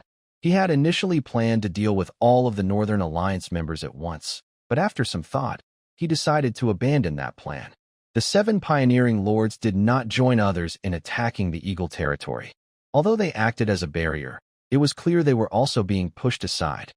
As powerful noble heirs, these people still played a significant role in developing the northern province. If he could resolve these issues, there might not be many more challengers willing to come to the northern province to become pioneers. Allowing him to develop the entire northern province alone would take a long time. It would be better to stay and set an example for everyone, so as not to scare away other pioneers. Of course, Tor's current thoughts were unknown to these people. They felt nervous and uneasy inside. Lord Tor. Lord Tor. Voices cautiously called out, carefully observing the figure before them. Bring a few of them here. I have nothing else to discuss. You've resolved the Northern Alliance issue. Since you didn't directly participate in the attack, I can pretend this incident never happened. Tor tapped on the table and looked at the 7 cautious and nervous individuals, speaking slowly. Thank you, Lord Tor. Lord Tor. Hearing Tor's words, the nervous figures suddenly looked up with a hint of happiness on their faces. Don't rush to thank me. I can indeed pretend this incident never occurred. However, you did make a move, so compensation is still necessary. Tor looked at their happy expressions and waved his hand coldly. Lord Tor, please tell us what you require. Yes, Lord Tor. How much compensation do you need? Hearing Tor's additional words, the 7 people no longer looked tense. Instead, they quickly responded. Since they came here, the 7 pioneers had already prepared for a significant loss. As long as they could bear it, they were ready. The 19 surviving pioneers who resisted the Northern Alliance invasion of my Eagle territory will each pay 10,000 gold coins, along with a Land Knight's 10,000 gold coins, a Great Knight's 1,000 gold coins, a Formal Knight's 100 gold coins, and an Apprentice Knight's 50 gold coins. Since you didn't invade, each of you only needs to pay 5,000 gold coins. Additionally, each family must provide 1 Land Knight and 3 Great Knights to work unpaid for my Eagle Chamber of Commerce for half a year. If you do not wish to provide knightly forces, then add 5,000 gold coins for each Land Knight and 500 gold coins for each Great Knight. Looking at them, Tor then spoke again slowly. This moment of speech caused 7 people present to involuntarily frown and tense up. Thud. Lord Thor, this is too much. Someone couldn't help but swallow nervously and spoke with urgency. Yes, Lord Thor, there are too many gold coins. We don't have that many. Lord Thor, we still need to develop our territory. If we send away the Earth Knights and the official knights, we can't build our land. One person spoke, and soon others hesitated but forced themselves to speak. However, halfway through their words, they suddenly felt the air around them grow cold. Their remaining words stopped abruptly. Everyone, I am not here to discuss with you. You have no right to negotiate with me. This condition, you can agree or refuse. If you refuse, you can leave now. When their words suddenly stopped, Thor's voice sounded. His tone was calm, even without any breath of emotion, but at this moment, everyone felt as if their hearts were being squeezed tightly. Lord Thor, you misunderstood. We didn't mean that. Yes, Lord Thor, we will follow your instructions. The people quickly spoke, and at this moment, cold sweat broke out on their foreheads. Their minds involuntarily recalled the messages they had received earlier, and they felt their hands and feet turn icy cold. That's more like it. Don't worry, I am not ignoring your needs. You can borrow from the Eagle Trading Company. They can provide supplies and all kinds of production materials. Additionally, the Eagle Trading Company can also offer night leases, just like the Habsburg Trading Company. Seeing the people speak one after another, Thor's face also showed a faint smile, and his tone softened. Thank you, Lord Thor. Thank you. Hearing Thor's words, the group exchanged glances, each with a trace of helplessness in their eyes, but at this moment, they could only express their gratitude. They knew very well that they had no choice. This was actually the best outcome, even better than what the 20 pioneering lords had. After a war, those 20 pioneering lords suffered heavy losses and had to spend a large amount of gold coins. The gold coins they paid were less than half of what was needed. Even without offering knightly power, they only needed to pay 11,500 gold coins. Just this amount made them feel very distressed, even just thinking about it. Some of them, especially those involved in opening up the northern province, only received about 10,000 gold coins from their families. That was their starting capital, which was now completely taken away. But what could they do? They couldn't give more. Moravi Spencer could die, and no one could guarantee they wouldn't suddenly be wiped out. At least, their status was not as high as Moravi Spencer's. One of them was the descendant of a powerful marquis, while the strongest among them was only a descendant of an ordinary marquis. Their families might not be much stronger than Marquis Ryman's. Haha. No need to thank me. As a senior, I welcome all of you here.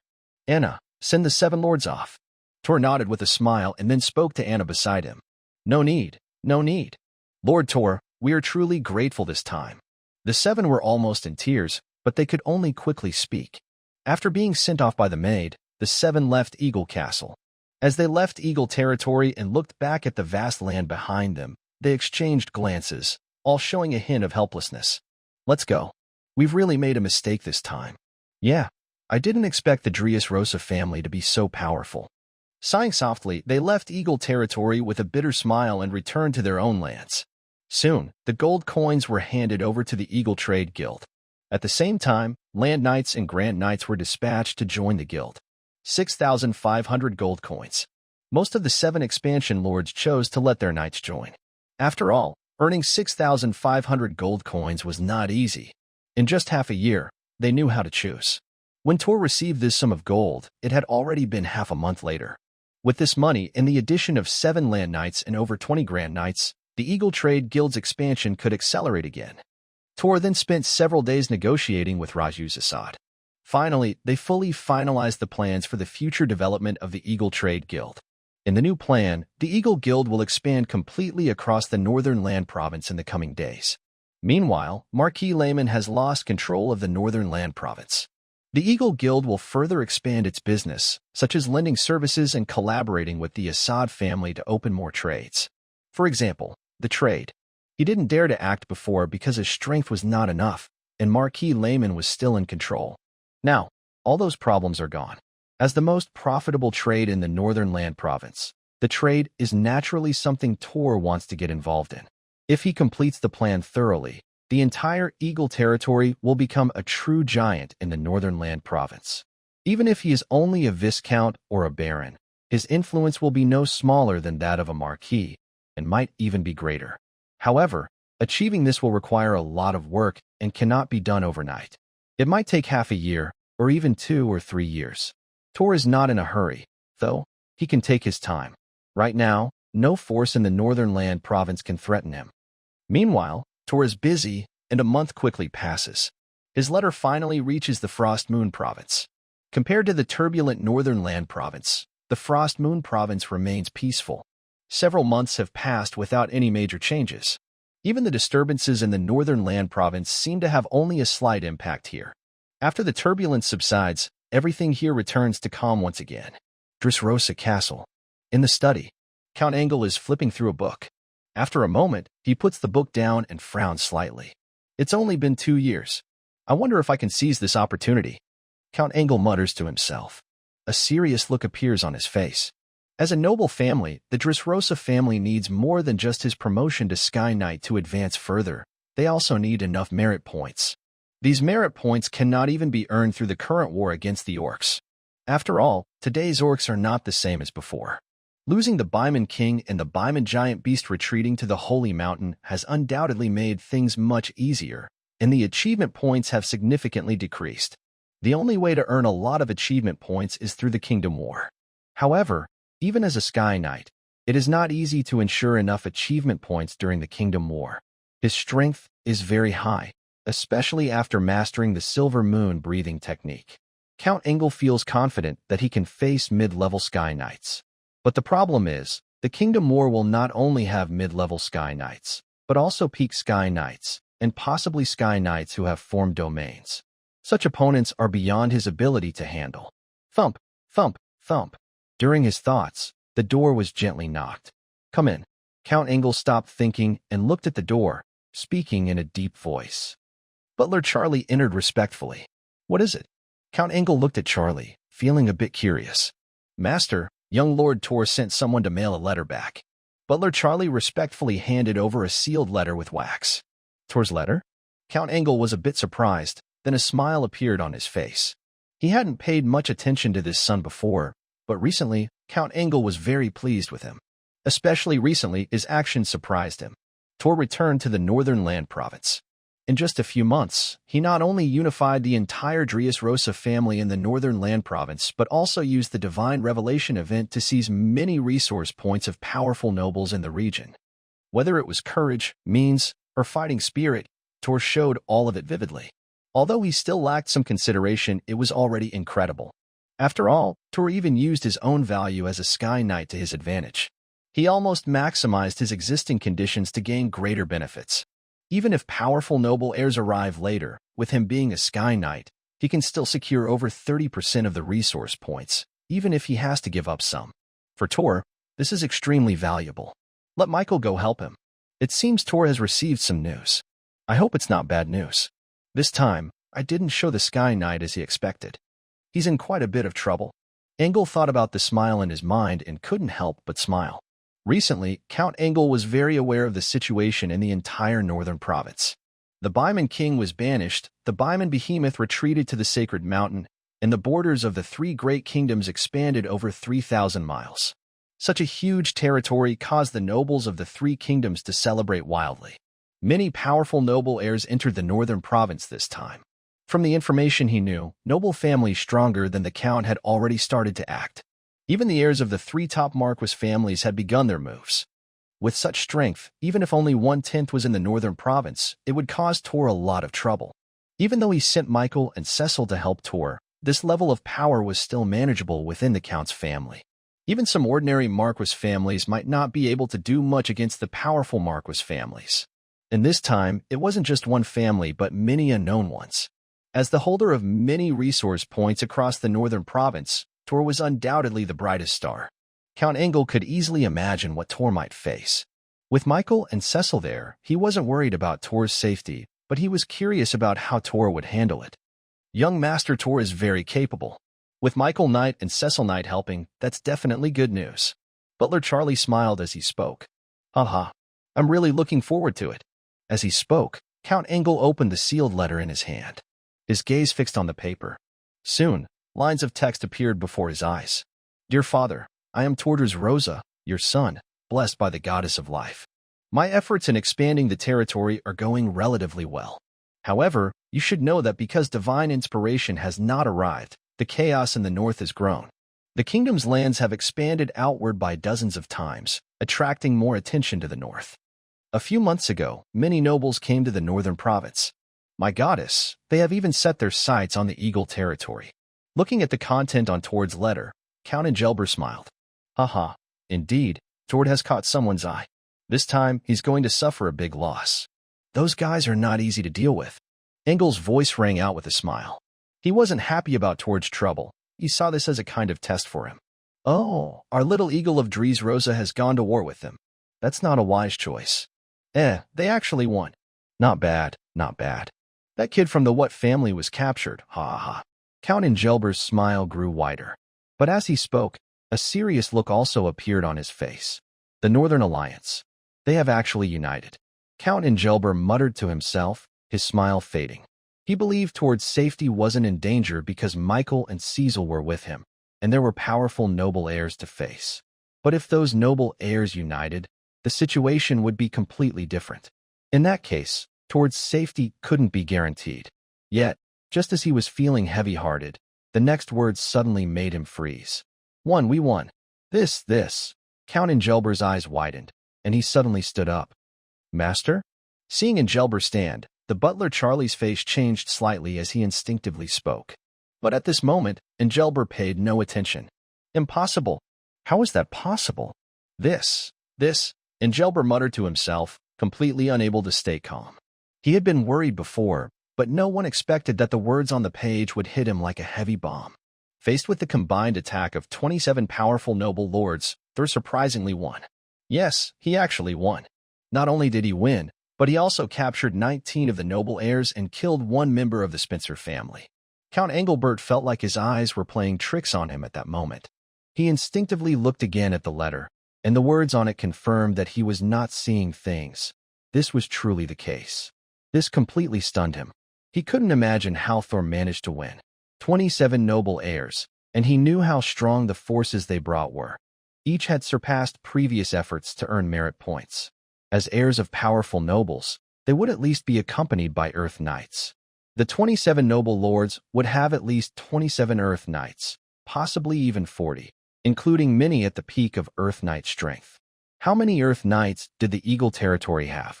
Michael, Seshir, Marshall, plus Thor and Rain, who might be comparable to Earth Knights, along with other supporting Earth Knights. Could there be 10? The answer was clearly no. Having 7 or 8 would be good. Such strength, even with 30 or 40 Earth Knights, would make victory impossible. But the outcome was a win. Not only that, the entire Northern Alliance was destroyed, and 19 frontier lords were captured. At that moment, Count Engelbert felt like either Thor had gone mad or the world itself had gone crazy. Otherwise, such a result could never happen. There were dozens of Earth Knights involved. Dressrosa family alone might not have been able to win against them.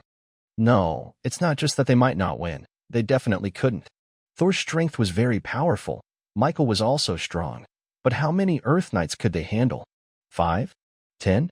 Even if they could fight 10, there would still be 10, 20, or even 30 Earth Knights. The Dressrosa family had no chance at all. Even if they called in all their branch family forces, it wouldn't be enough. How did Thor win? Especially since the letter shows that the war lasted only about 10 days, and the outcome seemed to be decided very quickly.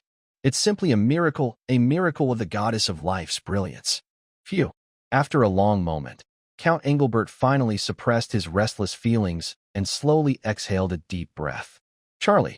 He looked at the butler. Charlie. Yes, sir. Although the butler was a bit confused, he quickly responded. Go. Never mind. I will come myself. Please, you go ahead first. Count Engelbert hesitated, wanting to speak, but halfway through, he took a deep breath and waved his hand. Understood. The butler, Charlie, grew more puzzled but did not ask further and slowly left the study. Until Charlie left, Count Engelbert sat back down. Thor, you really gave me a big surprise. He looked at the letter again and muttered to himself. He didn't understand how Thor managed to do it. He couldn't imagine what it would take to win. But from Thor's letter, Engelbert sensed Thor's intentions. He never expected that one day he would have to rely on his son. He had to admit, at that moment, looking at the final part of the letter, he was truly moved. 200,000 gold coins. It should be at least 200,000 gold coins. Because Thor also left out something unspoken, the Spencer family. As the only noble family killed, whether it was Thor or the Dressrosa family, they had clearly offended the Spencer family badly. They didn't ask for ransom. It wasn't that they didn't need it, but they left it to Count Engelbert to handle. After all, Moravius Spencer had attacked the Eagle territory. Asking for compensation was only fair. How much compensation would depend on Engelbert's methods. Engelbert naturally saw the meaning behind this. For him, or rather for the entire Dressrosa family, to have enough strength in the Kingdom War, they needed to further expand their power. This wasn't something Engelbert could achieve just by breaking through as a Sky Knight. It required a lot of gold coins. 200,000 gold coins, or even more, would be enough to cover a large part of the needs. This would ensure that the Dressrosa family's future expansion would face no problems at all. And just as Engelbert received the letter, in the province of Sia, the Spencer family. Clang. That was the sound of a teacup breaking. What did you say? A middle-aged man suddenly stood up, his face showing shock as he looked at the knight reporting before him. Lord Marquis, Lord Moravi, he. The knight trembled, his words now laced with stuttering. Tell me, what happened to Moravi? The middle-aged man's eyes flashed with a fierce light, his gaze fixed sharply on the knight. Lord Marquis, Lord Moravi was killed by Tordras Rosa in the northern province. Faced with the fierce look from the man, the knight quickly spoke without hesitation, no longer stuttering. Bang! The desk in front of him was crushed as a powerful surge of life energy burst out, and a strong aura instantly overwhelmed the knight. The middle-aged man's face darkened even more. As for Moravius Pinzer, Marquis Spencer might not have cared much about his son, but the problem was that his father did. Spencer was the only Sky Knight in the Spencer family. His father loved him very much. If it weren't for noble traditions, Moravius would be the next heir. Because of this, Marquis Spencer sent his son to develop in the northern province to prevent any big problems. He even provided a lot of resources for this. Not only did he assign the titled Frost Knight as his guardian knight, but he also sent several Earth Knights. But what was the result? His son had just gone to the northern province, and not long after, he was killed. This outcome was almost too much for him to accept, and he couldn't help but tremble. If his father found out about this, he would be in big trouble. How could this happen? Are the Tordras Rosa family crazy? Spencer muttered to himself, pacing back and forth, unable to calm his mind. Thoughts flashed through his head: anger, worry. His expression kept changing. Finally, he whispered, "Towards Rosa family." A flash of fierce light appeared in his eyes as a thought crossed his mind. Of course, Count Engelbert did not know that Spencer had received the news at this moment. After reading Thor's letter and gradually regaining his composure from shock, Count Engelbert began to consider his next plan. Initially, he had no intention of exposing himself in a short time, even during visits to those marquee families before. But now, the situation was completely different. The temptation of hundreds of thousands of gold coins and the exposure of the Sky Knight's cultivation seemed to matter little anymore. In the study, Count Engelbert sat down again, picked up a quill, paused thoughtfully for a moment, then began to write. Time slowly passed. Soon, he finished writing a letter. "Charlie," Count Engelbert called out. The door was pushed open, and butler Charlie entered. "Master." The butler bowed respectfully. "Take this letter to the Spencer family. Also, draft 19 claims for compensation. Say that their reckless attack on Eagle's Peak damaged the noble character we value most. Our Dressrosa family, out of respect for the Tulip Kingdom's nobility, can release their pioneering knight, but they must pay a sum of gold. As for the value of the gold, follow the details here." Count Engelbert hesitated slightly, then handed 2 sheets of paper to Charlie, speaking slowly. "Yes." Charlie nodded slightly and took the letters. However, when he casually glanced at the first letter's claims, his eyebrows raised in surprise. "Master, this?" Charlie looked at Count Engelbert with shock. "Just follow my instructions. You don't need to worry about anything else." "Yes." Although Charlie was filled with inner turmoil, he quickly stepped back. Watching Charlie leave, Count Engelbert's face showed a faint smile. "Toll, my son, this time your father will teach you a lesson. Since they've already offended us, the best way to solve this is to completely eliminate them." His voice carried a faint, cold smile as he spoke. He held the 2 letters he had given to Charlie. One of the gifts was given to those 19 powerful nobles. However, the claims were not as Thor demanded. Instead, he cut them in half. Since these nobles hadn't offended him too much, there was no need to push them too hard. A few tens of thousands of gold coins were something these powerful nobles could produce, but if they actually did, it would be almost impossible to resolve issues with the Dressrosa family. Compared to that, asking for only half, just a few thousand or 10,000 gold coins, was manageable. Even if many of these powerful nobles felt pain at the amount, it wouldn't be a problem within noble customs. Of course, reducing the claims by half didn't mean Count Engelbert no longer needed gold. His only goal was the Spencer family. Morbus Spencer, as the leader of the Northern Alliance, was more importantly already killed. In this situation, since he had already offended them, Count Engelbert didn't mind taking some blood from Spencer.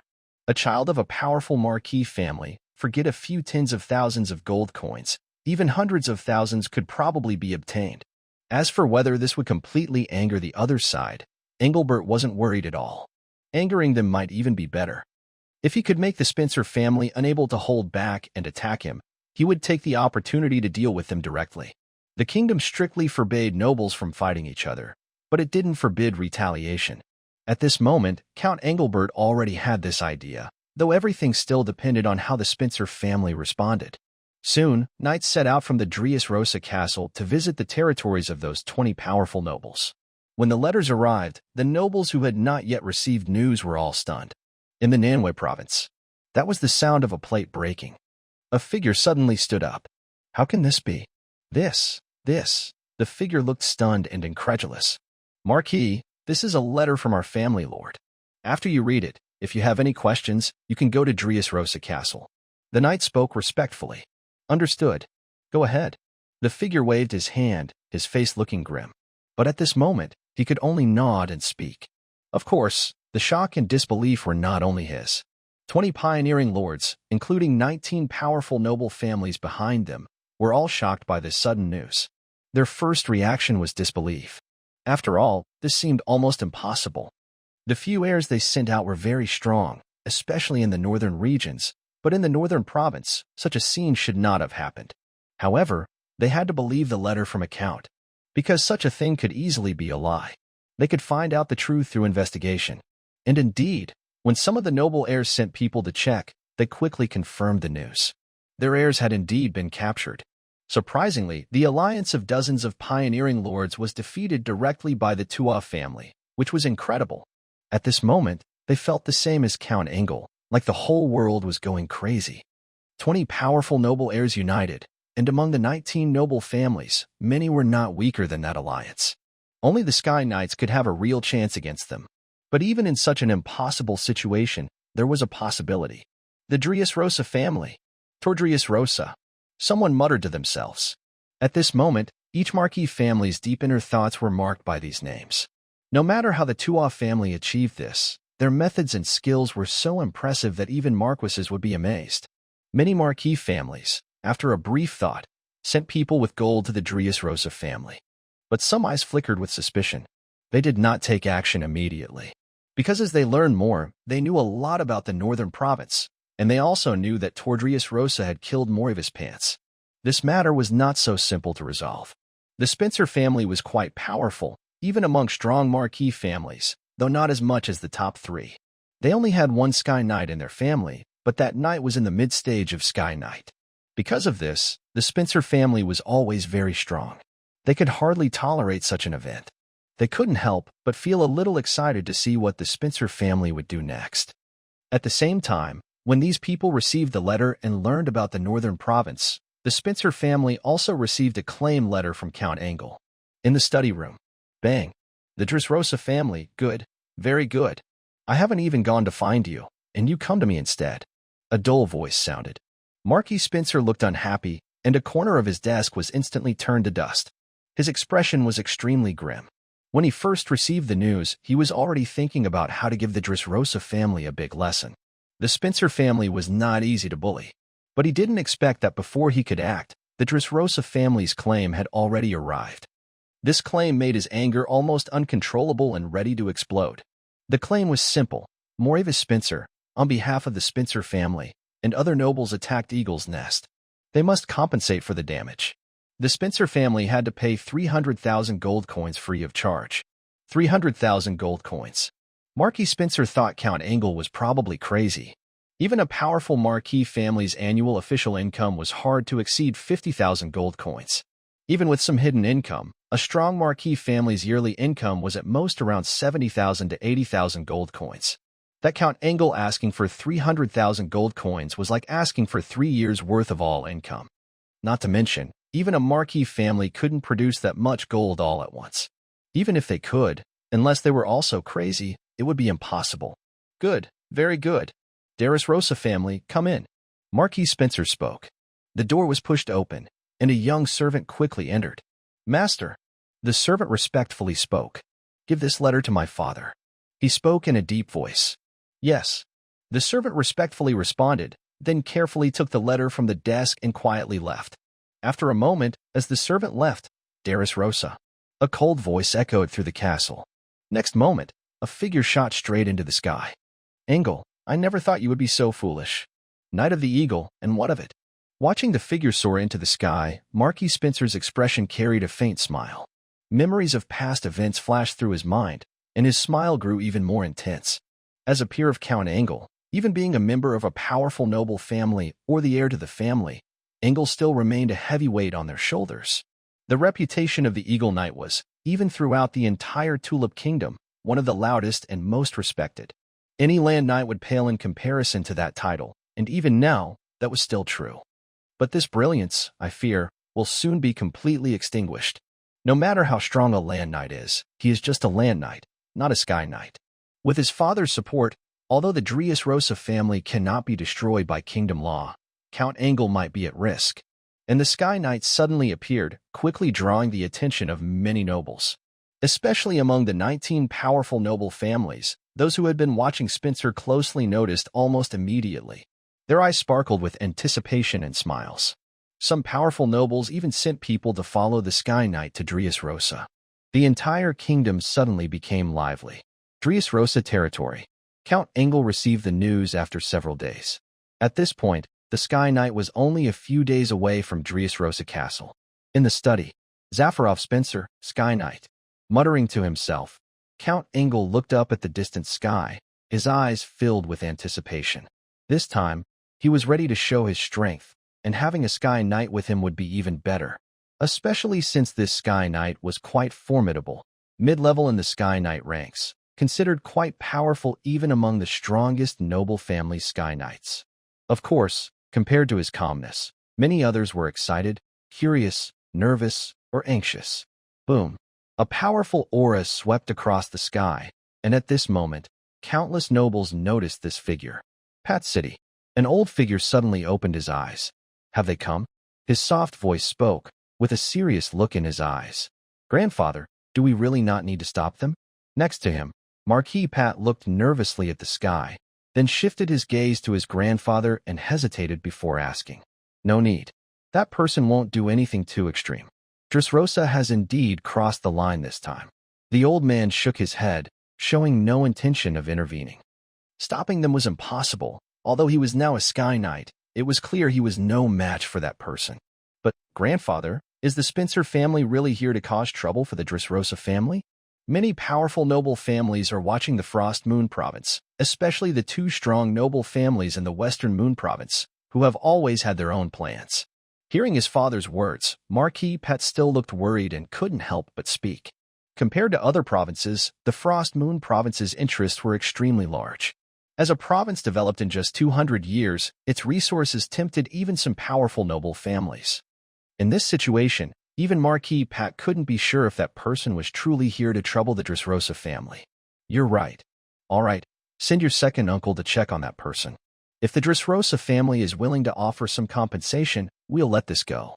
Hearing Marquis Pat's words, the old man frowned slightly, clearly having thought of this. After a moment of contemplation, he spoke again. Understood. Marquis Pat nodded slightly. At that moment, he exhaled a breath of relief. Then, his figure left the room.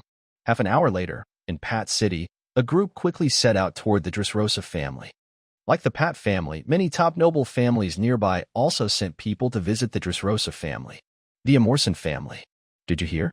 The fool from the Dressrosa family seems to have offended the Spencer family. Master, this time the Dressrosa family is doomed. Inside a castle, a middle-aged beautiful woman's expression carried a hint of joy. The series of recent encounters had made her completely resent the Dressrosa family. First, his son, Count Emerson, had his territory taken over by the heirs of the Dressrosa family, causing his son to lose his land and forcing him to pay a costly ransom. Next, his second son was also bullied by the Dressrosa heirs in the city of Pate. At this moment, hearing that the Dressrosa family was in big trouble, the middle-aged lady couldn't hide her joy. In contrast, Count Emerson frowned slightly. Sir, don't you feel happy about this? The middle-aged lady quickly noticed Count Emerson's frown and sneered. You don't know anything. The Spencer family arriving in the Frost Moon Province might not just be to cause trouble for the Dressrosa family. If the Spencer family uses this opportunity to get involved in the Frost Moon Province, our problems will be much bigger. Count Emerson coldly spoke. He was starting to get impatient with his foolish wife. Sir, you. Hearing Count Emerson's cold words, the middle-aged lady quickly shut her mouth. Someone. Count Emerson didn't pay attention to his foolish wife but spoke toward the door. Soon, a servant entered. Go and inform Vittorio to send people to the Dressrosa territory. Count Emerson paused briefly, then issued the order. Yes. The servant responded quickly. Soon, a group of knights under Count Emerson headed toward Dressrosa Castle. At this moment, almost all the noble families in the Frost Moon Province had chosen to do the same. As long as they weren't foolish, they understood clearly that the arrival of a powerful marquis, especially a strong one, would threaten their interests if they intervened in the province. The Spencer family and the Pate family were different. Although the Pate family was a marquis family, they didn't have much strength themselves, and most of the interests in the Frost Moon Province were shared among powerful noble families. This allowed most noble families in the province to live well, especially the top noble families, who gained much more than in other places. No one wanted a powerful marquis family suddenly arriving. Even if the Spencer family was aggressive and clearly just there to trouble the Dressrosa family. But no one knows whether this action is to cause trouble or to seize the benefits of the Frost Moon Province. At this moment, they must be fully prepared. Time slowly passes, and many knights head toward Dressrosa Castle. After several days of flying, Zapolov Spencer finally arrives at the Dressrosa territory. Looking down at the bustling town and the distant standing castle, Zapolov Spencer's eyes are filled with fire, and anger is spreading continuously. Engel, come out here. A powerful voice echoes, amplified by life energy, sweeping across the surroundings, filling the sky with a vast force of life energy. Boom. Rumble. Suddenly, the clear sky above, which was cloudless, gathers dark clouds, and an oppressive, suffocating atmosphere spreads to everyone. A huge sense of pressure radiates out, causing figures below to tremble with their legs shaking. Even knights, apprentices, earth knights, and sacred domain knights begin to sweat on their foreheads. Training knights and aspiring knights are undergoing a transformation, but this does not mean they are reaching Sky Knights, as the improvement is not significant. In fact, becoming a Sky Knight is equally terrifying in its growth. Reaching the Sky Knight level means their bodies have formed a connection between the life force of Earth and Sky, and they are becoming a complete whole. Their abilities are not just limited to flying. Their life energy, in both size and quality, is completely beyond ordinary understanding. The booming sound can be heard clearly even from dozens of miles away. At this moment, the entire Dressrosa castle and the surrounding townspeople are filled with panic. What is that? Someone is in the sky. My goddess, someone is flying. What was that sound just now? It sounded like calling the Lord. That voice, it seems to be telling the Lord to come out? This various voices mix together, and everyone's hearts are pounding. Especially when they hear that voice clearly, many people's faces change. Some civilians become even more frightened. Even knights cannot remain calm anymore. Until old Marquis, still as irritable as ever. A gentle sigh sounded, and in the next moment, a figure slowly emerged from the castle. A tall and strong body. The moment he appeared, he seemed to become the center of the entire world. Count. That is Lord Count. Some knights noticed Earl Engel and excitedly called out. Engel, your Dressrosa heirs have attacked and killed members of the Spencer family's territory without permission. Do you think you owe us an explanation? From the air, Zaporro Spencer's cold voice rang out. His gaze was fixed on Earl Engel below. A powerful aura pressed down like a heavy wave. But surprisingly, his aura seemed to flow like a muddy stream into the sea, without stirring any waves. Old Marquis, I should be asking you this. It's not our Dressrosa heirs attacking you, but your heirs attacking our Spencer family's territory. If you go to the Northern Land Province, many knights there can confirm this. And what are you planning to do? The kingdom's laws don't allow nobles to kill each other. Earl Engel shook his head with a smile. The terrifying pressure around him seemed to be completely unnoticed. Humph. Looks like you don't admit it. I'll give you a choice. Let your son apologize by taking his own life, then withdraw from the Sahara mine and hand over it to our Spencer family. Then I'll forget about this. Otherwise, Count Engel, you can use your peak Earth Knight strength to pay for this. Zaporro Spencer's eyes flashed with fierce light as his booming words echoed. From afar, several knight groups rushing over heard this, and their faces changed. The Spencer family really has their eyes on the Frost Moon province. A middle-aged man in the Pat Knight group looked grim. Other knight groups also showed worried expressions. This outcome was the worst they could imagine. If the Spencer family got involved in the Frost Moon province, their profits would likely drop sharply. It would be almost impossible to relax again. Even the Emason family's side looked grim. Lord Zaporov, you might have misunderstood a little. First, I am not obliged to tell you anything, nor do I need to respond to you. As for the Sahara mine you mentioned, that's even less likely. Count Engel chuckled softly, his tone calm. Zaporov Spencer's face darkened, and just as a powerful life force was about to burst forth again, he took a step forward, his figure gradually lifting off the ground. What is this? Zaporov Spencer's pupils suddenly contracted, and a look of shock appeared on his face. More surprisingly, the surrounding onlookers' expressions grew even more astonished. My goddess, what did I see? The Count seems to be flying, just like that person. Am I seeing things? No, you're not. I saw it too. Lord, you've broken through. That's the Lord. Long live the Lord. Voices mixed together as everyone watched Count Engel step through the air, rising higher and higher. At this moment, the entire Dressrosa territory began to stir with excitement. Far away, several knight groups rushing toward the territory suddenly stopped in their tracks. This. Impossible. How could this be? The goddess is watching over us. The voices from each knight group sounded almost the same. It wasn't that they weren't calm. They had anticipated any scene that might occur in Dressrosa, but they had never imagined witnessing this scene. Initially, they only knew Count Engel as a land knight, but now he was soaring into the sky. flying in the air. That is the mark of Sky Knights. At this moment, several figures exchanged glances, feeling their throats tighten. Me. Us.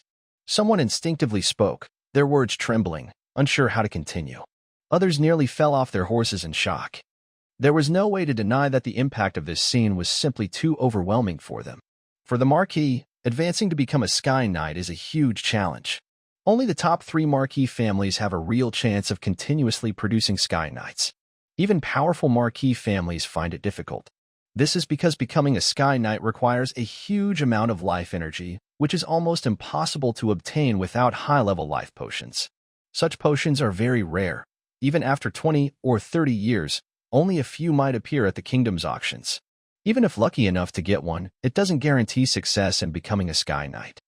Count Engelbert is considered one of the top Earth Knights, but no one thought he could break through to become a Sky Knight.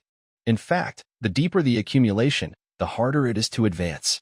Yet at this moment, they see something surprising. Count Engelbert is stepping into the sky and has already broken through. Of course, they are shocked, but Engelbert himself doesn't seem to care much. He looks at Zaporozh Spencer with a smile on his face. Count Engelbert steps into the air and gradually reaches the same level as Zaporozh Spencer. Spencer's shocked expression slowly turns into a more serious and gloomy look. He never expected Engelbert to have broken through to become a Sky Knight. As a Sky Knight himself, he knows how difficult this step is. But now, Engelbert has already crossed that line. You actually broke through. However, don't think that just because you recently became a Sky Knight, you can compare yourself to our Spencer family. Sky Knights are not all the same. His words are low and heavy. Suddenly, a powerful burst of life energy erupts fiercely. This time, Spencer no longer holds back. Boom. Above the sky, a strong sense of pressure spreads across the entire sky. Rumble. Dark clouds gather further, and Spencer's aura continues to rise. A nearly suffocating sense of oppression spreads out. Despite this terrifying aura, Count Engelbert remains calm. It's as if he isn't affected at all. Zaporozh Spencer's face slightly changed, and his heart sank a little. Even though he had just released his breath, Count Engel's calm expression still made him feel a sudden chill. Boom. A stronger surge of life energy erupted. Even though the surrounding dark clouds seemed about to tear apart, Count Engel's expression remained unchanged, with no sign of fluctuation. Lord Zaporozh, indeed, Sky Knights and Sky Knights are not the same. A soft voice spoke. It was Count Engel's words. Along with his words, boom, a mighty wave of life energy burst out from Count Engel, sweeping across the entire sky. The dark clouds were instantly torn apart. A powerful aura collided with the energy released by Zaporozh Spencer. Two forces clashed midair. For a moment, within several miles around, the wind and clouds surged, and an oppressive atmosphere continued to spread. At the very center where the two stood, the air was completely emptied in that instant. They were above the sky, like gods in this moment. Onlookers looking up at the sky couldn't help but show a look of shock. Even the distant knights rushing over, with wide eyes, stared blankly at everything in the sky. Indeed, I underestimated you, Engel. However, mere momentum doesn't mean strength. I can give you one more chance. I don't need your son to apologize. Your Dressrosa family will withdraw from the Sahara mine and compensate our Spencer family with 100,000 gold coins. I can let this matter go. Zaporozh Spencer's expression kept changing, finally turning cold. Count Engel had already broken through as a Sky Knight, and just by his aura, he was even comparable to him. It was clear that making Dressrosa family sacrifice their grandson was impossible. Ultimately, Zaporozh Spencer chose to maximize his benefit. He must seize the Sahara mine today, so the Spencer family can establish a foothold in the Frost Moon province. This would greatly help the Spencer family's future development. I told you, Lord Zaporozh, you misunderstood. Maybe you didn't hear clearly. I can repeat it for you. I am not obliged to explain anything to you, nor do I need to respond. As for the Sahara mine, that's even less likely. And today, you entered our Dressrosa territory without permission, causing significant damage. Lord Zaporozh, if you want to leave, you must pay us for the damage. How about 100,000 gold coins? Including the previous amount, that totals 400,000 gold coins. Countess Engelbar chuckled softly, with a hint of coldness in her eyes. You. Hearing Countess Engelbar's words, Zaporozh's face instantly turned grim again. He didn't expect that after he voluntarily retreated, Countess Engelbar would still not be satisfied and would demand compensation. Boy, Even your father wouldn't speak to me like that. It seems that breaking through to the Sky Knight has given you great confidence. Zaporo's cold voice sounded, and at the next moment, a powerful life source surged around him again. Confident? Maybe. Please, Lord Zaporo, teach me. Countess Engelbar spoke, then raised her hand. A knight's spear inside the castle suddenly lifted into the air. Clang! The silver-white knight's spear landed in her hand, and Countess Engelbar's aura grew stronger. Boom! A strong pressure filled the air. Next, Countess Engelbar no longer spoke. Her figure suddenly moved. In an instant, she disappeared. At this moment, Countess Engelbar didn't waste words but acted directly. Oh no! Zaporo's face changed, a warning bell ringing in his mind. His body instinctively moved before his thoughts could catch up. He quickly retreated. Boom! Countess Engelbar suddenly appeared, her spear smashing down directly. A roaring sound erupted as the air was instantly crushed by terrifying force, and a powerful shockwave swept outward. Zaporo didn't have time to react to the next move. The spear, thrown by her, transformed into a sweeping attack, rushing toward Zaporo's waist in an instant. This time, Zaporo responded quickly. Life energy surged, gathering on the spear. Clang!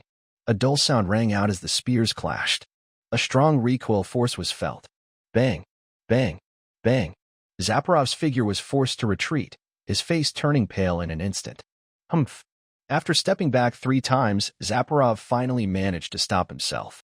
But at this moment, only shock remained on Zaporov's face. In a brief exchange, he was actually suppressed. Engel, who had just broken through to become a Sky Knight, was clearly stronger in speed, strength, and even pure life energy than him. This was unbelievable. He was only a mid-level Sky Knight. He was not on the same level as someone who had just broken through. Yet at this moment, Engel Count was suppressing him. Such a result was hard for him to accept. Of course, he found it hard to accept, but others were even more shocked. The two were in midair, and as soon as their fight began, it drew the attention of nearby knights heading this way. These knights had been watching the sky's changes. When the fight started, they naturally noticed. Even though they were already shocked, they still widened their eyes in disbelief. Count Engel was completely suppressing Zaporov. They didn't know exactly how long Engel had been at this level, but his aura definitely hadn't exceeded a year's worth of progress. In comparison, Zaporov had been a Sky Knight for decades. He had more experience and strength, and he had just broken through to the mid-level. Compared to a beginner Sky Knight, his physical strength and life energy level were far beyond. But the result was that Zaporov was completely suppressed. Everyone's eyes widened, and their breathing grew heavy. Quick! Hurry! We need to move fast. Speed up! We must get there quickly. After the shock, these commands were quickly passed among the noble knight groups. Their speed increased sharply. Of course, neither of the two high above in the sky knew about this scene. Zaporov was becoming more surprised as he fought. He was initially startled by Engel's sudden outburst. He thought it was just Count Engel's stronger burst, and as long as he endured this phase, it would be his chance. However, Zaporov soon realized he was wrong. Even though Count Engel had just broken through to Sky Knight, perhaps due to the night breathing technique, his life energy was clearly stronger in both quantity and level than his own. In midair, during continuous battles, he was beginning to struggle. Boom! Rumble! The constant roaring echoed in the sky. Powerful life energy collided repeatedly. The air in the sky was torn apart layer by layer. Even at thousands of meters above, powerful whirlwinds rose from the territory below. At this moment, facing the fierce wind, knights and free citizens within the Dressrosa territory all looked up with passionate eyes. They were looking at their lord. Their lord was so powerful. There was nothing more exciting to them than this. Faces flushed, they stared at the sky with shining eyes. Especially in the Eagle training camp at Dressrosa Castle, young eagles of Dressrosa watched Engel from above, their eyes glowing. Is this my father? Such a strong power. My father has actually broken through to Sky Knight. These voices mixed with excitement, and each young one looked up with shining eyes. While they watched the sky with eager anticipation, in the sky, Count Engel gradually gained the absolute advantage.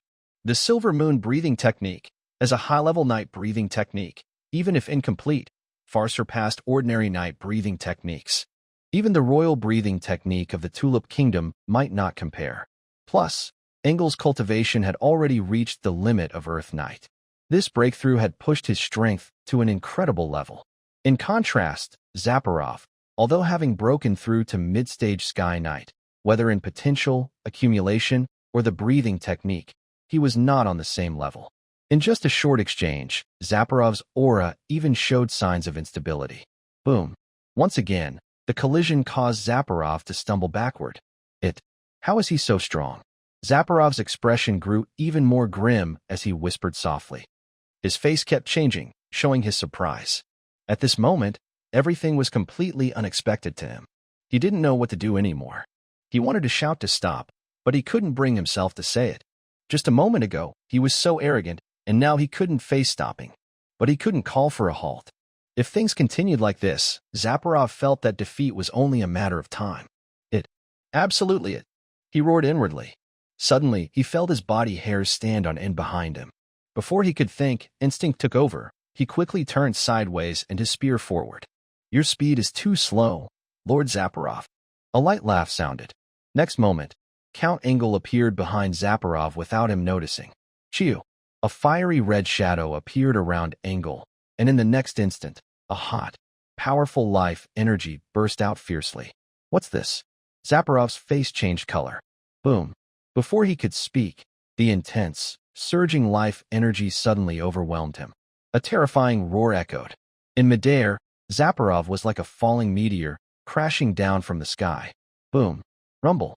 From the distant ground, loud explosions sounded, and a huge area around 100 meters collapsed.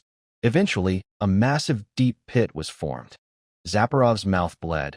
His bones creaked and broke one by one. But at this moment, he paid no attention to that. He struggled painfully, trying to get up. But just then, clang. A Silver Knight's spear suddenly pierced beside his head, stopping his movement instantly. Count Engel appeared, looking at Zaparov lying on the ground, still smiling. Lord Zaparov, indeed, Sky Knights are not the same as Sky Knights. His light-hearted voice echoed, and Engel's expression seemed unchanged. This scene made Zaparov Spencer instinctively open his mouth, but he didn't know what to say. I lost. Zaparov Spencer's face kept changing.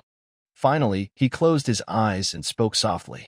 Lord Zaparov Spencer, please rest well at our Dressrosa Castle during this time. I believe the Spencer family will give me a satisfactory answer. By the way, because of our battle, Dressrosa town was also damaged. The compensation of 100,000 gold coins is not enough. Let's make it 200,000 gold coins, totaling 500,000 gold coins. Also, the Spencer family's green salt business should be no problem to give us a share.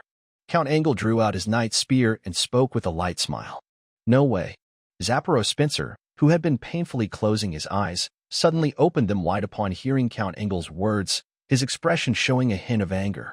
500,000 gold coins. It's acceptable. As the defeated party, he would naturally need to pay some compensation. Even though 500,000 gold coins would almost drain 10 years of the Spencer family's savings, he accepted it. But he didn't expect that the Dressrosa family wanted more than just money. They also wanted the green salt business. As a powerful noble family, they usually have their own industries. Green salt is a unique industry of the Spencer family. Since the Tulip Kingdom is landlocked and doesn't rely on the sea, their salt comes from various well and lake salt sources. Near the Frost Moon Province, close to the Western Moon Province, there is a blue lake that produces lake salt, which brings in over 30,000 gold coins in revenue each year. This business, even the other two major noble families in the Western Moon Province, cannot touch. Lord Zaparov Spencer, this isn't your decision alone. I believe Marquis Spencer will make the right choice. Faced with Zaparov Spencer's anger, Count Engel remained very casual. He had already set his sights on that blue lake. Even if the Spencer family didn't act, his next move was there. After all, with his promotion to Sky Knight, he needed to earn enough merit points, and expanding his family's strength was essential. More industries and more gold coins were necessary. The Blue Lake in Qinghai is not far from the Dressrosa territory, less than 50 miles away. In this situation, gaining control of it is undoubtedly the best choice. However, he hasn't yet figured out how to act when suddenly the Spencer family took the initiative to come to him. Zaparov Spencer, the only Sky Knight of the Spencer family, wants to redeem himself. The family believes they will know what to do. After all, Sky Knights are different from Earth Knights. As a noble family, not every family can continuously produce Earth Knights, but there is usually some guarantee. However, Sky Knights, even in powerful marquee families, may not always be guaranteed to keep producing them. Without a Sky Knight, the next Kingdom War would almost be over for the Spencer family. It's hard to say whether they can even maintain their current powerful marquee status. Zaporov Spencer's face suddenly changed. He instinctively wanted to speak, but Count Engelbar had already ignored him. He took a step forward. The knights behind him quickly restrained Zaporov Spencer. This scene was just seen by the knights who had just arrived in Dries Rosa town. Well, someone instinctively spoke, but at this moment, no one knew what to say. Who is Zaporov? A Sky Knight from the powerful Spencer family, said to have reached the mid-stage of Sky Knight. Yet, Count Engelbar easily crushed him. The large crater and the figure controlled within it shocked them deeply, even more than Count Engelbar's display of Sky Knight power just now. Gulp. After a long while, a knight from the Pat Knight Order couldn't help but swallow hard. Quick, Mike, go back to Pat City immediately and inform the Marquis. Suddenly, this figure seemed to remember something and spoke urgently. Yes. A knight responded quickly and led his troops to return in the direction they came from. Meanwhile, other knight groups also reacted.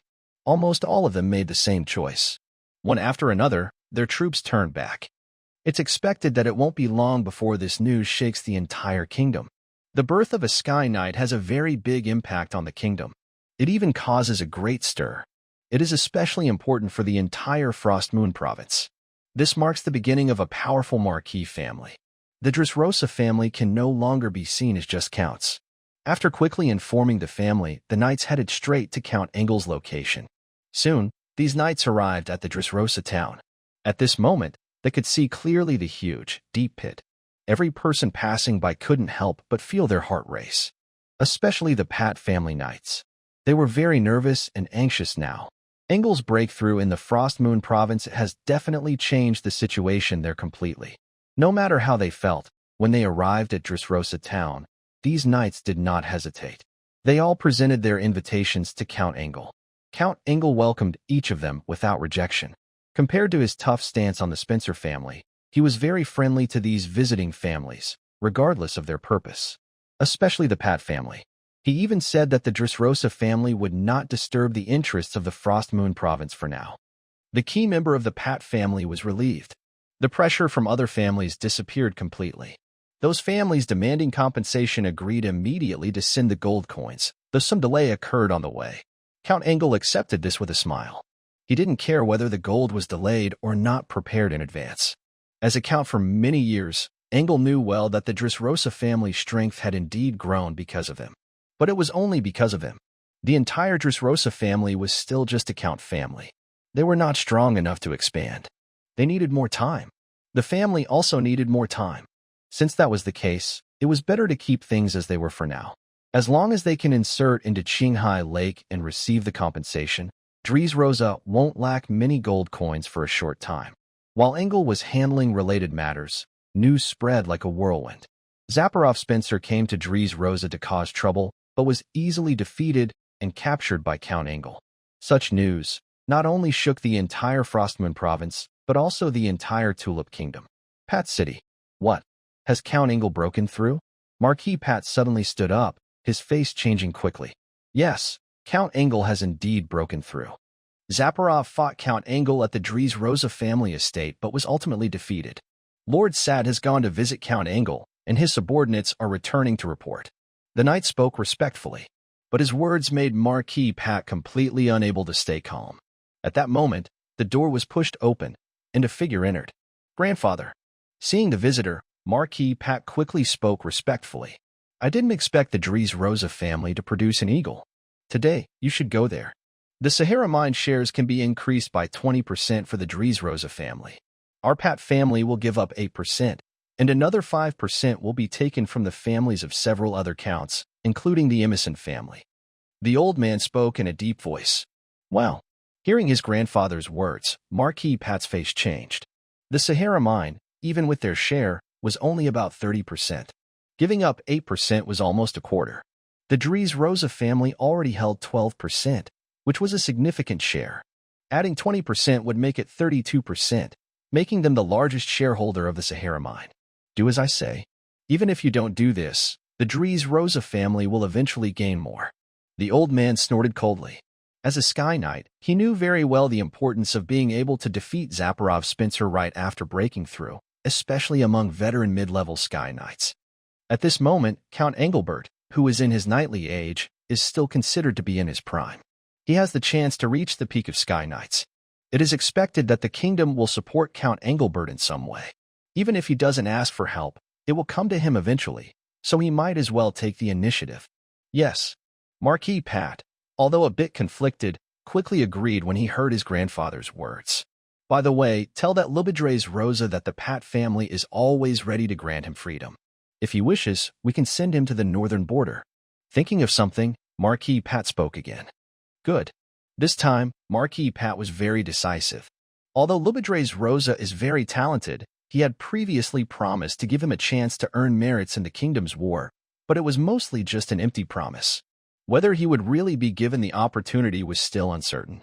However, now that the Rosa family's strength has greatly increased, fulfilling that promise early on is not a big problem. Go ahead, and don't forget to prepare a generous gift to congratulate Count Engelbert on breaking through to become a Sky Knight. The old man nodded and then spoke. Yes. Marquis Pat responded promptly. At this moment, not only the Pat family received the news. All those powerful nobles also undoubtedly heard about it. When the news first arrived, their initial reaction was that it was impossible. How could Count Engelbert, even if he broke through to become a Sky Knight, be a match for Zaporov Spencer? Zaporov Spencer had already reached the mid-stage of Sky Knights.